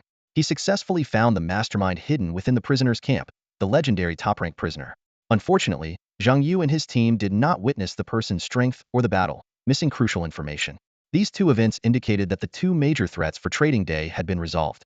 The warden was in high spirits, confident that the trade would go smoothly and that he would finally leave the prison. With this in mind, a rare smile appeared on his face as he gratefully looked at Zhang Yu. He believed that his ability to escape this prison was largely thanks to the newcomer, Zhang Yu. The warden recalled the scene from that day when Zhang Yu discovered that the seal on the mastermind behind the crimes had been more than 90 undone by an outsider. If the seal had been completely broken, the mastermind's power could have easily disrupted the deal. The warden unconsciously touched his hair, noticing more strands falling out than usual. With a wry smile, he turned to Zhang Yu, his tone light. "After the deal day, I'll be leaving. You might as well tell me now why I've been aging so quickly lately." In truth, the warden didn't care much about the issue. As long as he could get out, what did it matter if he aged? But today, he was in an unusually good mood, so his curiosity was piqued, and he wanted to hear Zhang Yu's explanation. Zhang Yu pondered for a moment before slowly speaking. "Time isn't always real, especially for those trapped by it. For some, every second feels like an eternity. For others, days pass in the blink of an eye." The warden chuckled softly. "I see. These days leading up to the deal have indeed felt like years. fearing even the slightest mistake. It seems stress really does make one age faster. He dismissed Zhang Yu's explanation and stood up, mounted a giant serpent, and left the hall. As the warden's figure receded into the distance, an inscrutable look flashed in Zhang Yu's eyes. He murmured softly, "And you have lived a lifetime in just 8 days." The deal day arrived as scheduled, and everything proceeded unusually smoothly. Darkblood-I and Spider-Woman were responsible for counting the prisoners, while Kobold, Crocodile, Masked Butcher, Sphinx, and Succubus handled transport and guarding. Approaching noon, the warden finally opened the only door to the death row cell. Zhang Yu then realized that the exit from this prison was at the ceiling of the 5th floor. As the door opened, a beam of light poured down, instantly illuminating the dark and damp death row cell. Then, a black staircase descended from above. With a crisp click, all the cell doors automatically opened. The prisoners, seemingly in a trance, orderly walked towards the black staircase, step by step ascending towards the light above. As the number of prisoners dwindled, the warden's expression was a stark contrast to the excitement and joy of the previous day. At that moment, Zhang Yu appeared beside him, seemingly out of place. The warden looked at Zhang Yu with a complex expression, while the latter spoke to himself. "I once perfectly cleared an abyss. There was a trapped female ghost, imprisoned for reasons she couldn't tell me. She knew she was trapped and how to leave, because the abyss that imprisoned her was far below her power." The warden frowned at Zhang Yu, his voice low. "What are you talking about? Weren't you supposed to have remembered by now?" Zhang Yu looked directly into the warden's eyes, calmly explaining, "I should say, as the deal day approaches, your memories sealed by the god of the prison realm slowly return. This was his punishment for you to leave you confused, in pain, filled with hope, only to plunge you into despair at the last moment. This was all just a game, a punishment set by the god of the prison realm. And the protagonist of this game is you. You haven't aged in these 8 days. Rather, you've been living these 8 days over and over again. The god of the prison realm's cruelest act is that only your body ages, your power slowly wanes, leaving you frail yet still hopeful, only to end in despair." Zhang Yu extended his hand towards the warden, saying, "The only way to end this abyss is your death. You are the reason this prison exists. Warden, let me take you away from here. Forever. Just you." The warden sneered, a flicker of disdain crossing his eyes. His attitude wasn't meant to provoke Zhang Yu, but stemmed from his absolute confidence in his own strength. This confidence wasn't based on any scheming or trickery, but purely on a disparity in power. "I'll admit, you're smarter than I expected," the warden said calmly. "You've been here for a short time, yet you've figured out more than I, the person in charge. But..." His voice suddenly turned icy. "In the face of absolute power, all schemes are futile." The warden gazed at Zhang Yu indifferently, his face showing no trace of panic. His eyes seemed to say, "So what if you know everything? You're still destined to die." Suddenly, a hiss shattered the standoff. A giant python lunged at Zhang Yu, its massive body hurtling forward. Zhang Yu had already sensed that this python wasn't a separate entity but a part of the warden himself. Its eyes, identical to the warden's, gave it away. Zhang Yu realized that even without the time prison, the warden's position could never be his. The python was likely a contingency plan left by the warden, perhaps due to fears of facing greater dangers upon leaving the prison. This also explained why the warden could easily see through the contract between Zhang Yu and the warbull, likely shared a similar connection with the python. Just as the python was about to strike Zhang Yu, a dragon's roar echoed through the surroundings. A flaming dragon appeared out of nowhere, entwining with the python and halting its attack. The battle had begun. Not far away, a kobold and a spider-woman were engaged in fierce combat. The kobold had tried to ambush the warden while he was distracted by Zhang Yu, but the vigilant spider-woman intercepted him with her web. "What are you waiting for?" Zhang Yu shouted, causing the ground to tremble. A prehistoric crocodile burst from the earth, its massive jaws snapping at the warden. "Beast, you're looking for trouble again?" The warden showed no fear, pressing his right hand downward. Instantly, a gigantic fist made of purple poison mist formed in midair, slamming down on the crocodile with a resounding bam, pinning it to the ground. Meanwhile, a masked butcher clashed with a recently healed lion beast. But the butcher was clearly outmatched, prompting Li Yin and others to rush to his aid. The warden's face twisted with rage as he roared at Zhang Yu. "You think manipulating these weaklings gives you a chance? I take back what I said. You're not smart, you're incredibly foolish. If I can't escape this prison, what makes you think you can? If it's a fight you want, then a fight you'll get. Behold the might of the warden." With the warden's roar, an overwhelming authority emanated from him. Boom! The kobold was forced to his knees. The crocodile, struggling to rise, was once again suppressed by an invisible force. This was the constraint the succubus had warned Zhang Yu about, the warden's authority. "If you don't act now, they'll die," the succubus whispered, appearing behind Zhang Yu. Zhang Yu nodded, his voice steady. Lord of Sin, let's take this fight somewhere more spacious. At Zhang Yu's call, the Lord of Sin appeared, wielding a scythe. Without a word, he struck his throne of black mist. Whooshed as the throne shattered. The black mist surged like a flood, engulfing the entire prison. Everyone, including the warden and Zhang Yu, was enveloped. This was no ordinary black mist. It was a true hellish space. Welcome to my hell, Zhang Yu said, gesturing to the warden. Here, you're not the warden. The moment they entered the hellish mist, the pressure and constraints on the kobold, crocodile, succubus, and masked butcher vanished. The warden looked around. This space was far more expansive than the prison, perfect for a grand battle. This is the first course I've prepared for you.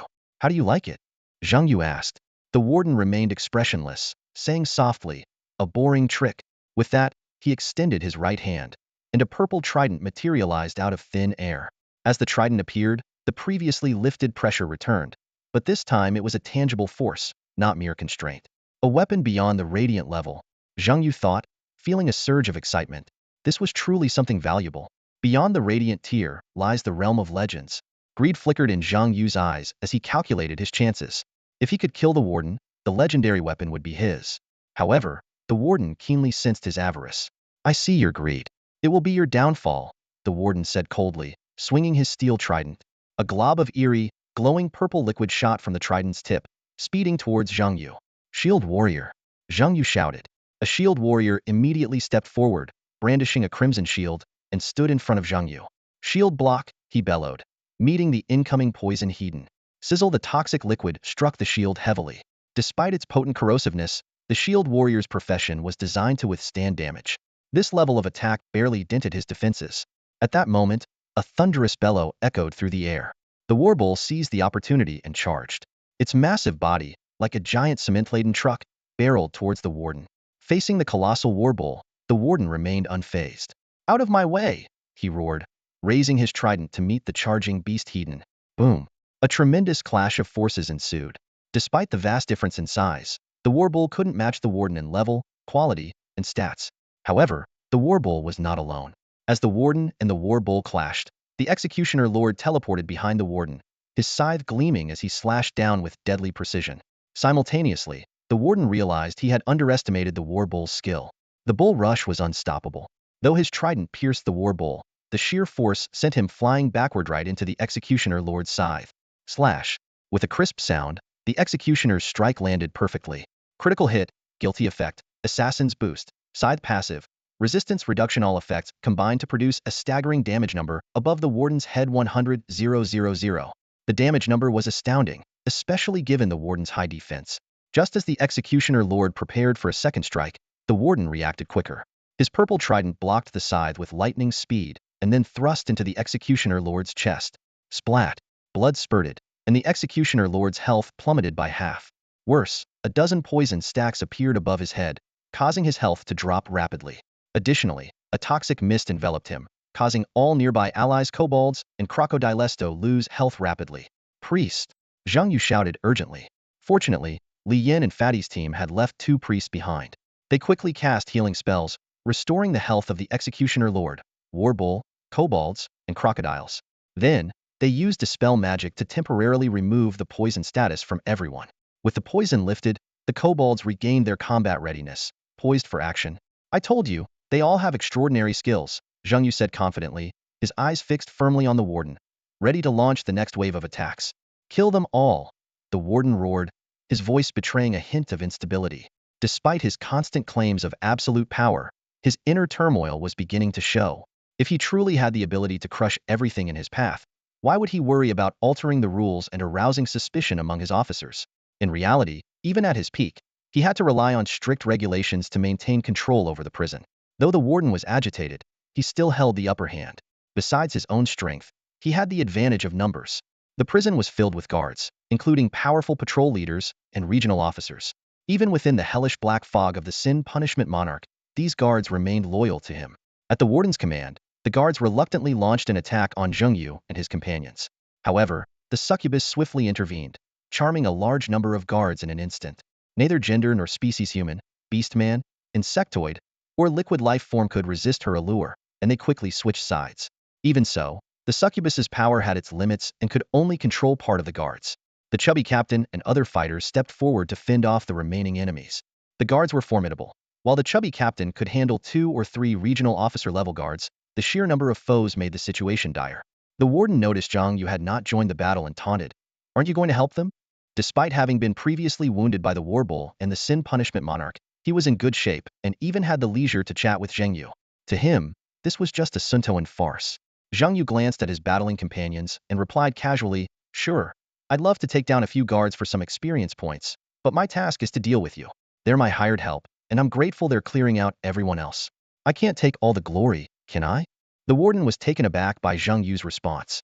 Instead of showing concern, Zhang Yu treated the fight as a reward for his allies. He continued, "Besides, you seem to have forgotten something. This is the second course I've prepared for you." Amidst the chaotic sounds of battle, a faint pop noise could be heard.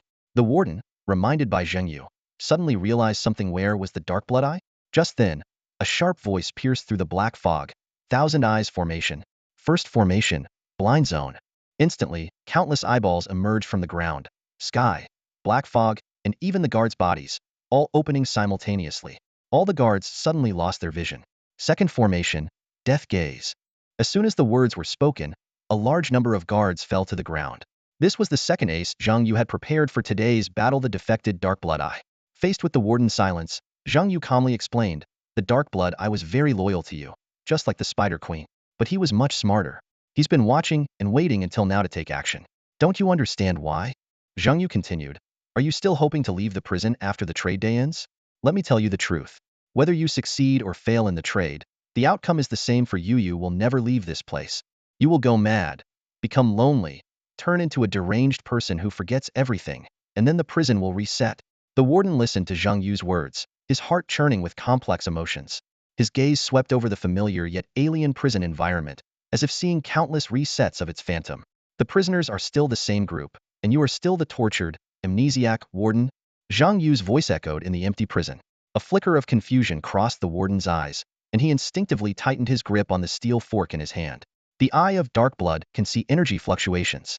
"Did you see the prisoners being taken away by the god of the prison realm?" "No." Zhang Yu shook his head. "They've just reverted to their original energy state. When the prison resets, they'll return. You've already lost." Zhang Yu's words hit the warden like a sledgehammer, shattering his last line of defense. He felt a wave of dizziness as memories surged back like a tide, forgotten fragments. Countless resets, endless torment, all vividly resurfaced in his mind. With the addition of the Eye of Dark Blood, the scales of victory have long tipped in my favor. Zhang Yu's voice carried a hint of triumph. The warden did not rage or scream. He simply said calmly, "I haven't lost." His voice was low, tinged with a barely perceptible tremor. At this moment, he couldn't understand his own emotions. Was it anger? At whom? Zhang Yu? Or the god of the prison realm who had trapped him here like a toy? Sadness? Aggrievement? Restlessness? None of these words could adequately describe his current state of mind. The warden remembered everything Zhang Yu had said. He didn't know how long he had lived in this prison. Whether it was the dog-headed people or the mastermind behind the prisoner faction, their bodies and memories would reset with the prison. Only he couldn't. Just as Zhang Yu said, the accumulated memories and negative emotions had turned him into a madman. The warden's hands trembled slightly, his voice carrying a hint of despair. "There must be a way. I will get out." The calm and composed facade he maintained completely crumbled at this moment. No, there was no crumbling. The high and mighty image of absolute authority in the prison was just a disguise. In reality, he had been tormented beyond repair. "The god of the prison realm will forgive me. He won't abandon me. He won't keep me locked up forever. Just a little more effort. Just a little more." The warden suddenly screamed hysterically at Zhang Yu, his voice echoing in the empty prison. His eyes gradually lost their sanity, his body began to swell, and the steel fork in his hand dripped with venom.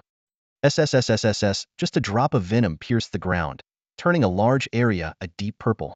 Zhang Yu sighed. Behind him, the spirit butterfly queen began to sing. The light wing elf frantically attacked, and the war bull and punishment lord barely held off the warden's assault under Zhang Yu's summoning beast's berserk state. But the warden, now completely deranged, was growing stronger at an alarming rate. This was probably the warden's peak state. However, his falling hair and wrinkling skin indicated that this peak came at the cost of his life force, similar to the berserk state of bosses and elite monsters. Zhang Yu looked at the warden, a determined expression on his face, and pulled an item from his inventory. This was Zhang Yu's trump card, his real ace in the hole, the reason he dared to face the warden and attempt a perfect run. The moment Zhang Yu took out this item, everything around fell silent. It wasn't that the fighting stopped, but another sound suppressed everything. This sound was familiar to Zhang Yu. A Swana. The Swana played. A ghost marriage was coming. A red sedan chair. A ghost bride in red. White paper fluttered through the air, and mournful music drifted into the distance. Amidst the gray, foggy hellscape, a striking splash of red appeared. This red was not a symbol of bloodshed or anger. Instead, it was a festive red sedan chair, radiating an overwhelming aura of sorrow. As the mournful sound of the Swana filled the air, a yellow weasel staggered forward, eyes fixed on the red sedan chair, slowly emerging from the white fog. The creaking of the sedan filled the cold, dark space with an eerie chill. In the distance, Li Yin shuddered, staring in shock at the red sedan chair. She suddenly understood. No wonder Zhang Yu was so confident about killing the warden. He had an ace up his sleeve. Nearby, a burly man wielding an axe, having just decapitated a prison guard, couldn't help but remark, "This red sedan seems even more formidable than the warden." Li Yin pondered. He has already cleared this level perfectly once before, so it's not surprising. With his abilities, he could very well become a top-tier pioneer in our world. If he didn't have control over a few abysses, it would be a waste of his talent.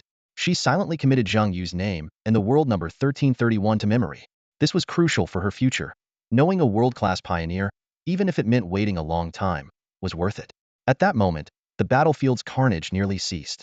Except for the crocodile, Knoll, and Spider-Woman still entangled in their grudges, everyone else, whether prison guards or adventurers, took a breather due to the red sedan chair's appearance.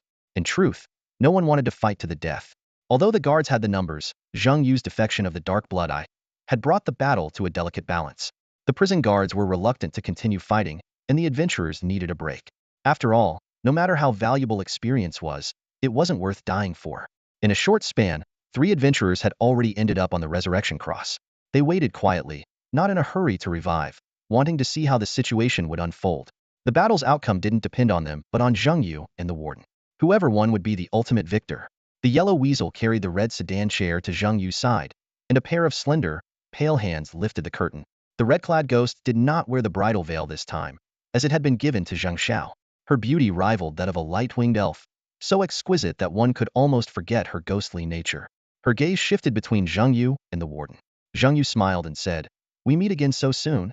The red-clad ghost glanced at him, her expression seemingly reproachful for summoning her so quickly.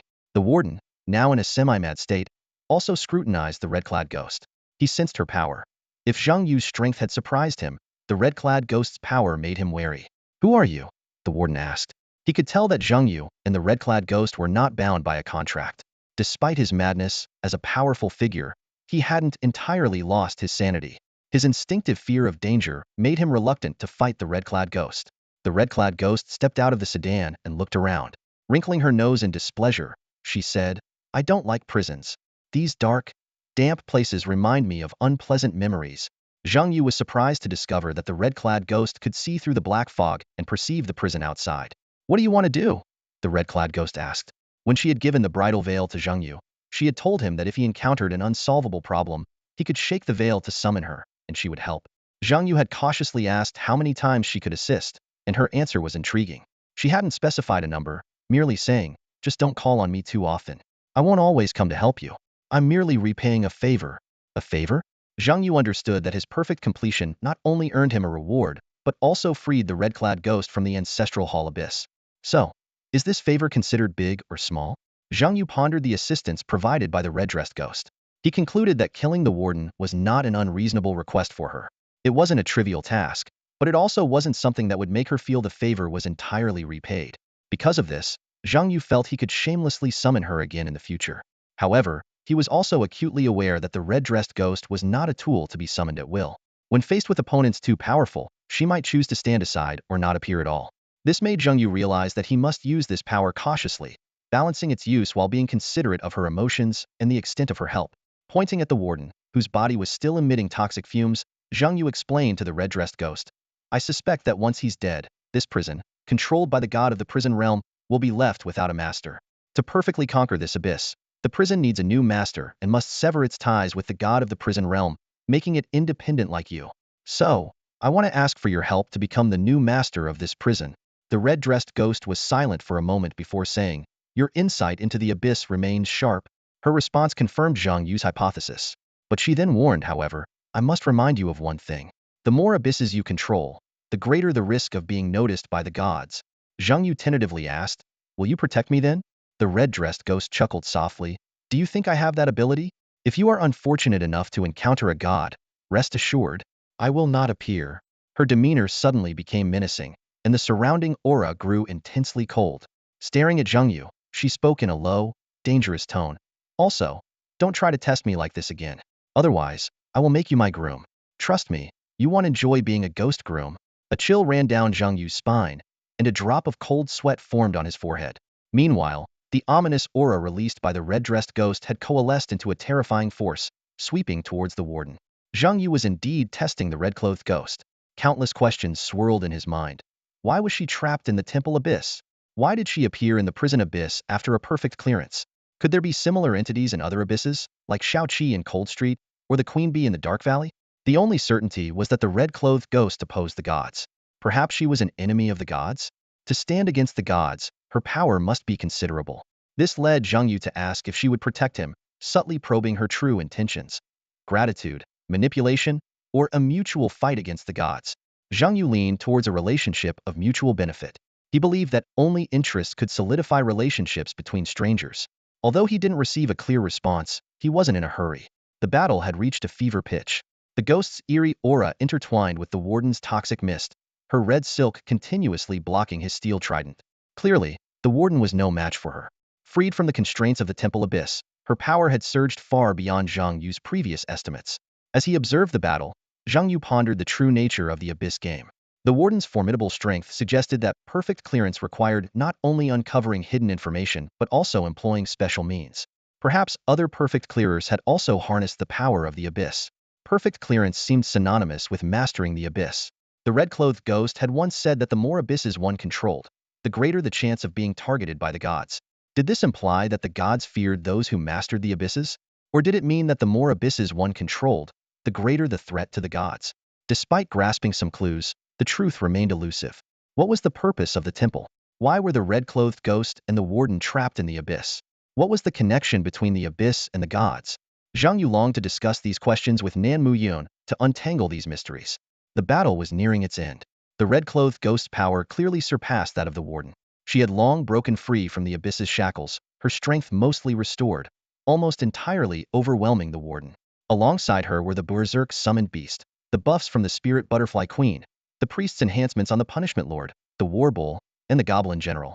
Even if the warden entered a berserk state, it was difficult to withstand their combined might. 3 red silks pierced through the warden's body like swords, and when they were withdrawn, no blood was seen, as it had all been absorbed by the silks. The war bull proved to be the most reliable frontline, with over 1.4 million health, damage immunity from mean spirit boots, shields from the burial tomb, and the spirit butterfly queen's shields and healing. It continuously blocked the warden's attacks. Even the red-clothed ghost couldn't help but be impressed by the war bull. With an enormous and exaggerated size, it could block almost any attack. The war bull stood on the front lines like an immovable mountain. Continuous stabs from steel forks, venom, toxic mist, poison needles, acid rain, every attack was swallowed whole. Behind this indestructible defense, the red-clad ghost and the winged fairy were free to unleash their lethal assaults without a care. The healing ability of the butterfly queen was astounding, each treatment like a new breath of life for the team. The power of this summoned creature combo left Li Yin and the others watching in awe, unsure of how to even begin to describe it. Wow, this warbull can take more hits than I can. A young warrior couldn't help but exclaim. That goblin general must be at least as strong as in class, level 30 blood warrior. Another person added. Li Yin mused. So that assassin summon is called the punishment lord? Wang Ting nodded in agreement. I knew the winged fairy was strong, but Zhang Yu's other summons are even more impressive, making her seem less so by comparison. The battle was clearly reaching its conclusion. Too exhausted to gather experience points, they began to critique Zhang Yu's summons. The final conclusion was startling. They were outclassed by a single summon creature. The warrior couldn't compare to the goblin general, the shield warrior to the war bull, the healer to the butterfly queen, the assassin to the punishment lord, the mage to the flame serpent, and the ranger to the winged fairy. They finally understood why Zhang Yu dared to venture alone into a 4-star difficulty abyss. Was a complete team unto himself, even stronger than an ordinary group. Boom. A loud noise interrupted their thoughts. The kobold, crocodile, and Spider-Woman had also decided their battle.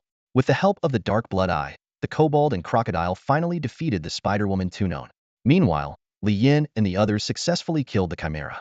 The elite goblin squad was busy collecting the loot from the slain prison guards. Zhang Yu did not order a complete massacre. First, the prison still needed to operate, requiring a large number of guards to maintain order. Second, there were simply too many to kill. The battle on the warden's side was nearing its end. His right arm had been torn off by the red-clad ghost, his body riddled with the exploded feathers of light, and his chest nearly shattered. After enduring repeated charges from the war bull, even the strongest defense couldn't hold. Not to mention the punishment lord's defense-reducing passive effect. Rip, a sound of tearing.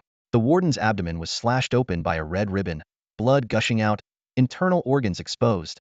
Yet he still resisted. Losing his right hand, he wielded his fork with his left. As his intestines spilled out, he tore them off and cast them aside. In his frenzied state, he seemed to feel no pain, nor fear death. He only knew that if he tried just a bit harder, he might escape. Not enough, just a bit more, the warden muttered, throwing his steel fork at the punishment lord. However, this final attack couldn't even reach its target, the fork landing at the punishment lord's feet. His life force was rapidly draining. His once half-black, half-white hair turned completely white in an instant. His skin shriveled and aged, liver spots covering his arms. Give up, Zhang Yu said, stepping in front of the warden. The warden clutched Zhang Yu's collar tightly. Stopping the punishment lord from attacking, Zhang Yu spoke gently to the warden. I promise to take your body out of this prison. I can't take your soul, but I can ensure you won't be trapped here forever. It's the least I can do. The warden released his grip on Zhang Yu's collar, his head bowing deeply. He stared at the familiar, hated prison floor, the blood-soaked marble, the nauseating stench. I'm really tired. I can't hold on any longer. Thank you, the warden said his final words to the one who killed him, Zhang Yu. His head never lifted again, just as he had never been able to look up to the god of the prison realm in his life. The system notification sounded. You have slain the boss, warden of the prison dungeon. Confirming the warden's death, Zhang Yu finally breathed a sigh of relief. He signaled the punishment lord to retract the hellish black mist, then stood beside the warden's bowed corpse, surveying all the prison officers, regional chiefs, patrol leaders, and guards. The warden is dead. From today on, I, the living king of hell, am the new warden here. Who approves? Who opposes? Wherever Zhang Yu's gaze fell, no one dared to meet his eyes. The warden knelt, his head bowed, and the prison fell into silence. This scene took everyone by surprise, even those who had agreed to rebel with Zhang Yu, holding onto a sliver of hope for a desperate fight. Zhang Yu's revelations made them realize that continued endurance would only lead to an endless cycle of resets, forever living under the warden's control. This harsh truth fueled their drive to revolt. The crocodile, usually a violent and bloodthirsty beast, displayed an unusual calmness. It slowly crawled to Zhang Yu and remained silent, but this action spoke louder than words. The guards lowered their weapons, and an eerie calm settled over the prison. The succubus scanned her surroundings, her gaze moving from the noble light-winged elf to the breathtakingly beautiful spirit butterfly queen, and finally to the red-clad ghost with an air of regality. As a succubus, she was well-versed in all forms of beauty. Whether it was the direct appeal of the elves, the artistic composition of the spirit butterfly queen's colors, or the unique aura of the red-clad ghost, these were qualities she could never emulate. At this moment, she understood why Zhang Yu could resist her charm. She had indeed seen more beautiful beings, and not just one. So, warden, is there anything you want us to do? The succubus directly addressed Zhang Yu as the warden, the highest honor in this prison.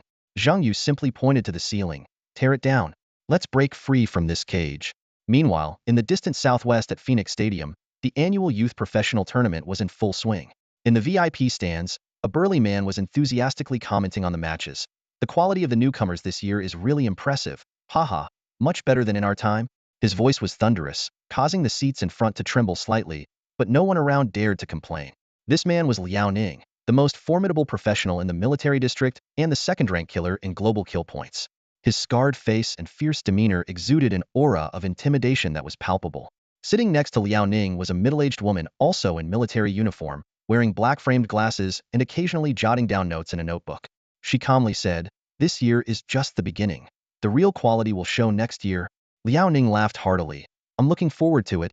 Despite being away from the front lines for years, he was well informed about the newcomers this year. After all, the focus of the next decade's plan for Jiuzhou was based on the quality of this year's newcomers. Key figures like the SS-level talent from the Li family alliance, as well as Rong Mingjian, Liu Hinhe, He Zhe, and Zhang Yu were all priority targets for development. Suddenly, Liao Ning noticed a few people behind him seemed distracted and directly asked, "Why are you guys so quiet? Something on your mind?" Sitting behind Liao Ning were Rongli, known as the Sword God, and Lu Nanyan, Jiazi's only rare profession mechanist. They were both absent-mindedly watching the match, not even hearing Liao Ning's question. The middle-aged woman beside him explained, Rong Li's son, Rong Mingjian, is still in the abyss. It's been almost a month now, so he's not in the mood to watch the competition. Oh, I remember now.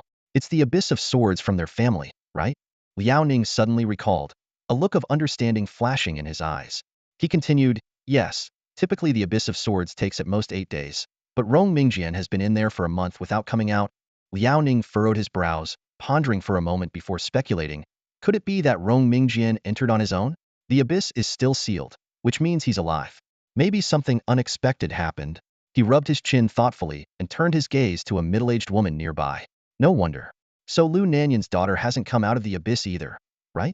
I remember she's an S-ranked warrior, definitely worth nurturing. The middle-aged woman immediately shook her head. Speaking rapidly, Lu Henhe went to Zhengzhou a while ago. She didn't enter the abyss.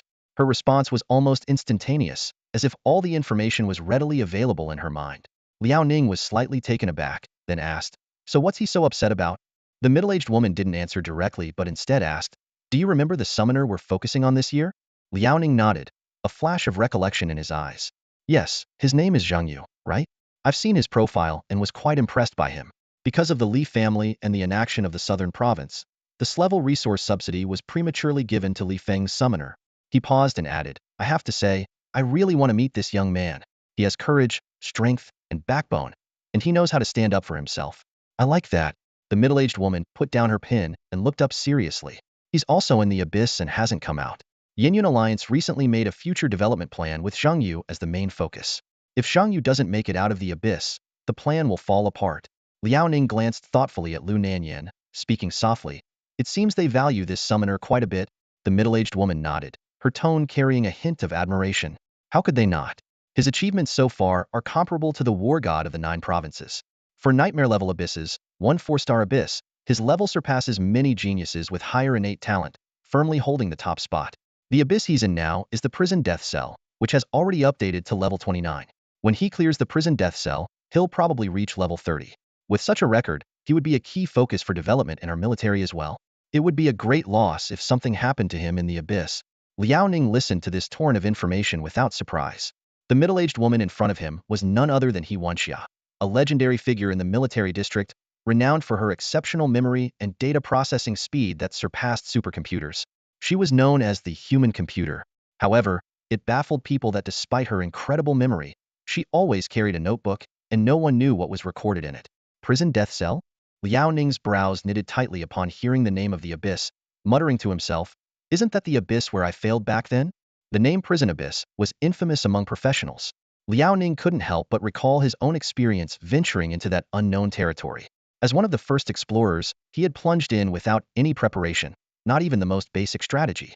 Liao Ning vividly remembered his ignorance at the time. He hadn't even considered joining the prisoner faction.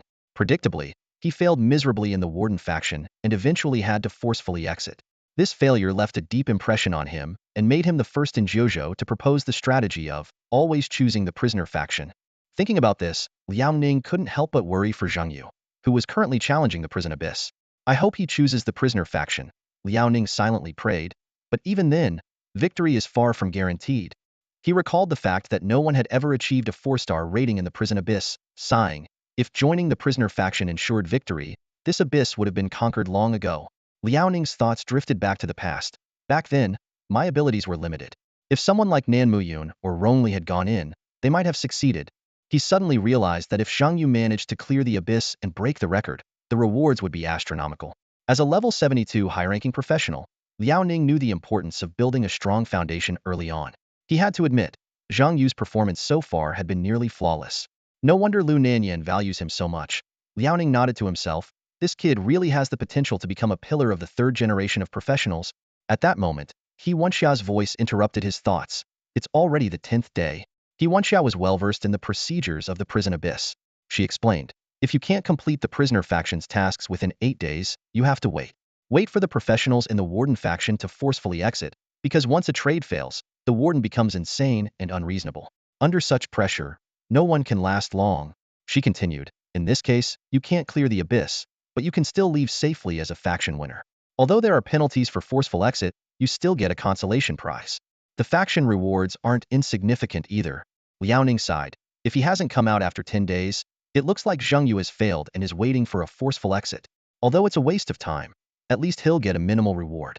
It's a pity, but the prison abyss is indeed very challenging. He paused and added, as long as he doesn't die. Though this sounded ominous, it was a common saying among professionals, often considered a blessing. For professionals, survival was the greatest fortune.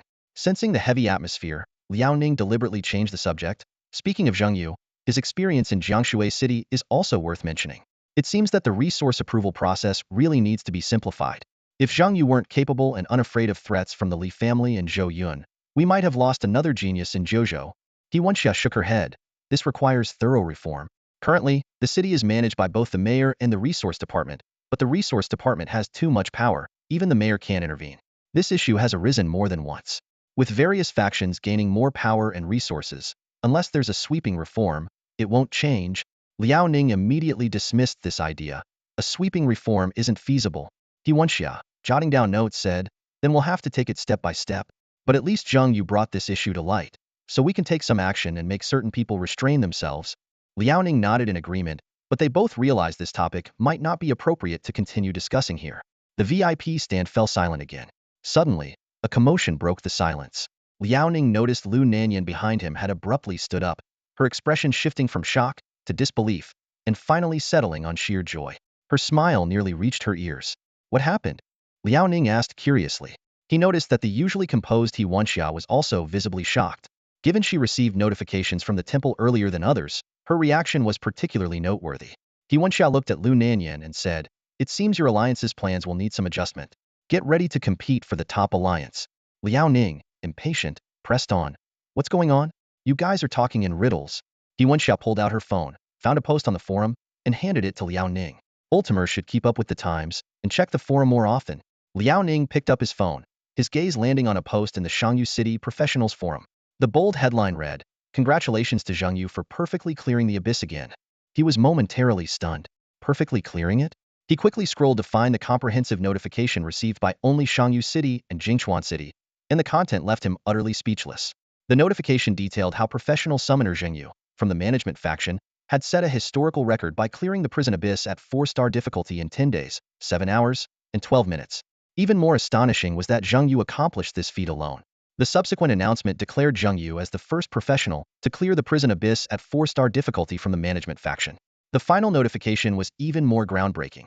Zheng Yu not only completed the hidden task of the 4-star prison abyss, but also became the new warden. This perfect clearance had far-reaching effects. The difficulty levels of the prison abyss would permanently decrease by 20, and the rewards would increase by 20. As recognition, Zheng Yu was awarded the Perfect Prison Abyss Achievement Badge. Since Zheng Yu was affiliated with the Shangyu City Temple, and the prison abyss was located in Jingchuan City, both cities would share this benefit. The temples in Shangyu City and Jingchuan City would sell limited-time, exclusive shrine gold cards for Zheng Yu's summoner members. Purchasers would receive phantom assistance when entering the prison abyss. This offer was limited to 48 hours, with prices set by Zheng Yu himself.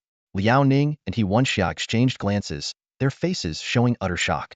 They knew that perfectly clearing a 4-star abyss was rare, let alone doing so in the notoriously difficult prison abyss as part of the management faction. At this moment, Liao Ning finally understood the deeper meaning behind He Wenxia's earlier words to Lu Nanyan. The benefits of the perfect clearance extended far beyond the profits from the gold cards. More crucially, Zheng Yu now controlled 2 abysses, signifying unlimited potential for his future. At that moment, Liao Ning brought up an interesting topic. It seems the Li family isn't here today. I'd love to hear Li Chenggong's thoughts on this. I wonder if he supported or opposed his son's decision back then.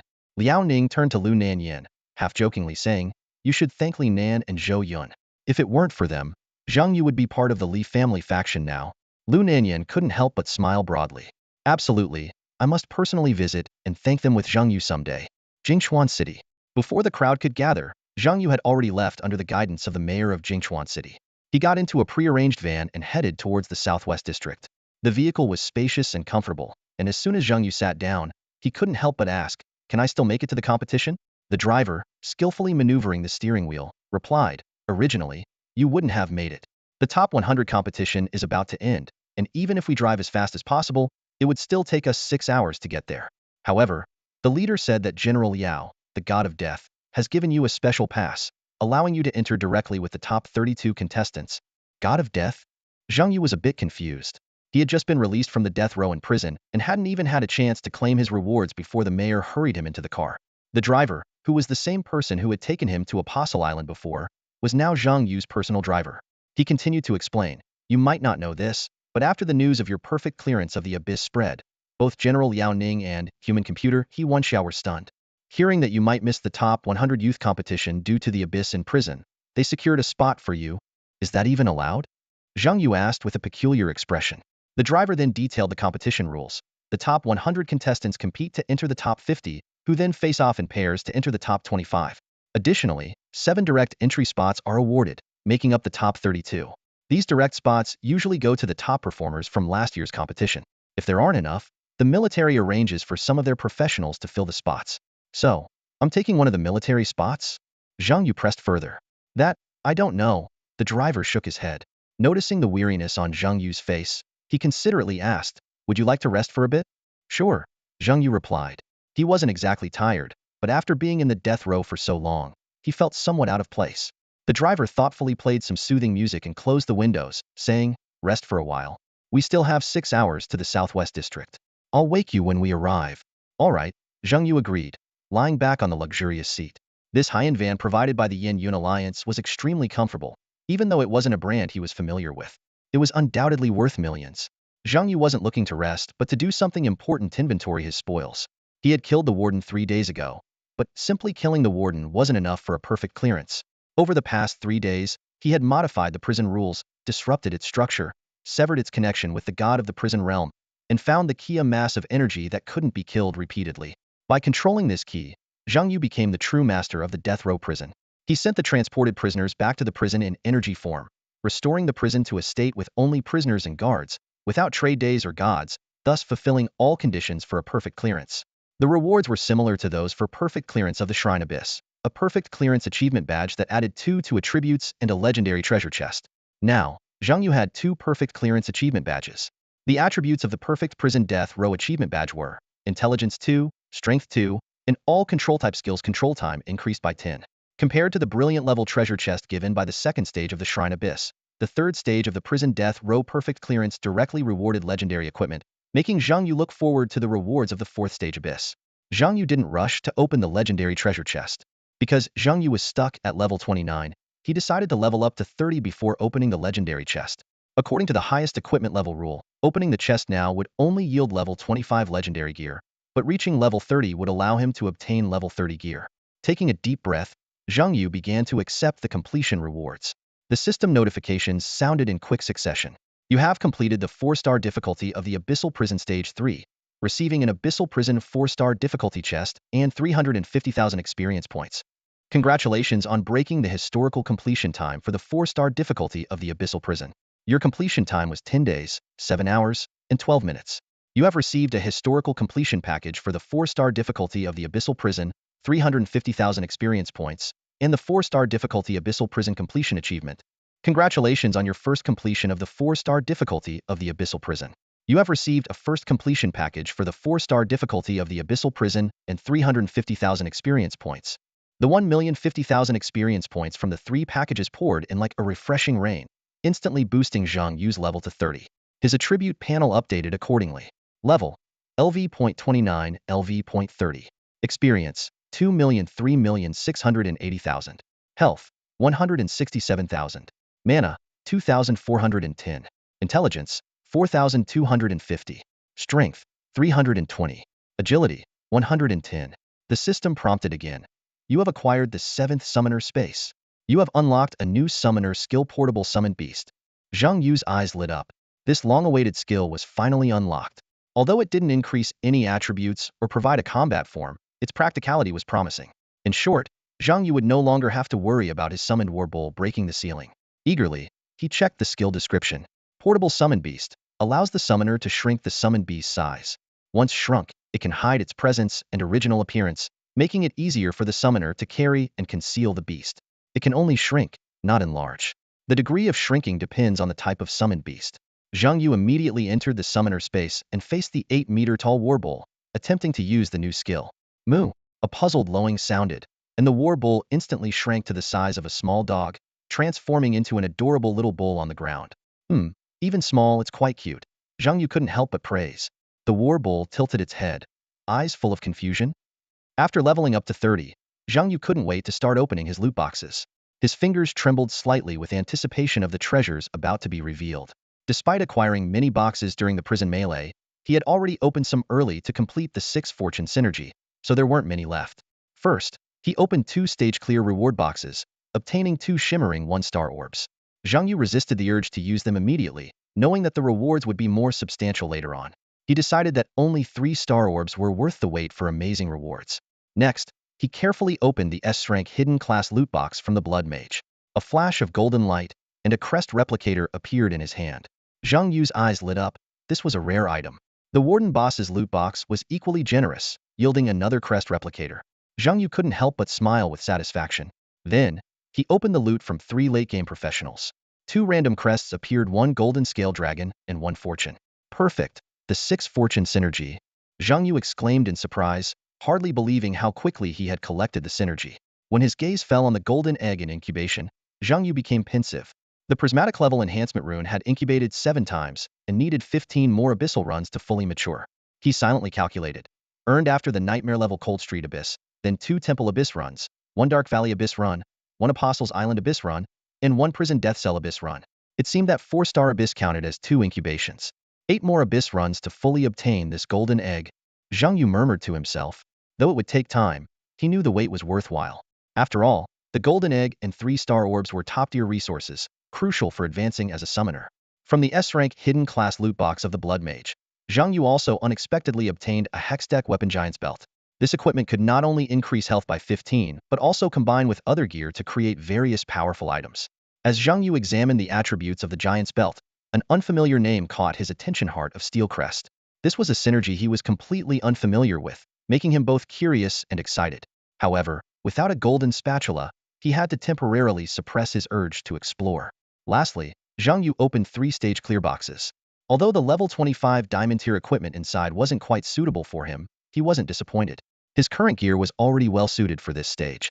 Additionally, he found a heap of materials, enhancement stones, forging stones, and 2 orange core stones.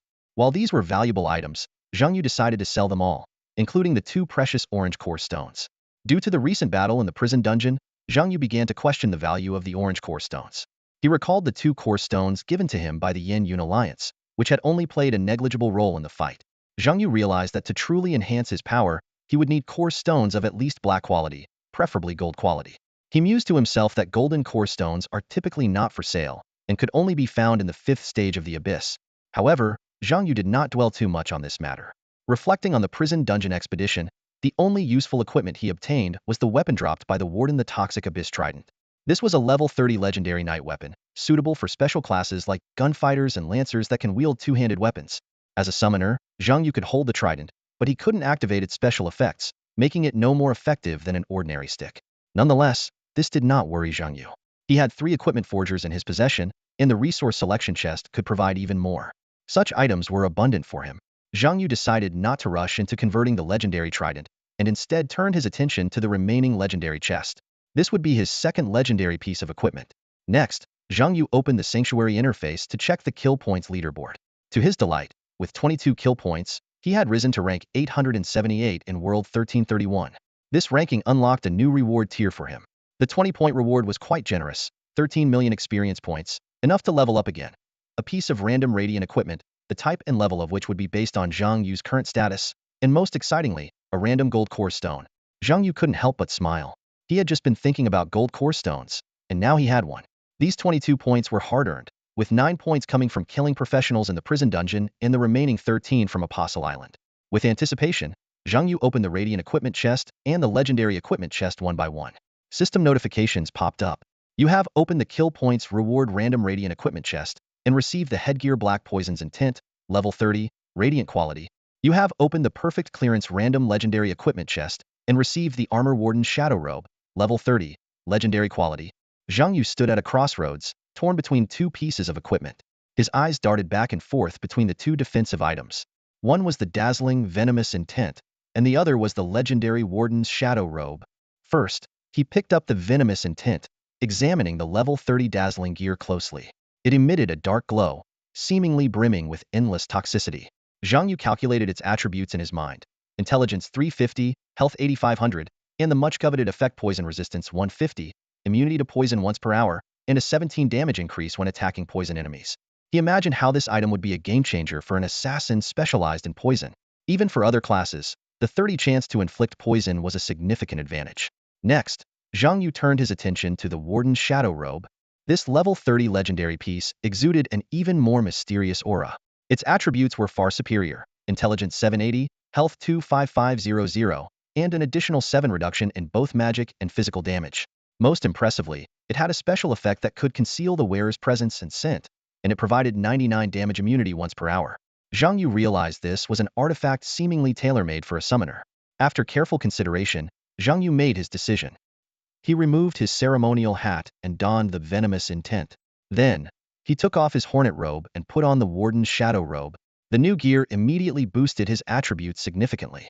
However, Zhang Yu was not yet satisfied. His gaze fell upon a legendary trident, and anticipation welled up within him. Though his current level 20 dazzling staff, the Phantom Spirit Staff, was quite good, it paled in comparison to a level 30 legendary item. Zhang Yu retrieved his equipment forge, a magical tool capable of transforming unsuitable gear into usable items. Carefully, he placed the venomous trident onto the forge, his heartbeat quickening. Do you wish to forge the venomous trident LV30 legendary quality into another item of the same tier? The system prompt sounded. Zhang Yu took a deep breath and unhesitatingly chose use. In an instant, the venomous trident underwent a stunning transformation in a burst of dazzling light. When the light faded, a brand new weapon appeared before Zhang Yu's Pharaoh's scepter. This level 30 legendary staff boasted incredible attributes: intelligence 1450, summon creature damage 10, and a 25 increase in summon creature recovery rate. Most thrilling was its special effect. Whether casting summon spells, summoner skills, recalling summon creatures, or unleashing summon berserk skills, it would activate the Pharaoh's blessing. Gripping this hard-earned artifact, Zhang Yu felt the immense power coursing through his hands, filling him with anticipation for future adventures. Pharaoh's Blessing Assault. The legendary weapon's attributes made Zhang Yu's eyes widen in astonishment. He meticulously read through each description, marveling at its immense power. When the summoner casts a summoning skill, the summoned creature gains a layer of assault power, increasing its attack by 10. Casting summoner skills triggers amplification effects. Group dispel duration is extended to 10 seconds. Group healing effectiveness is increased by 10. Group attack duration is extended by 10 seconds, and damage is boosted by 5. These effects further enhance with higher reinforcement levels. What surprised Zhang Yu the most was the Pharaoh's Blessing Protection effect. When a summoned creature is recalled, a random remaining summoned creature not only recovers 30 of the recalled creature's health, but also gains a shield equivalent to that amount. Zhang Yu immediately envisioned a scenario.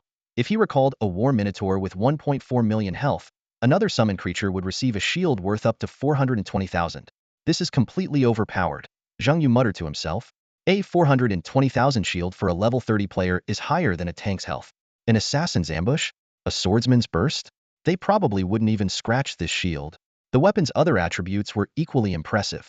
Activating the Summoner's Rage skill would additionally summon level 30 mummies to assist, with their number increasing with reinforcement levels. The resurrection time for dead summoned creatures was also reduced by 20. Zhang Yu's gaze fell on the weapon's base attributes: 0 reinforcement, 0 refinement, 0 runes, and no embedded runes.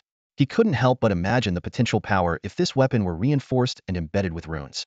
No wonder it's a legendary weapon. Zhang Yu sighed softly, his heart filled with longing and anticipation for this magical piece of equipment.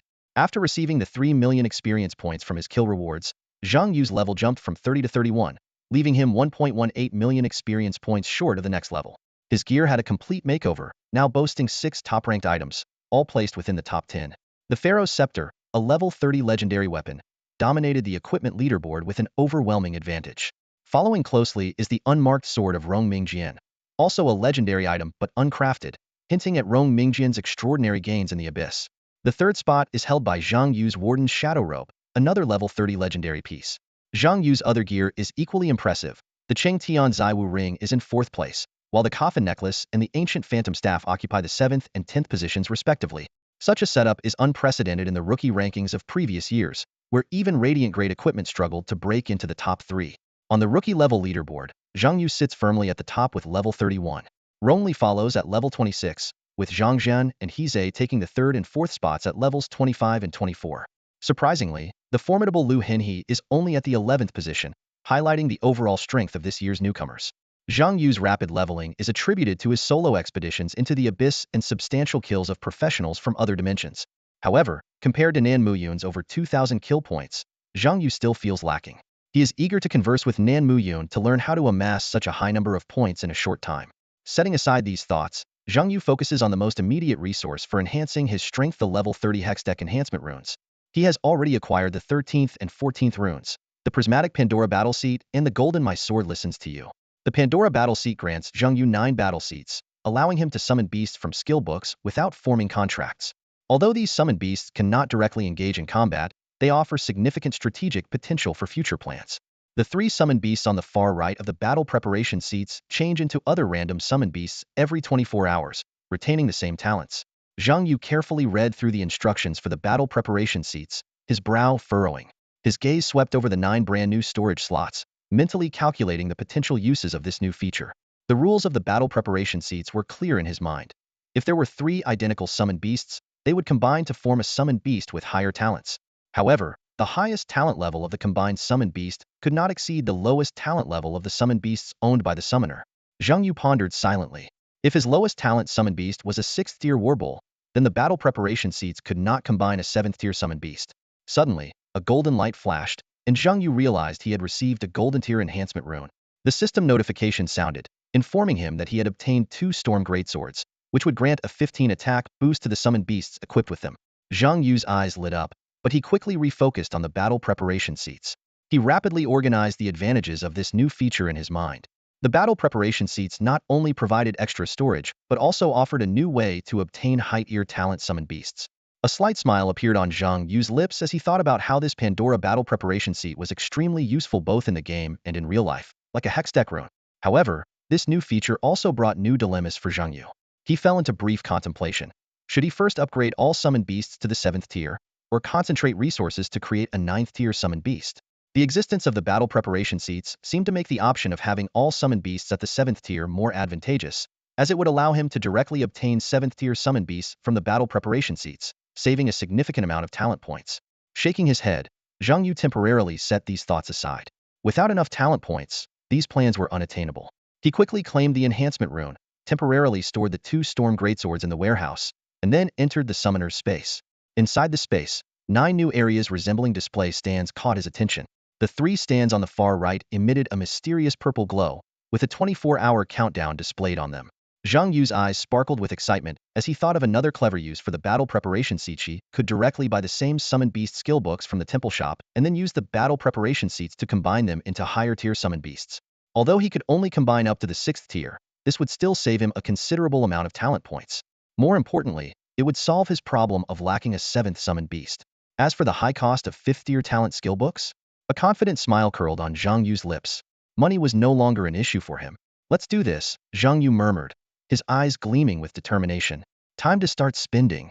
Zhang Yu stood in the center of the Sacred Hall Mall, his eyes scanning rows upon rows of dazzling products, his brow slightly furrowed. He had been searching for a long time, yet even a 3rd-tier summoner skill book was hard to come by, let alone a 5th-tier one. The reason was simple. His level restricted him to purchasing only level 30 skill books. While there were indeed level 30 skill books that contained 5th-tier summoner beasts like the Light-Winged Elf, that particular book was a rare treasure taken by the Yin Yun Alliance from Rong Li's collection, making it impossible to find such a gem on the market. Zhang Yu quickly realized that high-quality skill books primarily came from 2 sources, high-level dungeons and kill point rewards. Both avenues were almost unattainable for ordinary players. Just as Zhang Yu was feeling a bit discouraged, his gaze fell upon a pile of 2nd-tier skill books. Suddenly, an idea flashed in his mind. 3 identical 2nd-tier summoner beasts could be combined into a 3rd-tier, 3 3rd-tier into a 4th-tier, and so on. This meant that with 81 2nd-tier summoner beasts, he could obtain a powerful 6th-tier summoner beast. Zhang Yu's eyes lit up, and he began to carefully sift through the books. Soon, he identified 4 types of 2nd-tier summoner beasts that could be upgraded to 6th tier. The support-type Water Elf, the tank-type Fluffy Bear, the warrior-type Abyssal Bloodworm, and the protector-type Rock Armor Turtle. Without any hesitation, Zhang Yu placed his order. Each Water Elf skill book cost 60,000 yuan, Fluffy Bear 140,000 yuan, Abyssal Bloodworm 210,000 yuan, and Rock Armor Turtle 37,000 yuan. He nearly cleared out the store's stock of these 4 Summoner Beast skill books, spending a total of 36.21 million yuan. With the skill books in hand, Zhang Yu eagerly began his experiment. He tossed a water elf skill book onto the preparation platform, and immediately, a water ball appeared on the ground, bubbling with watery noises. This second-tier water elf was quite similar to the fire elf he had encountered before. Next, Zhang Yu threw in two more identical water elf skill books. Three second-tier water elves appeared on the platform simultaneously, merging instantly into a larger, more water-elementrich third-tier grand water elf. Zhang Yu didn't bother to check the attributes and skills of this third-tier water elf. In his current summoner lineup, third-tier summoner beasts were no longer qualified to make the cut. His sights were set on something far grander, the Suntobo-born 6th-tier summoner beast. Zhang Yu filled the remaining 6 preparation slots with Tier 2 skill books. Under his control, 6 Tier 2 water sprites quickly combined. First, they transformed into 2 Tier 3 water sprites, then 3 of these merged into 1 Tier 4 water wraith. As he gazed at the newly formed Tier 4 water wraith, Zhang Yu furrowed his brows, a question suddenly surfacing in his mind. He quickly calculated. If he only used Tier 2 skill books for synthesis, the highest evolution he could achieve would be a Tier 6 summoned beast, limited by the number of preparation slots.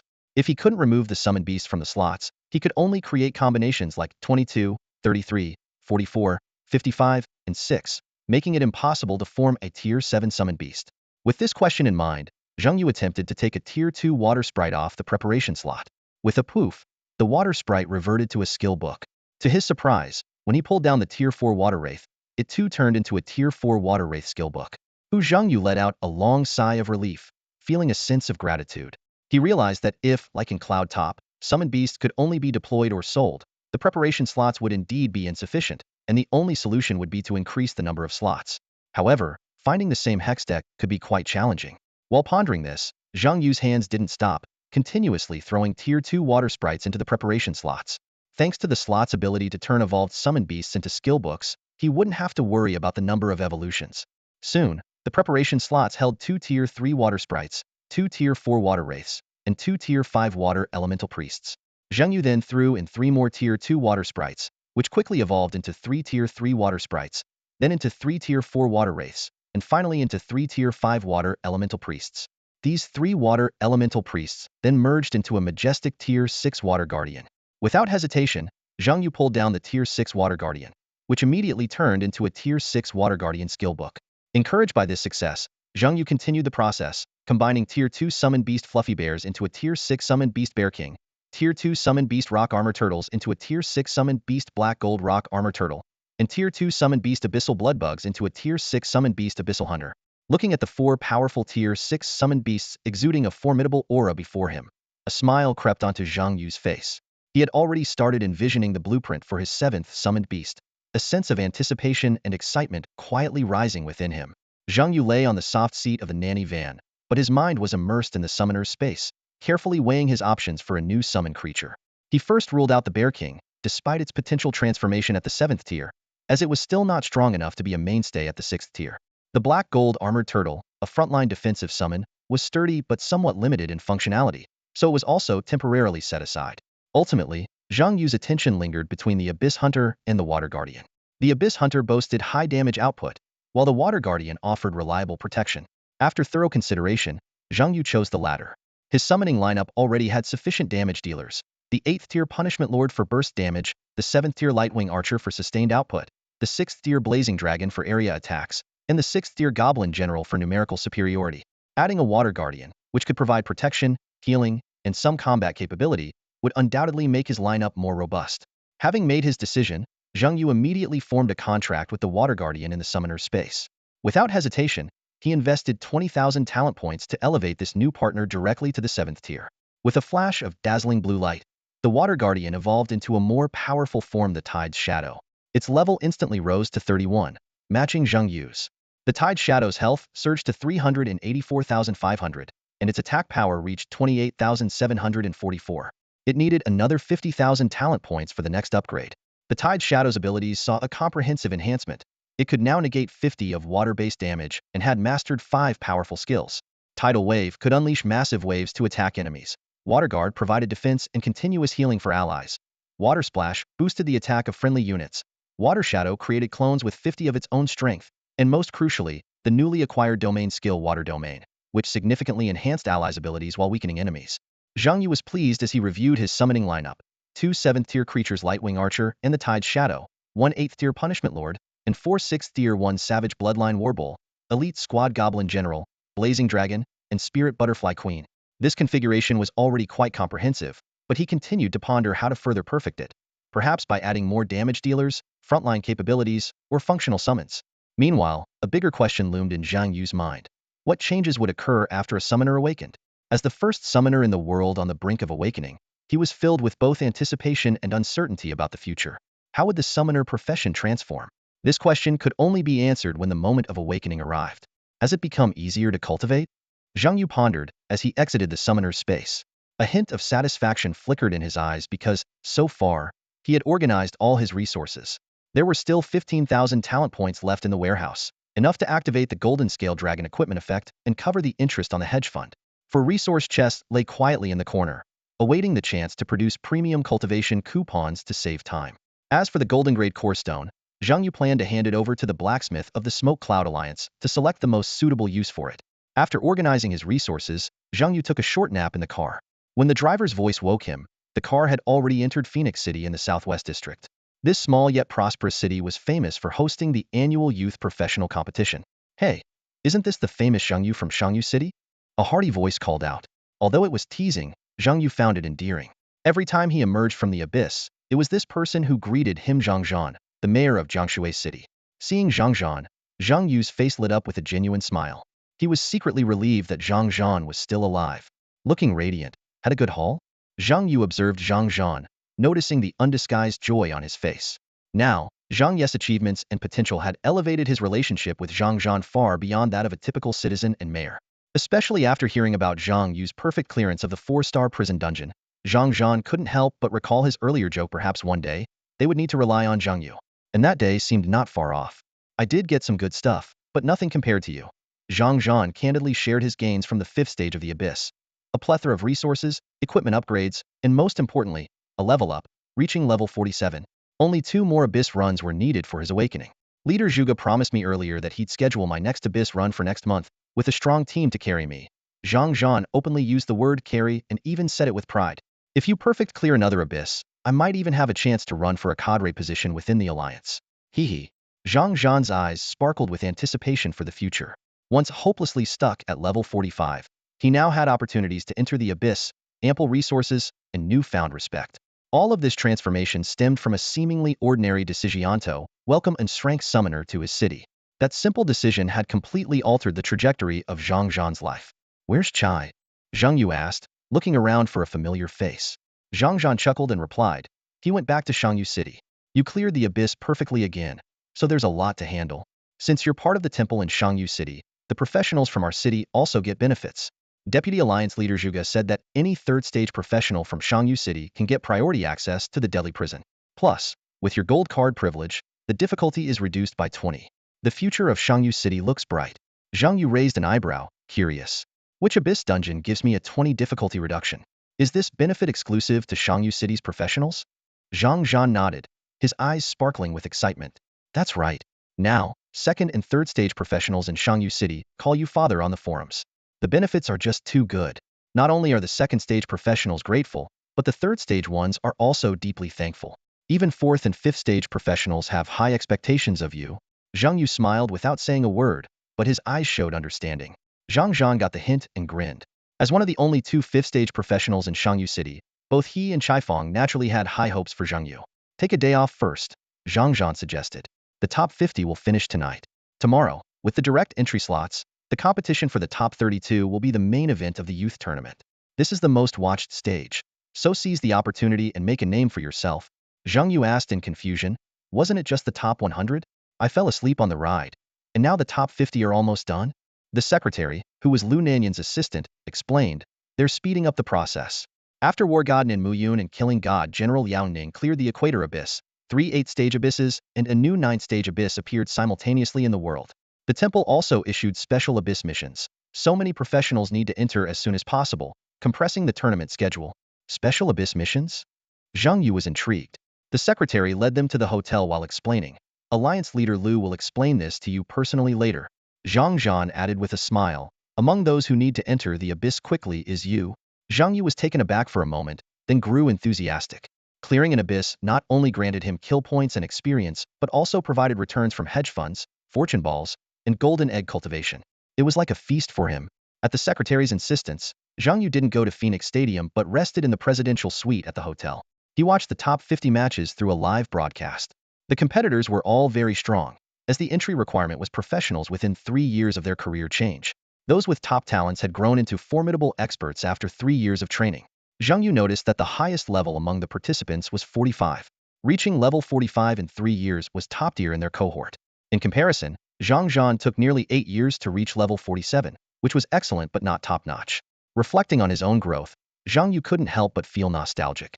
Before reaching level 40, he and Chai Fong had struggled together in the abyss, step by step reaching their current positions. Though the abyss journey was arduous, every step made them stronger. Luck eventually smiled upon Zhang Zhan, and he successfully joined the Yin Yun Alliance.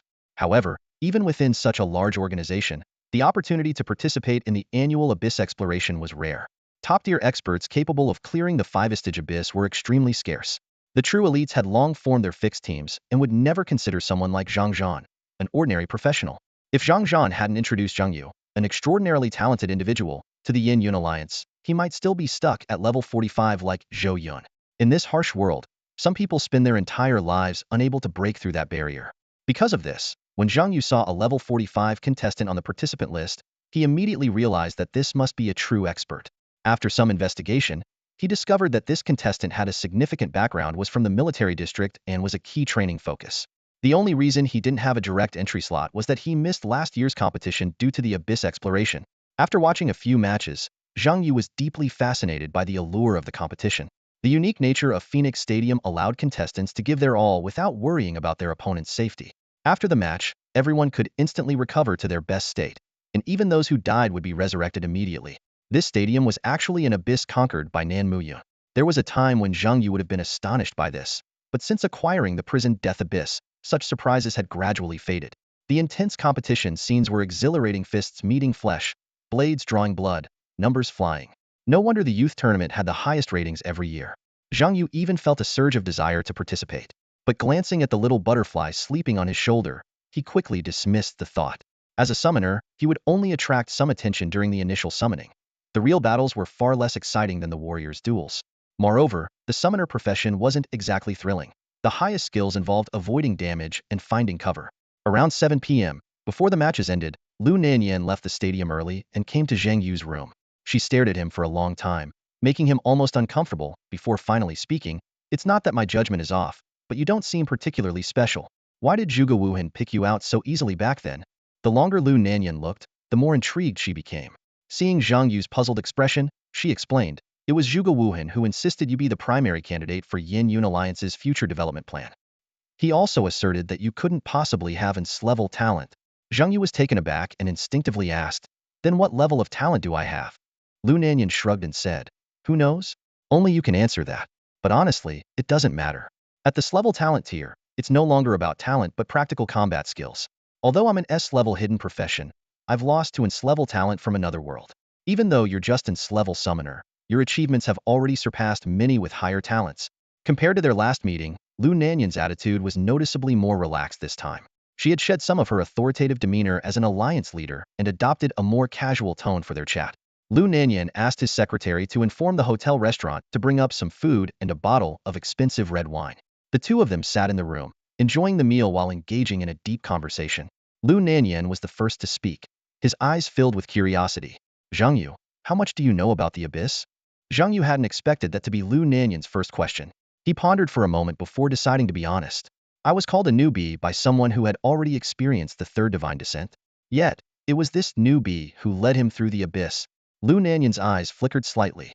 He took a sip of the red wine, staring directly at Zhang Yu. "Since you know about the divine descents, what are your plans for the future?" Zhang Yu remained composed and answered, "I'll handle whatever comes my way." He paused and then added, "If gods come, I'll kill gods. If demons come, I'll slay demons." Sensing the atmosphere becoming heavy, Zhang Yu lightened the mood with a joke. "Even if a dog comes, I'll kick it away. Don't worry, I'm not a pessimist." Lu Nanyan sighed with relief and said appreciatively, "Good, that's all I needed to hear." After a moment of hesitation, Zhang Yu decided to share his thoughts frankly. "Actually, I'm very grateful to the person who told me the truth. Leader, When he told me about it, I saw despair in his eyes. But for me, I'd rather know the truth. He continued, I always thought of myself as a small figure in the grand scheme of things. Like I used to think, if the sky falls, there are taller people to hold it up. Zhang Yu looked at Lu Nanyan, implying that he was one of those taller people. But when I realized that this sky could collapse much more than I had imagined, I found a reason to strive. Not to gain others' respect, not to make anyone regret, and not for status, power, or fame, but for a chance to be part of history. Zhang Yu chuckled softly. If it were the past, I would never have had such thoughts. But when given the opportunity, who wouldn't take it? Gazing into his wine glass, he slowly said, despair and hope can make people lose their will to fight. But what moves people the most is hope within despair. If given the chance, if I have the strength, if the times need me, then I'm willing to be that hope. Zhang Yu's words were filled with determination. This was something he had been contemplating ever since learning about the divine descents. Could it be possible that when the divine descents occur, the tall person isn't Lu Nanyan or Rongli, but himself? He added, if I can't achieve killing gods, slaying demons, then it's me who will die. Simply put, I fight to survive.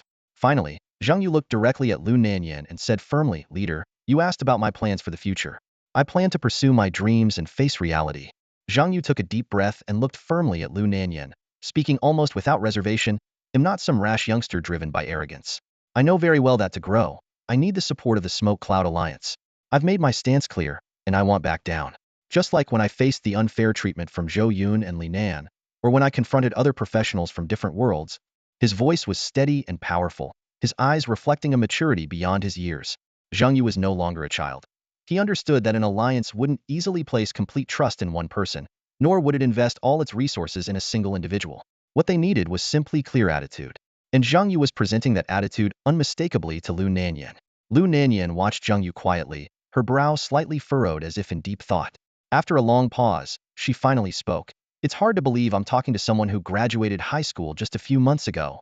She paused, then continued, please allow me to keep calling you a child. Despite your maturity, which clearly shows your intentions and the potential agreement between us, you are still around the same age as my daughter. I can't help but see you both as children. Her tone became more formal. Since you've made your intentions so clear, I can proceed with the plan without hesitation. From now on, the Smoke Cloud Alliance will focus on nurturing you. We will be your stronghold for the future. After discussing the serious matters, Lu Nanyan's expression lightened, even showing a hint of anticipation. I really hope you level up quickly. Maybe one day, we can enter the abyss together. I'd love to see your ingenious way of clearing stages and the summoned beast capable of defeating an S-rank hidden professional. Facing this invitation from a level 67 powerhouse, Zhang Yu smiled confidently and replied, there will be a chance. Lu Nanyan laughed heartily, appreciating this blend of confidence and maturity in a professional. Even such words from Zhang Yu didn't come off as arrogant at all. After the laughter, Lu Nanyan shifted the conversation. Now, let's talk about tomorrow's match. Zhang Yu spoke candidly, I can't guarantee a win. This wasn't modesty but a straightforward truth. In a random matchup, if he encountered that level 45 professional, the level gap of over 10 would be hard to bridge, even with a powerful punishment monarch. Moreover, among the top 32, there were many stronger competitors, some even S-rank hidden professionals with 3 more years of growth. Lu Nanyan smiled reassuringly. Don't worry, you don't have to win. Just showcase a few strong summoned beasts in the live broadcast. Make an appearance. She paused, seemingly recalling something, and added, you already have 2 perfect clears. Your record speaks for itself. And you might not necessarily lose. Seeing Zhang Ye's concern, Lu Nanyan revealed an inside scoop. The privileged direct entry competitors are separated. You might not face very strong opponents. After all, you are a summoner. Zhang Yu pondered. For the ratings? Lu Nanyan nodded in agreement. Exactly. The organizer's random draw system is too easy to manipulate. The further you go in the tournament, the higher the ratings. Trust me, you'll meet a suitable opponent tomorrow. Zhang Yu and Lu Nanyan's late-night conversation went on until dawn, with only the faint glow of a desk lamp illuminating the room. Lu Nanyan's voice was low and serious as she revealed more hidden information about the abyss to Zhang Yu. The first divine descent is likely to occur within a few years after the appearance of the 10th stage of the abyss. Lu Nanyan's words made Zhang Yu clench his fists. Lu Nanyan then explained that the abyss, once perfectly conquered, could be trusted. Her eyes gleamed with determination. The main force resisting the second, and even the third divine descent in other worlds consists of those who have mastered the abyss. Zhang Yu nodded thoughtfully, recalling what Nan Muyun had once said. Everything in the abyss is related to the gods. Conquering the abyss means understanding those so-called gods. Mastering the abyss could mean holding the power and methods to resist the gods. Because Zhang Yu had already mastered 2 abysses, Lu Nanyan decided to disclose these secrets to him. Seizing the opportunity, Zhang Yu asked about the temple. Lu Nanyan's response was filled with uncertainty. To this day, no one can guarantee whether the temple is helping us or is our enemy. Even Nan Muyun, and those who have experienced the 3rd divine descent are unsure. She paused for a moment before continuing. The temple acts more like a mediator, drawing the world into the battle between gods and practitioners. On one hand, the temple helps practitioners. On the other hand, it turns the world into a battlefield of chaos and destruction. Next, Zhang Yu asked the question he was most curious about: how did Nan Muyun achieve over 2,000 kill points in just a few dozen abysses? Lu Nanyan's answer unveiled the complexity of high-level abysses. Do you know why practitioners from worlds that fail to resist divine descents are forced into the abyss by the gods? Lu Nanyan asked. Seeing Zhang Yu shake his head, she continued. A world that fails to resist a divine descent automatically joins the gods' faction. Gods also need to control the abyss and require practitioners to enter it to stabilize it. Lu Nanyan's words hinted that gods are not omnipotent. Gods are just a term. They are powerful, but far from invincible. Otherwise, they wouldn't be trapped in the abyss. She then introduced a new type of abyssal conquest. Your opponents will be numerous practitioners from the gods' captured faction. When the abyss becomes a battlefield, kill points aren't hard to come by. Nan Muyun and Liao Ning's high scores came from this. In addition, Lu Nanyan mentioned other types of high-level abysses. There are also battle royale type abysses requiring hundreds of practitioners to enter simultaneously, and world-ending abysses that need dozens of worlds to conquer together. These are ways to quickly accumulate kill points. She added, killing an apostle can earn you at least 100 kill points. Mentioning apostles, Zhang Yu thought of the Apostle Island abyss. Lu Nanyan nodded in confirmation. That abyss does indeed showcase the history of the apostles' creation. The highest difficulty abysses often reflect real history. Suddenly, Lu Nanyan remembered something important. Did my secretary tell you about the temple's special abyss? Seeing Zhang Yu nod, she continued to explain. The temple's special abyss is another way to rapidly gather kill points. The temple periodically releases a special abyss called Path of Exile, which can accommodate more people simultaneously, up to 100 at most. This type of abyss has no difficulty level, but is generally very challenging. However, it has one major advantage. The special abyss announced by the sanctuary piqued Zhang Yu's curiosity.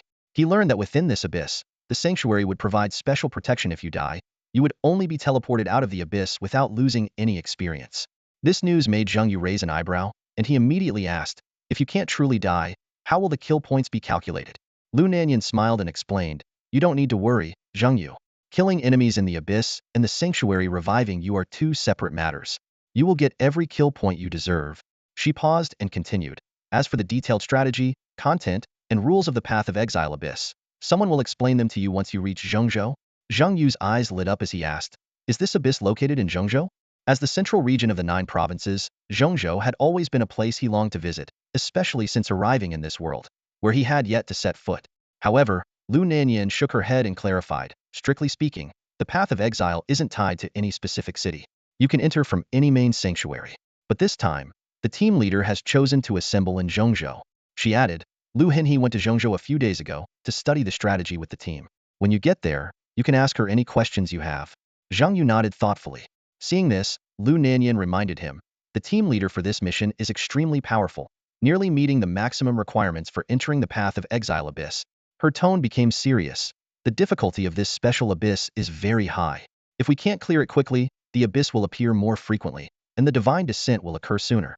That's why the government has invited you to participate by more time. Lu Nanyan looked directly into Zhang Yu's eyes and continued, that's also one of the reasons I want you and Lu Henhe to go. The government will offer generous rewards, and the rewards within the abyss are higher than in other abysses. The kill points you seek can also be earned here. She paused, her tone growing even more solemn. Most importantly, your participation will greatly increase the success rate of clearing the abyss. Lu Nanyan thought to herself, even though Zhang Yu was just a summoner, as long as her daughter was in the abyss with him, she believed that no matter how difficult it was, they would surely clear it. The next morning, Phoenix Stadium was abuzz with excitement as it hosted the highly anticipated top 32 matches. As the first light of dawn broke, the 8 a.m. sun streamed through the stadium's dome, setting the stage for the fierce competition ahead. This day was destined to be extraordinary.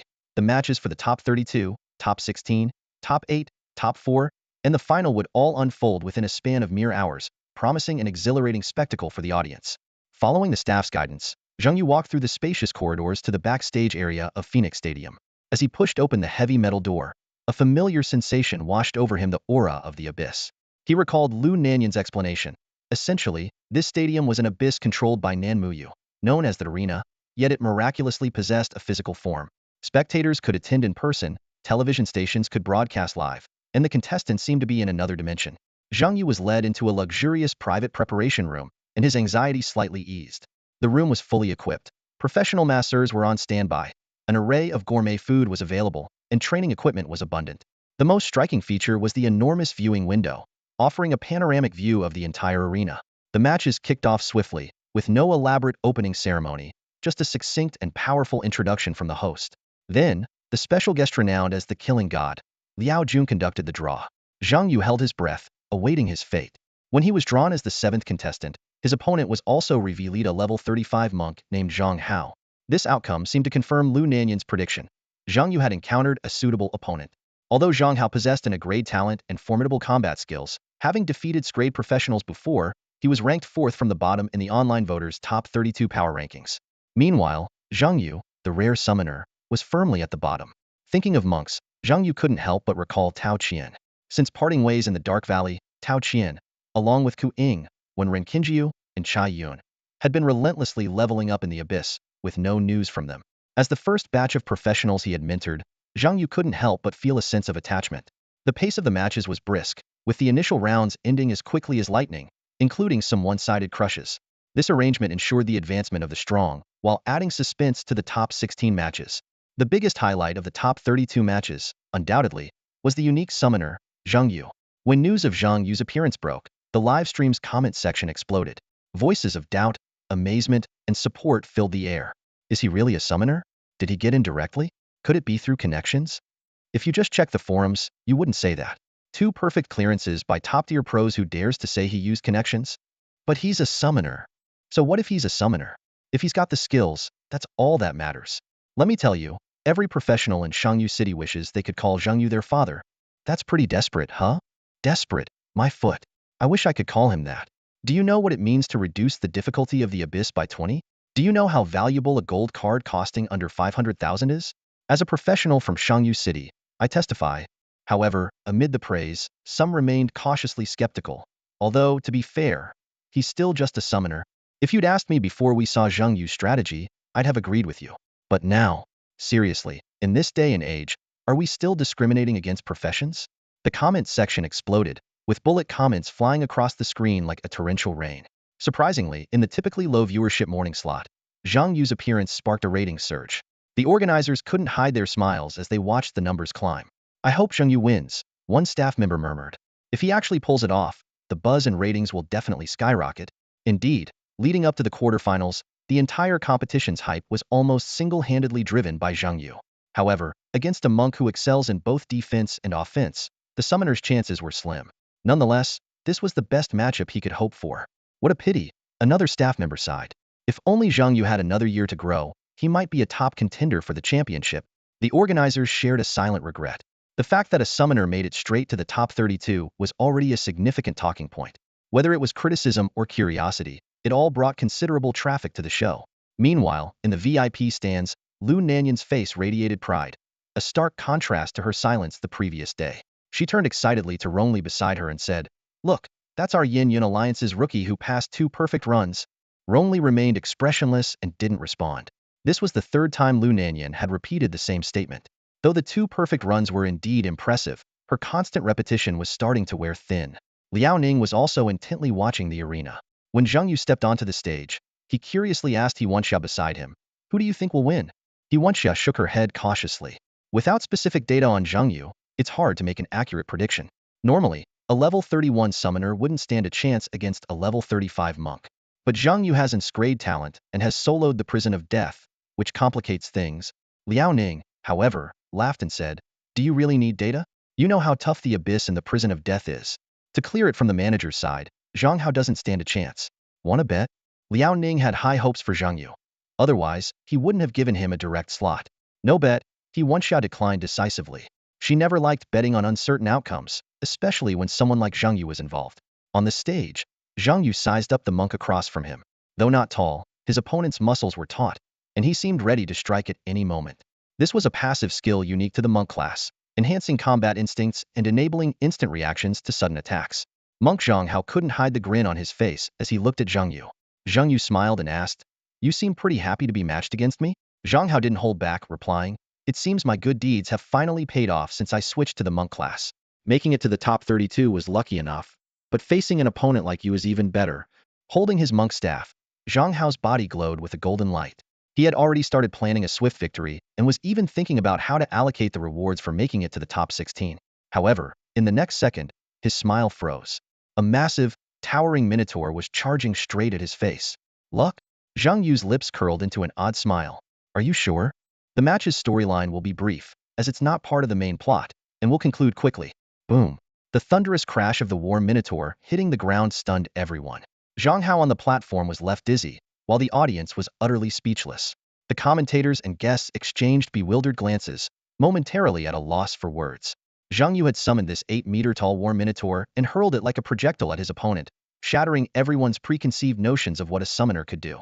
Even the seasoned professionals among the guests were at a loss for how to describe the astonishing scene they had just witnessed. The host was the first to break the silence, shouting, "This is a summoner." Though the statement was simple, it instantly ignited the crowd's enthusiasm. Fans who were used to warriors clashing, monks sparring, mages casting grand spells, and rangers displaying their agility found this new tactic of throwing summoned beasts incredibly novel and exciting. As cheers erupted from the audience, the war minotaur roared, moo, its massive frame, bulging muscles, and the steam snorting from its nostrils, coupled with its primal battle aura, all showcased its immense power. A 55th level awakened guest couldn't help but comment, "No wonder Zhang Yu has achieved perfect clearances twice." You can argue he has a perfect understanding of the abyss, or that he earned his spot thanks to General Liao Ning's endorsement, but you can't deny his skill. The guest continued, "Here's a fun fact. A 31st level summoner can control 7 summoned beasts. While we can't guarantee each one is as powerful as this war minotaur, we can certainly look forward to more surprises from Zhang Yu in the upcoming matches." This statement elevated the audience's anticipation and dispelled the earlier awkwardness. Seizing the moment, the host asked, "So, do you think Zhang Yu will win this match?" "How could he lose?" the guest retorted. "Even though I haven't ventured into the abyss for years, my experience tells me that from the aura alone, Zhang Hao at level 35 is no match. This creature's presence makes me want to jump into the fray from hundreds of meters away, indicating its extraordinary talent. Moreover, monks are known for their combat prowess, but this minotaur seems equally adept in battle." Another guest added, "Just by size alone, this summoned beast can bridge any gap in combat skills." While the audience and commentary box buzzed with excitement, Zhang Hao on the field was breaking out in a cold sweat. He had barely dodged the war minotaur's initial charge, and was now fully aware of how absurdly large his opponent was. Zhang Hao fell silent. To be honest, he had initially felt relieved to be matched against a summoner like Zhang Yu. Despite knowing about Zhang Yu's perfect clearances and having a high regard for his abilities, he had still succumbed to stereotypes. Those who truly understood the significance of a perfect clearance were veterans like Liao Ning and Lu Nanyan. Zhang Hao hadn't even bothered to investigate Zhang Yu thoroughly, assuming a summoner couldn't be that formidable. He didn't see Zhang Yu as an opponent worth studying in depth. What Zhang Hao failed to realize was that Zhang Yu had achieved perfect clearances on his Ono teammates, no assistance, purely his own strength. Mu, the war minotaur's roar snapped Zhang Hao out of his thoughts. The unstoppable beast charged again, tearing up the tiles on the ground as it barreled straight towards him. "Damn it!" Zhang Hao cursed under his breath. Facing an 8-meter-tall, muscle-bound behemoth with a waist thicker than a semi-truck, he couldn't maintain his composure. Instinct screamed at Zhang Hao, "Do not take it heedin." He quickly chose to dodge. The Bull of War's charge put immense pressure on Zhang Hao, akin to facing a professional threat.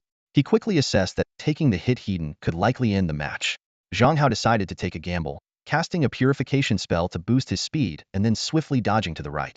He keenly observed that despite the Bull of War's massive size, its charge followed a straight line. As long as he reacted quickly enough, there was a chance to evade it. Zhang Hao gripped a golden monk's staff, its tip glowing with a red aura, and unhesitatingly charged towards Zhang Yu. Although he was unsure of Zhang Yu's specific summon, Zhang Hao understood a fundamental rule when battling summoners. The key is to target the summoner directly. Defeat the summoner, and the rest would fall into place. Thus, he launched into a monk's dash, an unstoppable burst skill with incredible speed.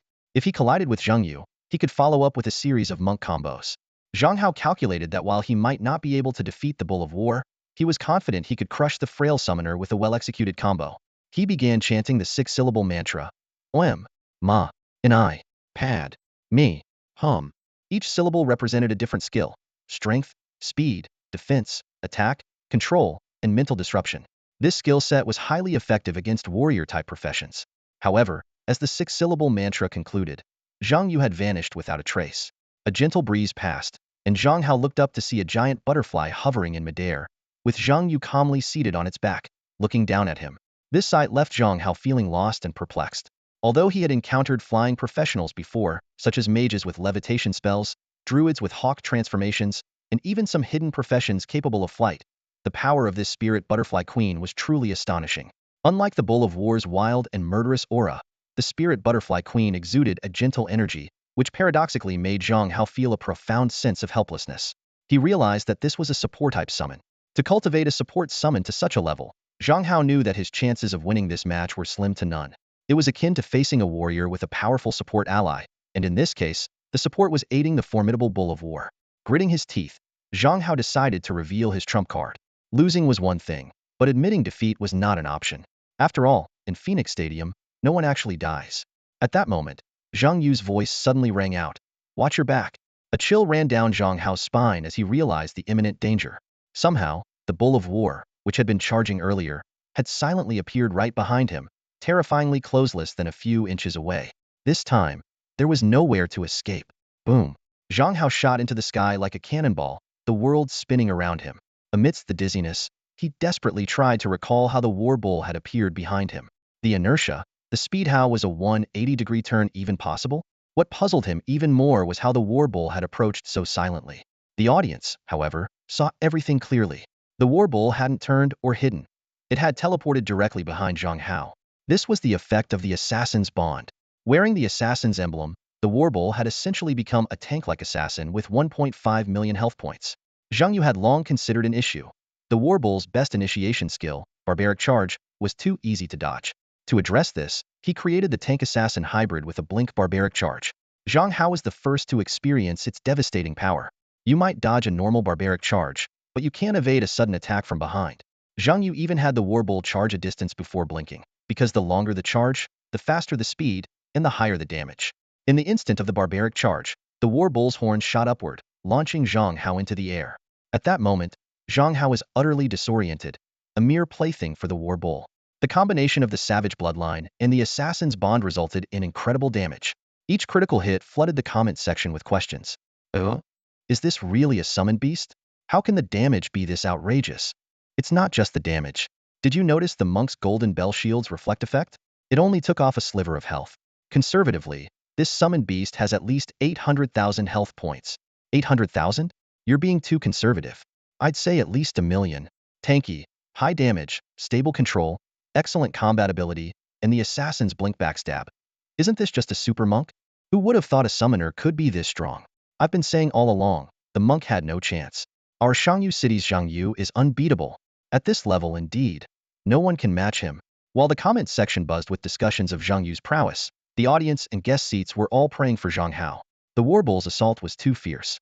Even though it was a standard battle, its massive size and explosive savage bloodline made the fight look like a one-sided crush. Under the war bull's relentless control, Zhang Hao had no chance to react. The host even joked, "Why is Zhang Yu's opponent called Dizzy?" Stuns, knockups, stomps, followed by war cry, and the butterfly queen's speed boost from her butterfly song allowed the war bull to land an extra basic attack. Thud. In the end, Zhang Hao was hammered down to a sliver of health and finished off with a single axe blow from the war bull. Victory. The word flashed before Zhang Yu's eyes. The victory came easily, but it left the audience fired up. It was their first glimpse of a summoner's true power, and the first time they understood what it meant to be a top-tier summoner. Zhang Yu had won with just 2 summoned beasts. Rongli, who had been expressionless, finally spoke. He knew Zhang Yu had another summoned beast, the Lightwing Sprite, because the skill book for it had come from him. The Lightwing Sprite was no mere decoration. This meant Zhang Yu had at least 3 top-tier summoned beasts, maybe even more. Your alliance has found a gem, Rongli remarked, a rare compliment. Well, it's nothing special. Lu Nanyan grinned from ear to ear. His words modest but his tone full of pride. We just have a good eye for talent. If it weren't for Zhang Zhan and Chai Fong insisting on bringing Zhang Yu to Shangyu City, we wouldn't have today's result. His joy was palpable, as if Zhang Yu's growth was more exciting than clearing a dungeon himself. Rongli gave Lu Nanyan a meaningful look and said, "Sometimes responsibility is motivation, but more often, it's a quagmire." Don't let yourself get stuck. Lu Nanyan shook his head with a smile, his eyes revealing a mix of determination and helplessness. He slowly said, when Hong He and I founded the Yin Yun Alliance, I promised her that I would make the alliance bigger and stronger, ensuring every member could thrive. This is both my responsibility and a quagmire I can't escape. But I am willing to be trapped in it. Rongli remained silent. He knew Lu Nanyan's life all too well. The Hong He mentioned here was not Lu Hong He, but Lu Nanyan's wife, Yi Hong He. After the match ended, Zhang Yu walked off the stage with a displeased look. In the player tunnel, Zhang Zhan, who had been waiting for a long time, asked in confusion, "What's going on? You clearly won, but you don't seem happy at all. I don't know whether to congratulate you or comfort you." Zhang Yu shook his head and sighed, explaining, "It's not that I'm unhappy. It's just, why didn't I get any kill points?"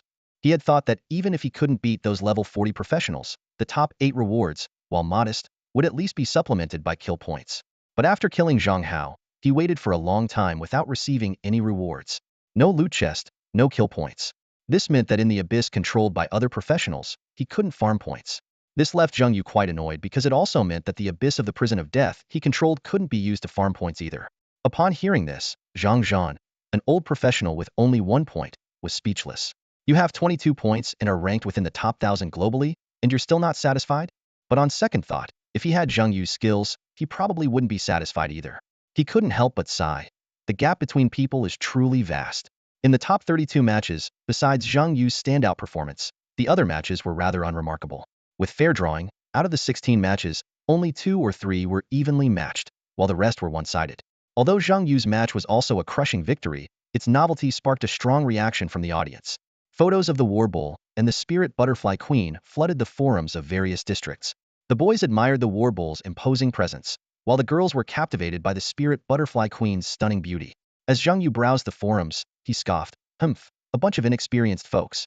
If I showed off my battle mech, their eyes would pop out in envy." While Zhang Yu was scrolling through the forums, the last match of the top 32 concluded. The opponents for the top 16 were automatically matched based on the drawing order of the top 32. Seeing his opponent's level 47 and name on the list, Zhang Yu realized he might be stopping here. This competitor was last year's runner-up and, since the previous champion had transitioned out of the profession over 3 years ago, was the favorite to win this year.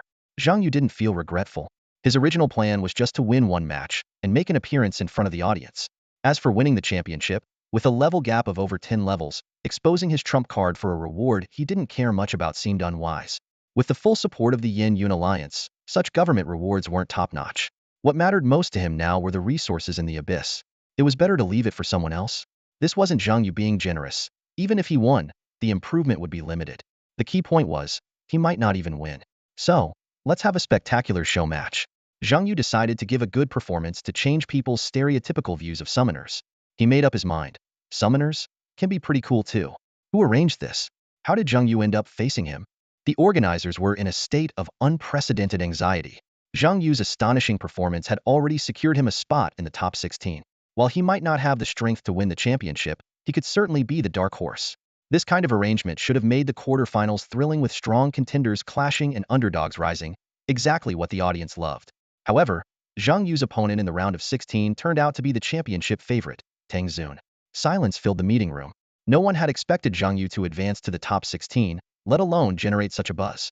His rare profession, absolute novice status, and unique fighting style were all guarantees of high viewership. The round of 16 didn't require a draw, and even if the organizers wanted to manipulate the matches, they couldn't. They had originally assumed Zhang Hao would make it to the top 16, and his elimination in this round was within expectations. Zhang Yu is up against Tang Xun? Someone exclaimed, the warrior with an S-level talent who's been the runner-up for 2 consecutive years? As Zhang Yu and Tang Xun took the stage, the audience buzzed with discussions. What a pity. I wanted to see more of Zhang Yu's matches as a summoner. Speaking of which, Zhang Yu must be the only one in history to enter the top 16 in his first year of competing, right? That's right. Among this year's new professionals, only Zhang Yu made it to the top 16. Isn't he just a lucky draw? What's the big deal? You're mistaken. With the strength of Zhang Yu's War Bull, he would have made it to the top 16 even without a direct entry. Don't underestimate Zhang Hao's monk skills. In other words, Zhang Yu managed to defeat Zhang Hao, who had 2 years of experience, in just under 3 months after his own career change. That's impressive. Indeed, the war god Nin Mu Yun's intention in founding the youth tournament was never to favor rookies. The real contenders for the title usually have at least 3 years of development. So, let's look forward to next year's Zhang Yu. In just one match, Zhang Yu had gained a loyal fanbase who even spoke up for him. In this world, the status of professionals overshadowed that of celebrities. Nan Muyun was undeniably at the pinnacle, and the strikingly beautiful Lu Nanyan had countless admirers. When Zhang Yu entered the arena, he saw many fans holding up Lu Nanyan's support signs. Even the usually intimidating Liao Ning had a large fan base, including many female fans. Ordinary people revered well-known, powerful professionals like celebrities. For major events, a few singers might be invited, but their appearance fees paled in comparison to the 55th-level awakened professional in the guest seats. Before taking the stage, Zhang Yu glanced at the comment section and understood why Lu Nanyan insisted he compete. Popularity could be a valuable resource. Tang Xun. When the 47th-level Tang Xun appeared, the arena erupted with deafening cheers, with the screams of female fans standing out. It reminded Zhang Yu of top-tier celebrities in his world. Zhang Yu didn't underestimate celebrities, but compared to the calm, burly, and determined youth in front of him, he couldn't help but think this is what a true star should look like. To reach level 47 in 3 years, Tang Xun must have gone through countless abyssal trials, numerous battles, lost teammates, defeated formidable foes, and overcome life-and-death situations. Such a star deserved their adoration. Hello. Noticing Zhang Yu's gaze, Tang Xun gave a friendly smile. Despite the level difference and his status in the league, Tang Xun understood the significance of a perfect run and held Zhang Yu in high regard. Zhang Yu responded politely. After all, this match was just a friendly competition, and the outcome was almost certain, leaving no room for pre-match taunts or pressure. Tang Xun seriously said to Zhang Yu, "Because I'm very curious about your other summoned beasts, I won't hold back. Firstly, it's out of respect for your 2 perfect runs, and secondly, I've heard that this year's newcomers are of exceptionally high quality. You're one of the best among them, and I want to test your mettle." Because this was part of the government's final plan, Tang Xun wasn't the main character. Despite being the strongest newcomer of his cohort, he couldn't help but feel a bit disappointed. However, he didn't show any discontent. Instead, he decided to personally test the strength of this year's newcomers to see if they were truly worthy of his support. Zhang Yu didn't say much, as the appearance of the war bull was response enough. With a deep moo, the battle commenced. Tang Xun swiftly drew his giant sword from his back and plunged it into the ground. As he had said, he held nothing back. Even though he was 16 levels higher than Zhang Yu, completely outmatching him in stats, Tang Xun went all out, unleashing his S-rank talent Blood Demon Array. A guest in the audience who was familiar with Tang Xun immediately explained. The host, puzzled, asked, "I've heard that Tang Xun's S-rank talent is a rare active offensive talent, but against a mere level 31 summoner, is it really necessary to use this move right from the start? Isn't that a bit overkill?" The professional guest countered, "Even a lion uses its full strength to catch a rabbit. Besides, Zhang Yu is no rabbit. This isn't bullying, it's a form of recognition. For professionals, giving it their all is the greatest sign of respect. And remember, they won't actually die. Let's see if Zhang Yu can surprise us under this immense pressure." Before the words had even settled, a surprise had already emerged. Facing Tang Xun's Blood Demon Array, Zhang Yu summoned his new creature Raging Wave Shadow. Accompanied by the sound of crashing waves, Raging Wave Shadow appeared, its water domain intersecting with Tang Xun's Blood Demon Array. One was an attack formation filled with a murderous aura, the other a water domain with absolute protective power, the two forces clashing. But Raging Wave Shadow alone wasn't enough to counter Tang Xun's overwhelming stat advantage. Zhang Yu made a quick decision and summoned another creature, the Spirit Butterfly Queen. This was his third summoned beast. The audience held their breath, as the appearance of Raging Wave Shadow had already reshaped their understanding of summoners and made them re-evaluate Zhang Yu's strength. The third summoned beast was still above standard. Blood Fury Slash. Tang Xun shouted, his red greatsword slicing through the air with a piercing sound. The black slash attack shot towards the tidal shadow summoned by Zhang Yu like a bolt of lightning. In an instant, the war bull reacted, its massive body blocking the attack in front of the tidal shadow. SSSHHH, the slash landed on the bull, blood splattering everywhere, instantly chopping off a fifth of its health. Even more terrifying was the ghostly aura burning away at the bull's life force. To put it in perspective, the war bull had a health pool of 1.5 million, and this single strike dealt 300,000 damage. Not only that, the ferocious attack shattered both the Spirit Butterfly Queen's shield and the tidal shadow's water shield. The gap brought by level suppression was not just in attributes, but also in equipment. Tang Xun's red greatsword was clearly of extraordinary quality, combined with his S-grade talent that increased his attack power, making him a formidable offensive warrior with explosive strength. Seeing this, Zhang Yu didn't hesitate and immediately summoned his fourth beast, the Lightwing Elf. This name was known even to those unfamiliar with summoners, as the Lightwing Elf of history's strongest summoner, Verda, was legendary, recognized as the only summon with true potential. The Lightwing Elf elegantly spread its wings, rising into the air with its elven bow in hand. The holy light it emitted even dispelled part of the blood demon array's negative effects. Chime, the melodious sound of the spirit butterfly queen's wings echoed, and at the same time, the tidal shadow cast water splash and water guard on the Lightwing Elf, instantly maximizing its attack speed. The Lightwing Elf began a fierce assault, arrows and light feathers flying from its wings. You think I'll let you attack freely? Get down here. Tang Zun sneered, stepping forward. The blood demon array on the ground suddenly erupted with massive gravitational force, dragging the Lightwing Elf and spirit butterfly queen down from the air. Every combatant had ways to deal with aerial enemies, and Tang Zun chose the most direct method, grounding them. With level suppression, this was a piece of cake for him. As soon as the Lightwing Elf hit the ground, Tang Zun was already in front of it in a flash. This wasn't a skill, just pure speed. The Warbull immediately teleported behind Tang Zun, determined to protect the Lightwing Elf. However, countless blood hands emerged from the ground, firmly restraining the bull's massive body. Zhang Yu realized with shock that the Warbull couldn't use any skills after being touched by the blood hands. It was clearly silenced. No wonder Tang Zun was a top contender for the championship. His blood demon array not only increased damage, but also had powerful control effects, not to mention the terrifying damage it dealt. If not for the spirit butterfly queen and tidal shadow constantly healing the Warbull, its health would have dropped even faster. Just as Tang Zun's blade was about to strike the Lightwing Elf, a shadow flashed by, a sharp glint aiming straight for Tang Zun's throat. In that moment, Tang Zun genuinely felt a threat to his life, which surprised him. After all, his opponent was just a level 31 summoner. Tang Zun reacted instantly, retracting the blade aimed at the Lightwing Elf to block the shadow. However, he was a step too slow. The shadow, like the Warbull's earlier teleport, abruptly stopped its attack and appeared behind him in an instant. Splurt, blood gushed out, and Tang Zun became the first to be injured. This was Zhang Yu's fifth summoned beast. Everyone watched in shock as the shadow clashed with Tang Zun. Who would have thought that after summoning the Lightwing Elf, Zhang Yu could still bring out such a powerful beast? Moreover, this one's strength seemed even greater. The appearance of the Judgment Monarch made Tang Zun's expression more serious than ever. He already respected Zhang Yu for his 2 perfect clearances, but now it was clear that his respect was not enough. Zhang Yu's true strength far exceeded his expectations, and this scythe-wielding summon was absurdly strong. Moo! The Warbull finally broke free from the Bloodhand's control, charging to the front line once again to relieve the Judgment Monarch. Although the Judgment Monarch was formidable, facing Tang Zun alone would likely result in a quick defeat.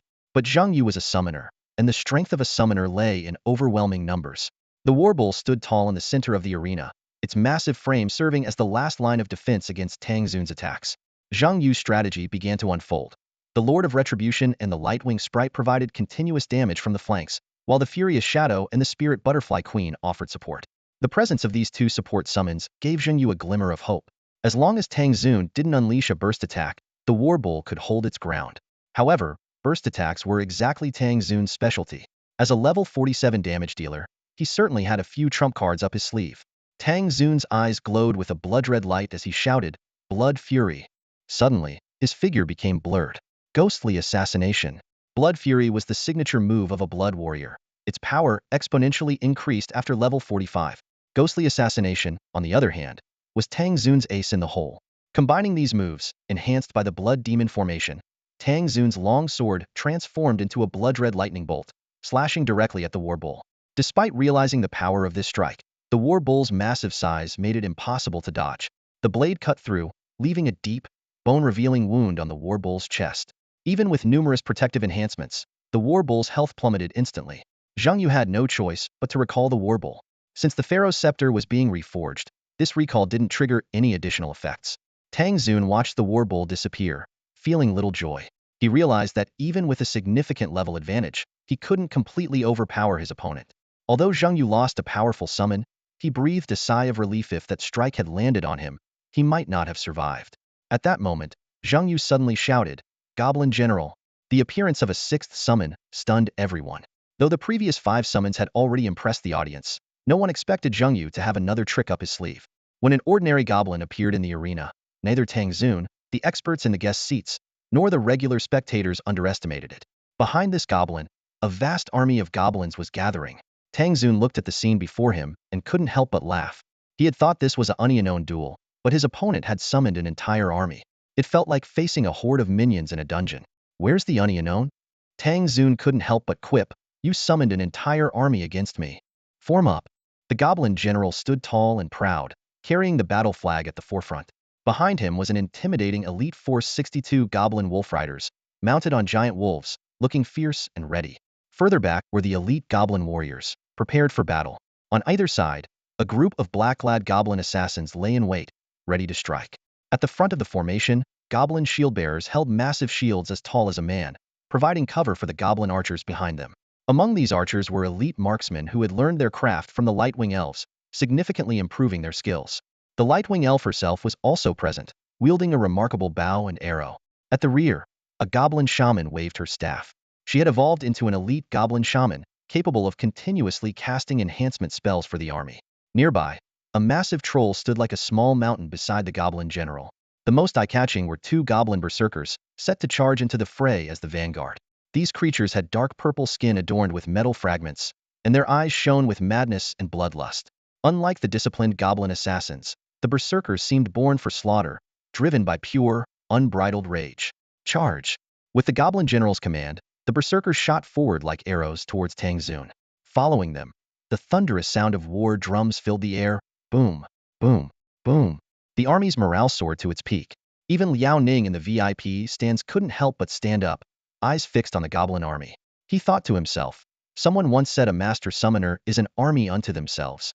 It seems you don't even need to be a master to achieve this scale. While they may not match necromancers in numbers, their quality far surpasses them. He Xia, standing beside him, added, unfortunately, history has only seen one high-talent summoner like Zheng Yu. Summoners were abandoned by professionals mainly due to resource issues. After a profession is deepened, a summoned beast needs 10 energy levels to increase 1 star level, and 10 star levels to increase 1 energy level, to possibly evolve a talent. The difficulty isn't just about piling resources. It requires gaining energy through combat to improve levels. She continued, in theory, a summoner can be an army unto themselves, even stronger than the rare necromancer class. But the difficulty of cultivation is the highest among all professions. I suspect Zheng Yu has a hidden talent, possibly a nurturing type, allowing him to bypass the energy and star level system to directly enhance his summoned beast's talents. Liaoning sat down, disappointed. You're right. It seems my idea of rapidly promoting summoners is unrealistic. If it were just a matter of resources, history wouldn't have 0 awakened summoners. As a general of Jiuzhou, Liaoning hoped every profession could contribute to combat power, rather than having the battlefield dominated by warriors. Although warriors are versatile, the difficulty of advancing other professions would cause Jiuzhou to lose many potential professionals. While cultivating high-end combat power, grassroots strength also needs to be accumulated. When Liaoning saw Zheng Yu summon the goblin army, he thought that even if other summoners didn't have powerful single summons like the War Bull, the Punishment Lord, or the Lightwing Elf, a goblin army could still sweep through ordinary dungeons. However, after He Wanxia's reminder, he realized that it wasn't the goblin army that was special, but the goblin general carrying the battle flag. Boom! The goblin army charged, the ground shaking under their feet with a thunderous roar. Tang Zun watched the approaching heavy cavalry with a complex expression. This was a battle scene he had never anticipated, but he remained calm, ready for the unexpected clash. Although the goblin army appeared formidable, each unit's strength was relatively weak and remained under Tang Zun's control. Leveraging his level advantage, Tang Zun did not find himself in a passive position.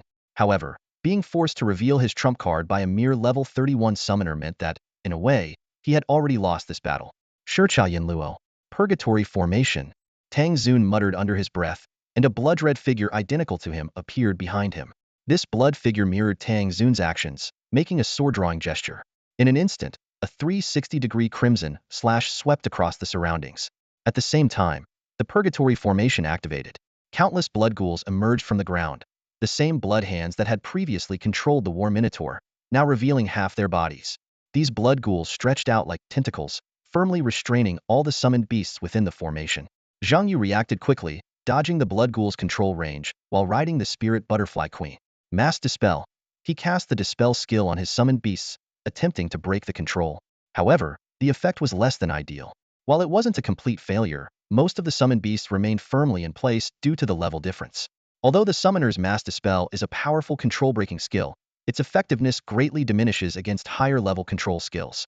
Swish, swish, swish. The crimson arc swept through the goblin heavy cavalry like the scythe of death. Goblins fell in waves, and death notifications flashed continuously. 1 slash, 2 slashes, 3 slashes. Tang Zun's face gradually paled. Such a wide range, high-damage attack clearly consumed a significant amount of energy and stamina. Seeing this, Zhang Yu quickly recalled the Lightwing Sprite and the Tidal Fury. These two summoned beasts were on the brink of death after just one slash. From the audience's perspective, the match seemed to have a clear winner. For Zhang Yu to have lasted this long and forced Tang Xun to use his trump card, despite a 16-level difference, was already an honorable defeat. However, Zhang Yu himself remained unfazed. The Goblin army was deliberately sacrificed to Tang Xun. Although this was just an exhibition match, Zhang Yu wanted to use the opportunity to test his limits, especially the effect of the Voracious Appetite bond. The effect of Mutant Warrior, Voracious Appetite 3 began to show. For every fallen ally, all mutant warriors would gain a 2 increase in attack power and spell damage. As the goblins continued to fall, the power of the Sin Punisher was steadily accumulating, ready to be unleashed. At this critical moment, when the summoned beast's overall health had dropped to half, a crimson light suddenly appeared in the sky. It was a statue of justice, hurtling towards Tang Xun with a roar. Just a moment ago, everyone thought Zhang Yu was doomed. The next moment, nearly the entire audience stood up. They witnessed a jaw-dropping spectacle. A colossal statue descended from the sky, shaking the entire arena. Is that a meteor? Someone gasped. No, it looks like a sculpture, another corrected. Is the summoner using sculptures as weapons? Puzzled voices echoed. Wait, isn't that Zhang Yu's 7th summoned beast? Someone suddenly realized. But he's only level 31. How can he have 7 summoned beasts? The audience buzzed with discussions, some even cursing in disbelief. They found it hard to accept that in such an intense battle, Zhang Yu could still pull out such an astonishing trump card. It made people wonder, is the summoner class underestimated, or is Zhang Yu just that exceptional? As the golem, known as Galio, crashed to the ground, the question seemed to be answered. Even the top-tier professions couldn't reach this level at just level 31. This was the miraculous effect of the Blood Moon synergy. Boom! The ground shattered under Galio's impact, and the tremendous shockwave sent Tang Xun flying into the air. At that moment, another terrifying figure appeared, the Dreadlord. It had absorbed the energy of hundreds of fallen goblin soldiers, making it even more formidable. The Dreadlord raised its scythe, releasing billowing black fog that enveloped Galio, Tang Xun, and itself. Standing outside the fog, Zhang Yu's lips curled into a smile as he softly said, "This is the final act." From within the black fog came the sounds of fierce combat, the clash of weapons, the frenzied roars of blood demons, Galio's earth-shaking movements, and the Dreadlord's constant cries of guilty. The fog twisted and deformed violently. Although the audience couldn't see what was happening inside, they could imagine an epic battle unfolding. Zhang Yu, however, wasn't concerned about the outcome. He knew it would likely end in a draw unless he used his secret weapons, the Red Veil and the Prison of the Dead. But even if he lost, he felt this battle had been immensely beneficial. He was now certain he wouldn't fear any profession below level 40, and could even put them at a severe disadvantage. What was even more surprising was that Zhang Yu had already removed 2 pieces of level 30 equipment before the battle and hadn't even brought out the legendary Pharaoh's Scepter. Even his Flame Dragon was still lying dormant in the summoning space. The power he had shown was far from his full potential. Boom! After a loud crash, the sounds of battle within the black fog began to fade. It seemed the fight was over, but the audience couldn't see the result, making them anxious. Initially, they didn't think Zhang Yu stood a chance, but ever since witnessing Galio's descent, they started to worry that Tang Xun might lose. After all, no one knew what was happening inside the fog. As the black fog slowly dissipated, the scene inside became clear. The ground was in ruins. Tang Xun was badly injured with a giant scythe stuck in his back, sitting in the center looking defeated. Galio's statue was shattered in half, devoid of magical power. A blood demon was entangled with the Dreadlord, while Tang Xun's giant sword was embedded in the black throne in front of the Dreadlord. This outcome shocked everyone. Zhang Yu raised his hand to recall the Dreadlord. Ignoring the shattered Galio knew that the next time the synergy activated, Galio would be whole again. With the Dreadlord's disappearance, the scythe in Tang Xun's back and the black throne trapping his weapon also vanished. With a clatter, the giant sword fell to the ground. Tang Xun gave Zhang Yu a deep look, stood up, picked up his weapon, and asked, "Do you have any more summoned beasts?" Zhang Yu shook his head. Although he still had the Flame Dragon, he felt there was no need to summon it. The battle had gone far enough. So, does that mean I win? Tang Xun, rather than being embarrassed by his defeat, asked with a hint of self-mockery. Zhang Yu didn't deny it, simply saying, "If you had attacked me from the start, I wouldn't have had the chance to showcase so many summoned beasts." Tang Xun chuckled, "Don't make excuses for me. Even if I lost, I wouldn't have done that. I have my pride." He looked around at the astonished faces of the audience and smiled wryly. "Actually, I won, but I also lost.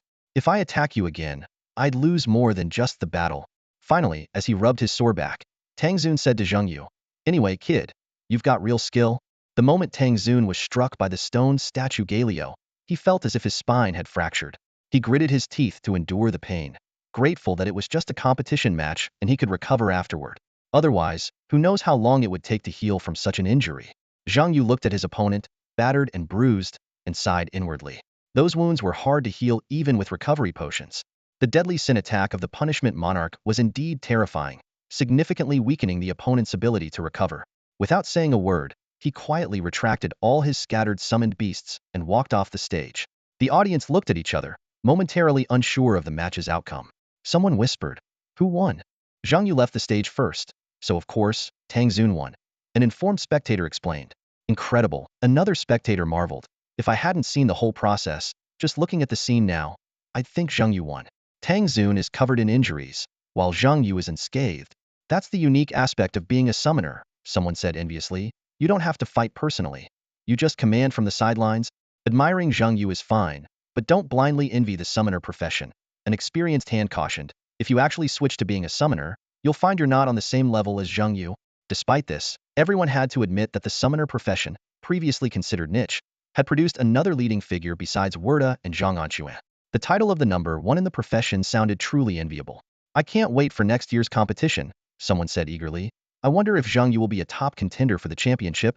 Hard to say. Another person analyzed. Tang Zun didn't directly attack Zhang Yu this time. Next year, when higher-level professionals face Zhang Yu, they probably won't fight the same way Tang Zun did. Higher level? Someone questioned. Are you sure? Zhang Yu reached level 31 in just 3 months. By next year, it's hard to say who will be the higher-level professional. True. The surrounding people nodded thoughtfully. Stepping out of the arena, Zhang Yu was surprised to find himself fully recovered. Not only that, but his war bull and punishment lord had also been revitalized, as if the fierce battle earlier had never taken place. Zhang Yu had little interest in the upcoming matches. After a brief farewell to Lu Nanyan and the others, he left the bustling Phoenix Stadium. However, before departing, he encountered two notable figures. Liao Ning, known as the God of War, and He Wenxia, dubbed the think tank of the 9 provinces. Liao Ning, dressed in a crisp military uniform, exuded a commanding presence, quite different from the fierce image Zhang Yu had imagined. Despite his slightly intimidating appearance, his aura of righteousness was unmistakable. Liao Ning didn't talk about work. Instead, like a concerned elder, he asked Zhang Yu about his daily life, even inquiring twice if he had a girlfriend. He Wenxia remained silent, but her sharp gaze made Zhang Yu uneasy, as if she could see through his deepest secrets. This legendary non-combat professional instilled an indescribable fear in Zhang Yu. After a brief conversation, Zhang Yu hurriedly took his leave.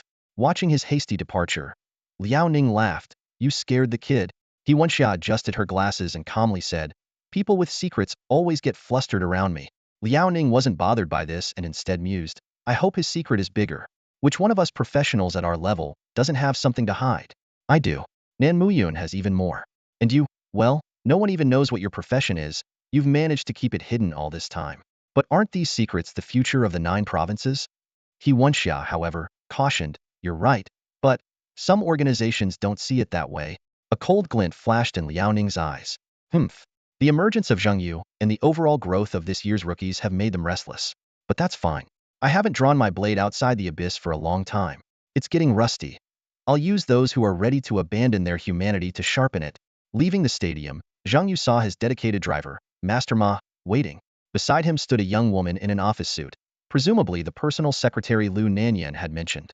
The secretary handed Zhang Yu a confidential document, saying, this is information from Zhengzhou.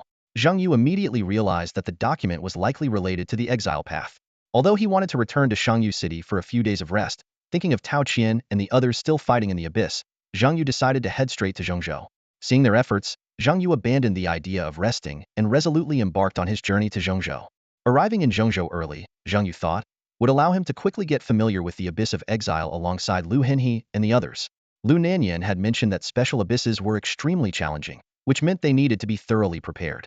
Despite Zhang Yu always setting the difficulty to the highest level when entering an abyss, sometimes even taking great risks, he never underestimated any challenge. Whether it was the Shrine Abyss, the Dark Valley, or later the Apostles' Isolated Island and the Prison Dungeon, he would spend a significant amount of time preparing. For each abyss, he would memorize the strategies thoroughly, especially the critical parts, to handle any unexpected situations. However, when facing an abyss without any strategies, Zhang Yu knew he could only rely on luck. He always believed he had no unique insights into the abysses. It was mostly luck. Regardless of how others evaluated him, this was Zhang Yu's genuine thought. As they passed the headquarters in Hang City, Zhang Yu's secretary got off to handle some forging tasks, taking 2 pieces of Zhang Yu's equipment with him. Before the Abyss of Exile began, the Pharaoh's scepter, the Warden's shadow robe, and the intent of black poison should all be forged. These pieces of equipment would be Zhang Yu's greatest assets when entering the Abyss of Exile. The drive from Hang City to Zhongzhou district took about 5 hours. Zhang Yu used this time to carefully read through the materials sent from Zhongzhou. The title of the document was striking: Temple's Special Abyss, the Path of Exile. According to estimates, this was a large-scale team abyss, expected to take at least 20 days to complete. However, there was very little specific information about the Path of Exile. The so-called strategies were merely scattered pieces of information revealed by the temple. This special abyss was unprecedented. Not only did the 9 provinces lack any strategies, but even other worlds knew nothing about it. To reduce the difficulty, or rather to give professionals a chance to prepare, the temple would release some information, allowing participants to understand the abyss in advance, make preparations, and form suitable teams. Lu Henhe had gone to Zhongzhou early to study this information. Zhang Yu opened the documents, and the first piece of information made him frown. This was a pilgrimage to trace the footsteps of the gods. He couldn't help but wonder, if it was a pilgrimage, why was the abyss called the Path of Exile? With this question in mind, Zhang Yu continued to read. During this journey, Zhang Yu's thoughts constantly wandered between the challenges of the abyss and the impending unknown adventures. He knew that every step could be a matter of life and death, and he had to stay vigilant at all times. Just then, a message of gratitude interrupted Zhang Yu's thoughts. It was a thank you note to a figure named Renlei Yoshi, expressing gratitude for the king of gifts he had given. This sudden interruption slightly distracted Zhang Yu, but he quickly refocused on the documents in front of him. As it approached midnight, the author hurriedly wrapped up today's writing. Despite the busy work schedule and year-end company affairs, he persisted in his writing, even skipping dinner to finish another chapter. This dedication and gratitude to the readers were quite similar to Zhang Yu's meticulous preparation for the abyss. Both showcased resilience and focus when facing challenges. The records show that the temple provided 5 key clues. Among them, the clue Path of Pilgrimage most clearly points to the divine. Each abyss contains a story, history, or character related to the gods. It seems the temple is trying to explain the nature of the gods to the practitioners. Zhang Yu noticed the stark contrast between Path of Pilgrimage and the abyss named Path of Exile. He pondered these terms repeatedly while continuing to study the information. The second piece of information is a character introduction, featuring 7 unique figures. 1. A hunchbacked old man with red and black tattoos on his bald head, dressed in rags, with cloudy eyes. 2. A burly middle-aged man with 1 arm. 3. A mysterious woman wrapped entirely in black clothing. 4. A skinny boy with blue eyes. 5. A blood-covered, hairy man on horseback. 6. A shadowy figure seen from behind, surrounded by corpses and raging flames. 7. A disembodied head. Each character's image is accompanied by a peculiar phrase that Zhang Yu couldn't decipher. Experts from Zhongzhou were also baffled, marking 3 question marks after each phrase. Zhang Yu contemplated the purpose of these characters. His initial thought was that they might be quest NPCs, a theory shared by many practitioners. However, Lu Henhe proposed a unique view.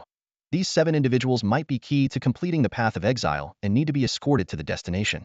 The third piece of information is an image: tens of thousands of ragged refugees trudging through a desolate desert. This scene helped Zhang Yu understand why the Path of Pilgrimage is referred to as the Path of Exile. Lu Henhe noted that merely reaching the sacred land might not be enough to complete the mission. A specific goal must be achieved, and these 7 individuals might hold the crucial elements. The fourth piece of information is a map, presumably showing the route to the sacred land. The fifth piece of information consists of 2 stone carvings filled with text. The characters circled in red on the stone match the phrases under the character images, suggesting a connection between them. Reviewing all this information, Zhang Yu thought, a pilgrimage path, with maps, routes, and a destination. The task seemed straightforward, possibly escorting or protecting refugees to the sacred land. But if Lu Henhe's theory was correct and these 7 individuals needed protection, why was there a severed head among them? Suddenly, Zhang Yu recognized the tattoos on the old man's body. He recalled seeing similar patterns on the corpse of a god in the opening scene of Apostle's isolated island. The apostle marks he had obtained also bore these designs. Could these be some kind of script? Zhang Yu went through the materials from Zhongzhou and found the information provided by Lu Henhe. Character 103, speculated to mean thunder or electricity. Character 34, speculated to mean life or birth. Other practitioners also offered their interpretations. These special symbols had appeared in other abysses, but only 7 or 8 characters had been deciphered so far, far from enough to understand the entire content of the stone carvings. Rubbing his temples, Zhang Yu set the materials aside. Despite his efforts, he couldn't reach a definitive conclusion. It seemed this puzzle required more clues to unravel. Zhang Yu stood in the archive room, his brows tightly furrowed. He stared at the unsettling Imagia figure surrounded by corpses and flames. The silhouette seemed vaguely familiar, yet he couldn't be certain. At first, he thought it was himself, but upon closer inspection, the figure's physique was noticeably more robust. Broad shoulders, a muscular back, well-developed calves, and strong arms. This was not the body of a summoner. Suddenly, a possibility flashed through Zhang Yu's mind. Could it be his father in this world? His pupils slightly contracted. Although he had never met the parents of this world, from a genetic standpoint, this figure could very well be his father. But why would his father appear in such a scene? What did it imply? His thoughts were interrupted as Zhang Yu realized he had already arrived in Zhengzhou. After a thorough security check, he and the driver finally entered the core area of the 9 provinces, the main sanctuary. The scale of the main sanctuary was awe-inspiring. The vast hall seemed endless, bustling with staff, and lined with numerous guild rooms. Zhang Yu couldn't help but marvel at the grandeur of the place. Zhang Yu, a familiar voice called out. It was Lu Henhe, the short-haired, spirited girl with an S-level talent, and the daughter of Lu Nanyan. As she approached, she teased, "Not bad. Almost defeated Tangzun? I'm counting on you for this abyss mission. If you have any strategies, don't leave me behind." Zhang Yu chuckled. "What strategy? After looking at the materials you gave me, I'm still clueless." "Exactly," Lu Henhe said as she led the way.